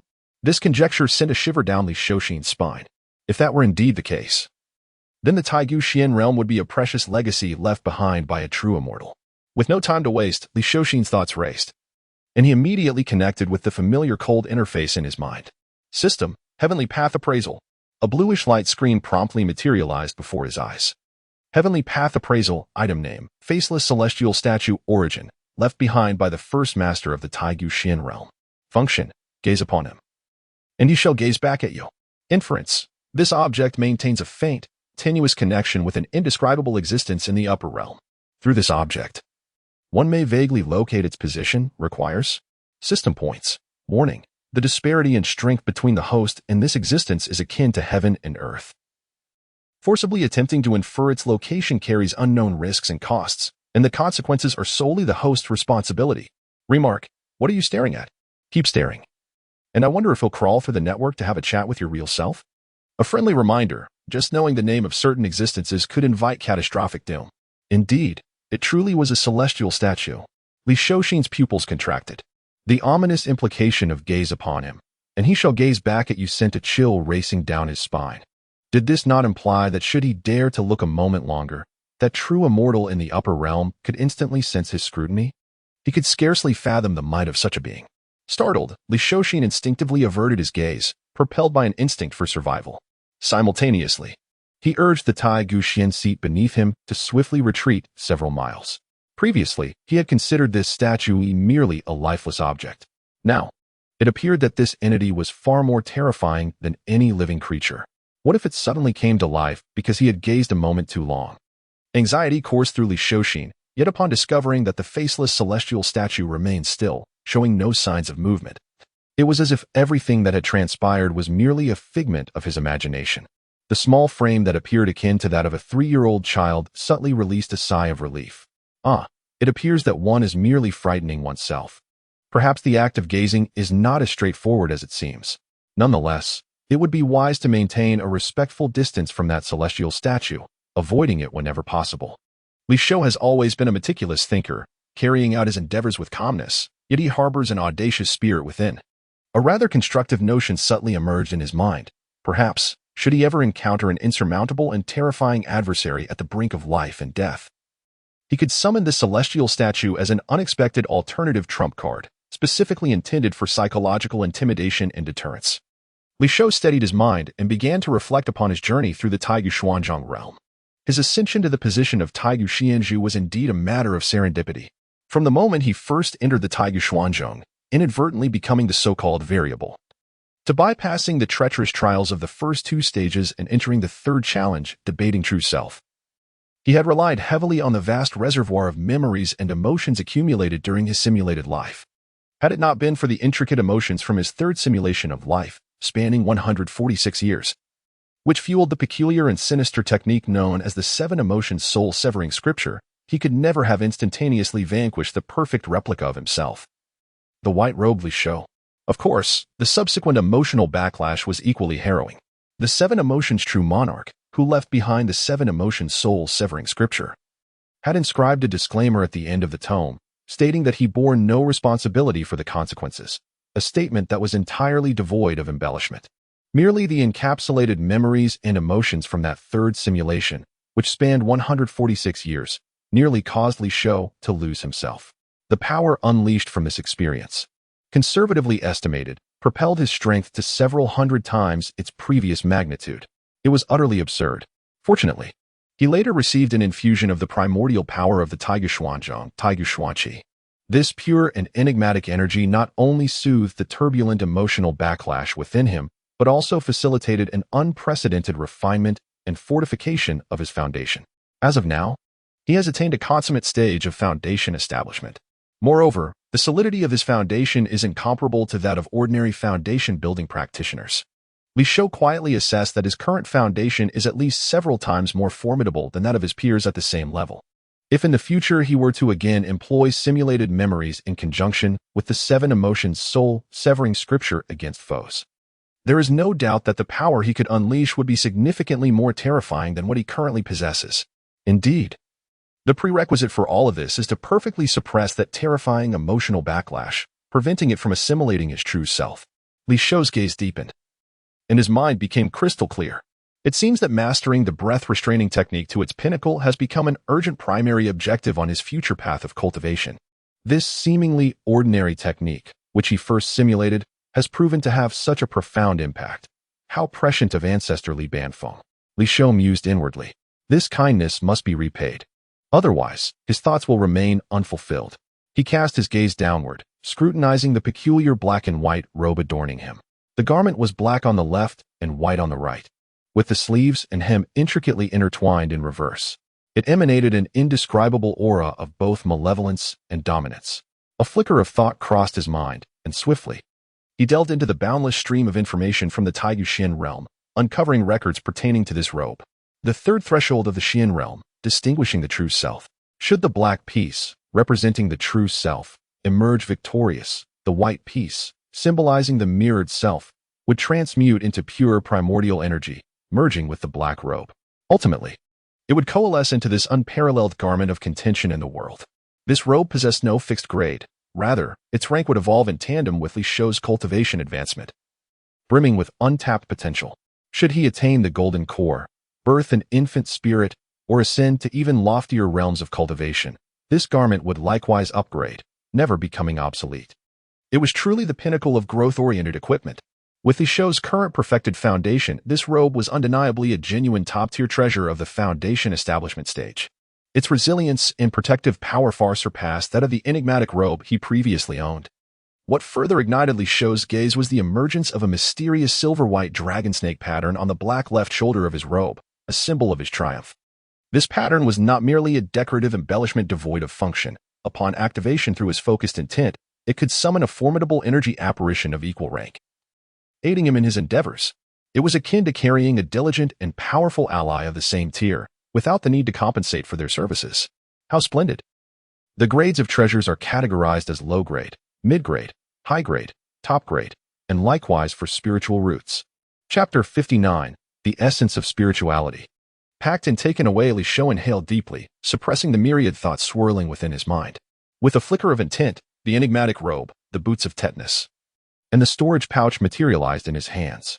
Prior to entering the final trial of the true self, these items had been temporarily concealed by the forces of the mystical realm, ensuring that the ensuing contest of black and white was purely a clash between his true self and his mirrored self.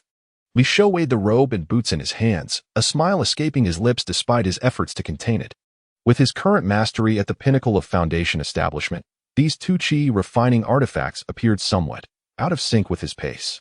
Yet, this did not imply that they had lost their worth.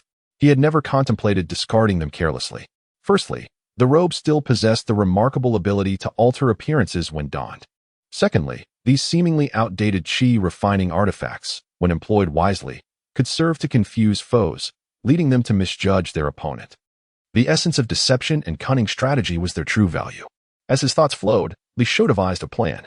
Rising to his feet, he willed the black and white robe, with its sinister and domineering aura, to vanish in a flash of brilliance, safely stowing it away in his storage pouch. Although the robe was splendid, it was rather ostentatious and contradicted his current aim of subtle development. There would be ample time to don it again when the moment for decisive action arrived. He then readorned the enigmatic robe and the boots of tetanus, transforming back into the inconspicuous little cultivator. His gaze ultimately fell upon the quietly hovering Tai Guxian seat. Such a treasure, of course, was meant to be taken away. A flicker of fervor ignited in his eyes, and he instinctively moved to place it in his storage pouch. However, the Xian seat was simply too large.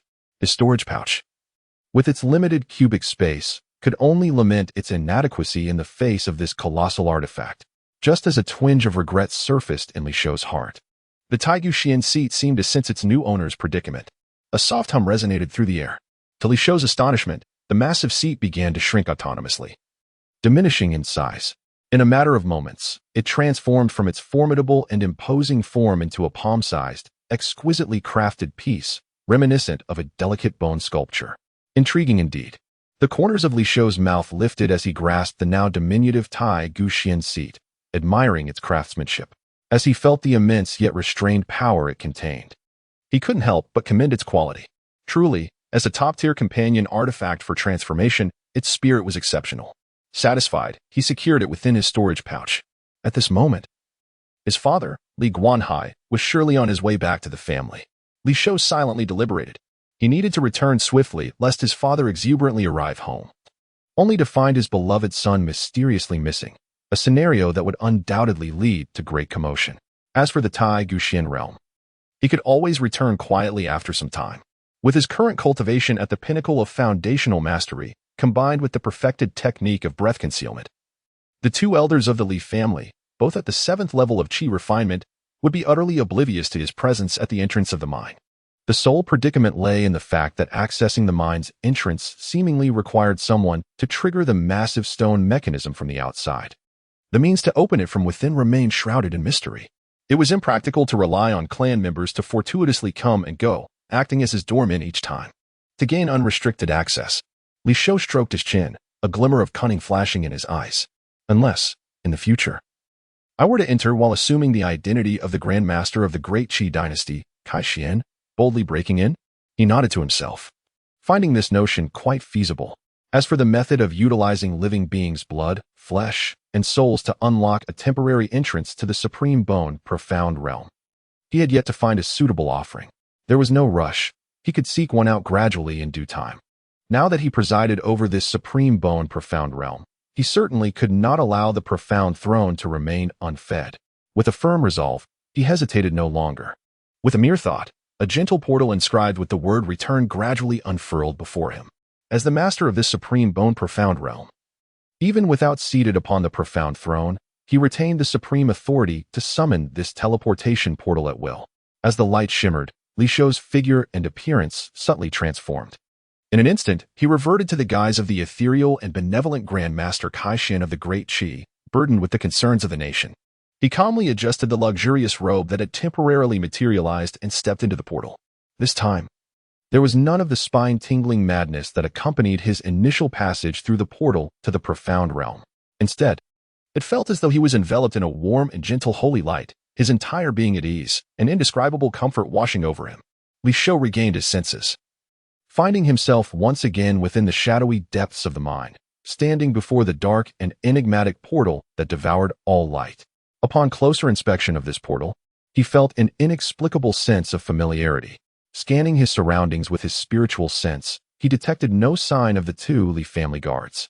Without hesitation, he activated the breath concealment technique, perfectly shrouding his aura, and silently melded into the shadows, stealthily making his way toward the exit of the Spirit Stone mine. Just moments before Li Shou stepped out of the Profound realm, Li Guanhai tightly grasped the remarkably potent foundational herb, his mind ablaze with excitement as he exited the portal. Behind him, the dark portal that consumed all light continued to emanate an unsettling aura of deathly silence and the unknown. Instinctively, he glanced back for a lingering look. Then, without further delay, he hastened toward the entrance of the Spirit Stone mine. At the entrance, two aged figures paced back and forth with their hands clasped behind their backs, visibly anxious. These were the two elders of the Li family, Li Guantian and Li Guanshan. They had been waiting here for quite some time, their nerves increasingly frayed. Clan leader. Upon catching sight of Li Guanhai's figure, Li Guantian was the first to exclaim, a deeper worry etched into his aged features. Li Guanshan also perked up, hastily moving forward to greet him. Patriarch, you have finally emerged. Upon noticing the unusual expressions on the faces of the two men, Li Guanhai furrowed his brow and inquired, what has transpired? Li Guantian, his tone urgent and imbued with lingering trepidation, replied gravely, Patriarch, shortly after you entered that secret realm, a peculiar cultivator forcibly intruded upon this place. Li Guanshan interjected, his voice slightly hoarse from tension, judging by his attire and the jade token at his waist. It seems he is a cultivator from the National Master's Court. As of now, that individual has vanished without a trace. Li Guantian inhaled deeply, his eyes betraying a profound sense of suspicion and concern. I fear he may have followed you into that secret realm. What? Chapter 60, The Esteemed National Master, whose noble virtue commands my deep respect. Upon hearing the reports from his two clansmen, Li Guanhai furrowed his brow in deep contemplation. Emerging from that perilous secret realm, he had noticed no signs of any external presence along his path. This led him to ponder, could it be that the enigmatic intruder still lingered within that concealed domain? To infiltrate under the watchful eyes of his two relatives, both at the 7th layer of Qi refinement, the intruder's prowess must surely be at least that of a top-tier practitioner at the 9th layer, or perhaps even a cultivator of the foundation establishment stage. Li Guanhai's expression grew increasingly grave. The fact that the stranger had not resorted to violence suggested that they did not wish to irrevocably sever ties with the Li family and create a deep-seated enmity. Therefore, it was highly likely that their aim was to explore this mysterious secret realm.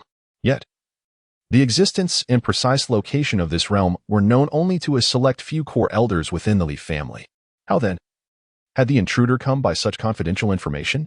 Gently massaging his forehead to dispel distracting thoughts, Li Guanhai reminded himself that he was not one to dwell on trivial matters or seek unnecessary troubles, with the intruder already inside. The most pressing concern was to deliberate on how the Li family should respond once this individual emerged. Whether they were friend or foe remained uncertain, and caution was imperative. Meanwhile, Li Shou approached the entrance of the Spirit Stone Mine with a measured pace. He quickly spotted his father, Li Guanhai, who had been waiting there. Alongside the two elders he had encountered during his earlier intrusion, a flicker of understanding passed through his mind, and he surmised that the elders must have relayed the incident involving the National Master's disciples to his father in full detail. Concerned for his son's safety, his father had likely chosen to await his return in order to ascertain the situation. After a brief moment of contemplation, Li Shou resolved not to continue lurking in the shadows, as it would only complicate matters further. With a thought, he abruptly ceased the operation of the concealment technique, and in the next instant, a venerable figure clad in an opulent robe appeared before Li Guanhai and the two elders. The old man, with a lean visage and 3 long beards cascading down his chest, radiated an aura of celestial grace. In that moment, the air seemed to thicken, and both Li Guanhai and the elders instinctively tensed, bracing themselves for an encounter with an apparent threat. Li Guanhai carefully extended his spiritual sense. Yet it was as if he were casting a stone into the vast ocean. He could scarcely gauge the depth of the old man's cultivation. It was unfathomable. A chill ran down Li Guanhai's spine, and he dared not let his guard down. Stepping forward, he respectfully clasped his fists and bowed. Addressing the elder with great reverence, "I am Li Guanhai, the patriarch of the Li family. It is an honor to encounter you, esteemed elder. May I inquire what guidance you bring to our Li family's mine?" Observing his father's display of such profound respect towards him, Li Shou, despite his remarkable composure, felt a peculiar discomfort wash over him. It was rather awkward. Subtly shifting his body to the side, he adeptly evaded Li Guanhai's formal bow, while placing his hands behind his back to assume an air of superiority. As his thoughts raced, he prepared for the unfolding events. Li Shou had meticulously prepared his speech, channeling his spiritual energy to render his voice aged and resonant. Imbued with the gravitas of time, "I am Kai Xian, the national master of the Great Qi dynasty. I come here with no ill intentions. Recently, while observing the stars in my residence, I sensed unusual movements in this area, vaguely connected to a secret realm. Within that realm, fortune and misfortune remain uncertain. There may be unforeseen changes that could affect the surroundings. It is my duty, and I cannot bear to see innocent lives suffer, hence my visit to investigate. Should anything amiss arise, I will certainly endeavor to quell it." He paused, striving to suppress a smile, his tone imbued with a sense of distance and authority. As it stands, the energy here remains unstable. It cannot be resolved in a single attempt. In the future, I may return several times to further investigate, until this place is free of hidden dangers. You ought to understand my earnest efforts to maintain peace in this region, do you not? His words rang with righteousness and grandeur, albeit their substance was entirely fabricated on the spur of the moment by Li Shou. As he spoke, he discreetly observed the expressions of the 3 individuals. His claims were riddled with inconsistencies, utterly lacking in credibility. However, despite the myriad doubts swirling in their minds, Li Guanhai and the others dared not show a hint of skepticism. After all, the unfathomable power of their interlocutor demanded their belief, at least outwardly. Especially that claim about his earnest efforts to maintain peace positioned him firmly at the moral high ground, rendering any rebuttal impossible. Li Guanhai pondered for a moment before tentatively responding, "Master Kai, your noble intentions are commendable. I, as a junior, hold you in the highest esteem. If your purpose is to investigate the hidden dangers of the secret realm, the Li family shall cooperate fully, and we would never dare to cause any inconvenience." His words subtly hinted that as long as the Li family faced no undue hardship, all would be well. "Good," Li Shou replied with a serene nod, secretly amused while maintaining an air of a transcendent figure. He then glided past the 3 without stirring a speck of dust, moving gracefully toward the entrance of the mine. Once again, the concealment technique was activated. Simultaneously, the terrifying cultivation of the perfected foundation establishment stage surged forth. In an instant, a lingering shadow remained. A blend of reality and illusion. Li Shou's figure transformed into a streak of blinding light, far swifter than before, tearing through the air as he shot towards the direction of the Qingye City Li family. He vanished in the blink of an eye, leaving behind the three of them at the mine entrance, exchanging astonished glances, speechless. Li Guanhai and his two brothers stood in shock, witnessing Kai Xian's remarkable disappearance right before their eyes, leaving no trace. They were all taken aback, gasping in disbelief. Li Guanshan swallowed hard, his voice tinged with dryness. Patriarch. Who exactly is this Kai Xian from the National Master's estate? His voice wavered with trepidation. Such elusive and effortless maneuvers, such unfathomable cultivation. How could the great Qi dynasty, a mere mundane realm, possibly nurture such a being? Li Guanhai remained silent, his profound gaze directed towards the direction of the Li family in Qingye City, his eyes flickering with an unpredictable brilliance. After a moment, he slowly spoke, his tone imbued with a hint of gravity. This individual possesses unfathomable strength. His words, "I may return in the future," suggest we must prepare ourselves early. And we must not offend him lightly. Both of his clan brothers nodded in deep agreement. Li Guanhai's consciousness quietly descended into his storage bag. Within that limited space lay a verdant herb, exuding a rich fragrance of medicinal essence, resting serenely. It was the potent foundational herb he had painstakingly acquired in the Taigu Xianjing, after enduring numerous perils. The power contained within this herb, which enhances one's foundation, was far more formidable and pure than he had anticipated. This extraordinary treasure, with its astonishingly potent effects, would be a waste if consumed solely by him. Li Guanhai mused inwardly. That child, Shower, possessed remarkable comprehension and had established a solid foundation. He couldn't help but recall his son, who always seemed to bring unexpected surprises. If he could share a portion of this herb with him, it would undoubtedly facilitate his cultivation journey, allowing him to avoid many detours. Perhaps, it would enable him to reach the threshold of foundational establishment more swiftly. Chapter 61. Returning to the Li family, pretending to be asleep as the sun dipped low. Casting golden rays across the horizon, Li Shou soared through the air, his azure robe billowing elegantly in the wind. The profound power of his cultivation surged within him like a roaring river. His spiritual awareness, once confined to a mere 300 feet, had dramatically expanded to an astonishing radius of 3 miles. The scenery along his path swiftly retreated in his vision, blurring into a cascade of luminous colors. Before long, he quietly retraced his steps back to the Li family residence, guided by the memories etched in his mind. Employing the utmost finesse of his breath-concealing technique, he slipped into the vast estate unnoticed. Like a specter, Li Shou deftly returned to his small courtyard. Upon reclining on his bed, a flicker of thought crossed his mind. The life simulation system, a familiar interface, materialized before him. 7 days, 4 hours, and 32 seconds remained until the 4th simulation. Not even a day? Li Shou raised an eyebrow in surprise. His tumultuous experiences within the Taigu Xian realm, marked by the replication of memories, the contention of black and white, and the infusion of vital energy, felt as though they had spanned a considerable duration. To his astonishment, in reality, not even a full day had elapsed. After a brief contemplation, he understood. The replication of memories occurred in an instant. His strike in the black and white conflict was but a fleeting moment.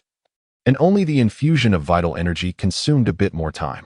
Amidst his thoughts, a familiar presence emanating from the peak of the 9th layer of Qi training was swiftly approaching his courtyard.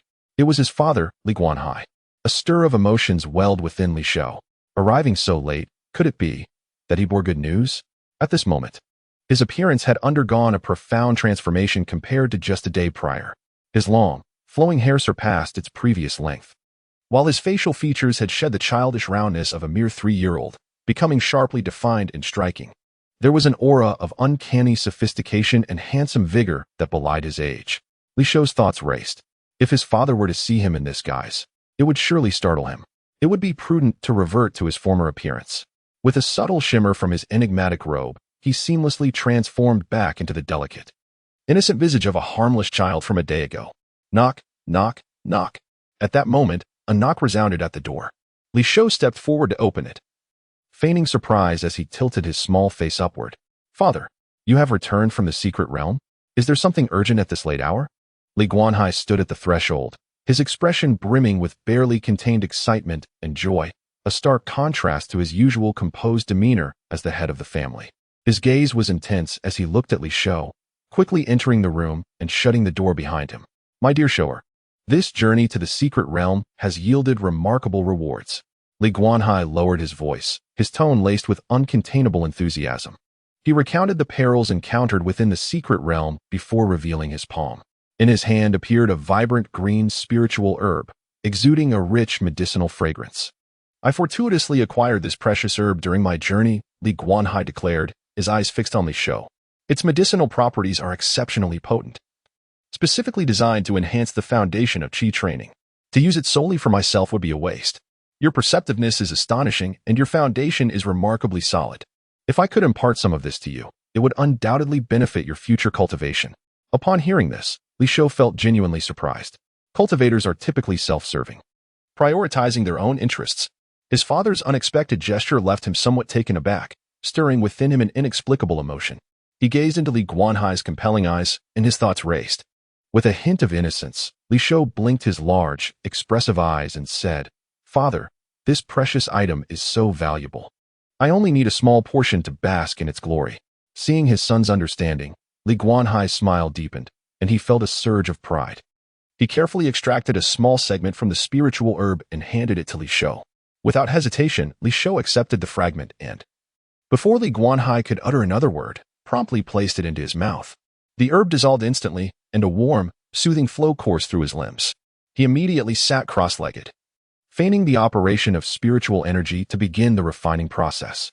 As soon as he commenced, a powerful force of medicinal energy erupted from within him, plunging him into darkness as he toppled backward, falling into a deep slumber. Of course, this was all an act, for he had already achieved the pinnacle of foundation establishment. For him, this minor herb meant no more than a dessert after a meal, incapable of producing such extraordinary effects. Meanwhile, Li Shou subtly invoked his mystical robe, manipulating his appearance to gradually transform into the figure that had absorbed the Taiga Xuanqi. Li Guanhai, startled by his son's sudden unconsciousness, initially felt a wave of concern. However, upon sensing Li Shou's steady and prolonged breath, he gradually relaxed. To his astonishment, he then observed Li Shou's hair visibly lengthening at an astonishing rate.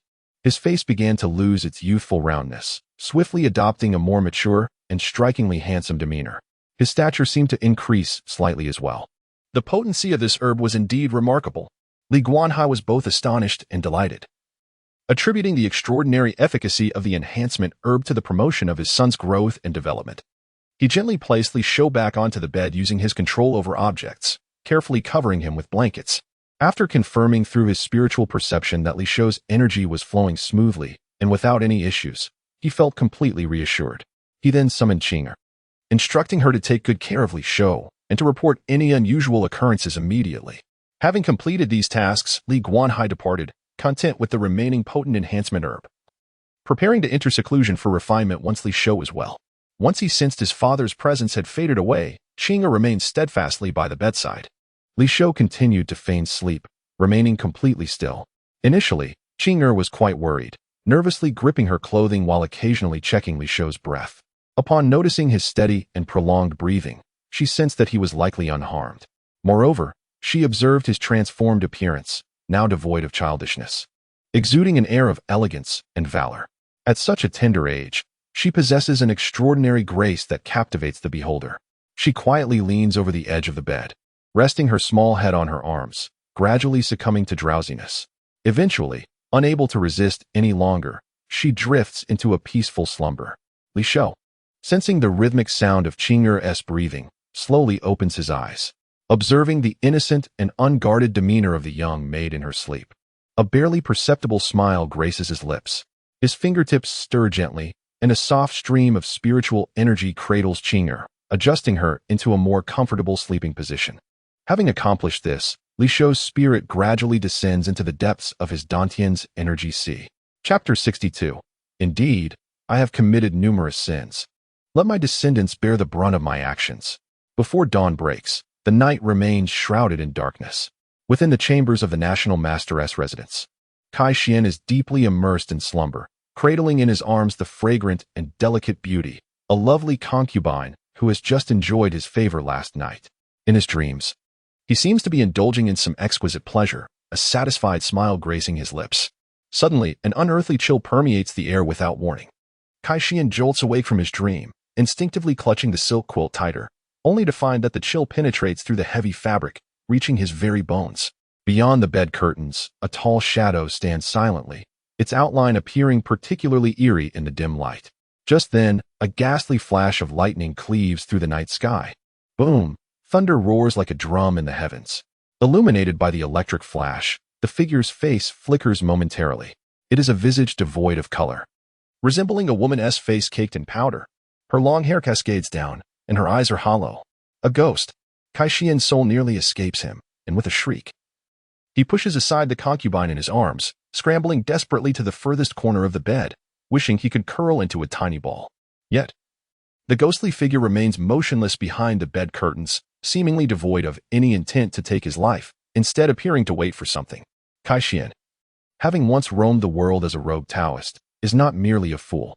Over the years, wielding the power of the national master, he has shed the blood of many adversaries.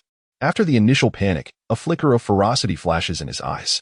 Feigning the supernatural, Kai Xian steels himself and quietly retrieves a poisoned dagger from beneath his pillow. This dagger is his lifeline, coated with poison that even innate warriors could not escape from if struck. Holding his breath, he exerts all his strength, slicing through the silk bed curtains and thrusting the dagger toward the woman's heart. However, the anticipated sensation of the blade piercing flesh does not arrive. A cold, stiff hand, devoid of life, grips his wrist like a vice. It is the pale-faced woman. Emotionless, with hollow eyes, she gazes at Kai Xian, her arm steady as a rock. Kai Xian's face turns ashen, straining with all his might, yet the dagger cannot penetrate even a fraction. Hey, a demon! His teeth chatter as he believes he is confronted by the vengeful spirit of an enemy he exterminated, poised to plead for mercy. A chilling male voice unexpectedly resonates from behind him. The laughter is hoarse and deep, reminiscent of a cold wind sweeping through the netherworld. One would think that this national master of Da Qi, capable of entrancing the old emperor with his celestial arts, would possess some measure of cultivation. Yet, it turns out he is merely a commoner who has stumbled upon a stroke of luck. Kai Xian feels as though struck by lightning, stiffly turning his head. To his astonishment, at the other end of the bed stands a shadowy man clad in black robes.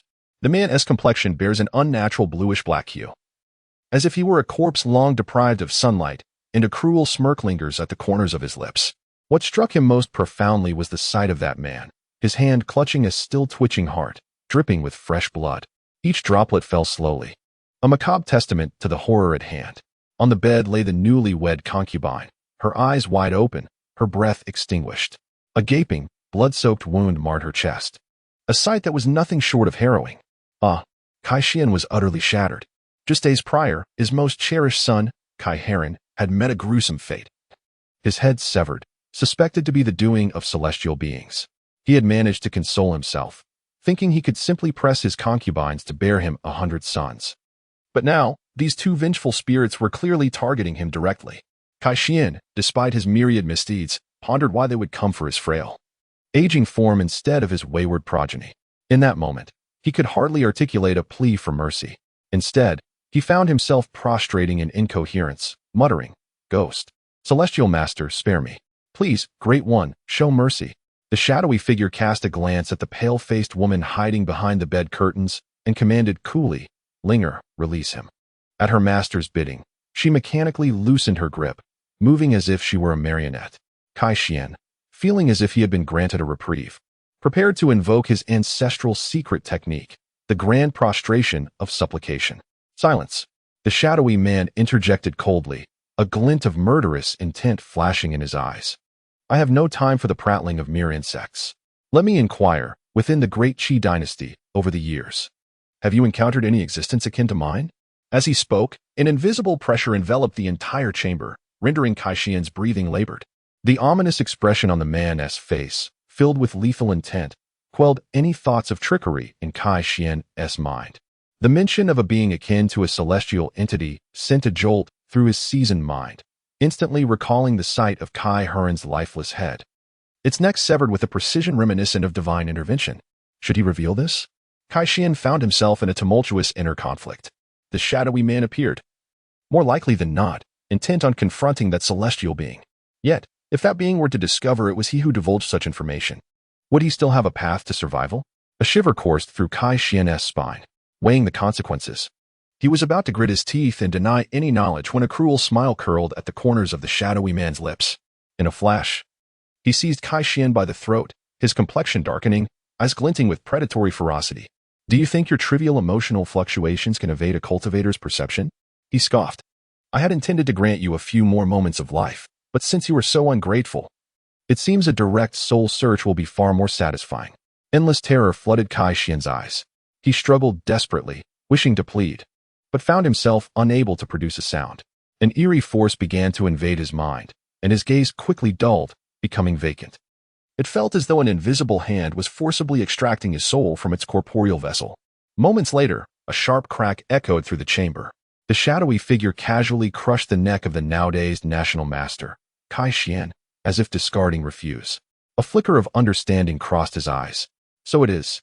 From Kai Xian's vast and chaotic memories, he discarded the useless information regarding the power struggles and the manipulation of the sovereign. The most valuable insight was the recent sudden appearance of Kai He, Kai Xian's 32nd son, whose severed head had surfaced mysteriously. It appeared to be the work of a cultivator, yet they had not revealed themselves. Had they employed some remarkable concealment technique? A cruel smile curled at the corners of the shadowy man's mouth as he coldly remarked, those who hide their heads and reveal their tails likely possess little true mastery. Perfect. They shall serve as an exquisite offering for Maixian Yin refinement of corpse and foundation establishment technique, aiding my pivotal breakthrough. He turned to the woman in white robes, saying, Let us go, Linger. The female cultivator, despite her rigid movements, did not hesitate to turn and follow closely behind. This woman, known as Jiang Ling, had once been the shadowy man's partner a century ago. Now, she had been refined into a soulless puppet, devoid of self-awareness, for nearly 90 years. According to the soul-searching he had just conducted, Kai Xian's estranged 32nd son, Kai He, was on his way to Qingye City before the incident, seeking to ally with a young leader of a minor faction. The dawn light, imperceptibly, began to brighten. Two strange streaks of light rapidly shot towards Qingye City. Simultaneously, in the distant sky, a once bright star was fading at an observable pace, its brilliance waning. Chapter 63. The Plan to Hunt for Nascent Souls. Two small fish Li Shou entered a state of tranquility, turning his gaze inward. Within his Dantian sea of qi, the ethereal mist of spiritual energy was no longer the light, insubstantial form it once was during his qi refinement stage. At this moment, it was filled with a dense, viscous energy reminiscent of liquid mercury, heavy and shimmering with a resplendent glow. The quantity was not merely 100 or 1,000 times greater than before, but rather an immeasurable expanse. The quality was a world apart, incomparable to what it had been. With each breath, this liquid spiritual energy surged through his meridians, infused with an overwhelming, irresistible force. Every gesture he made could summon powers far beyond those of the past. Is this what it means to achieve the pinnacle of foundation establishment? Li Shou contemplated the newfound strength coursing within him, his heart filled with clarity and enlightenment. There were still 7 days until the 4th simulation. His eyes flickered thoughtfully as he began to meticulously devise a plan for the next simulation. With his strength having surged dramatically, supported by the realm of the Taigu Xian, he felt a sense of invincibility. In the face of insurmountable danger, he could always retreat into the Xian realm. Who could contend with him beneath the stage of transformation? Through the Taigu Xian seat, he understood that the Taigu Xian realm was originally activated only every 300 years after accumulating sufficient energy. Each activation lasted for a decade, designed to attract beings marked by the Xian realm to challenge its thresholds. Now he, Li Shou, was the master of the Xian realm. The ancient mechanism that had drawn beings for countless ages had dissipated. This meant that anyone who knew the entrance could enter. A sinister smile crept across Li Shou's lips as he recalled the audacious scheme of his ancestor, Li Banfeng, who had ensnared the 3 sex cultivators. Could I, too, emulate my ancestor and casually disseminate the news of the Xian realm? Let those unseeing cultivators from the 3 sects, or other lurking entities, come to their doom, buried within. If he could lure those few nascent soul elders from the 3 sects into the realm, after dispatching them, he could claim their nascent souls as a grand gift for his ancestor, aiding him in the formidable art of soul transmutation. The more he pondered, the brighter his eyes gleamed. This plan was truly magnificent. Let us call it the plan to hunt for nascent souls. Of course, the premise was that they must first step into his Xian realm. As long as those nascent soul elders dared to set foot into the Taiguxian realm, he could immediately seal off the realm, capturing them as if they were fish in a barrel. At that time, no matter how formidable the nascent soul true monarch, they would merely be meat on the chopping block at his mercy. However, the details of this plan required thorough consideration, ensuring no flaw could escape scrutiny. After all, those nascent soul elders, having lived for countless years, were cunning old foxes, incredibly shrewd. Upon discovering such an ancient secret realm, they would undoubtedly exercise extreme caution. Never daring to venture recklessly, it was highly likely they would first send lower-tier cultivators to scout the way, acting as expendable pawns. Li Shou stroked his chin, observing the tranquil face of Qing'er as she slept peacefully, her breath even. His thoughts raced forward. He could temporarily lower the difficulty of the earlier challenges within the Xian realm, allowing those scouting pawns to survive a bit longer and return with favorable news. Thus, one could effectively dull the vigilance of the adversary, simultaneously, through the rules of the mystic realm. Those who successfully traverse the 3 trials may become the sovereign of this realm, wielding dominion over this expanse and relishing the ultimate truths of creation, imparting them with precision to every cultivator who enters the mystic realm. He harbored doubts that, in the face of such temptation, those old-timers could maintain absolute rationality and composure. Once greed takes root in a person's heart, their judgment becomes easily clouded. With the loss of clarity, death becomes a near certainty. Time, under Li Shou's meticulous scheming, gradually slipped away. The intricate details of the plan to hunt the nascent soul were repeatedly rehearsed in his mind, evolving towards perfection. His current foundational cultivation, refined through the essence of the supreme bone mystic Qi, had reached an unprecedented density and solidity. Yet, he remained unsatisfied. His next step was to accumulate the countless years of experience within the first trial of the supreme bone mystic realm, the Thorny Path, gathering all the foundational rewards that had yet to be claimed by challengers, thereby further solidifying and enhancing his cultivation base. The more stable his foundation, the greater his chances of success when facing the Golden Core Thunder Tribulation in the future. As for his endeavors in reality, he was not yet inclined to recklessly attempt the tribulation. Everything could be tested and corrected within the simulation. At that time, he would merely need to trace back to the successful experiences, saving time and effort while ensuring safety and reliability. However, he pondered whether the act of tracing back to higher realms of cultivation would also inadvertently summon the overwhelming Thunder Tribulation. Li Shou's thoughts raced. He decided that the next time he traced back to realms above the Golden Core stage, he would do so directly within the Supreme Bone Mystic Realm, to avoid any lingering concerns. To him, this mystic realm was akin to an immense treasure trove. Just the diverse array of foundational spiritual materials from the first trial would suffice for his advancement to the nascent soul stage, alleviating any worries about resources. Furthermore, the reward for clearing the second trial, the Heart Demon Tribulation, seemed to be a peculiar technique known as the Supreme Bone Mystic Heart Method. Although he had yet to examine it in detail, the name itself suggested that it would be remarkably effective in stabilizing one's core and resisting the erosion and assimilation of memories and emotions from the simulated life. In the next simulation, he would delve deeply into its study. Li Shou lay quietly upon his bed, his heart ablaze with fervor. He had now become a bona fide practitioner at the pinnacle of foundational cultivation. He had long since shed the shackles of the mundane flesh, no longer requiring food or sleep, and free from the burdens of bodily functions. Although outwardly, he still appeared as a somewhat mature and spirited 3-year-old child. At that moment, outside Qingye City, as dawn broke, 2 eerie streams of chilling death energy arrived at the city gate. They were none other than the shadowy man who had previously committed an atrocity at the National Master's residence, accompanied by the lifeless corpse puppet, Jiang Ling. Observing the drowsy postnatal martial artists guarding the gate, the shadowy man revealed a disdainful smirk. A few barely perceptible wisps of black energy drifted silently by. Before the guards could even utter a muffled groan, they instantaneously lost all vitality, collapsing to the ground. The 2 strode brazenly into the city, their consciousnesses sweeping indiscriminately over every nook and cranny. Soon, they arrived near the Li residence. Li Shou, deep in contemplation, suddenly furrowed his brow. 2 unfamiliar cultivators, exuding an unmistakable aura of malevolence, intruded upon his mental perception within a 3-mile radius. Their cultivation fluctuations were not particularly formidable, merely at the Qi refinement stage, insignificant nuisances. In his opinion, with a calm assessment in his mind, he pondered momentarily. As his thoughts shifted, he adorned himself with a robe interwoven in black and white, emblematic of his pursuit of the Tao. Over this, he draped a mysterious garment capable of thwarting the mental probing of ordinary Qi refinement cultivators, a double layer of protection. Indeed, having completed his preparations, he subtly shifted his form and vanished soundlessly from the room, leaving no trace behind. Chapter 64. Spirits. Li Shou held his breath and concentrated, quietly observing from the shadows. The male cultivator's complexion was a ghastly shade of ashen blue, surrounded by a swirling aura of dark energy. Clearly not one of the righteous. The female cultivator was even more rigid, her eyes devoid of life, her entire being lacking any sign of vitality. Evidently a puppet manipulated by someone else. A corpse cultivator? Li Shou's heart stirred, his gaze flickering with understanding. Such practitioners of the dark arts often acted with erratic cruelty, unbound by any moral constraints.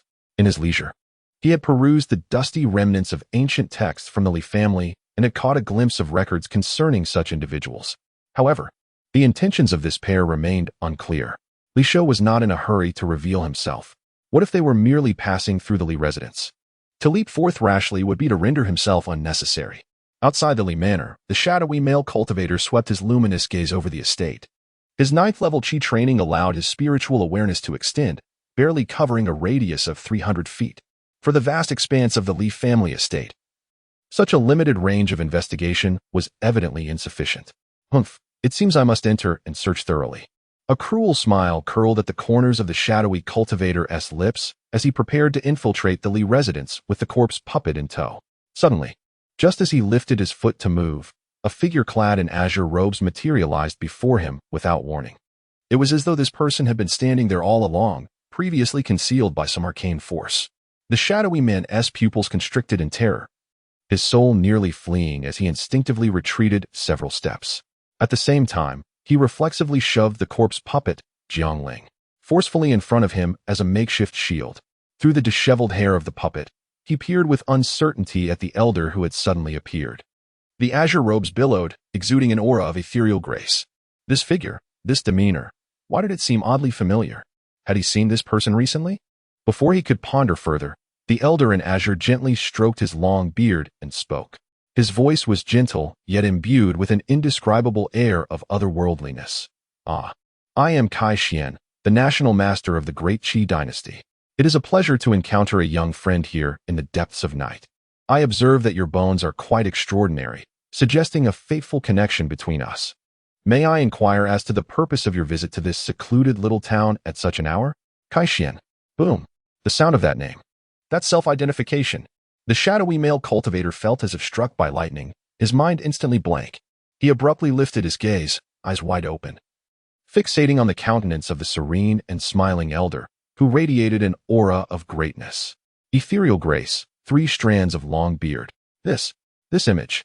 Wasn't he this the very mortal national master Kai Xian whom he had brutally slain in the palace chamber not long ago? How could he still be alive? Moreover, he found himself utterly unable to discern the depth of the elder's cultivation. Though the shadowy man was indeed a corpse cultivator, he had never witnessed a mortal he had just killed suddenly reappear before him, lively and transformed into an unfathomable immortal practitioner. What in the world was this bizarre turn of events? At this moment, the shadowy man felt an icy chill surge from the soles of his feet straight to the crown of his head, causing every hair on his body to stand on end.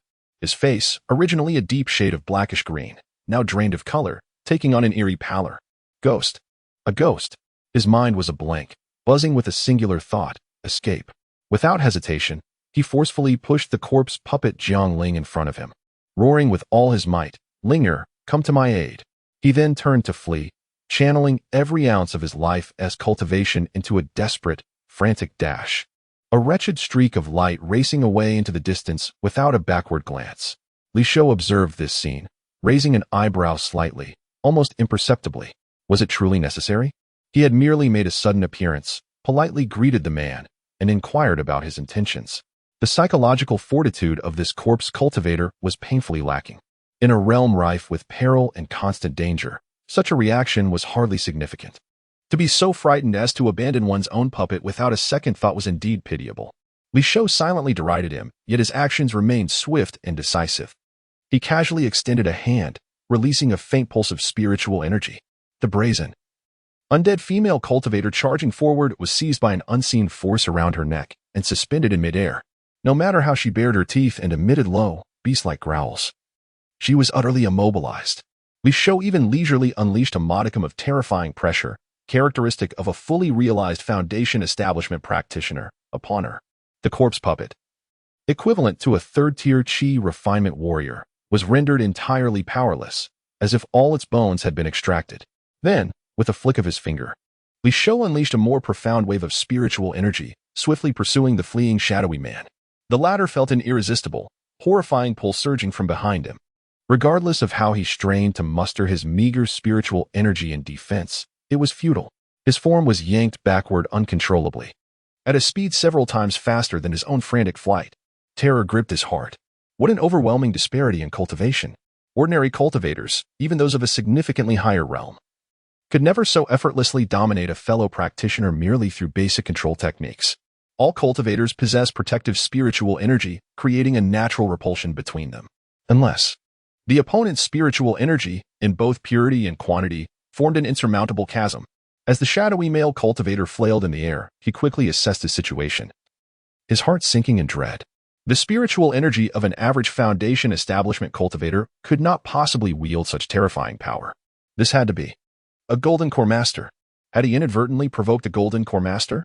Realizing this, the shadowy cultivator abandoned all futile struggles.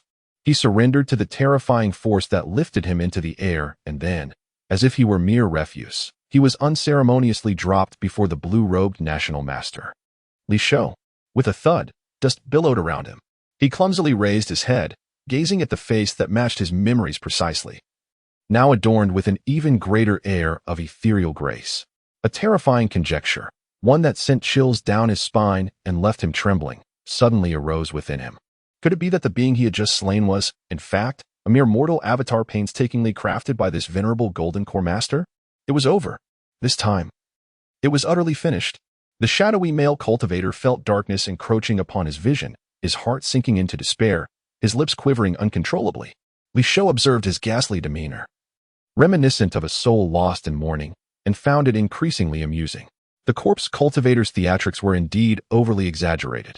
Yet, he maintained his high-minded demeanor, exuding an air of ethereal detachment, and in a calm tone devoid of discernible emotion, he inquired, "Young friend, why do you flee in such panic upon encountering me? Do I bear a resemblance to some fearsome beast?" Hearing the absence of immediate malice in the other's tone, the shadowy male cultivator felt a flicker of hope for survival ignite within him. He promptly fell to his knees with a resounding thud, performing an exceedingly proper prostration. Even more so than Kai-Shian. Tears streamed down his face, snot smeared across his features as he beat his head against the ground, producing loud thuds. "Senior, spare my life. I am blind to your greatness, a fool who did not recognize the true nature of your mortal avatar. My sins are worthy of 1,000 deaths, and I cannot absolve myself. I beseech you, grant me an opportunity for redemption." Amidst his tearful lamentations, he pointed to the female cultivator suspended in midair, utterly limp as if turned to clay. This is the culmination of my efforts, a lifeless puppet I have painstakingly refined over 90 years. I offer it to you as an apology. While it may be crude, it is a token of my sincerity. I implore you, in your magnanimity, to regard my arduous path in cultivation and allow me to be set free with a mere flick of your wrist. Upon hearing these words, Li Shou finally grasped the situation in its entirety. After all this commotion, it turned out that the real Kai-Shian had already met his demise at the hands of this unfortunate soul. No wonder he was so terrified upon seeing Li Shou in the guise of Kai-Shian. This truly was a case of the flood sweeping through the Dragon King's temple, with one family failing to recognize another, although perhaps that expression was not entirely fitting here. Feigning deep contemplation, Li Shou took a moment to deliberate, assuming a pose of careful consideration before slowly responding, It is not too late for you to awaken to this reality. Now, do you still recall the initial purpose of your visit to this place?" The shadowy man, upon hearing this, dared not conceal anything and, like being spilling from a bamboo tube, laid bare his intentions, desperately seeking a glimmer of hope. "Revered senior, I merely sought to find a couple of Qi refining cultivators near Qingye City to transform into puppets, to aid me in breaking through the foundational bottleneck." Chapter 65, Frail Flesh, Ascending the Corpse. Upon hearing the words pertaining to the cultivation of a few chi practitioners and the refining of corpse puppets, Li Shou's gaze subtly sharpened. He cast a discreet glance at the individual before him, already forming a judgment in his mind. At that moment, a flicker of awareness stirred within him. It seemed that someone within the Li family estate had sensed the commotion, and several presences were swiftly approaching. Ah, this is not a place to linger. Li Shou mused inwardly, maintaining an expression of ethereal composure, absent-mindedly stroking his non-existent beard. With a gentle tone, he addressed the already terrified shadowy figure. Young friend, this place is crowded and filled with prying eyes. It is not suitable for conversation. Shall we find a more secluded location to conclude your matters? Before his words could fully settle, Li Shou casually swept his sleeve. An invisible force surged forth, instantly lifting the shadowy figure and his limp, mud-like corpse puppet, Jiang Ling, into the air. The shadowy figure felt the world spin chaotically around him, a buzzing echoing in his mind. Conclude? Conclude what? He scarcely had time to ponder the chilling implications of those words before being swept away by the immense power, transforming into a fleeting streak of light that vanished into the night. In the blink of an eye, he found himself in a desolate and uninhabited burial ground outside Qingye City. Thud! The shadowy figure was unceremoniously dropped to the ground, his face full of dirt, utterly disheveled. Dazed, he lifted his head and found himself staring into Li Shou's inscrutable eyes, which held a semblance of amusement. Young friend, I have a question for you. Li Shou stood with his hands clasped behind his back, looking down at him from a lofty position. Speaking in a tone as casual as if discussing mundane matters, are you a loose cultivator? The shadowy figure, still reeling from the impact, was initially taken aback by the inquiry. However, upon realizing the significance of the question, he eagerly nodded, grasping at the chance for survival. His voice trembled with profound fear as he replied, Yes, indeed. Senior, I am merely a loose cultivator without a sect, all alone and destitute. At that moment, his sole thought was to elicit a sliver of compassion from the other, hoping for a glimmer of mercy. Oh? Li Shou nodded slowly, his celestial demeanor coupled with a gleam of satisfaction that sent a chill down the spine. A loose cultivator, indeed, that simplifies matters. Just as a flicker of fragile hope ignited within the shadowy figure, believing that the inquiry into his background might lead to a chance for reprieve. The next moment shattered that illusion. He watched in horror as Li Shou, the azure-robed national master, flipped his palm. A palm-sized, exquisitely crafted throne, entirely composed of eerie white bones and exuding an aura of boundless malevolence and dominance, materialized silently in his grasp. It was the Taigu Xuanzhua. Senior, what is this? As soon as the throne appeared, the shadowy figure felt a tremor of dread emanating from the depths of his soul. He stared, wide-eyed, as two hollow eye sockets of the grotesque skulls atop the throne suddenly ignited with a ghostly crimson glow. An irresistible wave of terror surged from the throne, enveloping him in an instant. No, the shadowy figure let out a desperate scream. His very essence, his flesh and blood, and indeed all that constituted him, rapidly dissolved under the terrifying allure, greedily devoured by the Taigu Xuanzhua. The entire process was alarmingly swift, taking but the briefest of moments. Left behind was merely an empty robe and a solitary storage pouch. The ground was pristine, not a trace of blood remaining. Li Shou observed this scene with a satisfied nod.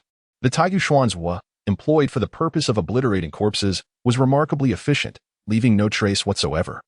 A true testament to environmental cleanliness. His gaze then shifted to the corpse puppet, Jiang Ling, which had lost its master's control and now stood bewildered, emanating a continuous aura of death.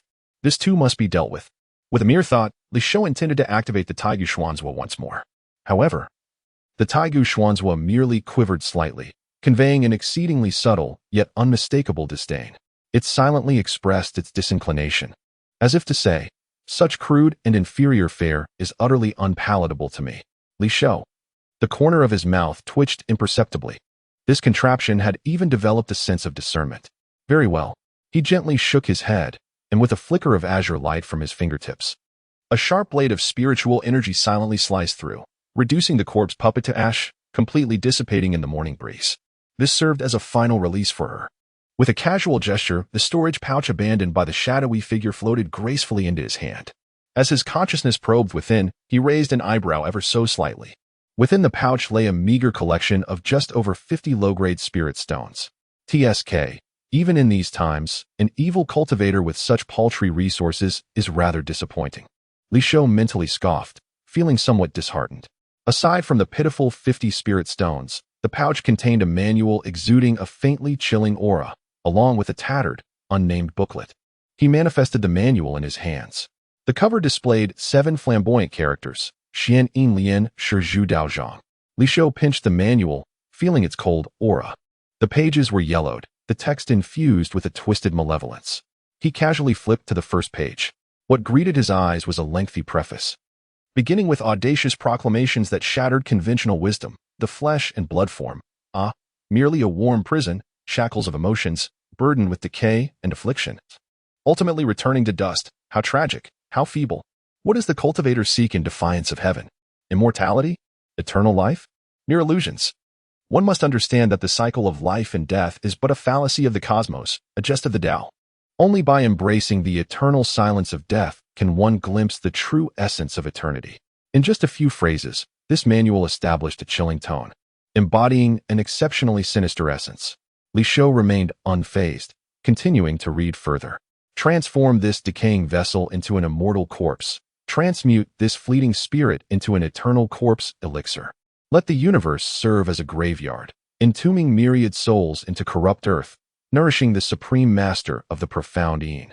When the master emerges, countless souls bow in submission, and all realms tremble. In that moment, beloved companions can be refined into eternal partners by your side, enchanting and unwavering, a beautiful corpse pet at your command, forever loyal. Enemies may be forged into a dominion that suppresses mountains and rivers, vengeful and resentful, serving as your enslaved guardians, enduring humiliation for millennia without rebirth. Should kin and blood relatives linger with reluctance, they too can be unified in this transformation, forming a familial array of corpses bound by blood, sharing in the supreme glory amidst this silence of death. Upon reading this, even a person of Li Shou's temperament felt a slight twitch at the corner of his eye. Good heavens! The author of this technique truly comprehends the essence of inhumanity. He continued to read. What is the Tao? I am the Tao. What is heaven? The corpse is heaven. Furthermore, one may reciprocate the immortal essence of the master, assimilating with the corpse, living with death, transcending the 3 realms, existing beyond the 5 elements, achieving the supreme liberation of the corpse transcending immortal. At that time, the resplendent universe shall be your sustenance. The radiant sun and moon shall be your playthings. The vast pathways shall serve as your subservient attendants. Immortality, merely a starting point that we, the practitioners of the corpse path, can easily cast aside with a mere snap of our fingers. Chapter 66. Who writes a diary anyway? As Li Shou perused the text, his expression grew increasingly grave. Each character in the Xian Yin refinement of corpses and path-building chapter seemed to transform into countless delicate tendrils, penetrating his consciousness and stirring his most primal desires and ambitions. In his ears, an ethereal melody lingered, softly chanting a perverse and frenzied interpretation of profound truths. Each word was like a spell, each sentence a soul-snatching enchantment, enticing him towards ruin with subtle seduction. In the depths of his being, a chilling voice incessantly whispered, "Come, cultivate it. You shall attain all that you have ever desired. You shall become immortal, become eternal." Li Shou's gaze gradually became unfocused. His breathing grew heavy, as if he were on the brink of complete surrender, ready to sacrifice everything. At this critical juncture, he instinctively bit his tongue, the sharp pain granting him a fleeting clarity. Breath retraction technique. Even without deliberate invocation, this technique, now ingrained in his very instincts, activated at the mere thought and began to operate at an accelerated pace. A wave of coolness surged from the center of his brow, instantly cleansing the fog that clouded his mind. Only then did his awareness begin to restore itself to lucidity. With a snap, Li Shou instinctively slammed the tome shut. His arms surged with force, sending the malevolent book flying away like an arrow released from its bow. He exhaled heavily, beads of cold sweat forming at his temples. That was close. This cursed thing harbored grave dangers. Li Shou's gaze turned frigid as he recalled the eerie sensation of nearly succumbing to its allure. The more he read, the more his spirit yearned, the stronger the temptation to fully immerse himself and become the most devout disciple of this corpse cultivating path. This was not a legitimate cultivation method. It was, in fact, an extraordinarily sophisticated and insidious form of mental erosion and soul enslavement. Should one will falter even slightly, they would unwittingly become a puppet of this technique, willingly offering up all they possessed, He could even surmise that the previous owner of this technique, the unfortunate shadowy corpse cultivator, was likely a pitiable victim himself.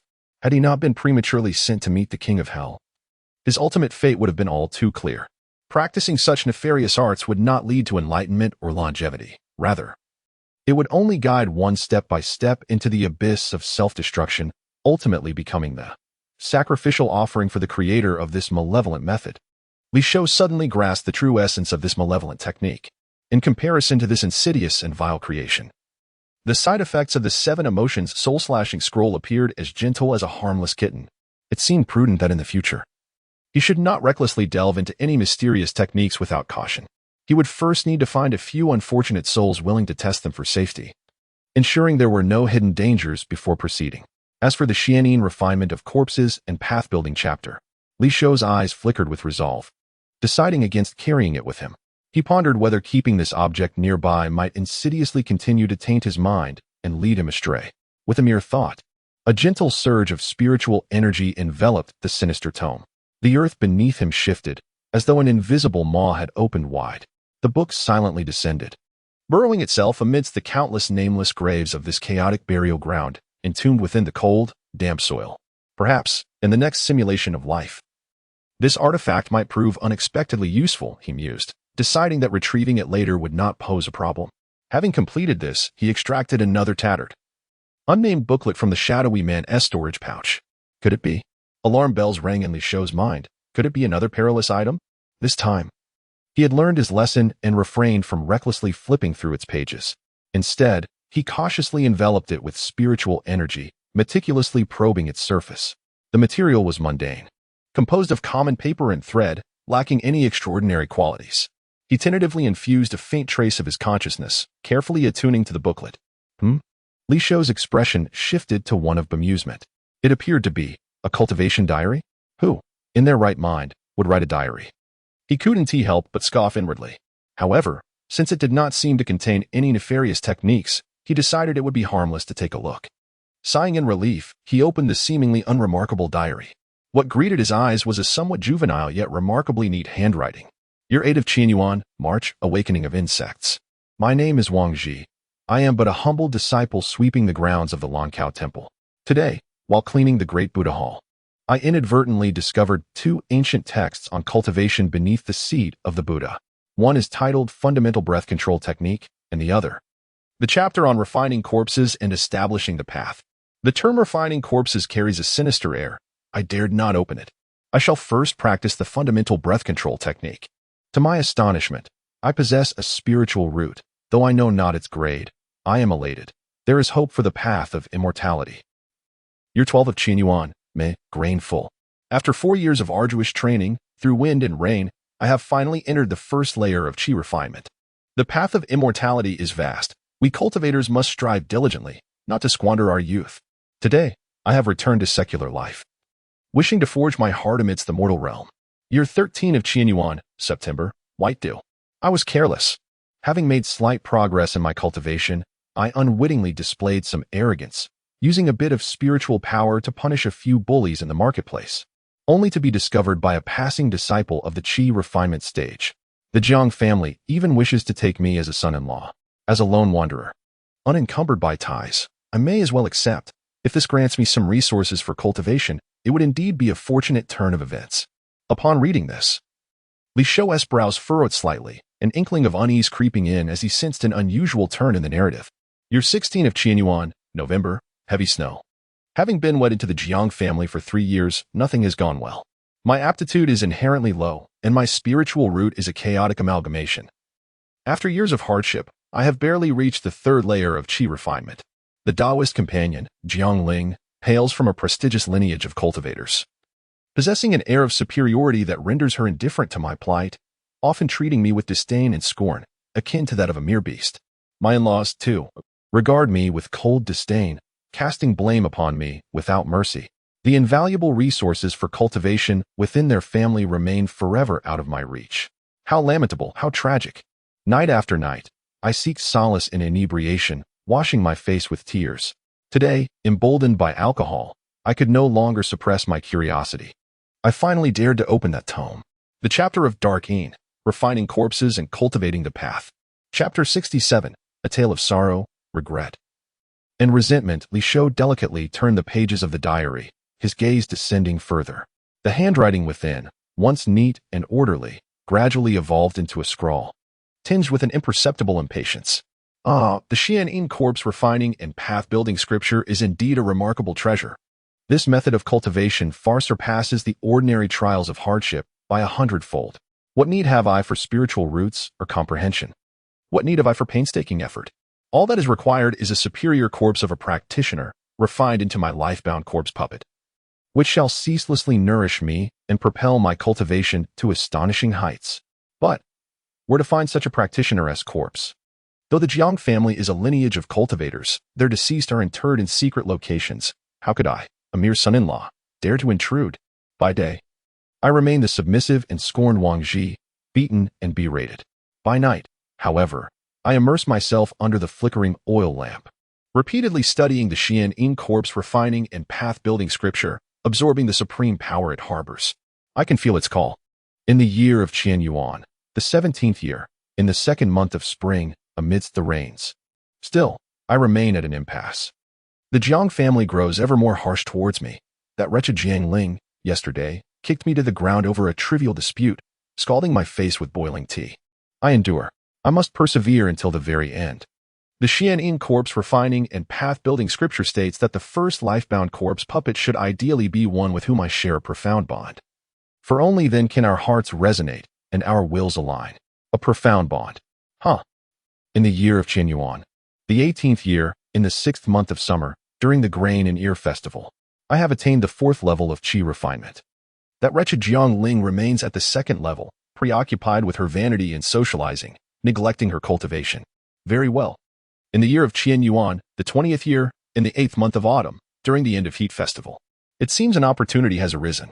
I inadvertently learned from an old servant of the Jiang family that deep within the forbidden area of the back mountain lies the burial site of a Qi refinement ancestor from a century ago. It is said that this ancestor, upon exhausting his lifespan, sat in meditation, his body preserved intact, sealed with secret techniques, awaiting a descendant capable of refining him into a guardian puppet, a practitioner-esque corpse. My heart races wildly. For years, I have been covertly investigating. At last, in the year of Qianyuan, the 23rd year, in the 10th month of winter, during the Frost Descent Festival. It has been a full decade since I became a member of the Jiang family. I have reached the 5th level of Qi refinement. Jiang Ling remains at the 2nd level. Tonight, the Jiang family hosts a banquet, with many guests in attendance, including the old guardians of the back mountain, who are thoroughly inebriated. A fortuitous opportunity. I silently infiltrate the back mountain, following the directions given by the old servant, cautiously probing my way. The moon is obscured, the winds howl, a perfect night for grave robbing. However, I did not anticipate that. Just as I was on the verge of discovering the hidden entrance to the tomb, that wretched Jiang Ling, with her relentless spirit, had followed me. She even dared to mock me, claiming I was deluded, that a toad aspired to dine with a swan. And she threatened to reveal my nefarious intentions to my father-in-law. She believed I was still that Wang Ji, whom she could easily humiliate. At that moment, all the resentment, discontent, and fury within me erupted. The methods of the Xianyin Corpse Refining Path surged wildly in my mind. The handwriting turned suddenly sinister, the strokes penetrating the paper, as if one could feel the writer's distorted mindset at that moment. The astonishment and terror on her face were truly delightful. Her body remained warm and soft, quite suitable for crafting my first life-bound corpse puppet. Jiang Ling, my dear companion on this path, from this day forth, you shall remain inseparable from me, never depart. He. The diary abruptly ceased. Li Shou closed the thin volume, his fingertips grazing the rough cover. Yet his heart was far from tranquil. Wang Ji, a once innocent novice, had embarked on the path of immortality only to be lured by a sinister art, distorting his nature and leading to such a fate. This realm of cultivation is indeed fraught with pitfalls, each step perilous. He sighed softly. Wang Ji's experience served as a warning for him as well. He had personally felt the malevolence of the Xianyin Corpse Refining Path. It was pitiable, lamentable, and even contemptible. Li Shou shook his head, releasing a wisp of spiritual energy from his fingertips, causing the diary to silently disintegrate into ash, dissipating into the morning breeze of the forgotten graveyard. Such records of another's fall from grace were of no benefit to keep. The sky had already begun to lighten. Li Shou glanced upward, no longer delaying. He removed the mysterious robe of disguise, activating the concealment technique to its utmost, his perfected foundation suddenly erupting. With a flicker, he transformed into a barely discernible streak of light, hastening toward the Li family estate. Soon, he returned quietly to his small courtyard bedroom. Beside the bed, the maid Qing'er was curled up, her small head resting on her arms, blissfully asleep. Perhaps she had caught a chill during the night, for her face was flushed, and her brow slightly furrowed, as if she were dreaming. Li Shou moved gently, lying back on the bed, deliberately creating a slight rustle of the bedding. Qing'er let out a soft, dreamlike murmur, rubbed her sleepy eyes, and groggily sat up. She instinctively looked toward the bed. Upon seeing Li Shou's youthful, handsome face, along with his sparkling eyes, the little maid was first taken aback. Immediately, her bright eyes erupted with joy. "Young master, you are awake." She hurriedly leaned closer, scrutinizing Li Shou, and upon seeing his rosy complexion and steady breath, she finally felt at ease, her delight evident. Just then, the sound of hurried footsteps echoed from outside. "Is Shower alive?" Before the words had left his mouth, Li Guanhai had pushed the door open. He immediately spotted the safe and sound Li Shou, alongside the beaming Qing'er, and the heavy weight in his heart finally lifted. "Father," Li Shou called out obediently. "Shower, how do you feel?" Li Guanhai asked anxiously. Li Shou feigned seriousness for a moment, then exclaimed with a tinge of youthful astonishment, "Father, I sense that my foundation in the Tao seems to have become much more stable. Moreover, I feel as though I am not far from attaining the second level of Qi training." His words were a blend of truth and exaggeration. While his foundation was indeed solidifying, the claim of nearing the second level of Qi training was misleading, as he had already reached the pinnacle of foundation establishment. "Splendid! Splendid! Splendid!" Li Guanhai responded, his excitement bubbling over as he clapped and laughed heartily. Any concerns he harbored regarding the potential risks of Li Shou consuming the spiritual herb dissipated in an instant. Clearly, this wondrous herb was indeed remarkably effective. "Shower, take good care of yourself. Father must now enter seclusion to refine that precious herb." At that moment, Li Guanhai was consumed by an eager anticipation, yearning to commence his cultivation without delay. He quickly imparted a few instructions to Qing'er before he could no longer contain his exhilaration, turning away with enthusiasm to embark on his grand endeavor of seclusion. Chapter 68. The fourth simulation, resource optimization. In the blink of an eye, 7 days had swiftly passed. As the night descended, the stars scattered sparsely across the sky. Li Shou sat cross-legged on the bed in his small courtyard, his demeanor tranquil as he awaited the arrival of the fourth simulation. During these days, he found himself rather at leisure, having made no concerted effort to seek out his ancestor, Li Banfeng. That worldly ancestor was likely frolicking in some obscure corner of Qingye City, enjoying his carefree existence. Li Shou refrained from intruding, for he had his reasons. His cultivation of the concealment technique was yet to reach the profound and harmonious level of his ancestor, who had mastered it to perfection. In terms of cultivation, he lagged behind, half a major realm. Should he approach recklessly, there was a considerable chance that his ancestor, with his terrifying comprehension of the concealment technique, would see through Li Shou's true cultivation level of having reached the pinnacle of foundation establishment. Such an astonishing rate of progress, if discovered by his ancestor, would surely leave everyone astounded. How could he possibly explain it? Would he confess to having encountered an extraordinary opportunity, soaring to unimaginable heights, becoming a master of the Taiyu Xian realm? And why had the seven emotion soul-severing book unleashed such earth-shattering power in his hands, annihilating the replica of his mirror image in a single blow? Behind all this lay his greatest secret, the life simulation device. This ultimate trump card for survival was something he could never divulge, not even to his own ancestor, to whom he was bloodbound and who had treated him well. Alas, such a convoluted explanation was a burden best left to the me within the simulator to handle. Li Shou mused silently, feeling somewhat like a carefree master. In reality, all he needed was to quietly bide his time, accumulating strength in obscurity, which would suffice. As for his father, Li Guanhai, ever since he secured that remarkably potent foundation-enhancing herb, he had immersed himself in the training chamber, diligently cultivating. To this day, there were no signs of him emerging. It seemed that the herb's medicinal power was indeed extraordinary for him. Li Shou was naturally pleased by this. With regard to the impending fourth simulation, Li Shou had already sketched a clear blueprint in his mind. First and foremost, he must once again break through his cultivation. aiming for the golden core and even higher realms. The vast accumulation of foundation-enhancing spiritual materials amassed over countless years in the first trial of the Taigu Xian realm. Thorny Path would be his primary target. His current inactivity in reality was precisely because he recognized the convenience of reaping benefits infinitely within the simulation. By continuously solidifying his foundational base with copious spiritual materials, he was eager to see if he could, with an overwhelmingly robust foundation, shake the so-called limits imposed by the heavens on bloodlines. If all else failed, he could always seek out other, more secure opportunities to form his golden core within the simulation. There was still time. Secondly, he aimed to eradicate, at the root, any potential calamity that the Li family might face in the future. Those contemptible three-sect cultivators, daring to harbor ill intentions toward the Li family, must be prepared to face the consequences, crushed to dust in retaliation.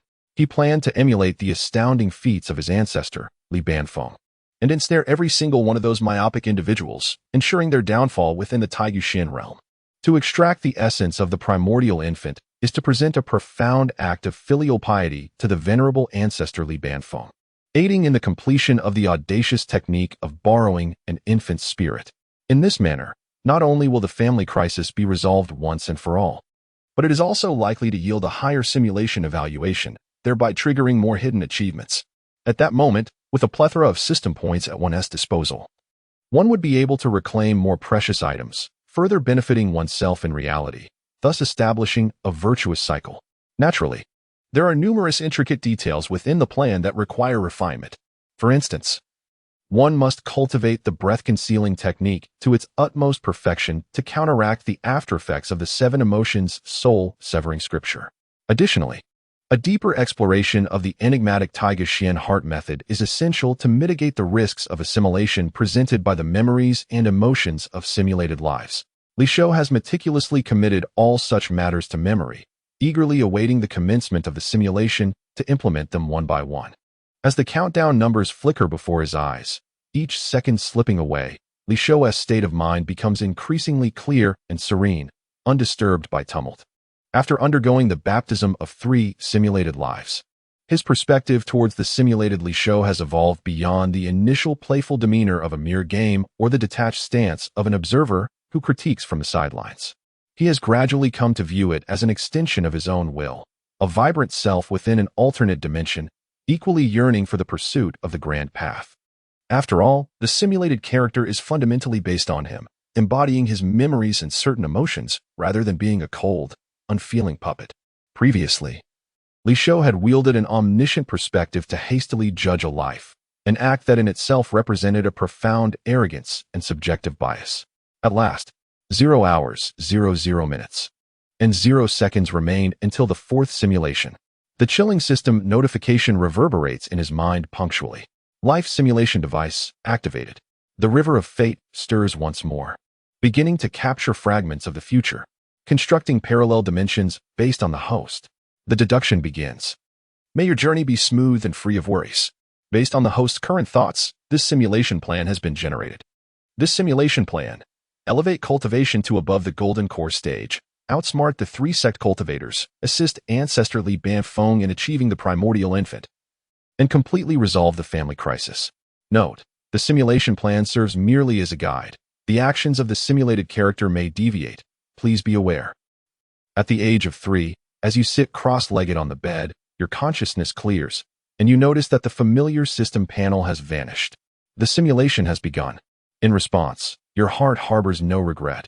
Instead, it is filled with clarity as you swiftly begin to organize the meticulous plan you have long mastered. The following morning, as dawn breaks with a gentle light, you summon Li Dali and Li Jian, simply stating your desire to go out for a stroll, to catch some fresh air. They, of course, comply without hesitation, following you respectfully, not daring to display any sign of negligence. With practiced ease, you employ the ruse of gathering branches once more, leaving behind a remarkably lifelike wooden puppet in a secluded alley, while your true self quietly departs, unnoticed and undetected. The objective: the Li family's spirit stone mine, which is also the entrance to the Taiga Xian realm. 2 cultivators from the Li family, stationed at the 7th layer of Qi refinement, upon witnessing your ethereal transformation into the majestic figure of the Grand Master Kai Xian of the Great Qi, dared not to obstruct you in the slightest, and respectfully allowed you passage. You smoothly entered the realm of the Taigu Xian. With a mere thought, the formidable and imposing Taigu Xian seat, constructed from countless white bones, silently manifested beneath you. As you sat upon it, you felt the absolute dominion of being the master of the Xian realm, and a sinister smile, incongruous with your youthful visage reminiscent of a 3-year-old child, crept upon your lips.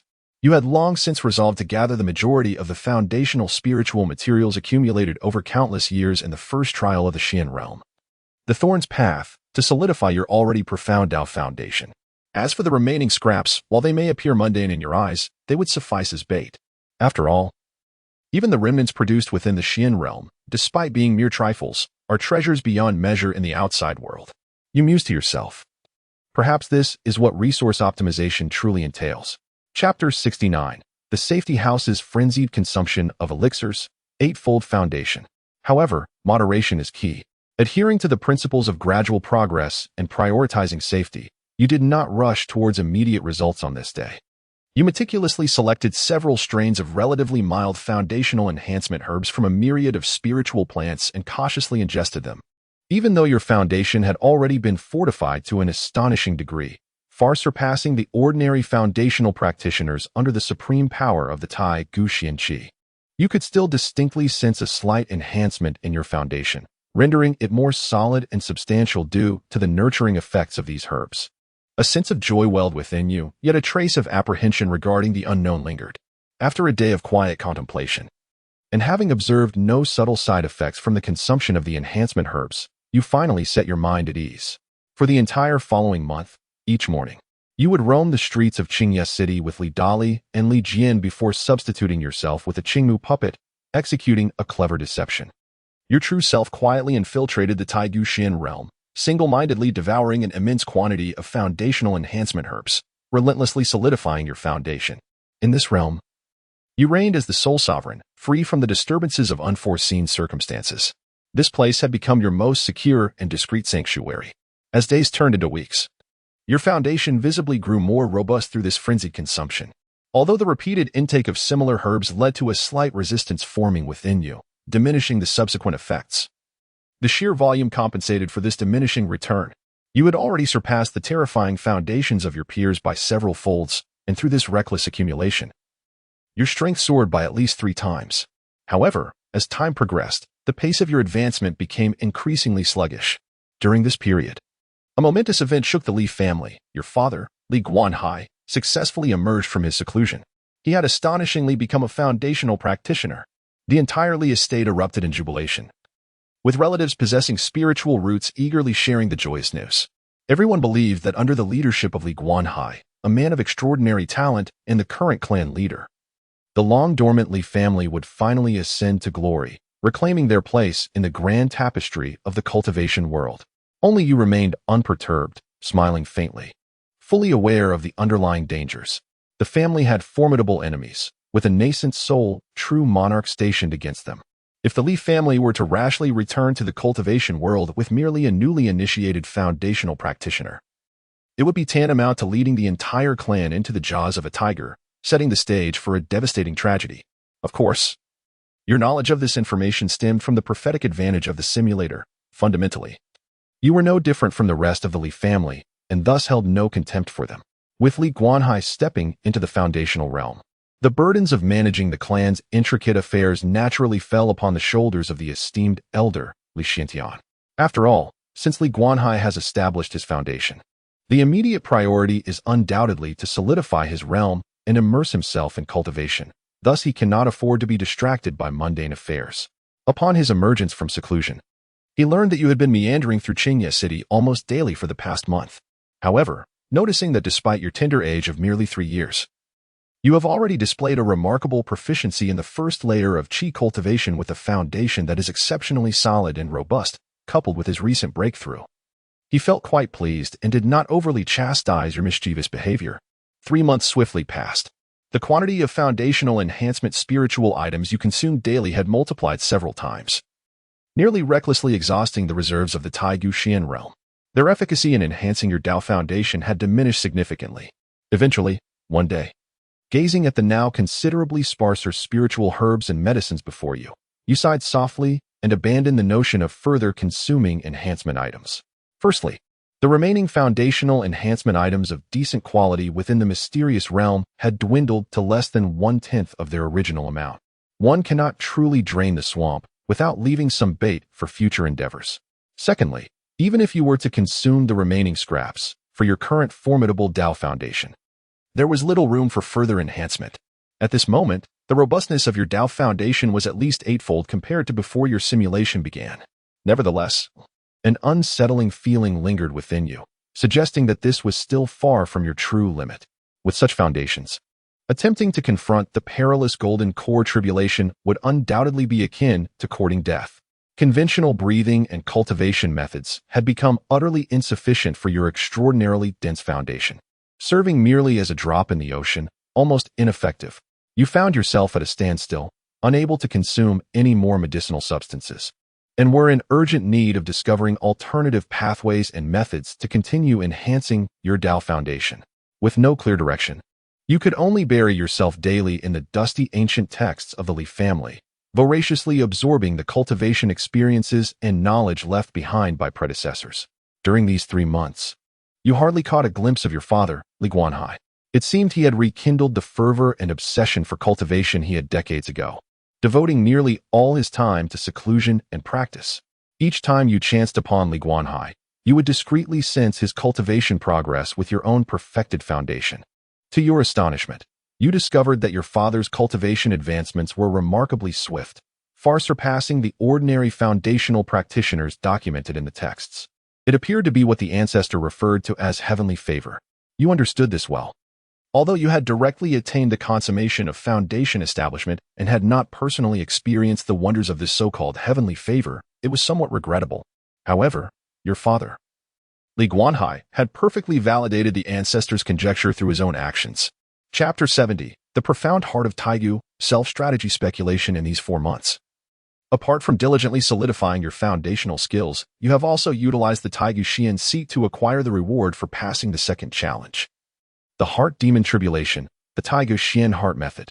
This method stands in stark contrast to your initial conception of a tranquil mind and a steadfast heart. It is exceedingly domineering. Its overarching principle is to carve out a unique path beyond the original heart, condensing a Taigu Xian heart. The method of condensation is straightforward: slay souls, seize spirits, and draw forth the essence of flesh and blood. The more beings you vanquish, the higher the quality of their souls and flesh, resulting in an increasingly potent Taigu Xian heart. Once this heart is condensed, you shall wield complete control over its operation. However, once it begins to function, you will inevitably be besieged by the frenzied emotions lingering from the souls you have slain, making it all too easy for your mind to descend into madness. Yet simultaneously, with every gesture, you can channel a trace of the slain being's soul and flesh power, greatly amplifying your might. You cannot help but marvel at the thought. The moment you encountered this method, you envisioned a fearsome synergy. If the Taigu Xian heart method were combined with the 7 emotions soul-cutting technique, it would create a double buff of unprecedented power. Nevertheless, the conclusion of the method's outline clearly states, this technique is suited only for those with an exceptionally steadfast heart. Otherwise, one risks falling into demonic madness, with no hope of return. You comprehend the underlying significance of this being offered as a reward for the second challenge. The Heart Demon Tribulation. You still intend to incorporate it into your arsenal of hidden cards. This technique is not difficult to grasp, unlike ordinary methods. It lacks the conventional divisions of entry, minor success, major success, and perfection. You swiftly master it completely. The true hurdle lies in enduring the tumultuous onslaught of countless lingering soul's emotions during its operation. You ponder that if you can cultivate the breath-collecting technique to its grand completion, allowing your mind to swiftly return to a state of calm clarity, you may effectively mitigate this terrifying side effect. At times, you find yourself musing that the utility of the breath-collecting technique seems excessively overpowered and broad in application. Perhaps it ought to be renamed the Universal Mind-Purifying Spell. Moreover, this technique is far from the commonplace trinkets you initially imagined. Based on your previous experiences with the unfortunate corpse cultivator Wang Ji and the illustrious feats of ancestor Li Banfeng, who employed the breath-collecting technique to evade the soul attacks in the Valley of 10,000 Souls and subsequently vanquish the three sect cultivators.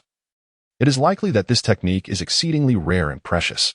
Yet, one wonders from which obscure corner of the world ancestor acquired this breath-collecting technique. Surely it was not obtained by desecrating the grave of some powerful being? Throughout these 4 months, you have diligently studied and practiced the breath-collecting technique without a moment's negligence. You possess the complete manual, theoretically sufficient to support your cultivation to the realm of grand completion.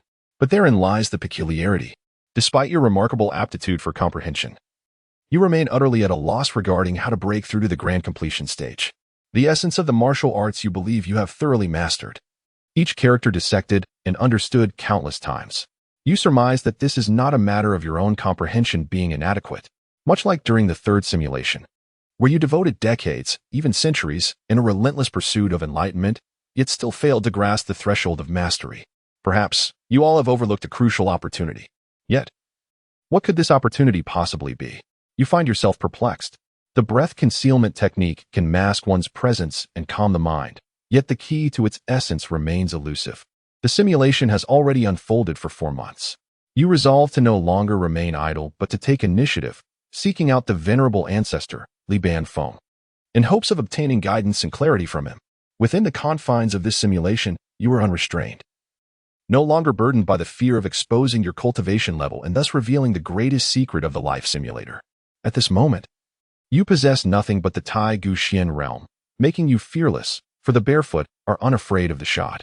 Moreover, you do not believe that Li Banfeng would harbor ill intentions toward you. Such a notion is illogical and unfounded. After some contemplation, you decide to adopt a more proactive demeanor, with intentions more resolute. This time, you leave behind the Qingmu puppet as a mere distraction, directly accompanied by the ever-respectful Li Jian and Li Dali, meandering through the secluded alleys of Qingye City. With a thud, two muffled sounds nearly overlapping. Li Jian and Li Dali, this pair of hapless brothers, once again find themselves collapsed in a heap, unconscious. Your consciousness then perceives a formidable and overwhelming aura that quietly manifests behind you. You slowly turn to gaze. There, you see Li Banfeng leaning against the mottled wall, tilting his head back to bring a worn wine gourd to his lips, gulping down a hearty draught. The fiery liquid cascades down his somewhat emaciated chest, soaking his perpetually disheveled attire. He wipes his mouth and grins, revealing a set of yellowed teeth. "Ah, my boy, you finally decided to seek out your old ancestor?" he exclaims, shaking the wine gourd in hand, arching an eyebrow at you with a playful glint in his eyes. "Golden elixir brewed by immortals. The genuine nectar of the heavens. Would you care to indulge in a taste?" You tug at the corner of your mouth, feeling a touch of embarrassment. His words clearly reveal that he has discerned your current peak foundation level. Otherwise, he would not have specifically mentioned the golden elixir to tease you. Li Banfeng, seemingly unfazed, waves his hand dismissively, as if seeing through your unease. "It seems you've encountered quite a few fortunes. Your cultivation has surged remarkably. This foundation. TSK, even I find it somewhat inscrutable. Truly, the youth are formidable." After a brief moment of contemplation, you decide to disclose part of the truth. As you seek something from him, you mention that by a stroke of luck, you have become the master of the Taigu Xian realm and have reaped certain benefits. As for the specifics of how it came to be, you paused momentarily, preparing to concoct a reason that was not entirely far-fetched. I understand. However, to everyone's surprise, the figure resembling a destitute beggar, Li Banfeng, waved his hand once more, exuding an air of profound wisdom, as if he comprehended everything and held it all in his grasp. "While I might harbor some doubts regarding others' ancestors, given your extraordinary perceptiveness and innate sagacity, it is hardly surprising that you could unravel the secrets of that gourd and discern any flaws within the mysterious realm, thereby seizing the opportunity. Indeed, I am not the least bit astonished." At your words, you were momentarily taken aback. After a considerable pause, you acquiesced with a gentle murmur, tacitly acknowledging the elder's self-reflective conjecture. Chapter 71. Enlightenment and Unexpected Twists. Li Banfeng took another hearty swig of wine, letting out a belch as he cast a sidelong glance at you. "Speak, what brings you here once more to seek the wisdom of your ancestor?" You decided to forego any circumlocution and straightforwardly expressed your confusions regarding the mastery of the concealment technique, imploring your ancestor for guidance. To your surprise, Li Banfeng raised an eyebrow, responding with an odd inquiry. "You wish for me to provide you with insights on how to break through to the pinnacle of the concealment technique?" You nodded solemnly. Well, a rare expression of difficulty crossed Li Bonfing's weathered face. He opened his empty hand, his tone tinged with uncertainty. As for that, it seems I am unable to articulate it clearly. You froze momentarily, utterly unprepared for such a response after arriving with high hopes. Was it possible that your ancestors' evidently superior concealment technique was truly a mystery beyond comprehension? Li Beifeng appeared to see through your inner thoughts, chuckling softly. He poured the scant remaining liquid from the broken gourd over his head, the cold wine trickling down his withered hair, soaking his cheeks and tattered garments. He closed his eyes, inhaling the intoxicating aroma of the mingled air, adopting a posture as if striving to delve into the depths of his past. Let me ponder this for a moment. Observing his eccentric demeanor, you couldn't help but twitch the corners of your mouth. Was this some unconventional form of enlightenment? A physical baptism with wine? Quite peculiar indeed. Li Beifeng smacked his lips, seemingly savoring the wine's sweetness, or perhaps truly searching through the dust of memory. Now that I think about it, he elongated his tone. Before I laid my ambush in the Valley of 10,000 Souls, my concealment technique was merely at a rudimentary level, barely adequate. But after I emerged from that cursed place, somehow, the operation of this concealment technique effortlessly reached the so-called pinnacle as recorded in the texts. Li Beifeng licked the wine that had dribbled down his forehead, his gaze drifting as if lost in profound recollections.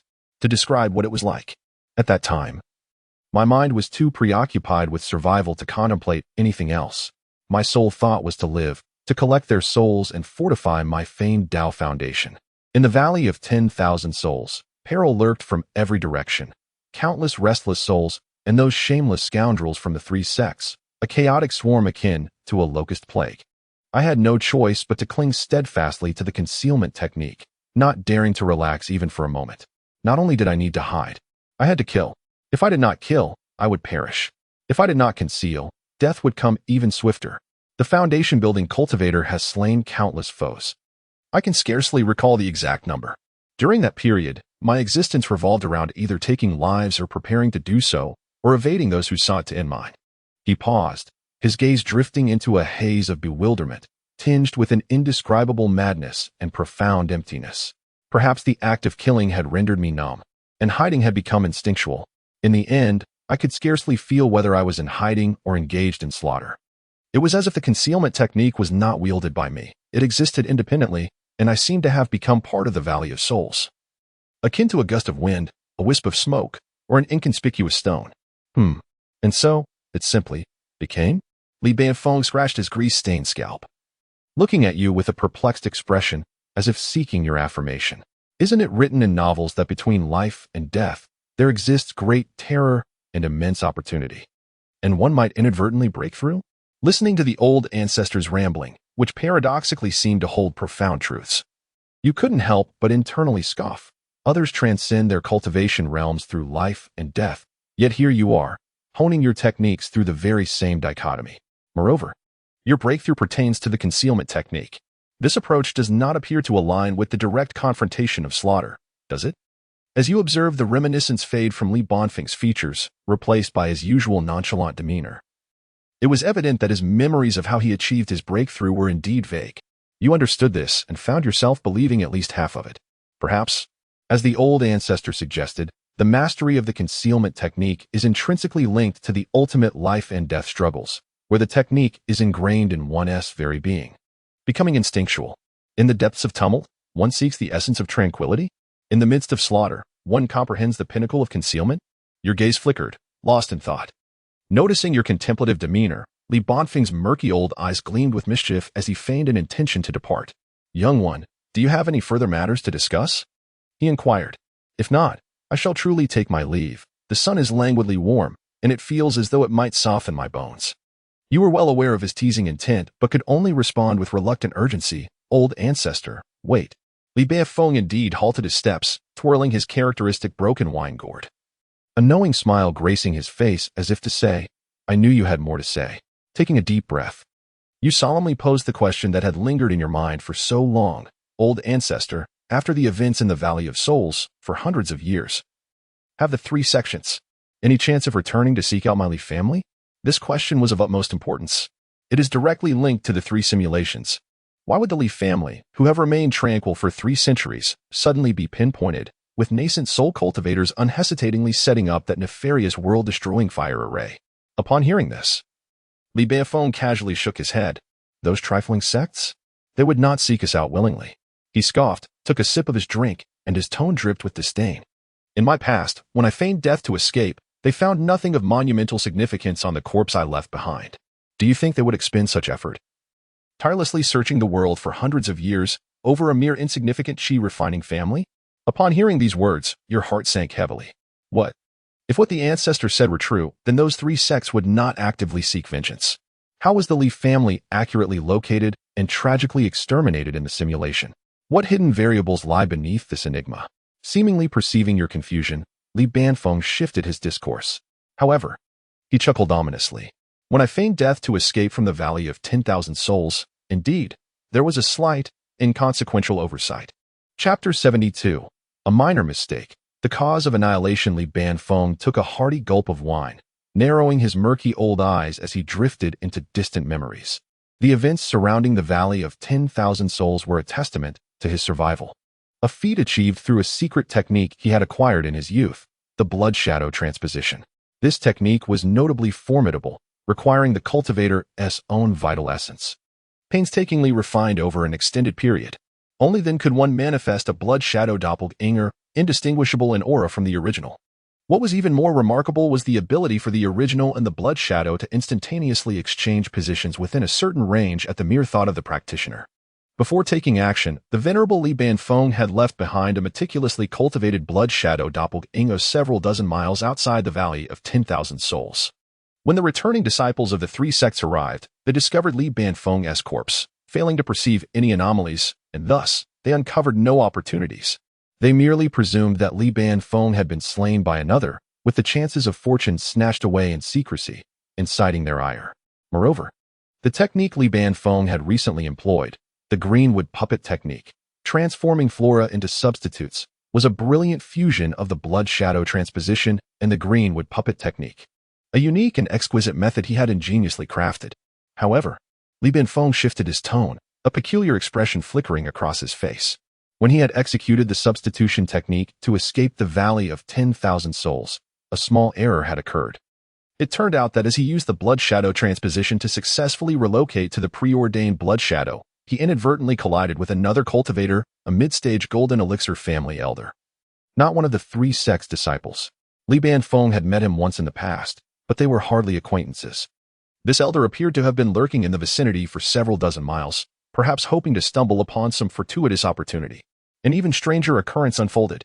At the instant Li Banfeng manifested, both his and the family elder's storage pouches began to tremble violently as if something within was yearning to break free.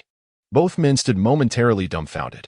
A chill ran through Li Banfeng as he hastily examined his storage pouch, only to discover that the source of the commotion was an inconspicuous, dilapidated gourd he had acquired during his foundational cultivation, the specific purpose of which had remained a mystery to him. Turning to the family elder, he noticed the elder's initial surprise quickly transformed into an uncontrollable ecstasy. His gaze fixated intently upon Li Banfeng. What kind of individual was Li Banfeng? In an instant, he comprehended that this seemingly worthless gourd in his possession was likely a remarkable treasure. He dared not linger to engage with this mid-stage Golden Elixir cultivator and promptly activated his enhanced false elixir cultivation, turning to flee. The mid-stage Golden Elixir family cultivator, equally swift of reaction, immediately gave chase. Strangely, the speed of Li Banfeng, in his false elixir state, was nearly on par with that of the elder. In a brief span of time, none could gain the upper hand over the other. For reasons unknown, the cultivator from that family appeared to refrain from summoning allies or alerting others. Instead, he seemed rather apprehensive, as if fearing to attract attention. Preferring to remain solely in pursuit of Li Banfeng, he fled, and he chased. This chase endured for an entire 3 days and nights, traversing countless miles. The two had long established an unspoken understanding, skillfully opting for desolate routes seldom tread by others, quietly slipping out of the jurisdiction of the three sections. Along the way, Li Banfeng could not help but unleash a torrent of curses at the old man. Just a broken gourd. As for the relentless pursuit, like a rabid dog, does he not know when to relent? Yet, the old man remained impervious to his words, fixated on the chase. Alas, what can I do? For I was once a figure of unparalleled grace. My allure was simply too great. At this juncture, Li Banfeng wiped his weathered face. His tone tinged with a blend of self-satisfaction and solitude. You could not help but twitch your lips at the old ancestor's sudden bout of narcissism, finding yourself at a loss for words. Subsequently, seizing upon a moment of the old man's slight lapse in pursuit, Li Banfeng, at great cost, spent 10 days to create a blood shadow as a decoy using his own essence. Due to the urgency of the situation, the quality of this hastily conjured blood shadow was rather poor, leaving Li Banfeng considerably weakened. After successfully executing the decoy transfer, he finally managed to shake off the persistent pursuer. Even so, Li Banfeng did not immediately flee far. Instead, emboldened by his skills, he stealthily returned near the realm of the three sects, concealing his presence while clandestinely gathering intelligence for another month. The outcome revealed that the patriarch of that family had seemingly not divulged the news of his survival. How curious, he mused. Does that old rascal truly believe he can monopolize me? A note of disdain laced his voice. Following this, he utilized a special mark he had retained from his family's relics to track down the Li family, who were still in the midst of their migration. After much contemplation, he found himself utterly perplexed by the purpose of the mysterious dark jade gourd, ultimately deciding to cast it among the family relics that had been kept in secrecy. As for himself, he lingered near the Li family, honing his Dao heart to combat his inner demons. Li Banfeng exhaled a long breath, the scent of wine wafting from him, his murky old eyes fixed upon you. This, my friend, is the true origin of the dark jade gourd you received as a spiritual gift. Upon hearing this, your mind resonated with a thunderous clarity, and your heart felt enlightened. So that is it, you realized, astonished by the intricate twists and turns, the myriad of misfortunes. Both the family cultivator and the old ancestor Li Banfeng's storage bags trembled simultaneously. You recalled how your own two dark jade gourds had also vibrated uncontrollably prior to their fusion. It seemed evident that the family's golden core patriarch must possess a shard of the dark jade gourd as well. Thus, it seems that the Li family, after more than a decade, was sought out and met with a tragic demise, perhaps not as a result of the vengeance from the three sex cultivators. Rather, it may have been the relentless pursuit of a certain golden elixir practitioner from a family that harbored an unquenchable desire for the mysterious Xianyu gourd, who, after expending centuries in search, akin to fishing for a needle in the vast ocean, ultimately uncovered the truth. You could not help but twitch your lips at this notion. Such an obsession seems excessively profound, verging on madness for the gourd. In your third simulation, the Li family suffered annihilation at the tender age of 16. And a year later, that very region fell prey to a world-destroying fire array set by a nascent soul cultivator. Could it be that the elderly golden elixir practitioner, after fruitlessly searching for centuries and seeing their lifespan drawing to a close, fearing that their simulated counterpart might completely evade them, was compelled to divulge the secret of the Xianyu gourd to one of the sects, thereby attracting the covetous gaze of a true monarch of the nascent soul? The more you pondered, the more you felt that this deduction was strikingly accurate, weaving together the broader truths of the matter. Chapter 73, The Three Sects. Overlapping goals, your thoughts raced, and your gaze brightened as you looked at Li Banfeng. Suddenly, you inquired, Old Ancestor, what is the name of that golden core elder who has been pursuing you for quite some time? Li Banfeng was momentarily taken aback by your question, his murky old eyes widening in surprise, but then he was amused. It was indeed amusing to hear a mere 3-year-old refer to a golden core master as an old rascal. He chuckled, took a sip of his drink, and said, I believe his name is Jibo? Yes, Jibo. A spark of interest ignited within you, and you silently etched the name Jibo into your memory. You then pressed on, Old Ancestor, which three sects have you mentioned previously? What are their respective powers and positions? Li Banfeng, interpreting your curiosity as a child's innocent wonder and buoyed by his good mood, answered readily. As for the three sections, he paused, seemingly choosing his words carefully to ensure that even a 3-year-old could grasp them. One is called Shengshi sect, symbolizing the rising sun, embodying the brilliance of dawn. Yet, it is merely the nascent light of the eastern dawn. Another is known as Yangyi Gate, evoking the distant beauty of the evening sun. Alas, it is merely the fading light of the setting sun. The last is the Baishui Pavilion, a name quite elegant, claiming to represent clear waters and rippling waves, cleansing the mundane.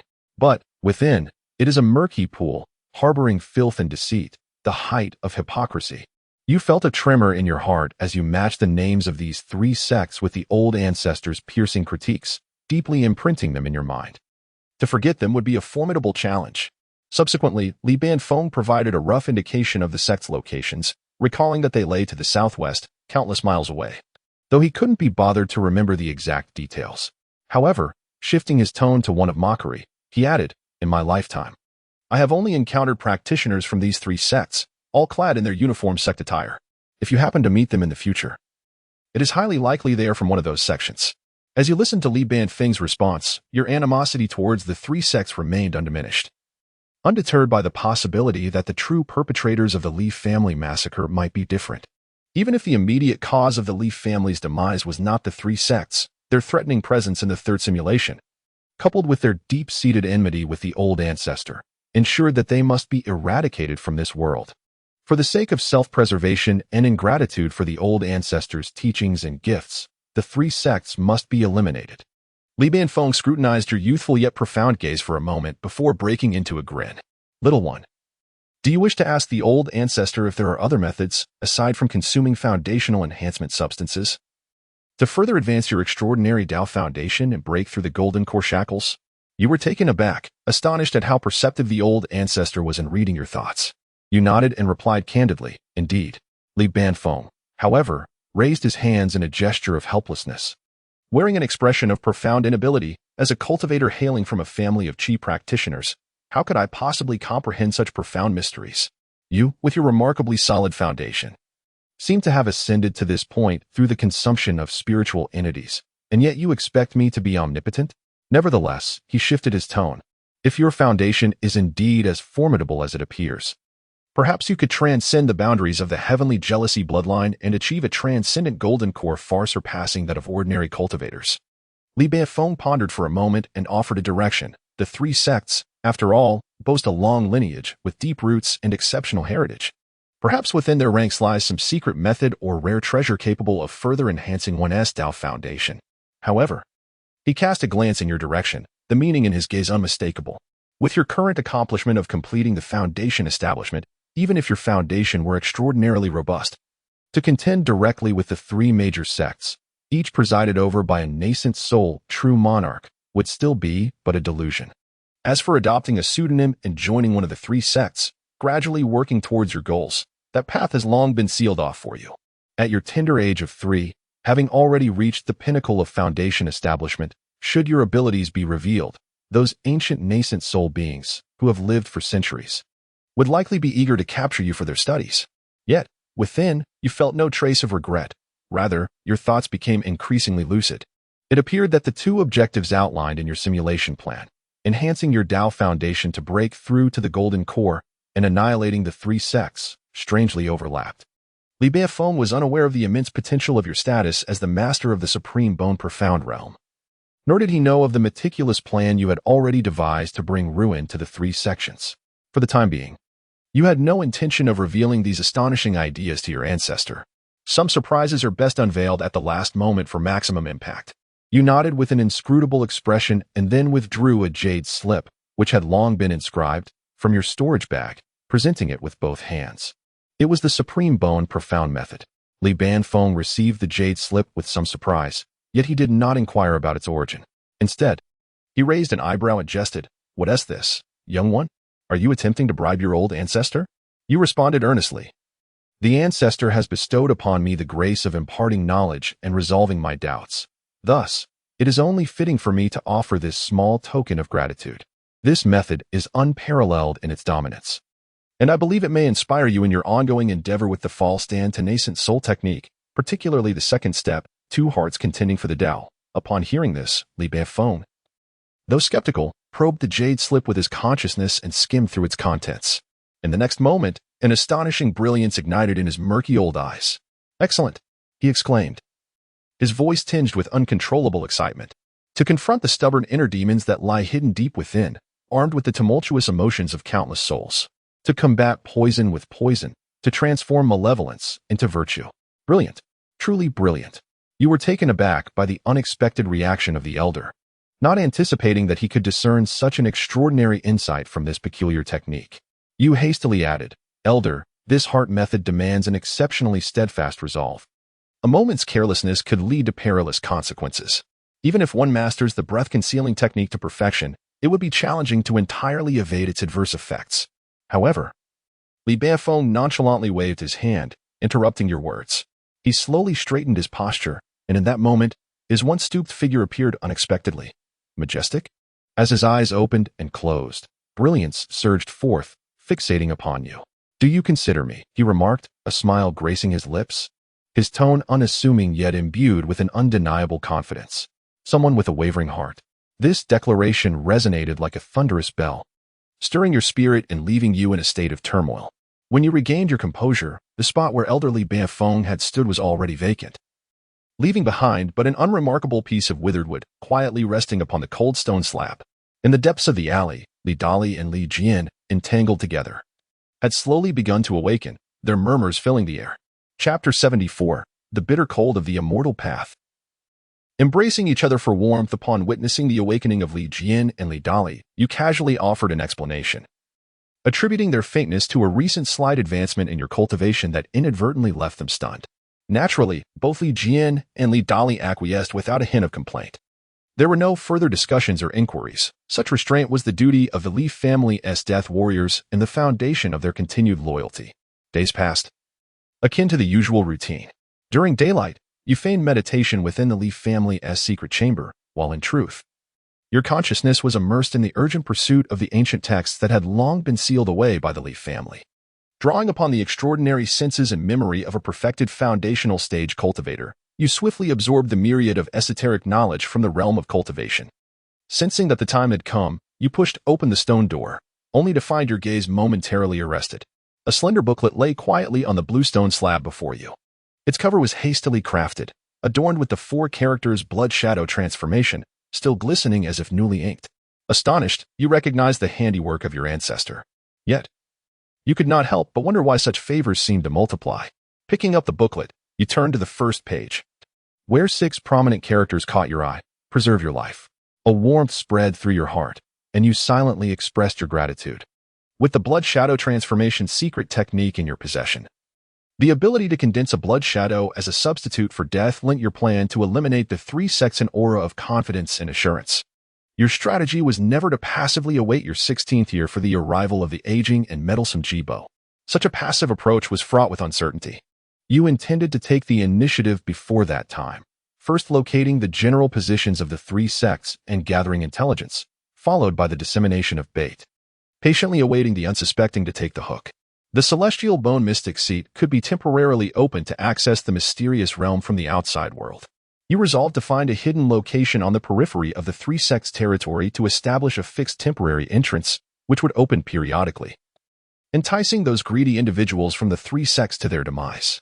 Why not publicly reveal the true entrance to the mysterious realm? Firstly, there was a lack of suitable opportunity. The Li family's mining veins lay far from Qingye City, separated by more than 1,000 miles. How could one rationally disseminate news of this secret entrance? Secondly, the Li family's main base resided in this place, and you had yet to determine where to relocate the family to ensure absolute safety. Thirdly, and most importantly, the true entrance to the mysterious realm was your final escape route, a contingency against unforeseen circumstances that might arise, allowing for a graceful retreat. The energy required to maintain the temporary entrance's activation could be precisely supplied by the Mystic Seat, which would consume the flesh and souls of those who unwittingly delivered themselves as offerings. During the intervals when the entrance was closed, the Mystic Seat would accumulate energy, preparing for the next feast. After all, the offerings devoured by the Mystic Seat might not always suffice to keep the entrance perpetually open. Thus, the temporary entrance could achieve a certain degree of self-sustaining cycle. You inwardly chuckled, realizing that since the Xian Seat required the consumption of the flesh, blood, and souls of cultivators to maintain a temporary entrance, why not indulge in the self-service feast offered by the 3 sects? The sole drawback of this method lay in the initial phase of establishing the temporary entrance, where one must personally venture into the perilous borders of the 3 sects to activate the Xian Seat. However, with the technique of blood shadow transformation, one could condense a blood shadow substitute, allowing for a swift replacement in the face of unforeseen dangers, thus transforming peril into safety. Once the temporary entrance was successfully anchored by the Taigyu Xian Seat, further personal risks would become unnecessary. The male cultivator Wang Ji, at the 9th level of Qi refinement, was merely a trifling fish in the vast ocean. The energy derived from his flesh, blood, and soul could barely sustain the opening of the light gate for the duration of a single incense stick. Through calculations using the Tai Gu Xian seat, you deduce that a cultivator at the early stage of foundation establishment could maintain the entrance for approximately 2 hours. For those in the mid-foundation establishment stage, it would be half a day, in the late stage, 2 days, and for those at the peak of foundation establishment, a stable 7 days. As for a cultivator in the golden core stage, consuming a practitioner at the early golden core stage could potentially keep the entrance open for an entire month. 3 months for those in the mid-stage, half a year for the late stage, and a full year for those at the peak of golden core. Next came the expenditure of time to refine the blood shadow substitute using your own essence blood.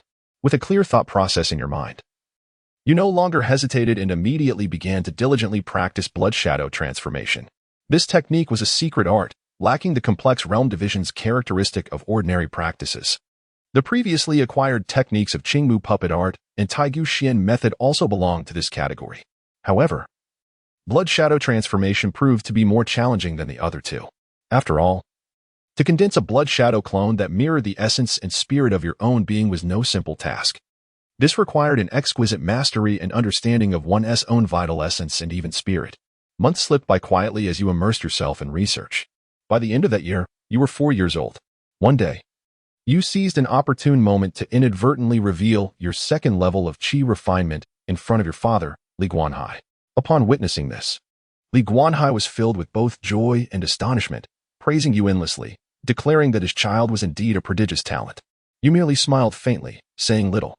Yet your spiritual awareness sensed that your father, Li Guanhai, was also progressing in his cultivation at an astonishing speed. That same year, your comprehension of blood shadow transformation reached a breakthrough, allowing you to fully grasp its profound intricacies. You began to attempt to mobilize your essence blood to condense your first blood shadow clone. As time passed, 3 years swiftly flew by. You were now 7 years old. Throughout these 3 years, you diligently mobilized your essence blood each day, meticulously refining your blood shadow clone. Over time, you often felt a wave of weakness from the depletion of your vital essence. Unfortunately, you lacked the elixirs to replenish your vital energy. An idea struck you. You decided to consume the vast array of qi refinement enhancement materials you had previously scavenged from the Taigu Xian realm, treating them as ordinary medicinal supplements. Little did one imagine that these spiritual objects, originally intended to solidify the foundation of qi cultivation, would indeed possess a remarkable efficacy in replenishing the deficiencies of vital energy and blood. With the emergence of Li Guanhai, a foundational cultivator from the Li family, the atmosphere within the entire clan underwent a profound transformation. No longer shrouded in the lethargy of the past, the members now exuded enthusiasm and a vigorous spirit of progress. As you occasionally stroll through the ancestral residence of the Li family, you are met with warm greetings from your cousins, who have attained the 3rd or 4th level of qi cultivation. They often graciously offer you some lower-tier cultivation resources, which you accept with a smile. Engaging in amiable conversations that foster a growing familiarity. The path to immortality is indeed ethereal, however. The current gathering of cultivators within the Li family serves as a source of solace. A sudden clarity blossoms within your heart. In the harsh and frigid journey towards the immortal realm, we find warmth in each other's embrace. Perhaps this is the true essence of the existence of cultivators within a family. Chapter 75, The Cultivator's Bounty, the 7-year-old scheme during these 3 years. You occasionally visited the entrance to the Li family spiritual stone mine. The 2 Li family cultivators stationed there, Li Guanshan and Li Guantian, have grown accustomed to your frequent appearances as the esteemed national teacher of Kai Xian, transitioning from their initial trepidation to a state of normalized reverence. At times, when you find yourself unoccupied, you pause to engage in light conversation with them, treating it as a form of leisure. The persona you now embody, that of the venerable Kai Xian, radiates an ethereal charm, with hair as white as snow and a youthful visage. Your demeanor exudes an air of profound depth, distinctly marking you as a transcendent figure beyond the mundane world. Are you here once again to assess the safety of the secret realm, esteemed elder? Li Guanshan inquires, his posture unwaveringly respectful as he observes your ethereal entrance. You nod subtly, standing with your hands clasped behind your back, adopting an inscrutable demeanor, and reply nonchalantly, indeed.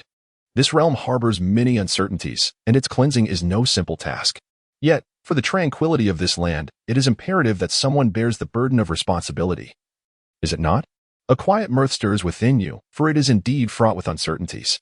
The greatest variable in this enigmatic realm is none other than you, the sovereign of this secret domain, an element that can never truly be eradicated.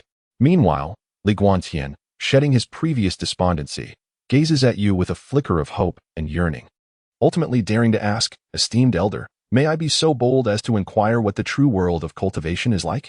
Could you possibly enlighten us, lost souls?" Just a little. You cast a glance in his direction, understanding well the implications of his question.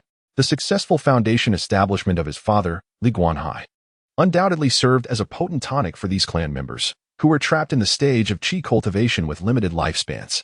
You respond with a serene smile, your voice soft yet imbued with an inexplicable resonance that captivates their ears. "Ah, the world of cultivation." You exhale slowly, allowing a hint of weariness to flicker in your eyes, as if reminiscing about distant times gone by. People often perceive the path of immortality as boundless and splendid. Yet they fail to recognize that, in the end, it merely entails a measure of trials and tribulations. The paths to enlightenment are manifold, yet they all lead to the same destination. Each cultivator possesses unique fortunes and faces individual tribulations. The journey toward immortality is long and arduous. Only those whose resolve is as unyielding as granite, who remain undeterred in the face of adversity, and who embrace life even in the face of death, can navigate through the thorns and glimpse that fleeting glimmer of celestial light. If you too truly harbor such aspirations towards the Tao, then when the time is right in the future, the path will naturally unfold before you. With a few eloquent words, you manage to convey an air of profound wisdom while maintaining the dignity of a senior, leaving them momentarily awestruck. However, you yourself have yet to truly step into the tumultuous world of cultivation. What insights could you possibly share? Your words are merely a regurgitation of cliches gleaned from countless web novels of your past life, recycled into a presentable form.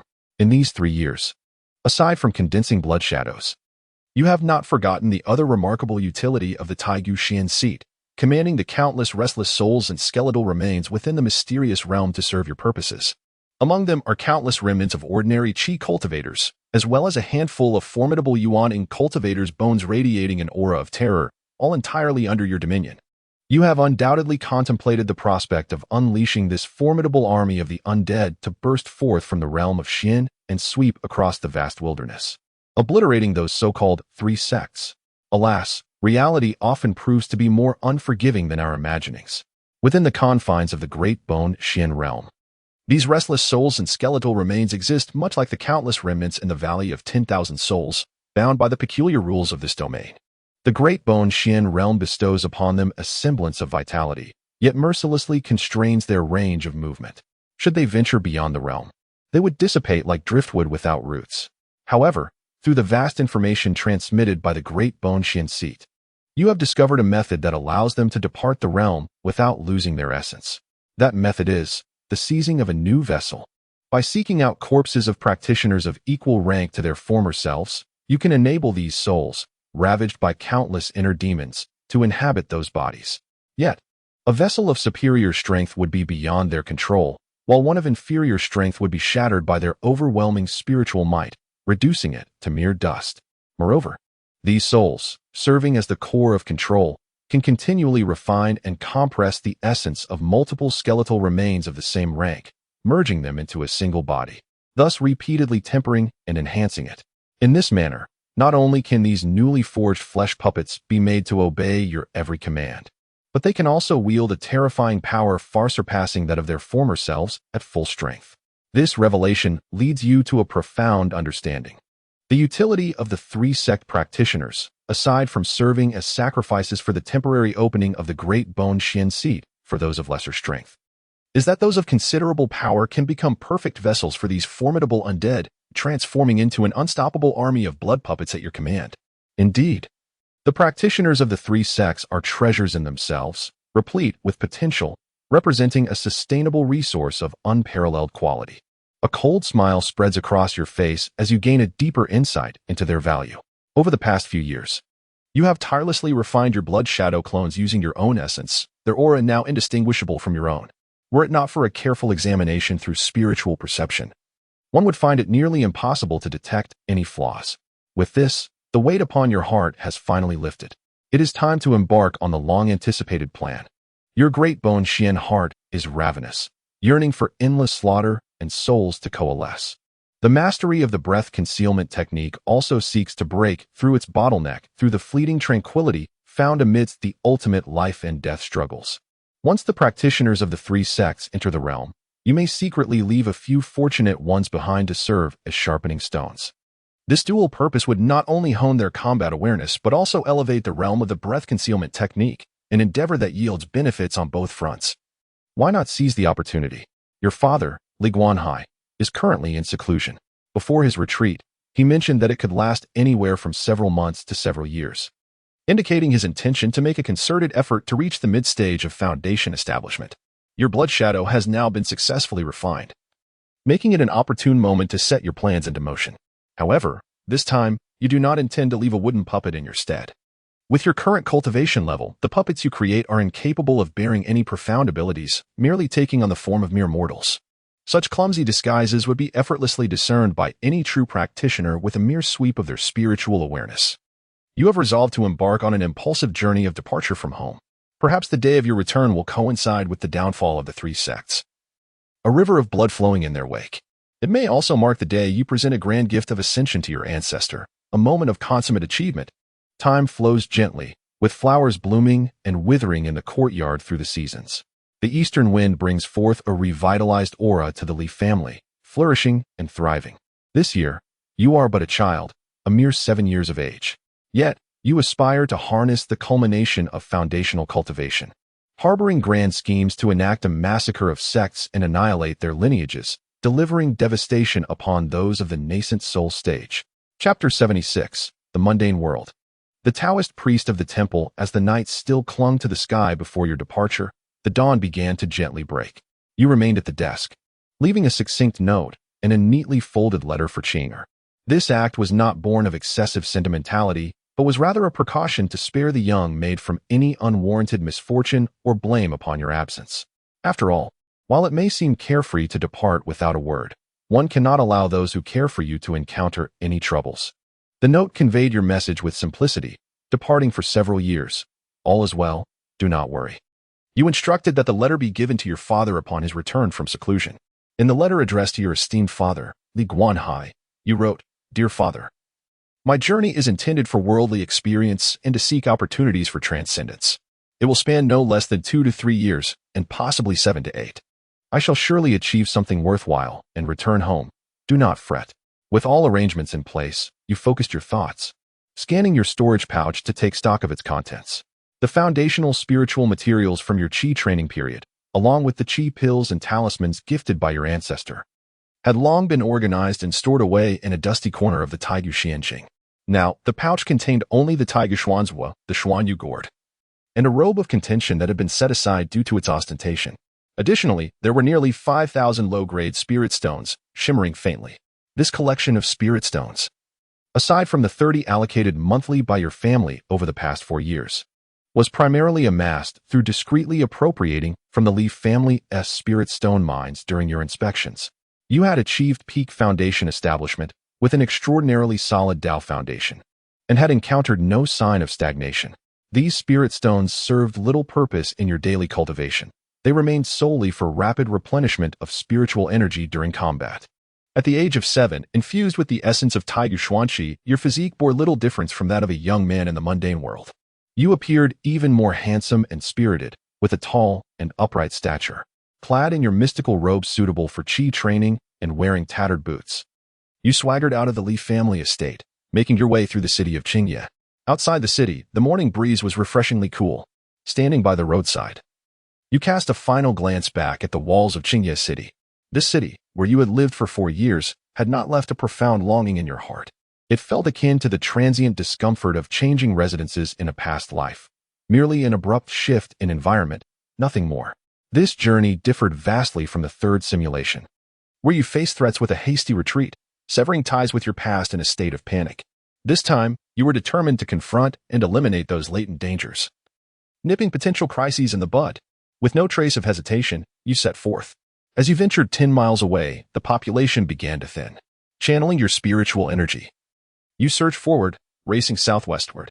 The scenery blurred past you, transforming into indistinct shadows. With a subtle shift of your form, you don the classic attire of the esteemed national master, Kai Xian, exuding an air of transcendent grace. With your current pace, a mere incense stick can take you 1,000 miles. When you unleash your full potential, traversing 1,500 miles becomes a trivial feat yet. You do not rush to push your speed to its utmost limit. A velocity too swift, when confronted with high-level cultivators, is prone to exposure, which would be unwise. Moreover, at such a rapid pace, your mental perception may become careless, potentially causing you to miss crucial information and opportunities in your surroundings.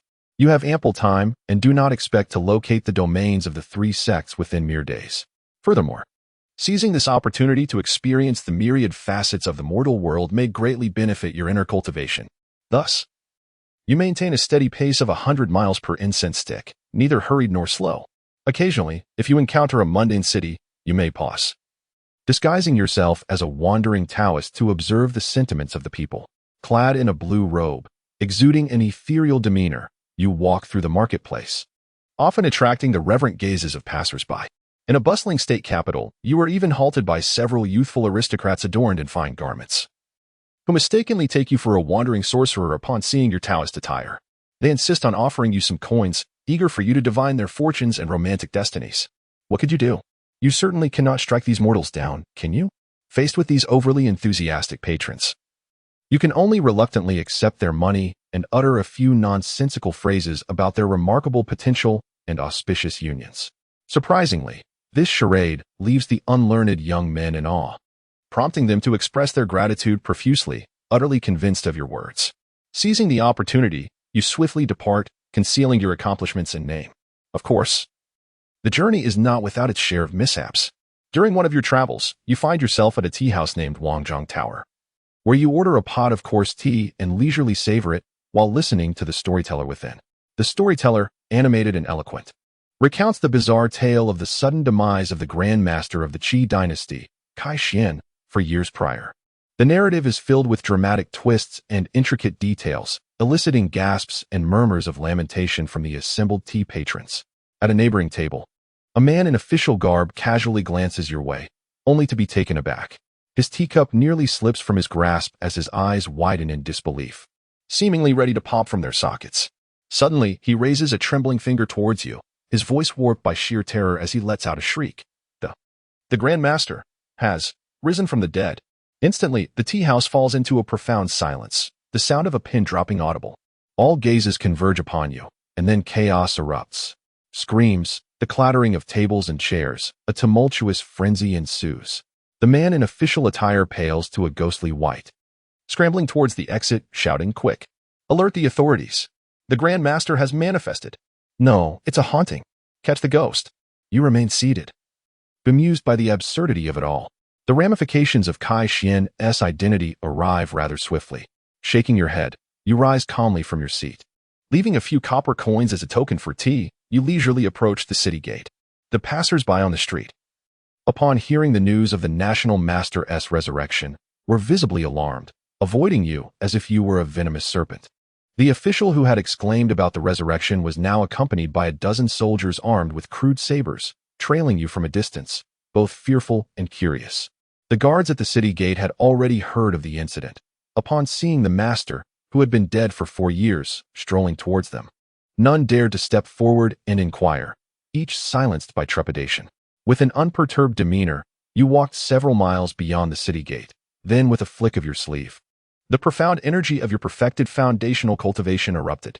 Your figure transformed into a dazzling azure streak, soaring skyward, and in the blink of an eye, you vanished into the clouds, swiftly departing the territory of the Great Qi dynasty. Thus, 3 months passed. Roughly estimating, you had traversed at least 100,000 miles. One night, under a sparse moon and scattered stars, you arrived at a remote and desolate mountain range. Suddenly, you noticed a dilapidated Taoist temple nestled in a valley ahead, shrouded by weeds and trees. The plaque was worn, and the characters were nearly illegible. As you contemplated entering to find a sheltered spot to breathe and restore your spiritual energy, for you were not a mule and could not perpetually be on the move, your divine sense detected that within the temple resided only an elderly Taoist, his hair and beard white, methodically sweeping the fallen leaves from the courtyard. The old Taoist exuded a profound and tranquil aura, his cultivation evidently also at the perfected foundational level. A thought stirred within you, leading to the conclusion that it was wiser to refrain from unnecessary disturbances in this fleeting encounter, just as you resolved to quietly turn away and depart. The old Taoist's figure flickered and silently appeared before you, blocking your path. He had clearly seen through your disguise as a Taoist in blue robes. Yet, due to your mastery of the concealment technique, he was unable to discern your true cultivation level, mistaking you for a mere ninth-layer Qi practitioner passing by. A gentle smile emerged on the old Taoist's face as he inclined his head in greeting and inquired, "Young friend, arriving here at such an hour, why not come inside the temple for a cup of hot tea and rest your feet before continuing your journey?" Chapter 77. Into the Array. The enigmatic as you hear the old Taoist extend an invitation, a mere flicker of desire to enter stirs within you. The invitation from a cultivator who can discern whether it heralds a benevolent connection or a cunning trap. You squint, maintaining a calm demeanor. Laced with a hint of provocation, "What if I refuse?" The old Taoist's warm smile remains unwavering, and to your surprise, he even nods in acknowledgement. "Feel free, my young friend. When fate calls, we shall meet again." He genuinely steps aside, creating a path as if he were an amiable hermit of the mountains. A whirlwind of doubts engulfs your mind, yet your feet betray no hesitation. You turn and depart with decisive swiftness. The light of your escape flickers anew, still directed towards the southwest, as you elevate your speed further. Before long, a familiar mountain hollow emerges ahead. You had not contemplated much, yet as you prepare to advance, your gaze sharpens abruptly. Nestled amongst the foliage stands a dilapidated Taoist temple, eerily reminiscent of the one you had seen before. The plaque remains indistinct, the characters illegible. A sudden chill courses through you, prompting an urgent retracing of your recent path. Indeed, it was not the same route you had traversed earlier. The direction is unmistakably southwest. What is the meaning of this? Could it be that two identical temples lie in proximity, suppressing the unsettling trepidation that rises within? You choose to circumvent the site once more, hastening your pace. Yet, soon enough, that familiar hollow and the crumbling temple reappear in your line of sight. Have you encountered a malevolent spirit? This mundane phrase resonates with startling clarity in the mind of a perfected cultivator such as yourself. You draw a deep breath, abandoning your fixation on the southwestern path, opting instead to explore alternative directions. East, south, west, north, regardless of how you alter your course or enhance your speed. The outcome remains singular, returning to this cursed temple. Is this a maze? You recall the myriad esoteric texts you once perused in the Li family's dusty archives. And amid your initial bewilderment, you swiftly formulate a plausible hypothesis. Yet the old Taoist possesses a cultivation level identical to yours. Both of you are perfected foundational cultivators. Could he truly construct a maze capable of ensnaring fellow practitioners of the same tier? And you, possessing not but ignorance in the art of formations. How could you unravel such a conundrum? Standing still, your thoughts spiral chaotically, and for a moment, you find yourself devoid of any viable solutions. Daring not to recklessly enter the temple, fearful of hidden and greater perils within, you remain rooted in place, pondering your next course of action. Time, imperceptibly, drifts by. Under the subtle perception of your spirit, you are horrified to realize that since your initial encounter with the temple, at least 6 hours have elapsed. Yet above, the sky shows no sign of dawn. The night remains as heavy as iron. You can no longer afford to remain idle. Drawing a deep breath, you forcibly suppress the unease born from this strange and perilous encounter, casting aside hesitation. As a flicker of thought ignites within you, the ethereal brilliance of your mystical robe wanes, replaced by the black and white garb of malevolent dominance and defiance. Once more, you find yourself standing before the gates of the temple, your mind already devising a contingency. Should you encounter insurmountable peril, you may expend a modicum of energy to activate the Taiga Xuanzhua, thereby unveiling a temporary portal to the realm of the mysterious as your ultimate retreat. The old priest, sweeping the floors, materializes before you once again without a sound. His gaze traverses your newly donned attire, and his warm smile remains unaltered as he speaks. My young friend, it appears that fate has intertwined our paths once more. You suppress the urge to shatter that smiling visage with a swift strike, your eyes icy as you remain vigilant to his every movement. Your voice laced with frost. Why engage in such theatrics, friend? Why ensnare me in this labyrinth of illusions? Unfazed by your inquiry, the old priest leisurely counters. Why such words, my young friend? The temple stands here. Whether you choose to enter or not is solely your decision. I have never compelled you in the slightest. Your expression darkens. Remove this illusion, and perhaps there may still be a chance for reconciliation between us. Yet, the old priest does not respond, merely intoning, "You have encountered this temple time and again, yet you resist stepping through its threshold. Little do you realize. You have long since become one of its denizens." As his cryptic words linger, you perceive no sign of him withdrawing the enchantment, and your patience has long since evaporated. Seizing the moment while the old priest is momentarily distracted, you unleash the formidable power of your foundational mastery, erupting forth with a thunderous force. Your fingers, transformed into talons, ensnare him with overwhelming spiritual energy, striking toward his throat with lightning speed. To your astonishment, the old priest neither flinches nor evades. He allows your grip to seize his throat with the ease of a lifeless statue, devoid of resistance. "I am not," you coldly declare, tightening your grasp. "Will you withdraw this enchantment, or will you not?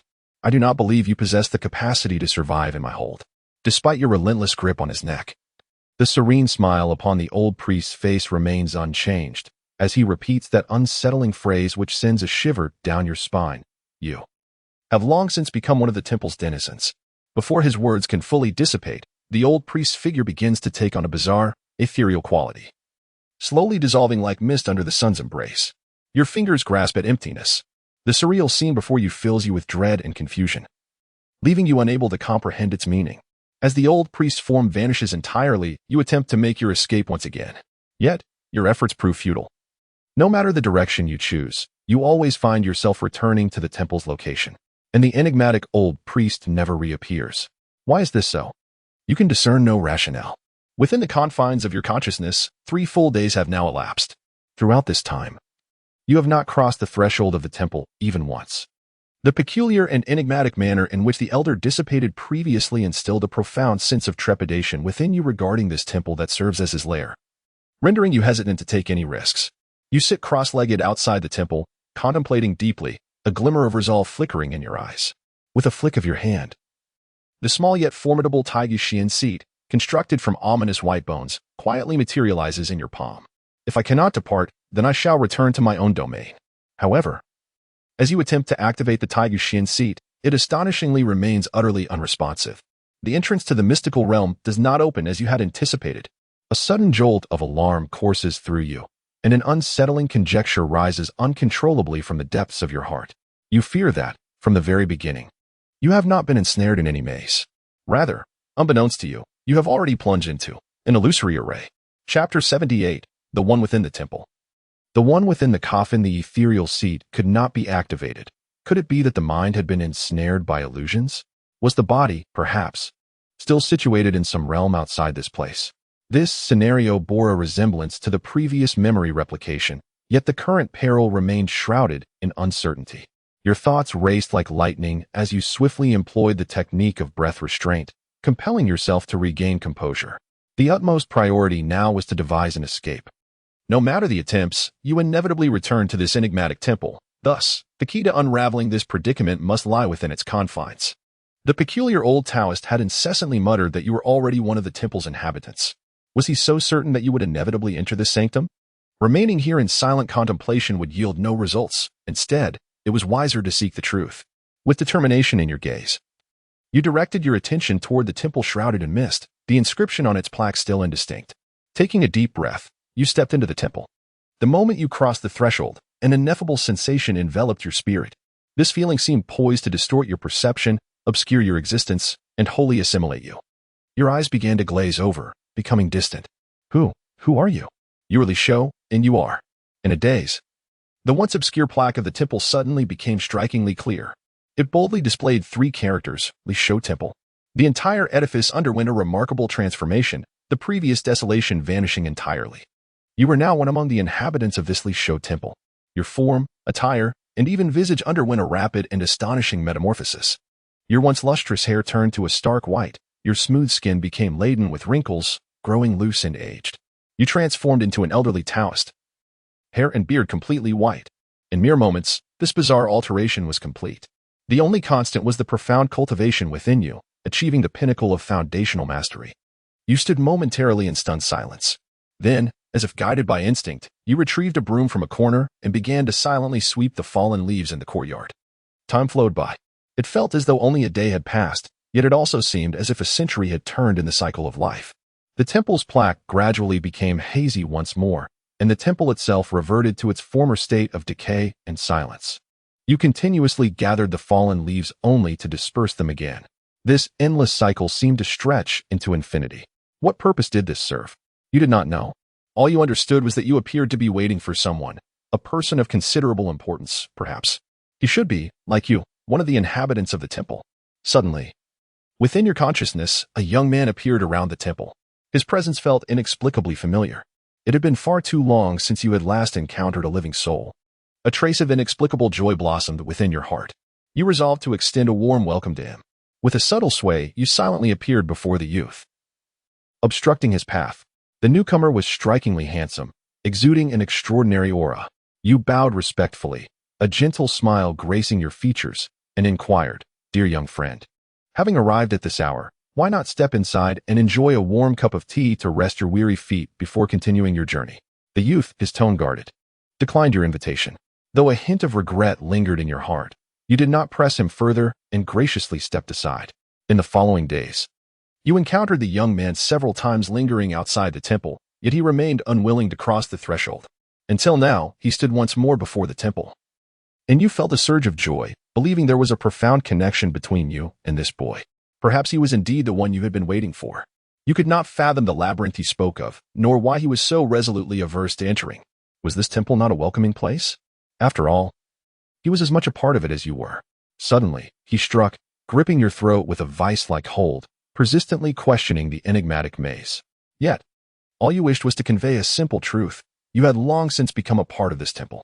Before you could finish speaking, your form began to dissipate like morning mist beneath the blazing sun. It seemed as though something sought to erase your very existence. A profound sense of peril erupted from the depths of your soul. Concealment technique. Instinctively, this technique, etched into your being, surged into action amidst the life and death struggle. A wave of coolness enveloped your spirit instantaneously. You abruptly opened your eyes, only to be met with a suffocating darkness. The surrounding space was exceedingly confined. You lay flat in a hard, cold, square enclosure. This sensation, this shape, was this a coffin? A jolt of alarm coursed through you. And without a moment's hesitation, your inner spiritual energy erupted, forcefully striking the lid above. The lid seemed to bear a suppressive force. Yet it paled in comparison to your perfected foundational energy, which swiftly sent it flying. The familiar, heavy darkness of night enveloped you once again as you leaped out of the coffin. To your astonishment, the once pristine and sturdy coffin decayed and deteriorated at an alarming rate the moment you escaped, as if it had endured the ravages of countless years. Before the dilapidated coffin, you beheld a crooked wooden sign. Inscribed upon it were 3 crooked, chilling characters, "Le Chau's Coffin." The letters dimmed rapidly, fading into obscurity before your very eyes. You had long since become a part of this temple. No, a sudden realization struck you. You had long since become a part of this coffin. Chapter 79, The Immortal Image, The Sealing Coffin. Your heart trembles violently. A chilling realization dawns upon you. As you become aware that you have unwittingly stepped into this eerie coffin, deep within an illusion, you teeter on the brink of life and death. Were it not for the breath-restraining technique having already melded into your very instincts, autonomously swirling and cleansing your spirit in this life and death moment, it is likely that the version of you within the illusion would have already been utterly obliterated, no longer in existence. Dear friend, I, the old Taoist, have been ensnared by this sealing coffin for countless years. A voice, aged and laden with bitterness, suddenly resonates beside you, tinged with a hint of frailty. The emergence of this voice is entirely unexpected, causing your muscles to tense abruptly as you whirl around.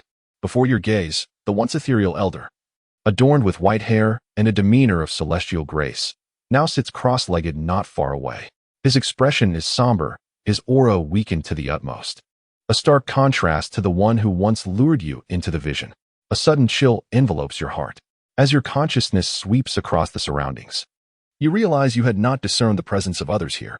Is it due to his remarkable concealment of aura, or is there something more enigmatic at play?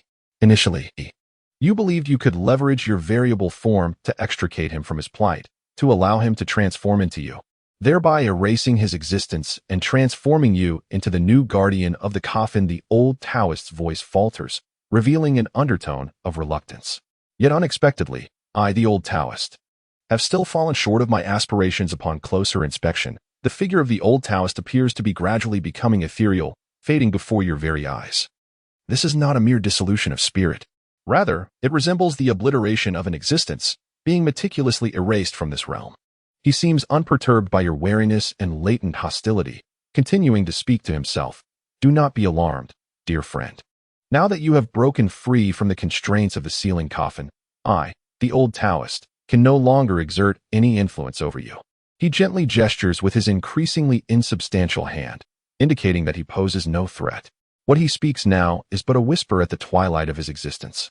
As one approaches death, their words tend to soften. A haunting smile crosses his face, imbued with profound desolation, yet faintly laced with a long-lost sense of liberation. From the moment of my inception, I have been bound to this sealing coffin, known as the guardian spirit of the coffin. In truth, I am merely a prisoner suppressing this fiend. A prisoner? Your brow furrows slightly as you suppress the impulse to act, quietly absorbing his words, your thoughts racing. This sealing coffin is a forbidden anomaly, born from the chaotic rules of the cosmos. Within it lies a sliver of ineffable Daoic principles. Any being that ventures into the domain enveloped by this coffin must adhere to its rules. Failure to do so results in the consumption of their Daoic essence, rendering them utterly non-existent. I, the old Taoist, possess no cultivation whatsoever, yet, throughout these suffocatingly long years, I managed to cultivate to the pinnacle of foundation establishment. Thanks to the lingering Daoic resonance that permeates this place, his tone carries a hint of self-deprecation. But this prisoner-like existence has proven to be far too desolate, far too interminable. The weariness in the old Taoist's voice runs deep, resonating with a bone-deep fatigue. By chance, the old Taoist noticed the young friend passing by, and you exuded an aura of uncertainty that was seemingly unbound by the laws of heaven and earth. In that fleeting moment, the old Taoist's ethereal gaze suddenly sparkled with intrigue. It was then that he entertained a frenzied thought, to replace my existence with your uncertainty, allowing you to become the new guardian spirit of the coffin. While I would find complete liberation, common beings are utterly incapable of bearing the weight of such a substitute. Only you, this uncertainty, possess a glimmer of possibility. Uncertainty. Once again, uncertainty. A sudden realization struck your heart. It was precisely this that had allowed you to bypass the third realm of the Taigu Xianjing, as if you had exploited a flaw in the system. Now, the reality was evidently different from that which preceded the deduction. Are you still in uncertainty? Or, from the very moment the first simulation commenced, have you already become the variable in this realm? Your thoughts raced. This identity of uncertainty has bestowed upon you both the opportunity of the Taigu Xianjing and the peculiar, perilous encounter you presently faced. Blessings and calamities intertwine. The ancients do not deceive me. The old Taoist's voice continued to echo intermittently, growing ever fainter. Alas, it seems, that in his attempts to deceive, he has only harmed himself. He weakly shook his head, and the bitterness on his spectral face deepened. Your existence has not been obliterated. Thus, according to the rules of this place, it is I, the old Taoist, who must face dissolution. His form became increasingly insubstantial, and his voice suddenly quickened. Young friend, flee swiftly. Every moment you can prolong your life is invaluable. Upon my demise, this Tao coffin will lose its suppressive power. Do not be misled by its current state of weakness, which you can easily break. That is merely my waning strength, forcibly restrained. He gestured toward the dilapidated coffin lying quietly on the ground. Once I am completely dissolved, it will reveal itself to the world, voraciously consuming all living beings in existence to amplify its own power. At that time, do not think that merely a single region will be affected. Even the entire realm of cultivation could be toppled. As you absorbed the old Taoist's harrowing words, a sense of dread enveloped you. Yet, your mind was racing, calmly scrutinizing the veracity of his statements. Could this old fellow be attempting to deceive me into fleeing, so he could seize the opportunity to escape? A flicker of suspicion passed through your heart. After all, this is a realm where every practitioner is cautious, with an average of 800 ulterior motives, where a mere disagreement can lead to drawn blades. The noble rhetoric of a man facing imminent death? Such tales are perhaps common in the mortal realm. However, here, they often signify deeper, more insidious machinations. Although this old Taoist appears on the brink of dissolution, who can guarantee he does not possess a hidden scheme? Yet, the strangeness of this place is undeniable. The decaying coffin evokes an ominous feeling within you.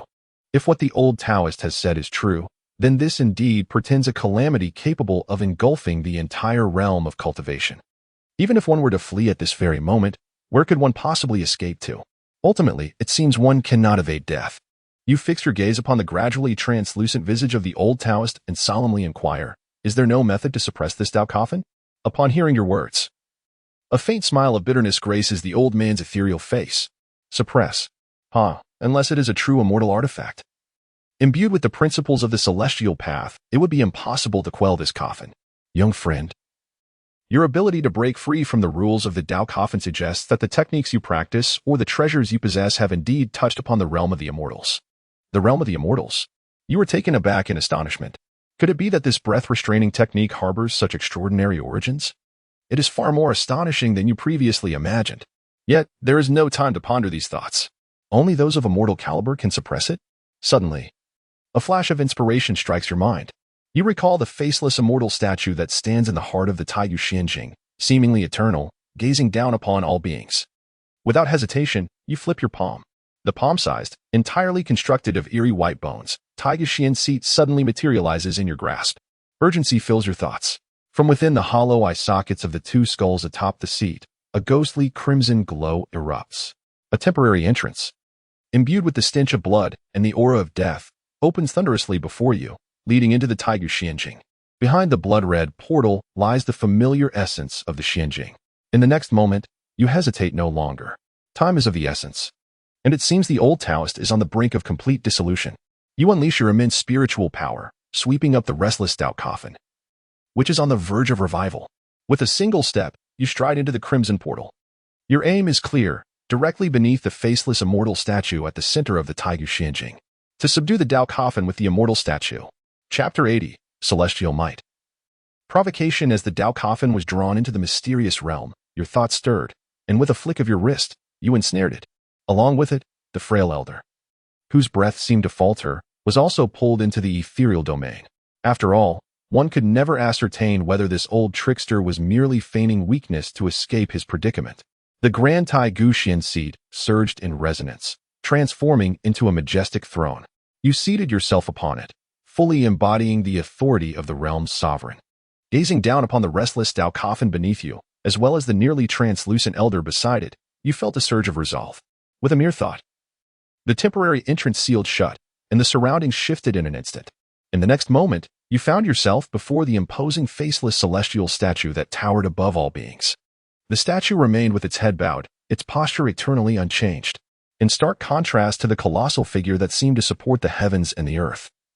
Your own form appeared diminutive, akin to mere dust. Even the Grand Taiyu Xian seat you occupied paled in comparison, resembling nothing more than a slightly larger stone. Taking a deep breath, you resolved to act without hesitation, casting the struggling Tao coffin directly at the feet of the celestial statue. The fate of your endeavor hinged upon this singular act. The Tao coffin was yet to erupt in chaos, and the elder had not completely dissipated. A glimmer of hope remained. You had always favored a dual approach in your actions. Urgently, you demanded of the elder, "Is there a way for you to avoid dissolution and continue as the guardian of the coffin to suppress it?" A grim smile of resignation flickered across the elder's ephemeral visage. "Even if there were, I would rather my soul be scattered than remain a prisoner to that coffin." Your gaze sharpened, sensing an underlying anomaly in his words. This, it seemed, was beyond your control. Not willing to waste further time, you summoned the formidable power of the mysterious realm and forcefully dragged the elder's intangible form into the impending chaos of the Tao coffin. With a resounding crash, the coffin's lid snapped shut, sealing tightly. "You insolent wretch! You!" The elder's voice, filled with shock and fury, echoed from within the coffin. "What you have done is futile. If it cannot be restrained, all is in vain." You scoffed, your tone calm yet tinged with mockery. "If it is indeed futile, what harm is there in trying?" No sooner had the words left your lips than the Tao coffin began to tremble violently. An indescribable, inky force surged forth from the seams of the coffin, spreading wildly like ink dropped into water, enveloping everything around it. The very fabric of the mysterious realm rippled as though it were being eroded and assimilated by this dark essence. Yet, the celestial statue remained silent and unmoving. Anxiety gripped your heart, and your focus intensified, beads of sweat forming at your brow. Could it truly be impossible? Just as the ominous black energy was about to reach the statue, the celestial figure, with its sweeping, voluminous sleeves, subtly waved as if in a gentle caress. In that fleeting motion, an indescribable, overwhelming majesty descended abruptly. The divine presence was untouchable, the previously rampant and bizarre force, as if encountering the most terrifying nemesis of the universe, was forcibly subdued. That strange power receded like a receding tide, retreating swiftly into the confines of the Dao coffin. Yet, the celestial figure's suppression seemed neither infinite nor entirely voluntary. After all, it was merely a statue devoid of consciousness, not a genuine celestial being in attendance. The Dao coffin, a taboo artifact birthed from the chaotic rules of the cosmos, harbored unfathomable laws of the Dao within. After a brief suppression, the Dao coffin began to tremble violently once more. The strange power emanating from it intensified rather than diminished, becoming even more ferocious, hinting at a potential breakout from the passive restraint of the celestial figure, spreading wildly outward. Your heart raced, and you were about to contemplate a countermeasure when, at that moment, the ancient, emotionless, faceless celestial statue seemed to be provoked by the incessant taunts of mere ants. The dignity of the celestial being was not to be profaned. In an instant, the wind shifted, and the heavens fell silent. The entire realm of the Taigu Xian seemed to freeze. An overwhelming, suffocating aura, surpassing all previous manifestations, thundered down from the celestial figure. Slowly, the statue lifted its colossal foot, obscuring the very sun, and then, forcefully, it descended upon the struggling Dao coffin. The ground trembled violently, fissures tearing through the earth as if it could not bear the weight of the celestial foot, on the verge of collapse. The Dao coffin, along with the muffled, terrified groan of the old Taoist within, was deeply pressed into the endless abyss beneath. As the dust settled and the tremors subsided, the unsettling and bizarre aura of the Dao coffin was completely silenced, showing no signs of escape. You exhaled deeply, still haunted by the experience. The might of the celestial was indeed terrifying. Merely a statue wielded such power. What then could the true celestial being be like? Through the perception granted by the Taigu Xian seat, you were astonished to discover that the old Taoist, forcibly placed within the Dao coffin and subsequently trampled into the ground by the celestial figure, still retained a presence, albeit faint. It had not dissipated entirely as he previously claimed. It dawned on you. This old trickster had been performing all along. He would not easily vanish. The earlier display of tragic theatrics, claiming to be on the brink of death, was merely a ruse to deceive you into leaving, allowing him to extricate himself with ease. If he truly wished to escape, he could have quietly slipped away before you even realized his existence. Why would he choose to reveal himself and engage in such lengthy discourse with you? What, after all, is his ulterior motive? A thought flickered in your mind. And through the Taigu Xianzhua, you sent a chilling intention deep into the buried Dao coffin. Ah, old one, how is it that you still draw breath? Suddenly, the voice of the old Taoist erupted from within the coffin, filled with agitation, devoid of the previous warmth and calmness. Release me. Let this old Taoist out at once. I have schemed for eternity, intending to use this Dao coffin to completely turn the tide, to seize control of this forbidden artifact, and become an unparalleled sovereign in the realm of cultivation. How could it? How could it all fall apart, thwarted by the hands of a mere child? I refuse to accept this. So it is. The ambition of this old Taoist is indeed vast. To master this forbidden Dao coffin? To become the overlord of the cultivation world? Transforming from a so-called guardian spirit bound by the rules of the coffin into the lord of this forbidden treasure? Such grand designs, such profound schemes. A glimmer of understanding crossed your eyes, yet you remained wary of this old fox's words. Who could truly know if he was not merely acting, attempting to ensnare you with new deceptions? Nevertheless, your voice grew increasingly composed. Surrender the secret of controlling this Dao coffin.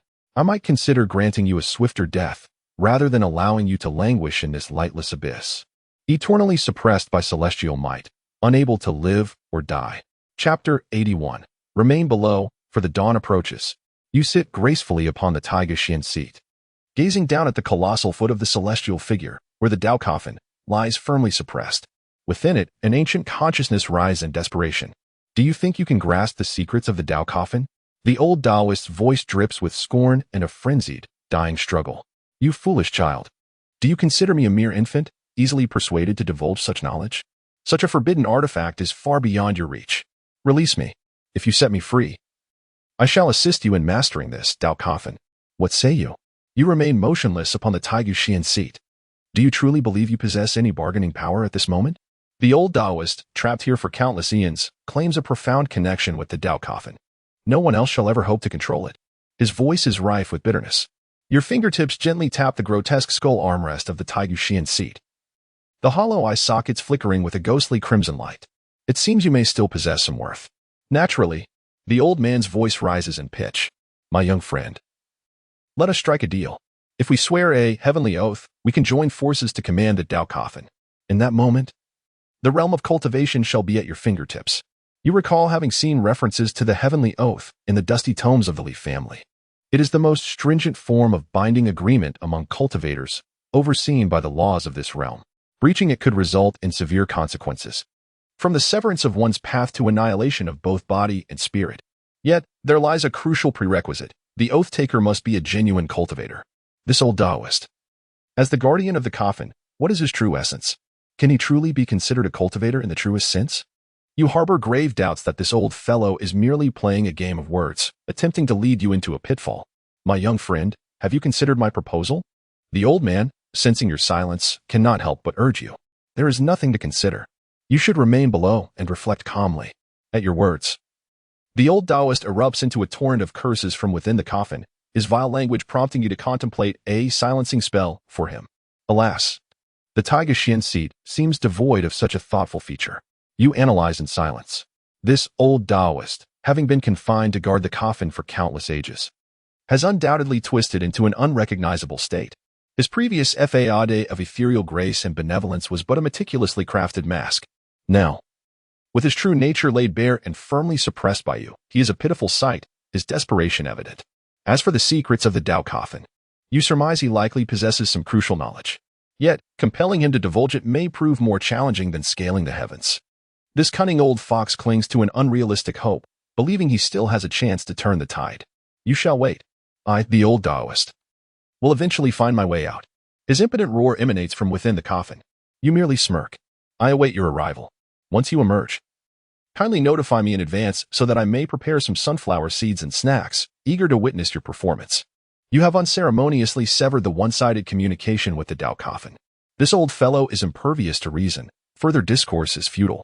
In any case, you have ample time at your disposal. The matter of the Dao Coffin can be set aside for the moment. The pressing concern is to address the troubles posed by the three sects and to further solidify your own Dao foundation in preparation for the impending tribulation of the Golden Elixir. This old Taoist, suppressed by the celestial statue, is unlikely to stir up much turbulence. Once you have resolved external matters, you may return to meticulously devise a plan against him at your leisure. As thoughts flitted through your mind, you once again activated the temporary entrance to the supreme bone mystical realm and stepped forth with composure. The temporary entrance had been opened twice, consuming but a few breaths, and the energy accumulated within the mystic seat remained ample. The outside world still resembled the desolate mountain ranges. However, that peculiar Taoist temple had vanished without a trace. You oriented yourself and continued your leisurely journey toward the southwest as instructed by your ancestor. Time flowed silently, and in the blink of an eye, 2 months had passed. Throughout these months, you maintained the appearance of an ethereal Taoist in a blue robe, with an otherworldly aura. Your pace was neither fast nor slow, consistently maintaining a serene speed of 100 miles within the duration of an incense stick. As you passed through mortal towns, you occasionally paused for a moment to indulge in some local delicacies, treating it as a diversion from the mundane. After all, despite having long ceased consuming grains, satisfying one's culinary desires occasionally adds a touch of amusement to the path of cultivation. You had never been overly observant, yet countless scenes naturally entered your sight. You would witness children frolicking on the streets, vendors calling out to sell their wares. You would observe lovers whispering sweet nothings under the moonlight, their affections palpable. You would see an elder leaning against a railing, the years stealing away his youthful hair. Amidst the bustling world, the myriad of human experiences cast fleeting ripples upon the surface of your heart's lake, quickly dissipating. Though you outwardly appear as a 7-year-old child, your essence has endured the vicissitudes of 2 lifetimes, spanning nearly 30 years. Your spirit is far from ordinary. Yet to claim a complete understanding of this mundane world, to pierce through the entanglements of emotions and desires, might be a touch presumptuous. Perhaps your state of mind could be succinctly encapsulated in a single phrase: a transient visitor of the mortal realm. So too am I. You are a cultivator. Cultivators are born from the mundane, yet destined to gradually distance themselves from it. Like an invisible breeze, you sweep across this expanse of earthly land, leaving little trace behind, nor carrying away any dust. Though present in the mortal realm, your heart resides beyond it. On this day, you continue your journey along a deserted official road. Surrounding vegetation has turned yellow, and the autumn wind howls mournfully. Suddenly, your consciousness stirs, detecting a group of cultivators swiftly approaching in the distance. You immediately halt, your surrounding spiritual energy retracting instantaneously, leaving no trace. You hunch over, casually breaking a withered branch from the roadside to fashion a walking stick, transforming into an utterly ordinary traveler. You stroll leisurely, seemingly oblivious to the imminent passage of the cultivators above. Before long, a dozen beams of light was past your head, the gentle breeze stirring your transformed gray-white beard. You discreetly scan your surroundings, noting that all are practitioners of the third level of Qi training, posing no real threat. These cultivators are donned in standardized Taoist robes, a harmonious blend of azure and white, adorned at the chest and cuffs with silver thread depicting a rising sun, radiating myriad rays of light. A flicker of recognition stirs within you. This attire, the azure and white, symbolizes the primordial separation of yin and yang, the chaos of the cosmos. The sun rising in the east, its rays stretching forth, it is the dawn of the east. Indeed, it is one of the three sects spoken of by the ancestors, the Shengshi sect. It appears that your journey has led you firmly into the domain of the three sections. Thus, let the reckoning commence with the Shengshi sect. Chapter 82, Baiting the Hook. The ancient immortal abode, you quietly trailed behind a party of 8 cultivators from the Shengshi sect, your presence undetected due to the operation of the concealment technique. At the forefront was a serious-looking cultivator at the 6th layer of Qi refinement, wielding a blue flying sword. The other 7, at the 4th and 5th layers of Qi refinement, each employed various magical tools beneath their feet, heads bowed in concentration as they hurried along. Only those in the foundation establishment stage can truly traverse the skies. Qi refinement cultivators find it arduous to move without their magical artifacts. You maintained a patient distance, neither too close nor too far. After a while, a younger disciple in the group seemed unable to contain his impatience. His lips moved slightly, releasing an almost imperceptible ripple of spiritual energy, clearly engaging in silent communication. With your perfected awareness at the peak of foundation establishment, such a transmission was as audible as conspiring aloud in your presence. Brother, how manageable is the cloud marsh beast on this trip to Floating Cloud Island? Though the island lacks a master, it lies adjacent to the borders of our Shengshi sect, the Yangyi sect, and the Bishi Pavilion, and cultivators from the other 2 sects often roam nearby. I fear, another voice followed swiftly. Fear what? With Brother Lu here, a few cloud marsh beasts are inconsequential. Rather, I've heard that jade essence is remarkably effective in stabilizing one's cultivation. We must gather plenty this time. The leading cultivator furrowed his brow, sensing the spiritual fluctuations from behind, and coldly admonished, silence. During sect missions, do not allow yourselves to be distracted by idle chatter. If we are delayed in our gathering, you shall answer for it. The previously silent young disciple shrank his neck and pouted, daring not to speak further. You had already grasped the situation. Floating Cloud Island was their destination, and Jade Essence was their objective. Meanwhile, the Cloud Marsh Beasts were likely the primary obstacles to obtaining the Jade Essence.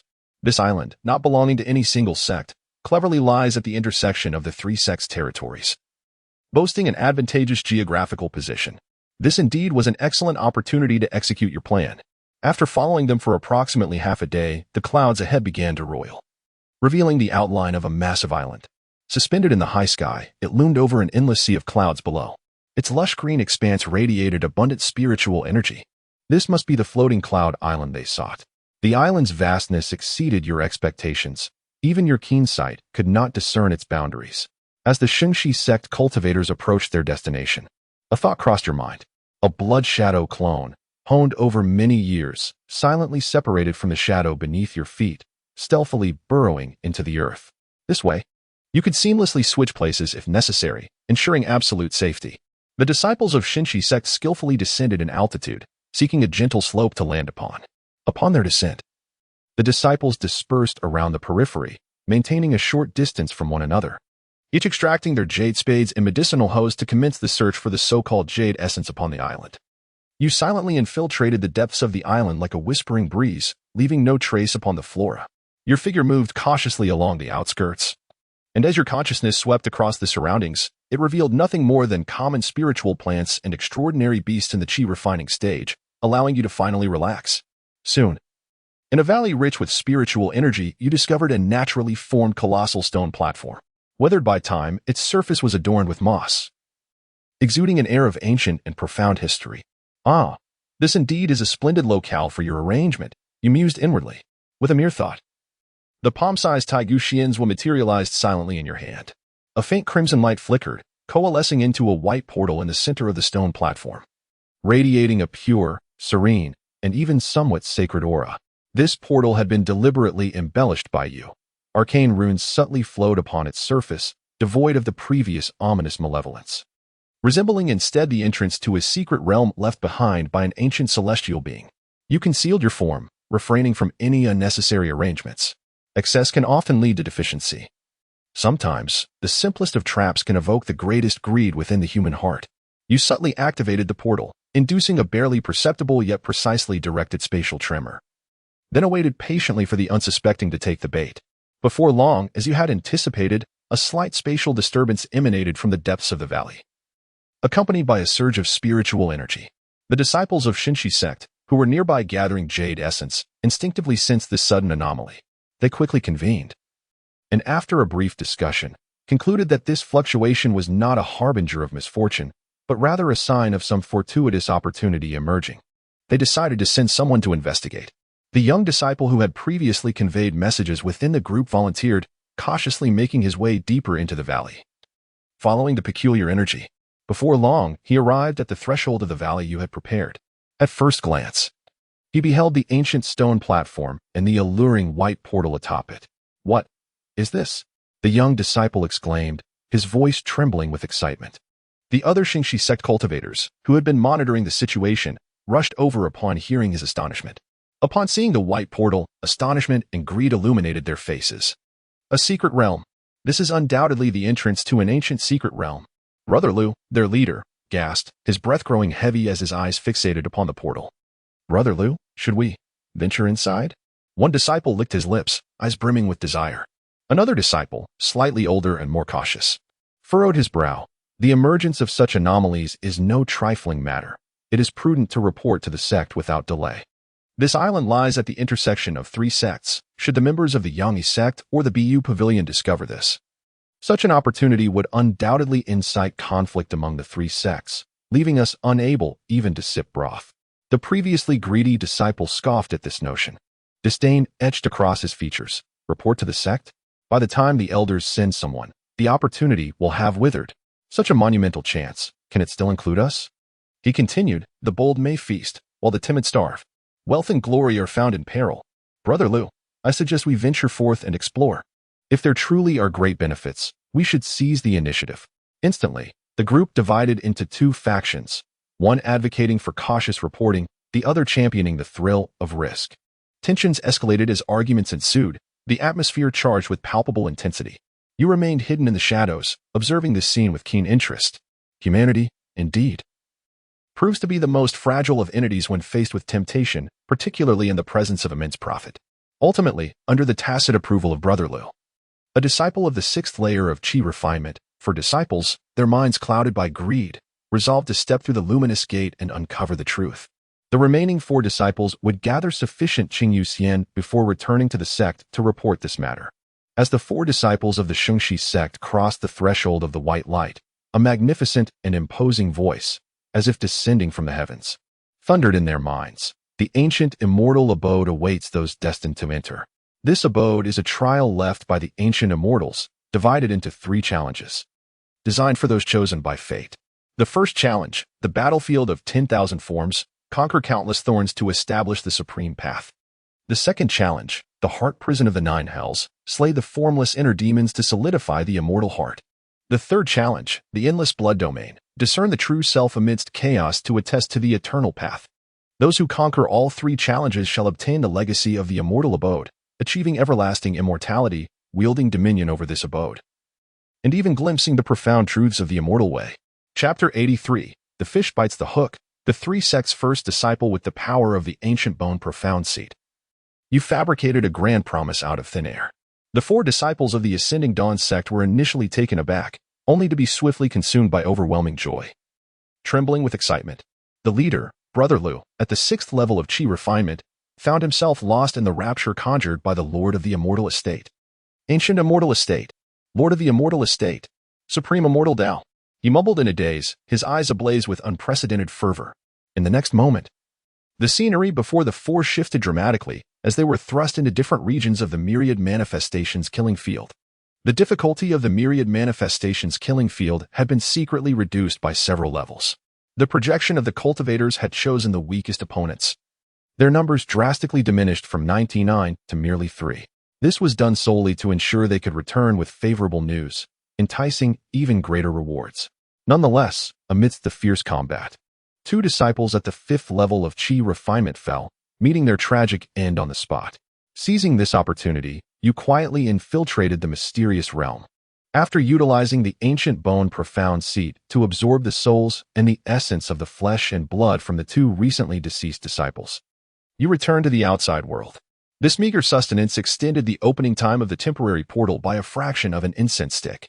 The remaining Brother Lu, 6th level of Qi refinement, and another disciple, surnamed Wang, who was at the 5th level, emerged bloodied and battered, clearly having endured a grueling battle. After arduously slaying 3 projections of their equal rank in their respective areas, they finally succeeded in passing this so-called first trial. Before them appeared 2 portals, second trial and return. At that moment, a spirit herb radiating immense vitality descended from the heavens, landing in their hands. Could this be the foundational spirit object rewarded for passing the first trial of the immortal estate? Brother Lu, feeling the terrifying medicinal power contained within the herb, was taken aback. Although this herb was of the Qi refinement grade, its medicinal potency surpassed anything he had encountered in his life, causing his dantian to stir and his foundational Tao to seem to progress. To them, this object was extraordinarily precious. Without a moment's hesitation, both chose return in unison. They lacked even a proper storage pouch in their daily lives. Thus, such a treasure would be safest when kept close.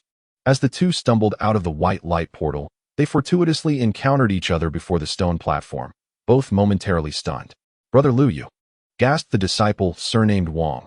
Noticing Brother Lu carefully tucking the spirit herb into his robe, an understanding dawned upon him. You made it out as well? Brother Lu quickly adjusted his expression, feigning composure. Brother Wang, we have narrowly escaped with our lives, successfully traversing the first trial and obtaining this celestial treasure. Truly a stroke of fortune. Brother Wang nodded repeatedly, leaning in closer and lowering his voice. Brother Lu, the other disciples waiting outside must have already returned to report to the sect since we have been gone for quite some time. A fleeting glimmer of insight flashed in Brother Lu's eyes as he nodded slightly. Indeed, that is excellent news. After pondering for a moment, he said, Brother Wang, when the elders of the sect arrive, we must ensure we convey our experiences thoroughly. This discovery of the celestial abode, along with the audacious venture into the tiger's den, rightfully belongs to the 2 of us. He paused in his speech, pointedly adding that it was we who first sensed the anomaly, decisively instructing our fellow disciples to report back to the sect while we boldly ventured forth to investigate. After enduring numerous perils, we ultimately confirmed the existence of this celestial realm and fortuitously passed through the first trial. Upon hearing this, Brother Wang's face instantly radiated admiration and gratitude. Brother Lu, your foresight is commendable. I am in awe. It is all thanks to your leadership. With a quick shift of his gaze, he continued, as for those 2 fellow disciples who entered with us, alas, they have likely met their unfortunate demise during the trials of the celestial abode, sacrificing themselves for the sake of our sect's exploration. Upon our return, we must certainly advocate for their contributions, striving for some form of compensation from the sect. Indeed, such is the nature of things. Brother Lu nodded in satisfaction. The 2 exchanged glances, swiftly aligning their narratives. Brother Lu looked towards the luminous gate, his gaze intense. Such a grand opportunity should rightfully belong to the 2 of us. You, concealed in the shadows, silently observed how these 2 effortlessly divided the accolades, even using the deceased companions as stepping stones for their own recognition. The harsh reality of the cultivation world is often so stark and merciless. The bait has been taken. However, relying solely on the Ascending Dawn sect feels rather solitary, insufficient to match the grandeur of your plans. Your thoughts shifted. This floating cloud island, situated in a lawless region, being at the intersection of 3 sects, could be thoroughly stirred. Would it not be splendid to have the Sun Intent sect and the Azure Water Pavilion willingly join the fray? You surveyed the white luminous gate. This gate, formed from the energy of the Taiga Xian seed, opened only after consuming the flesh and souls of 2 Qi refinement practitioners. And it had merely extended its time by a short incense stick, subtracting the time spent in debate by the Ascending Dawn sect. There remained about the duration of a stick of incense before it would dissipate. In this limited time, It was unlikely that even the higher-ranking practitioners of the Ascending Dawn sect would arrive in time. You did not wish for a single sect to dominate. If there must be casualties, they should be in an orderly manner. You resolved to allow the luminous gate to close naturally, crafting an atmosphere of urgency and mystery as if the opportunity were fleeting. Seated upon the Taiguxian seat, you exerted your will, causing the edges of the white luminous gate to violently twist and flicker, its brightness fluctuating as if on the verge of collapse. This is not good. Brother Lu, look at the gate. Brother Huang, ever observant, pointed at the gate, his tone urgent. Brother Lu's expression shifted suddenly. The edges of the gate were now tumultuous, resembling boiling water, with clear ripples radiating from the stone platform, rapidly spreading in all directions. As the ripples passed, the rocks trembled and the trees swayed. The range of this disturbance far exceeded what had occurred earlier. The entrance to the celestial abode was closing at such a rapid pace. Moreover, this commotion would surely attract attention from others. Lu, with decisive resolve, swiftly grasped Wang's arm, urging him to retreat further into the shadows. The two hurriedly fled deeper into the obscurity, their hearts heavy with the mingled emotions of disappointment and frustration over the closing entrance, compounded by the fear of being discovered by others who might seize the opportunity. As anticipated, the unusual and extensive fluctuations in this space were soon perceived by the other cultivators surrounding Floating Cloud Island. This locale, a veritable melting pot of various sects, often saw disciples from the three major sects passing through, rendering them particularly sensitive to any anomalies. Before long, several streaks of light, emanating from different directions, were drawn towards the calming ripples of space, darting swiftly in this direction. Among them, two groups emerged, each led by individuals of considerable prowess, all at the 9th level of Qi refinement, and clearly not disciples of the Xingshi sect. One group donned robes of apricot yellow, adorned with embroidery depicting the afterglow of the setting sun, their flowing garments exuding a somber aura. The other group was clad in garments of deep green, embellished with subtle patterns reminiscent of flowing water, their movements imbued with an ethereal, almost enigmatic grace. These were none other than the cultivators from the Yangyi sect and the Bichue Pavilion. You nodded in satisfaction, recognizing that the scene had indeed become quite lively. Chapter 84. The three sects enter the fray, returning to the home turf at this moment. The stone platform lay barren, the white portal having vanished without a trace.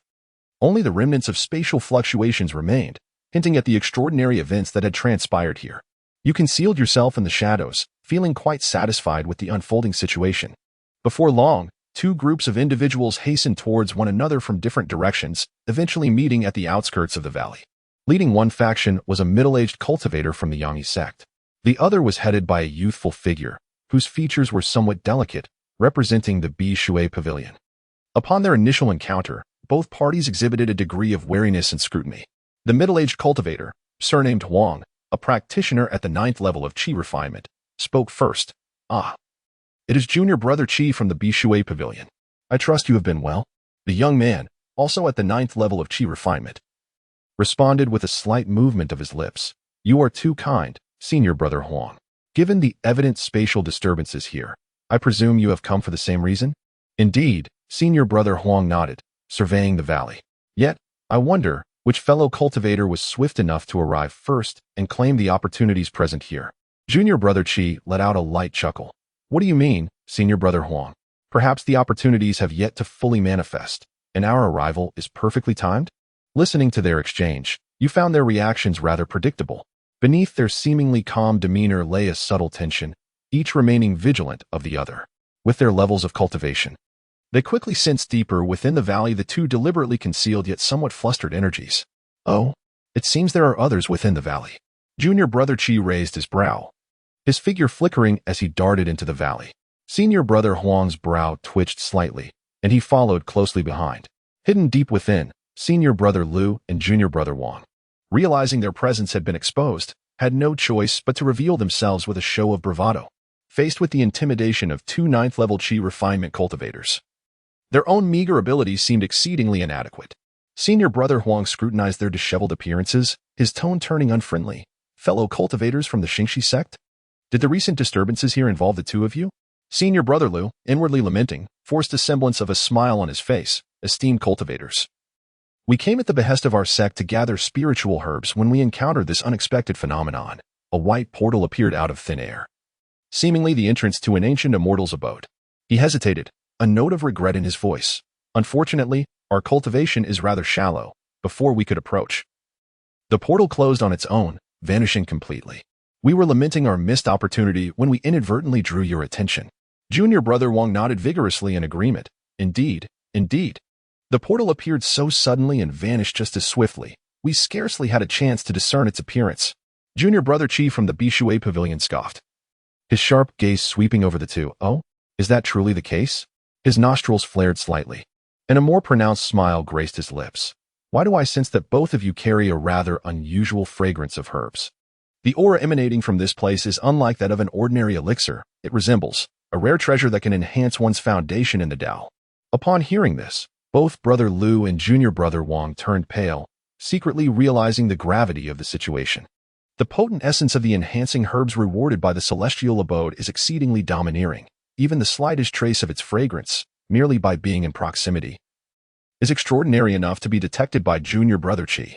Brother Huang's expression tightened as he turned to Brother Lu, saying, "It appears that the two of you are not merely passing by as you claim.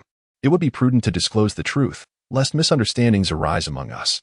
Beads of cold sweat formed on Brother Lu's forehead. Concealing the truth any longer would be futile and might incite the ire of these two ninth-tier Qi cultivators. Gritting his teeth, he resolved to be forthright, to be candid. We indeed dared to venture through that luminous gate. Inside the gate lay a celestial secret realm known as the Ancient Celestial Abode. According to the celestial sounds, there are 3 trials within. Those who pass may obtain the legacy of the abode. By sheer fortune, we managed to overcome the first trial and receive some rewards. After which the gate expelled us and promptly closed. He deliberately omitted the grim fate of their 2 companions, only mentioning what he and his partner had acquired. The Ancient Celestial Abode. The legacy of the abode. Brother Huang and Junior Brother Qi exchanged glances, both sensing the shock and greed reflected in each other's eyes. Such an opportunity, if genuine, could drive any cultivator to madness. Just as Brothers Huang and Qi prepared to press for further details, an unexpected turn of events occurred. The once barren stone platform illuminated with brilliant white light, even more dazzling than before. A door of pure, serene light, exuding a holy aura, began to coalesce once again. Inscribed with profound runes. The reappearance of the gate followed the very rules established by the ancient bone mystic seat. It would activate upon sensing the presence of new cultivators. This method, as opposed to a fixed time interval for opening, felt far more natural, as if the abode possessed its own spirit. Selecting fated individuals rather than being a contrived trap, thus minimizing the traces of human manipulation. The entrance to the abode has reopened. Junior Brother Huang exclaimed first, pointing at the luminous gate, his voice trembling with excitement. Brother Lu was equally astonished, his expression swiftly transforming into one of elation. Brothers Huang and Qi's pupils dilated, their breaths becoming heavy as they fixated on the reactivated gate. What is happening? Was it not said to be closed? Brother Huang questioned sternly, directing his inquiry at Brother Lu, who was equally perplexed, stammering, I do not know. It was indeed closed just moments ago. I assure you, this is the absolute truth. Suddenly, Junior Brother Huang slapped his thigh, eagerly interjecting, I understand. It must be this way. He turned to Brothers Huang and Qi, his face displaying a mix of realization and eagerness. My esteemed friends, when the abode opened, a celestial voice mentioned, the ancient celestial abode welcomes those destined to enter. The opening of this celestial abode is presumably not a fixed occurrence. Rather, it materializes in response to the arrival of new fated individuals. It is indeed a fortuitous event that we were allowed entry earlier.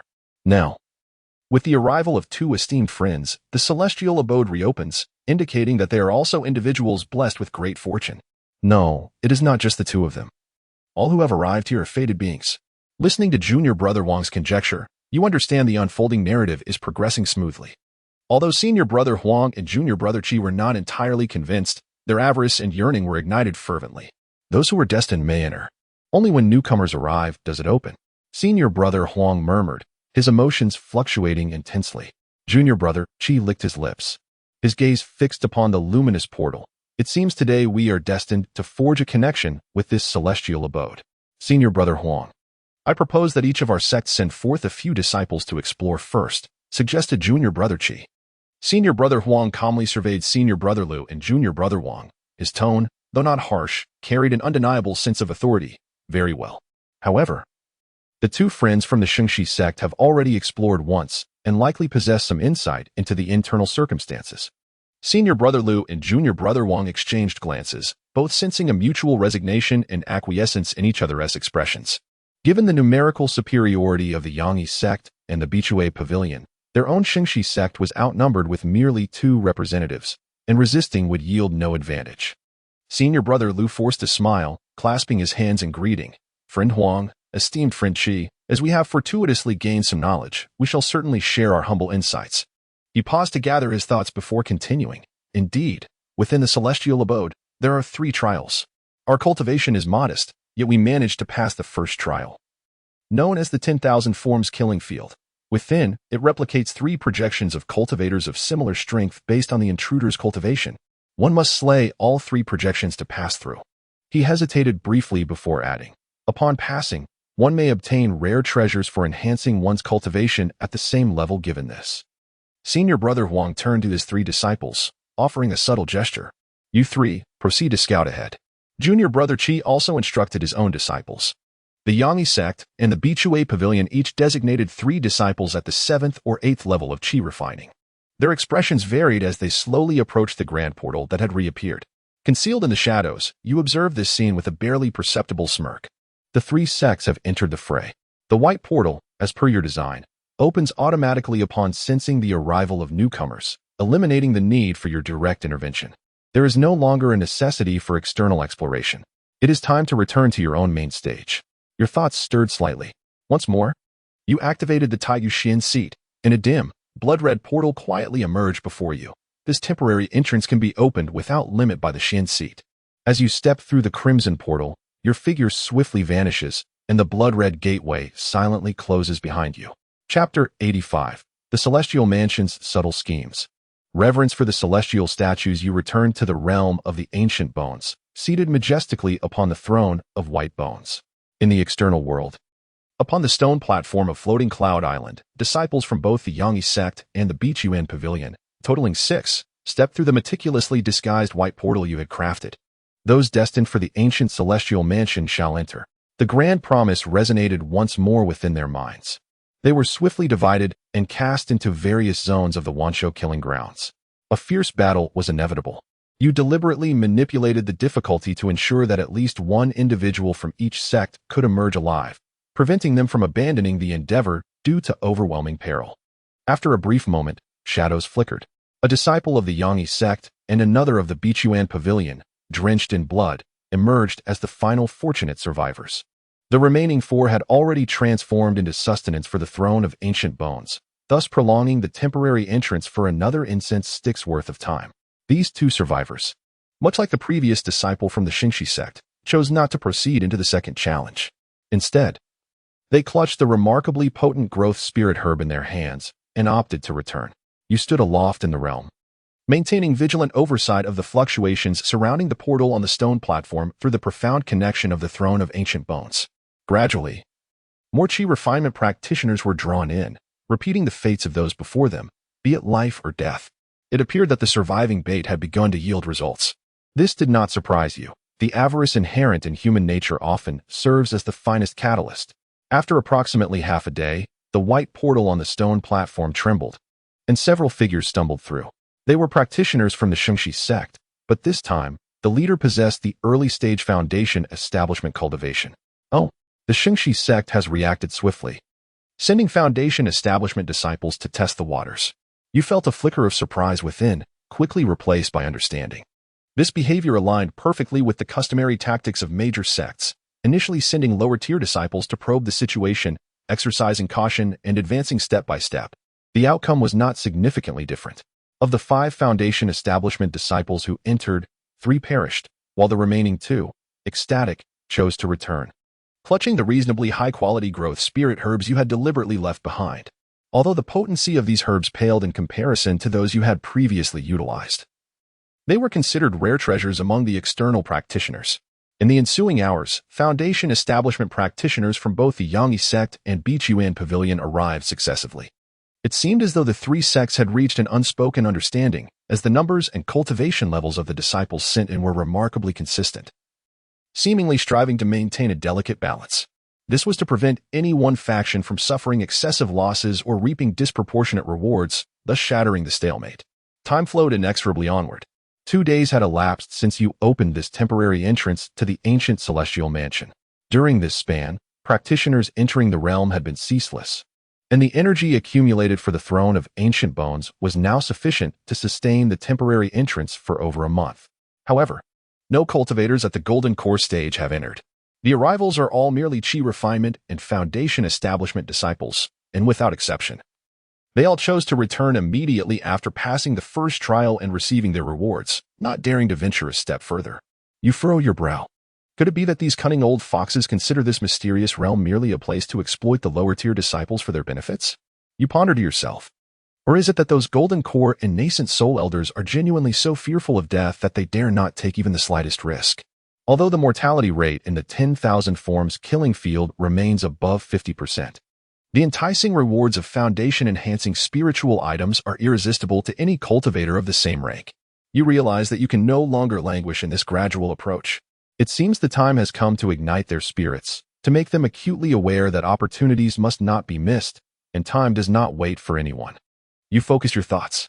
Through the Taigu Xianzhua, you sense that among the previous cultivators who passed the first trial and returned, a few could not suppress their greed and secretly turned back, attempting to re-enter the white light gate. Such foolish delusions. A cold smirk curls at the corners of your lips. You promptly adjust the rules of the mysterious realm, ruthlessly excluding these individuals. What nonsense is this? Do they think they can repeatedly exploit the opportunities of the celestial abode? Each individual is limited to a single entry. This is a fair rule. Soon, the 3 sects discover the rule prohibiting re-entry. Those fortunate disciples who manage to pass the trial, upon realizing they cannot profit again, beat their chests in frustration and regret. Meanwhile, those who have yet to enter and are still observing become increasingly anxious, fearing they might miss this singular opportunity. Since re-entry is not an option, the desire for profit and the thirst for celestial fortune compel certain cultivators to begin eyeing the portal leading to the second trial. At last, 3 disciples from the foundation establishment stage, filled with trepidation and anticipation, step into the heart prison of the 9 hells. Your initial adjustment of the difficulty for the heart prison of the 9 hells is somewhat unrefined, and your grasp of the intensity of the psychological torment is not yet precise enough. Consequently, this batch of novice foundation establishment disciples becomes lost and submerged in the illusions of their inner demons without exception. In doing so, they also contribute a significant amount of nourishment to the Taigu Xianzhua. It appears that the intensity of the stimulation must be increased. You stroke your chin. Lost in thought. The difficulty of the heart prison of the 9 hells can indeed be lowered further. If someone can also pass the second trial and gain tangible benefits, it will undoubtedly heighten the sense of urgency among the higher-tier cultivators of the 3 sections. Greed knows no bounds. Once this door is opened, no one can guarantee that the disciples under them will not take risks for the elusive celestial fortune, secretly continuing to challenge the trials. At that time, those Golden Core and even nascent soul elders may truly find it unbearable. After all, the coveted title of the Master of the Ancient Celestial Abode is singular. How could they bear to witness such a monumental opportunity being seized by another? This is a grand scheme, both overt and irresistibly compelling. However, the reward for the second trial requires meticulous consideration. The Taigu Xian heart method is undoubtedly unsuitable. It is excessively domineering and malevolent. Should it circulate, the repercussions would be boundless, lacking in uniqueness, and its value immeasurable to the uninitiated. What is needed is a reward that not only showcases the profound heritage of the celestial abode, but also incites fervor among all cultivators, possessing either uniqueness or extreme rarity. You ponder for a moment, your gaze drifting leisurely toward the center of the mysterious realm, where the ancient, faceless celestial statue looms, surveying all beings. A revelation strikes you. Records in the ancient texts of the Leaf family indicate that the remnants left by true, formidable cultivators, be it a mere breath or a wisp of their essence, harbor comprehension value beyond the imagination of ordinary practitioners. This faceless statue, as a true celestial relic, exudes an extraordinary prestige, undoubtedly containing profound insights. Although you pride yourself on your exceptional understanding, gazing upon the statue evokes indescribable sensations, a hint of terror. Yet no tangible insights have been directly acquired. Nonetheless, the transcendent aura it emanates is undeniably a coveted opportunity for countless cultivators. After all, why do practitioners defy the heavens in their pursuits? Ultimately, it is to seek longevity and glimpse the celestial path. Now, with a ready-made celestial statue before them, who could remain indifferent? While it cannot be directly replicated, its mere existence serves as the finest catalyst, the greatest temptation. Your mind is resolute. The reward for the second trial, the heart prison of the 9 hells, need not be anything extraneous. Instead, it should grant those fortunate enough to pass an opportunity to behold this faceless celestial statue firsthand, a chance to confront the remnants of the celestial being and bathe in its aura. At that moment, even the golden elixir true people and the nascent soul true lords may find it difficult to maintain their composure and merely observe. You gently tap the armrest of the Taigu Xian seat, a silent smile gracing your lips. Chapter 86, The Training of the Cultivator. The golden core descends as an increasing number of individuals endeavor to conquer the second challenge, the heart prison of the 9 nether. You continually adjust the difficulty. To uphold the esteemed reputation of this celestial abode, it is imperative to prevent too many from easily overcoming this trial. Would it not render the celestial opportunity excessively trivial? After careful contemplation, you deem a 1/3 success rate to be most appropriate. This is fewer than the 1/2 success rate of the first challenge, the battlefield of all manifestations, allowing for an air of mystery and rarity while providing those golden core and nascent soul veterans a glimmer of hope to prevent them from being disheartened. Before long, the first cultivator successfully navigates the second challenge. He is a mid-stage foundation establishment cultivator from the Yangyi sect, appearing to be in his 40s. With a resilience that far surpasses his peers, he traverses the treacherous illusions of the heart, teetering on the brink of collapse multiple times, yet ultimately perseveres through sheer indomitable will. At this moment, he silently revels in his fortune and exhilaration. Utilizing the power of the Taigu Xian seat, you transport him to a predetermined observation point. This location lies on the periphery of the central area of the mysterious realm, perfectly positioned for him to behold the magnificent faceless celestial statue and to feel the overwhelming grandeur that emanates from the Tao of immortality.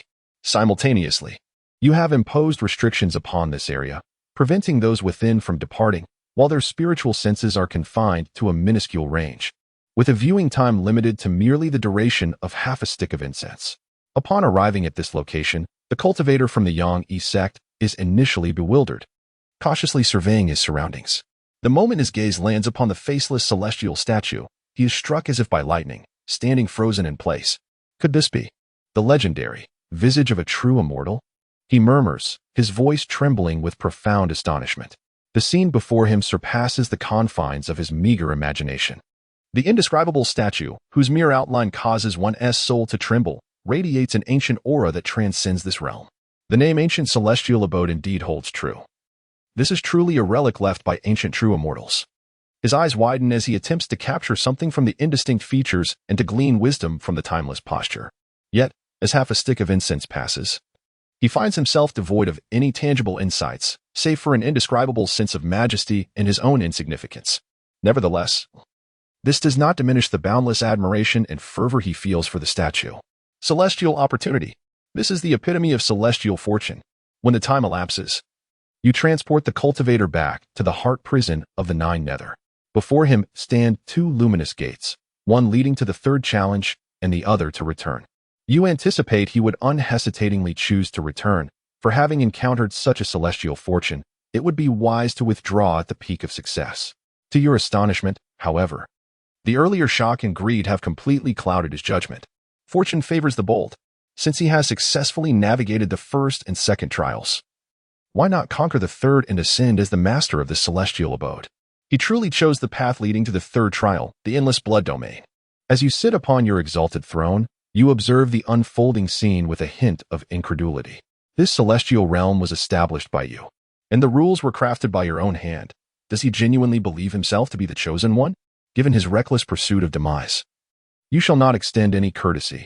With a mere flicker of thought, the power of the supreme bone mystic seat silently descends. The ambitious cultivator from the Yangyi sect, who believed he was on the cusp of commencing a new chapter, did not even grasp the stone platform of true self before he was silently transformed into pure energy within the transmission passage, consumed entirely by the mystic seat. The success rate of this third trial must remain at 0. Otherwise, how could your meticulously arranged trap proceed? Fortunately, not everyone possesses such stubbornness. In the ensuing hours, Several cultivators from the three sects, equipped with their own resolve and luck, managed to successfully traverse the second trial. After beholding the visage of the faceless celestial statue, they all wisely chose to return. You inwardly exhale a sigh of relief. These individuals, laden with the awe of first-hand experience and genuine celestial encounters, are bound to stir greater ripples upon their return. After all, the bias of survivors often serves as the finest form of promotion. During the ongoing allure of the Light Gate, you remained industrious. As the master of the Supreme Bone Mystic Realm, it is a trivial matter to summon a few fellow cultivators of the same tier as sparring partners. You selected several unfortunate souls among the cultivators who had braved the trials, all at the pinnacle of foundational cultivation, mirroring your own prowess. The projections of cultivators from the first trial, the myriad forms killing field, ultimately pale in comparison to their living counterparts. You sequentially transported them to the black and white stone platform of the third trial, True Self Discourse, preparing to condense the Supreme Bone Mystic Heart while simultaneously seeking an opportunity to break through the breath repression technique. After all, with the Supreme Bone Mystic Seat at your disposal, should you encounter insurmountable dangers during your comprehension, you can halt at any moment, ensuring your safety. You adjusted your state, ready to unleash your prowess and fully immerse yourself in the thrilling experience of life and death combat. The first engagement was one-on-one. The foundational cultivator you had cast onto the stone platform, upon appearing, barely had a moment to react before you casually raised your hand. A seemingly unremarkable azure spiritual energy blade materialized from thin air, slicing through the atmosphere and reaching him in an instant. Terror flooded his expression as he desperately attempted to evade, only to find his movements agonizingly slow in comparison to the speed of the blade. With a swift thrust, the blade effortlessly penetrated his protective spiritual light and flesh, transforming him into a cloud of crimson mist. You paused momentarily, taken aback. Is this how it ends? You had not even achieved the desired warm-up effect. Shaking your head, you summoned two more foundational cultivators to join the fray. This time, it was 1 against 2. Yet, there was still little difference. However, you effortlessly manifested 2 sharp blades of spiritual energy. The result was a swift annihilation. A slight furrow appeared on your brow. You decided to toss all 10 remaining Foundation Establishment cultivators onto the stone platform at once, pitting 1 against 10. Observing the 10, who, facing a formidable foe, summoned their respective treasures and stood ready for battle, you contemplated for a moment. Then, you gently unleashed a wave of spiritual energy towards their direction. Though the wave seemed modest in force, it contained the pure spiritual energy catalyzed by your formidable foundation. The 10 cultivators unleashed all their defensive techniques, their various protective treasures radiating brilliance in an attempt to withstand the onslaught. However, before your wave of spiritual energy, those so-called top-tier Foundation Establishment treasures revealed their extreme fragility. In an instant, they were overwhelmed and obliterated, along with the 10 cultivators who followed their predecessors into a cloud of blood and flesh, absorbed by the Taigu Xuanzhua. Within your Dantian, the Taigu Xuanqing gradually coalesced, already taking on a nascent form. Yet, you found yourself lost in deep contemplation. It was only at this moment that you truly realized the insurmountable chasm that had opened between your current strength and these ordinary Foundation Establishment cultivators. Your terrifying 8-fold foundation, equivalent to dozens for an ordinary cultivator, bestowed upon you absolute dominance. This was not merely an amplification of spiritual energy and richness and purity, but a qualitative crushing force. Disregarding the implications of energy consumption, you arrived at a rather helpless conclusion. Regardless of how many peers you faced, they would likely struggle to pose any genuine threat to you. Not to mention, under the pressure of life and death, honing your concealed breath technique and comprehending that realm of mastery seemed a distant endeavor. Just as you felt a tinge of frustration regarding this, you perceptively sensed through the Taigu Xuanzhua that within the external white light gate, several formidable presences, far exceeding the average Foundation Establishment level, boldly stepped forth. They were Golden Core cultivators. A barely perceptible smile tugged at the corner of your mouth. Had these old-timers finally been unable to restrain themselves and decided to take the field personally? Chapter 87. The Varieties of Golden Elixirs. The main course is served as soon as the Golden Elixir cultivators stepped in. Their presence was palpable. Each of the 3 sects sent 2 representatives, all at the nascent stage of Golden Elixir cultivation. You remained seated upon your exalted throne, choosing not to intervene excessively, yet orchestrated the projection of the weakest among the Golden Elixir practitioners for their engagement. After a fierce battle, half of them perished. Ultimately, each sect managed to retain 1 survivor. At the moment when the pure and profound golden elixir-enhancing spirit herb appeared in the hands of the surviving cultivator, the three golden elixir practitioners, drenched in blood and situated in disparate testing realms, simultaneously fell into a state of stupor. The enhancing spirit herb. It truly is the golden elixir grade enhancing herb, exclaimed one of the golden elixir practitioners from the Ascending Dawn sect, clutching the spirit herb tightly. He felt the gentle yet overwhelming potency of the herb, causing his Tao heart to tremble with excitement. Enhancing spirit objects become increasingly elusive as one ascends in realms. This is an accepted truth within the realm of cultivation. Ordinary training merely involves the accumulation of spiritual energy, a quantitative buildup. In contrast, enhancement signifies a qualitative leap, an extension of the Tao. The more robust the foundation of one's Tao, the more formidable the benefits during a breakthrough, paving a broader path for future ascension. The risks of this first trial pale in comparison to such a reward. The conjecture that had been meticulously deliberated within the three sects had finally found validation. Those in the Qi refinement stage would acquire Qi-enhancing treasures upon entry. Those in the foundation establishment stage would receive foundation-enhancing treasures.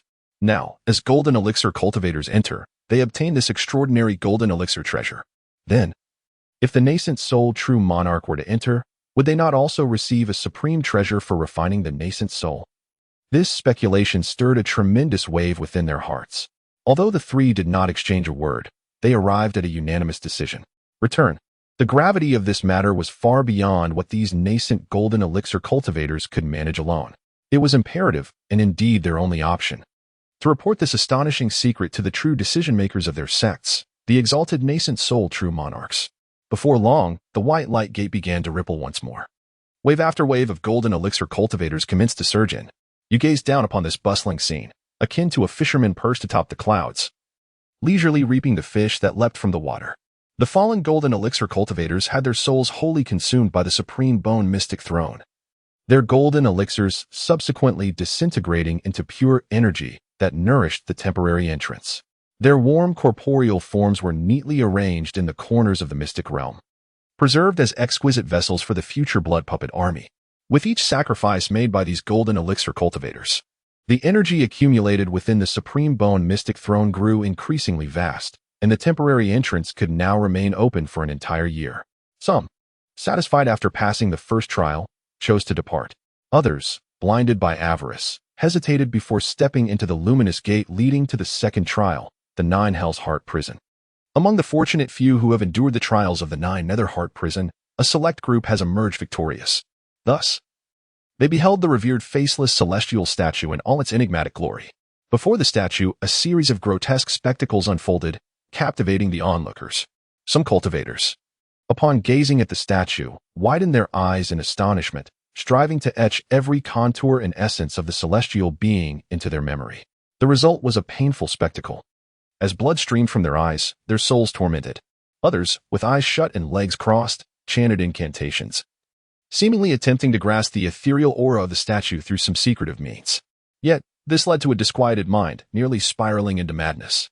Some, in a fit of fervor, even produced jade slips and talismanic brushes, attempting to replicate the indescribable statue before them. Their frantic efforts were indeed comical. However, as soon as they activated their brushes, they shattered into fine dust with a crisp snap. Unreplicable, unmemorizable. The golden core cultivator, overwhelmed, collapsed to the ground, mumbling repeatedly, "Indeed, it is the celestial statue.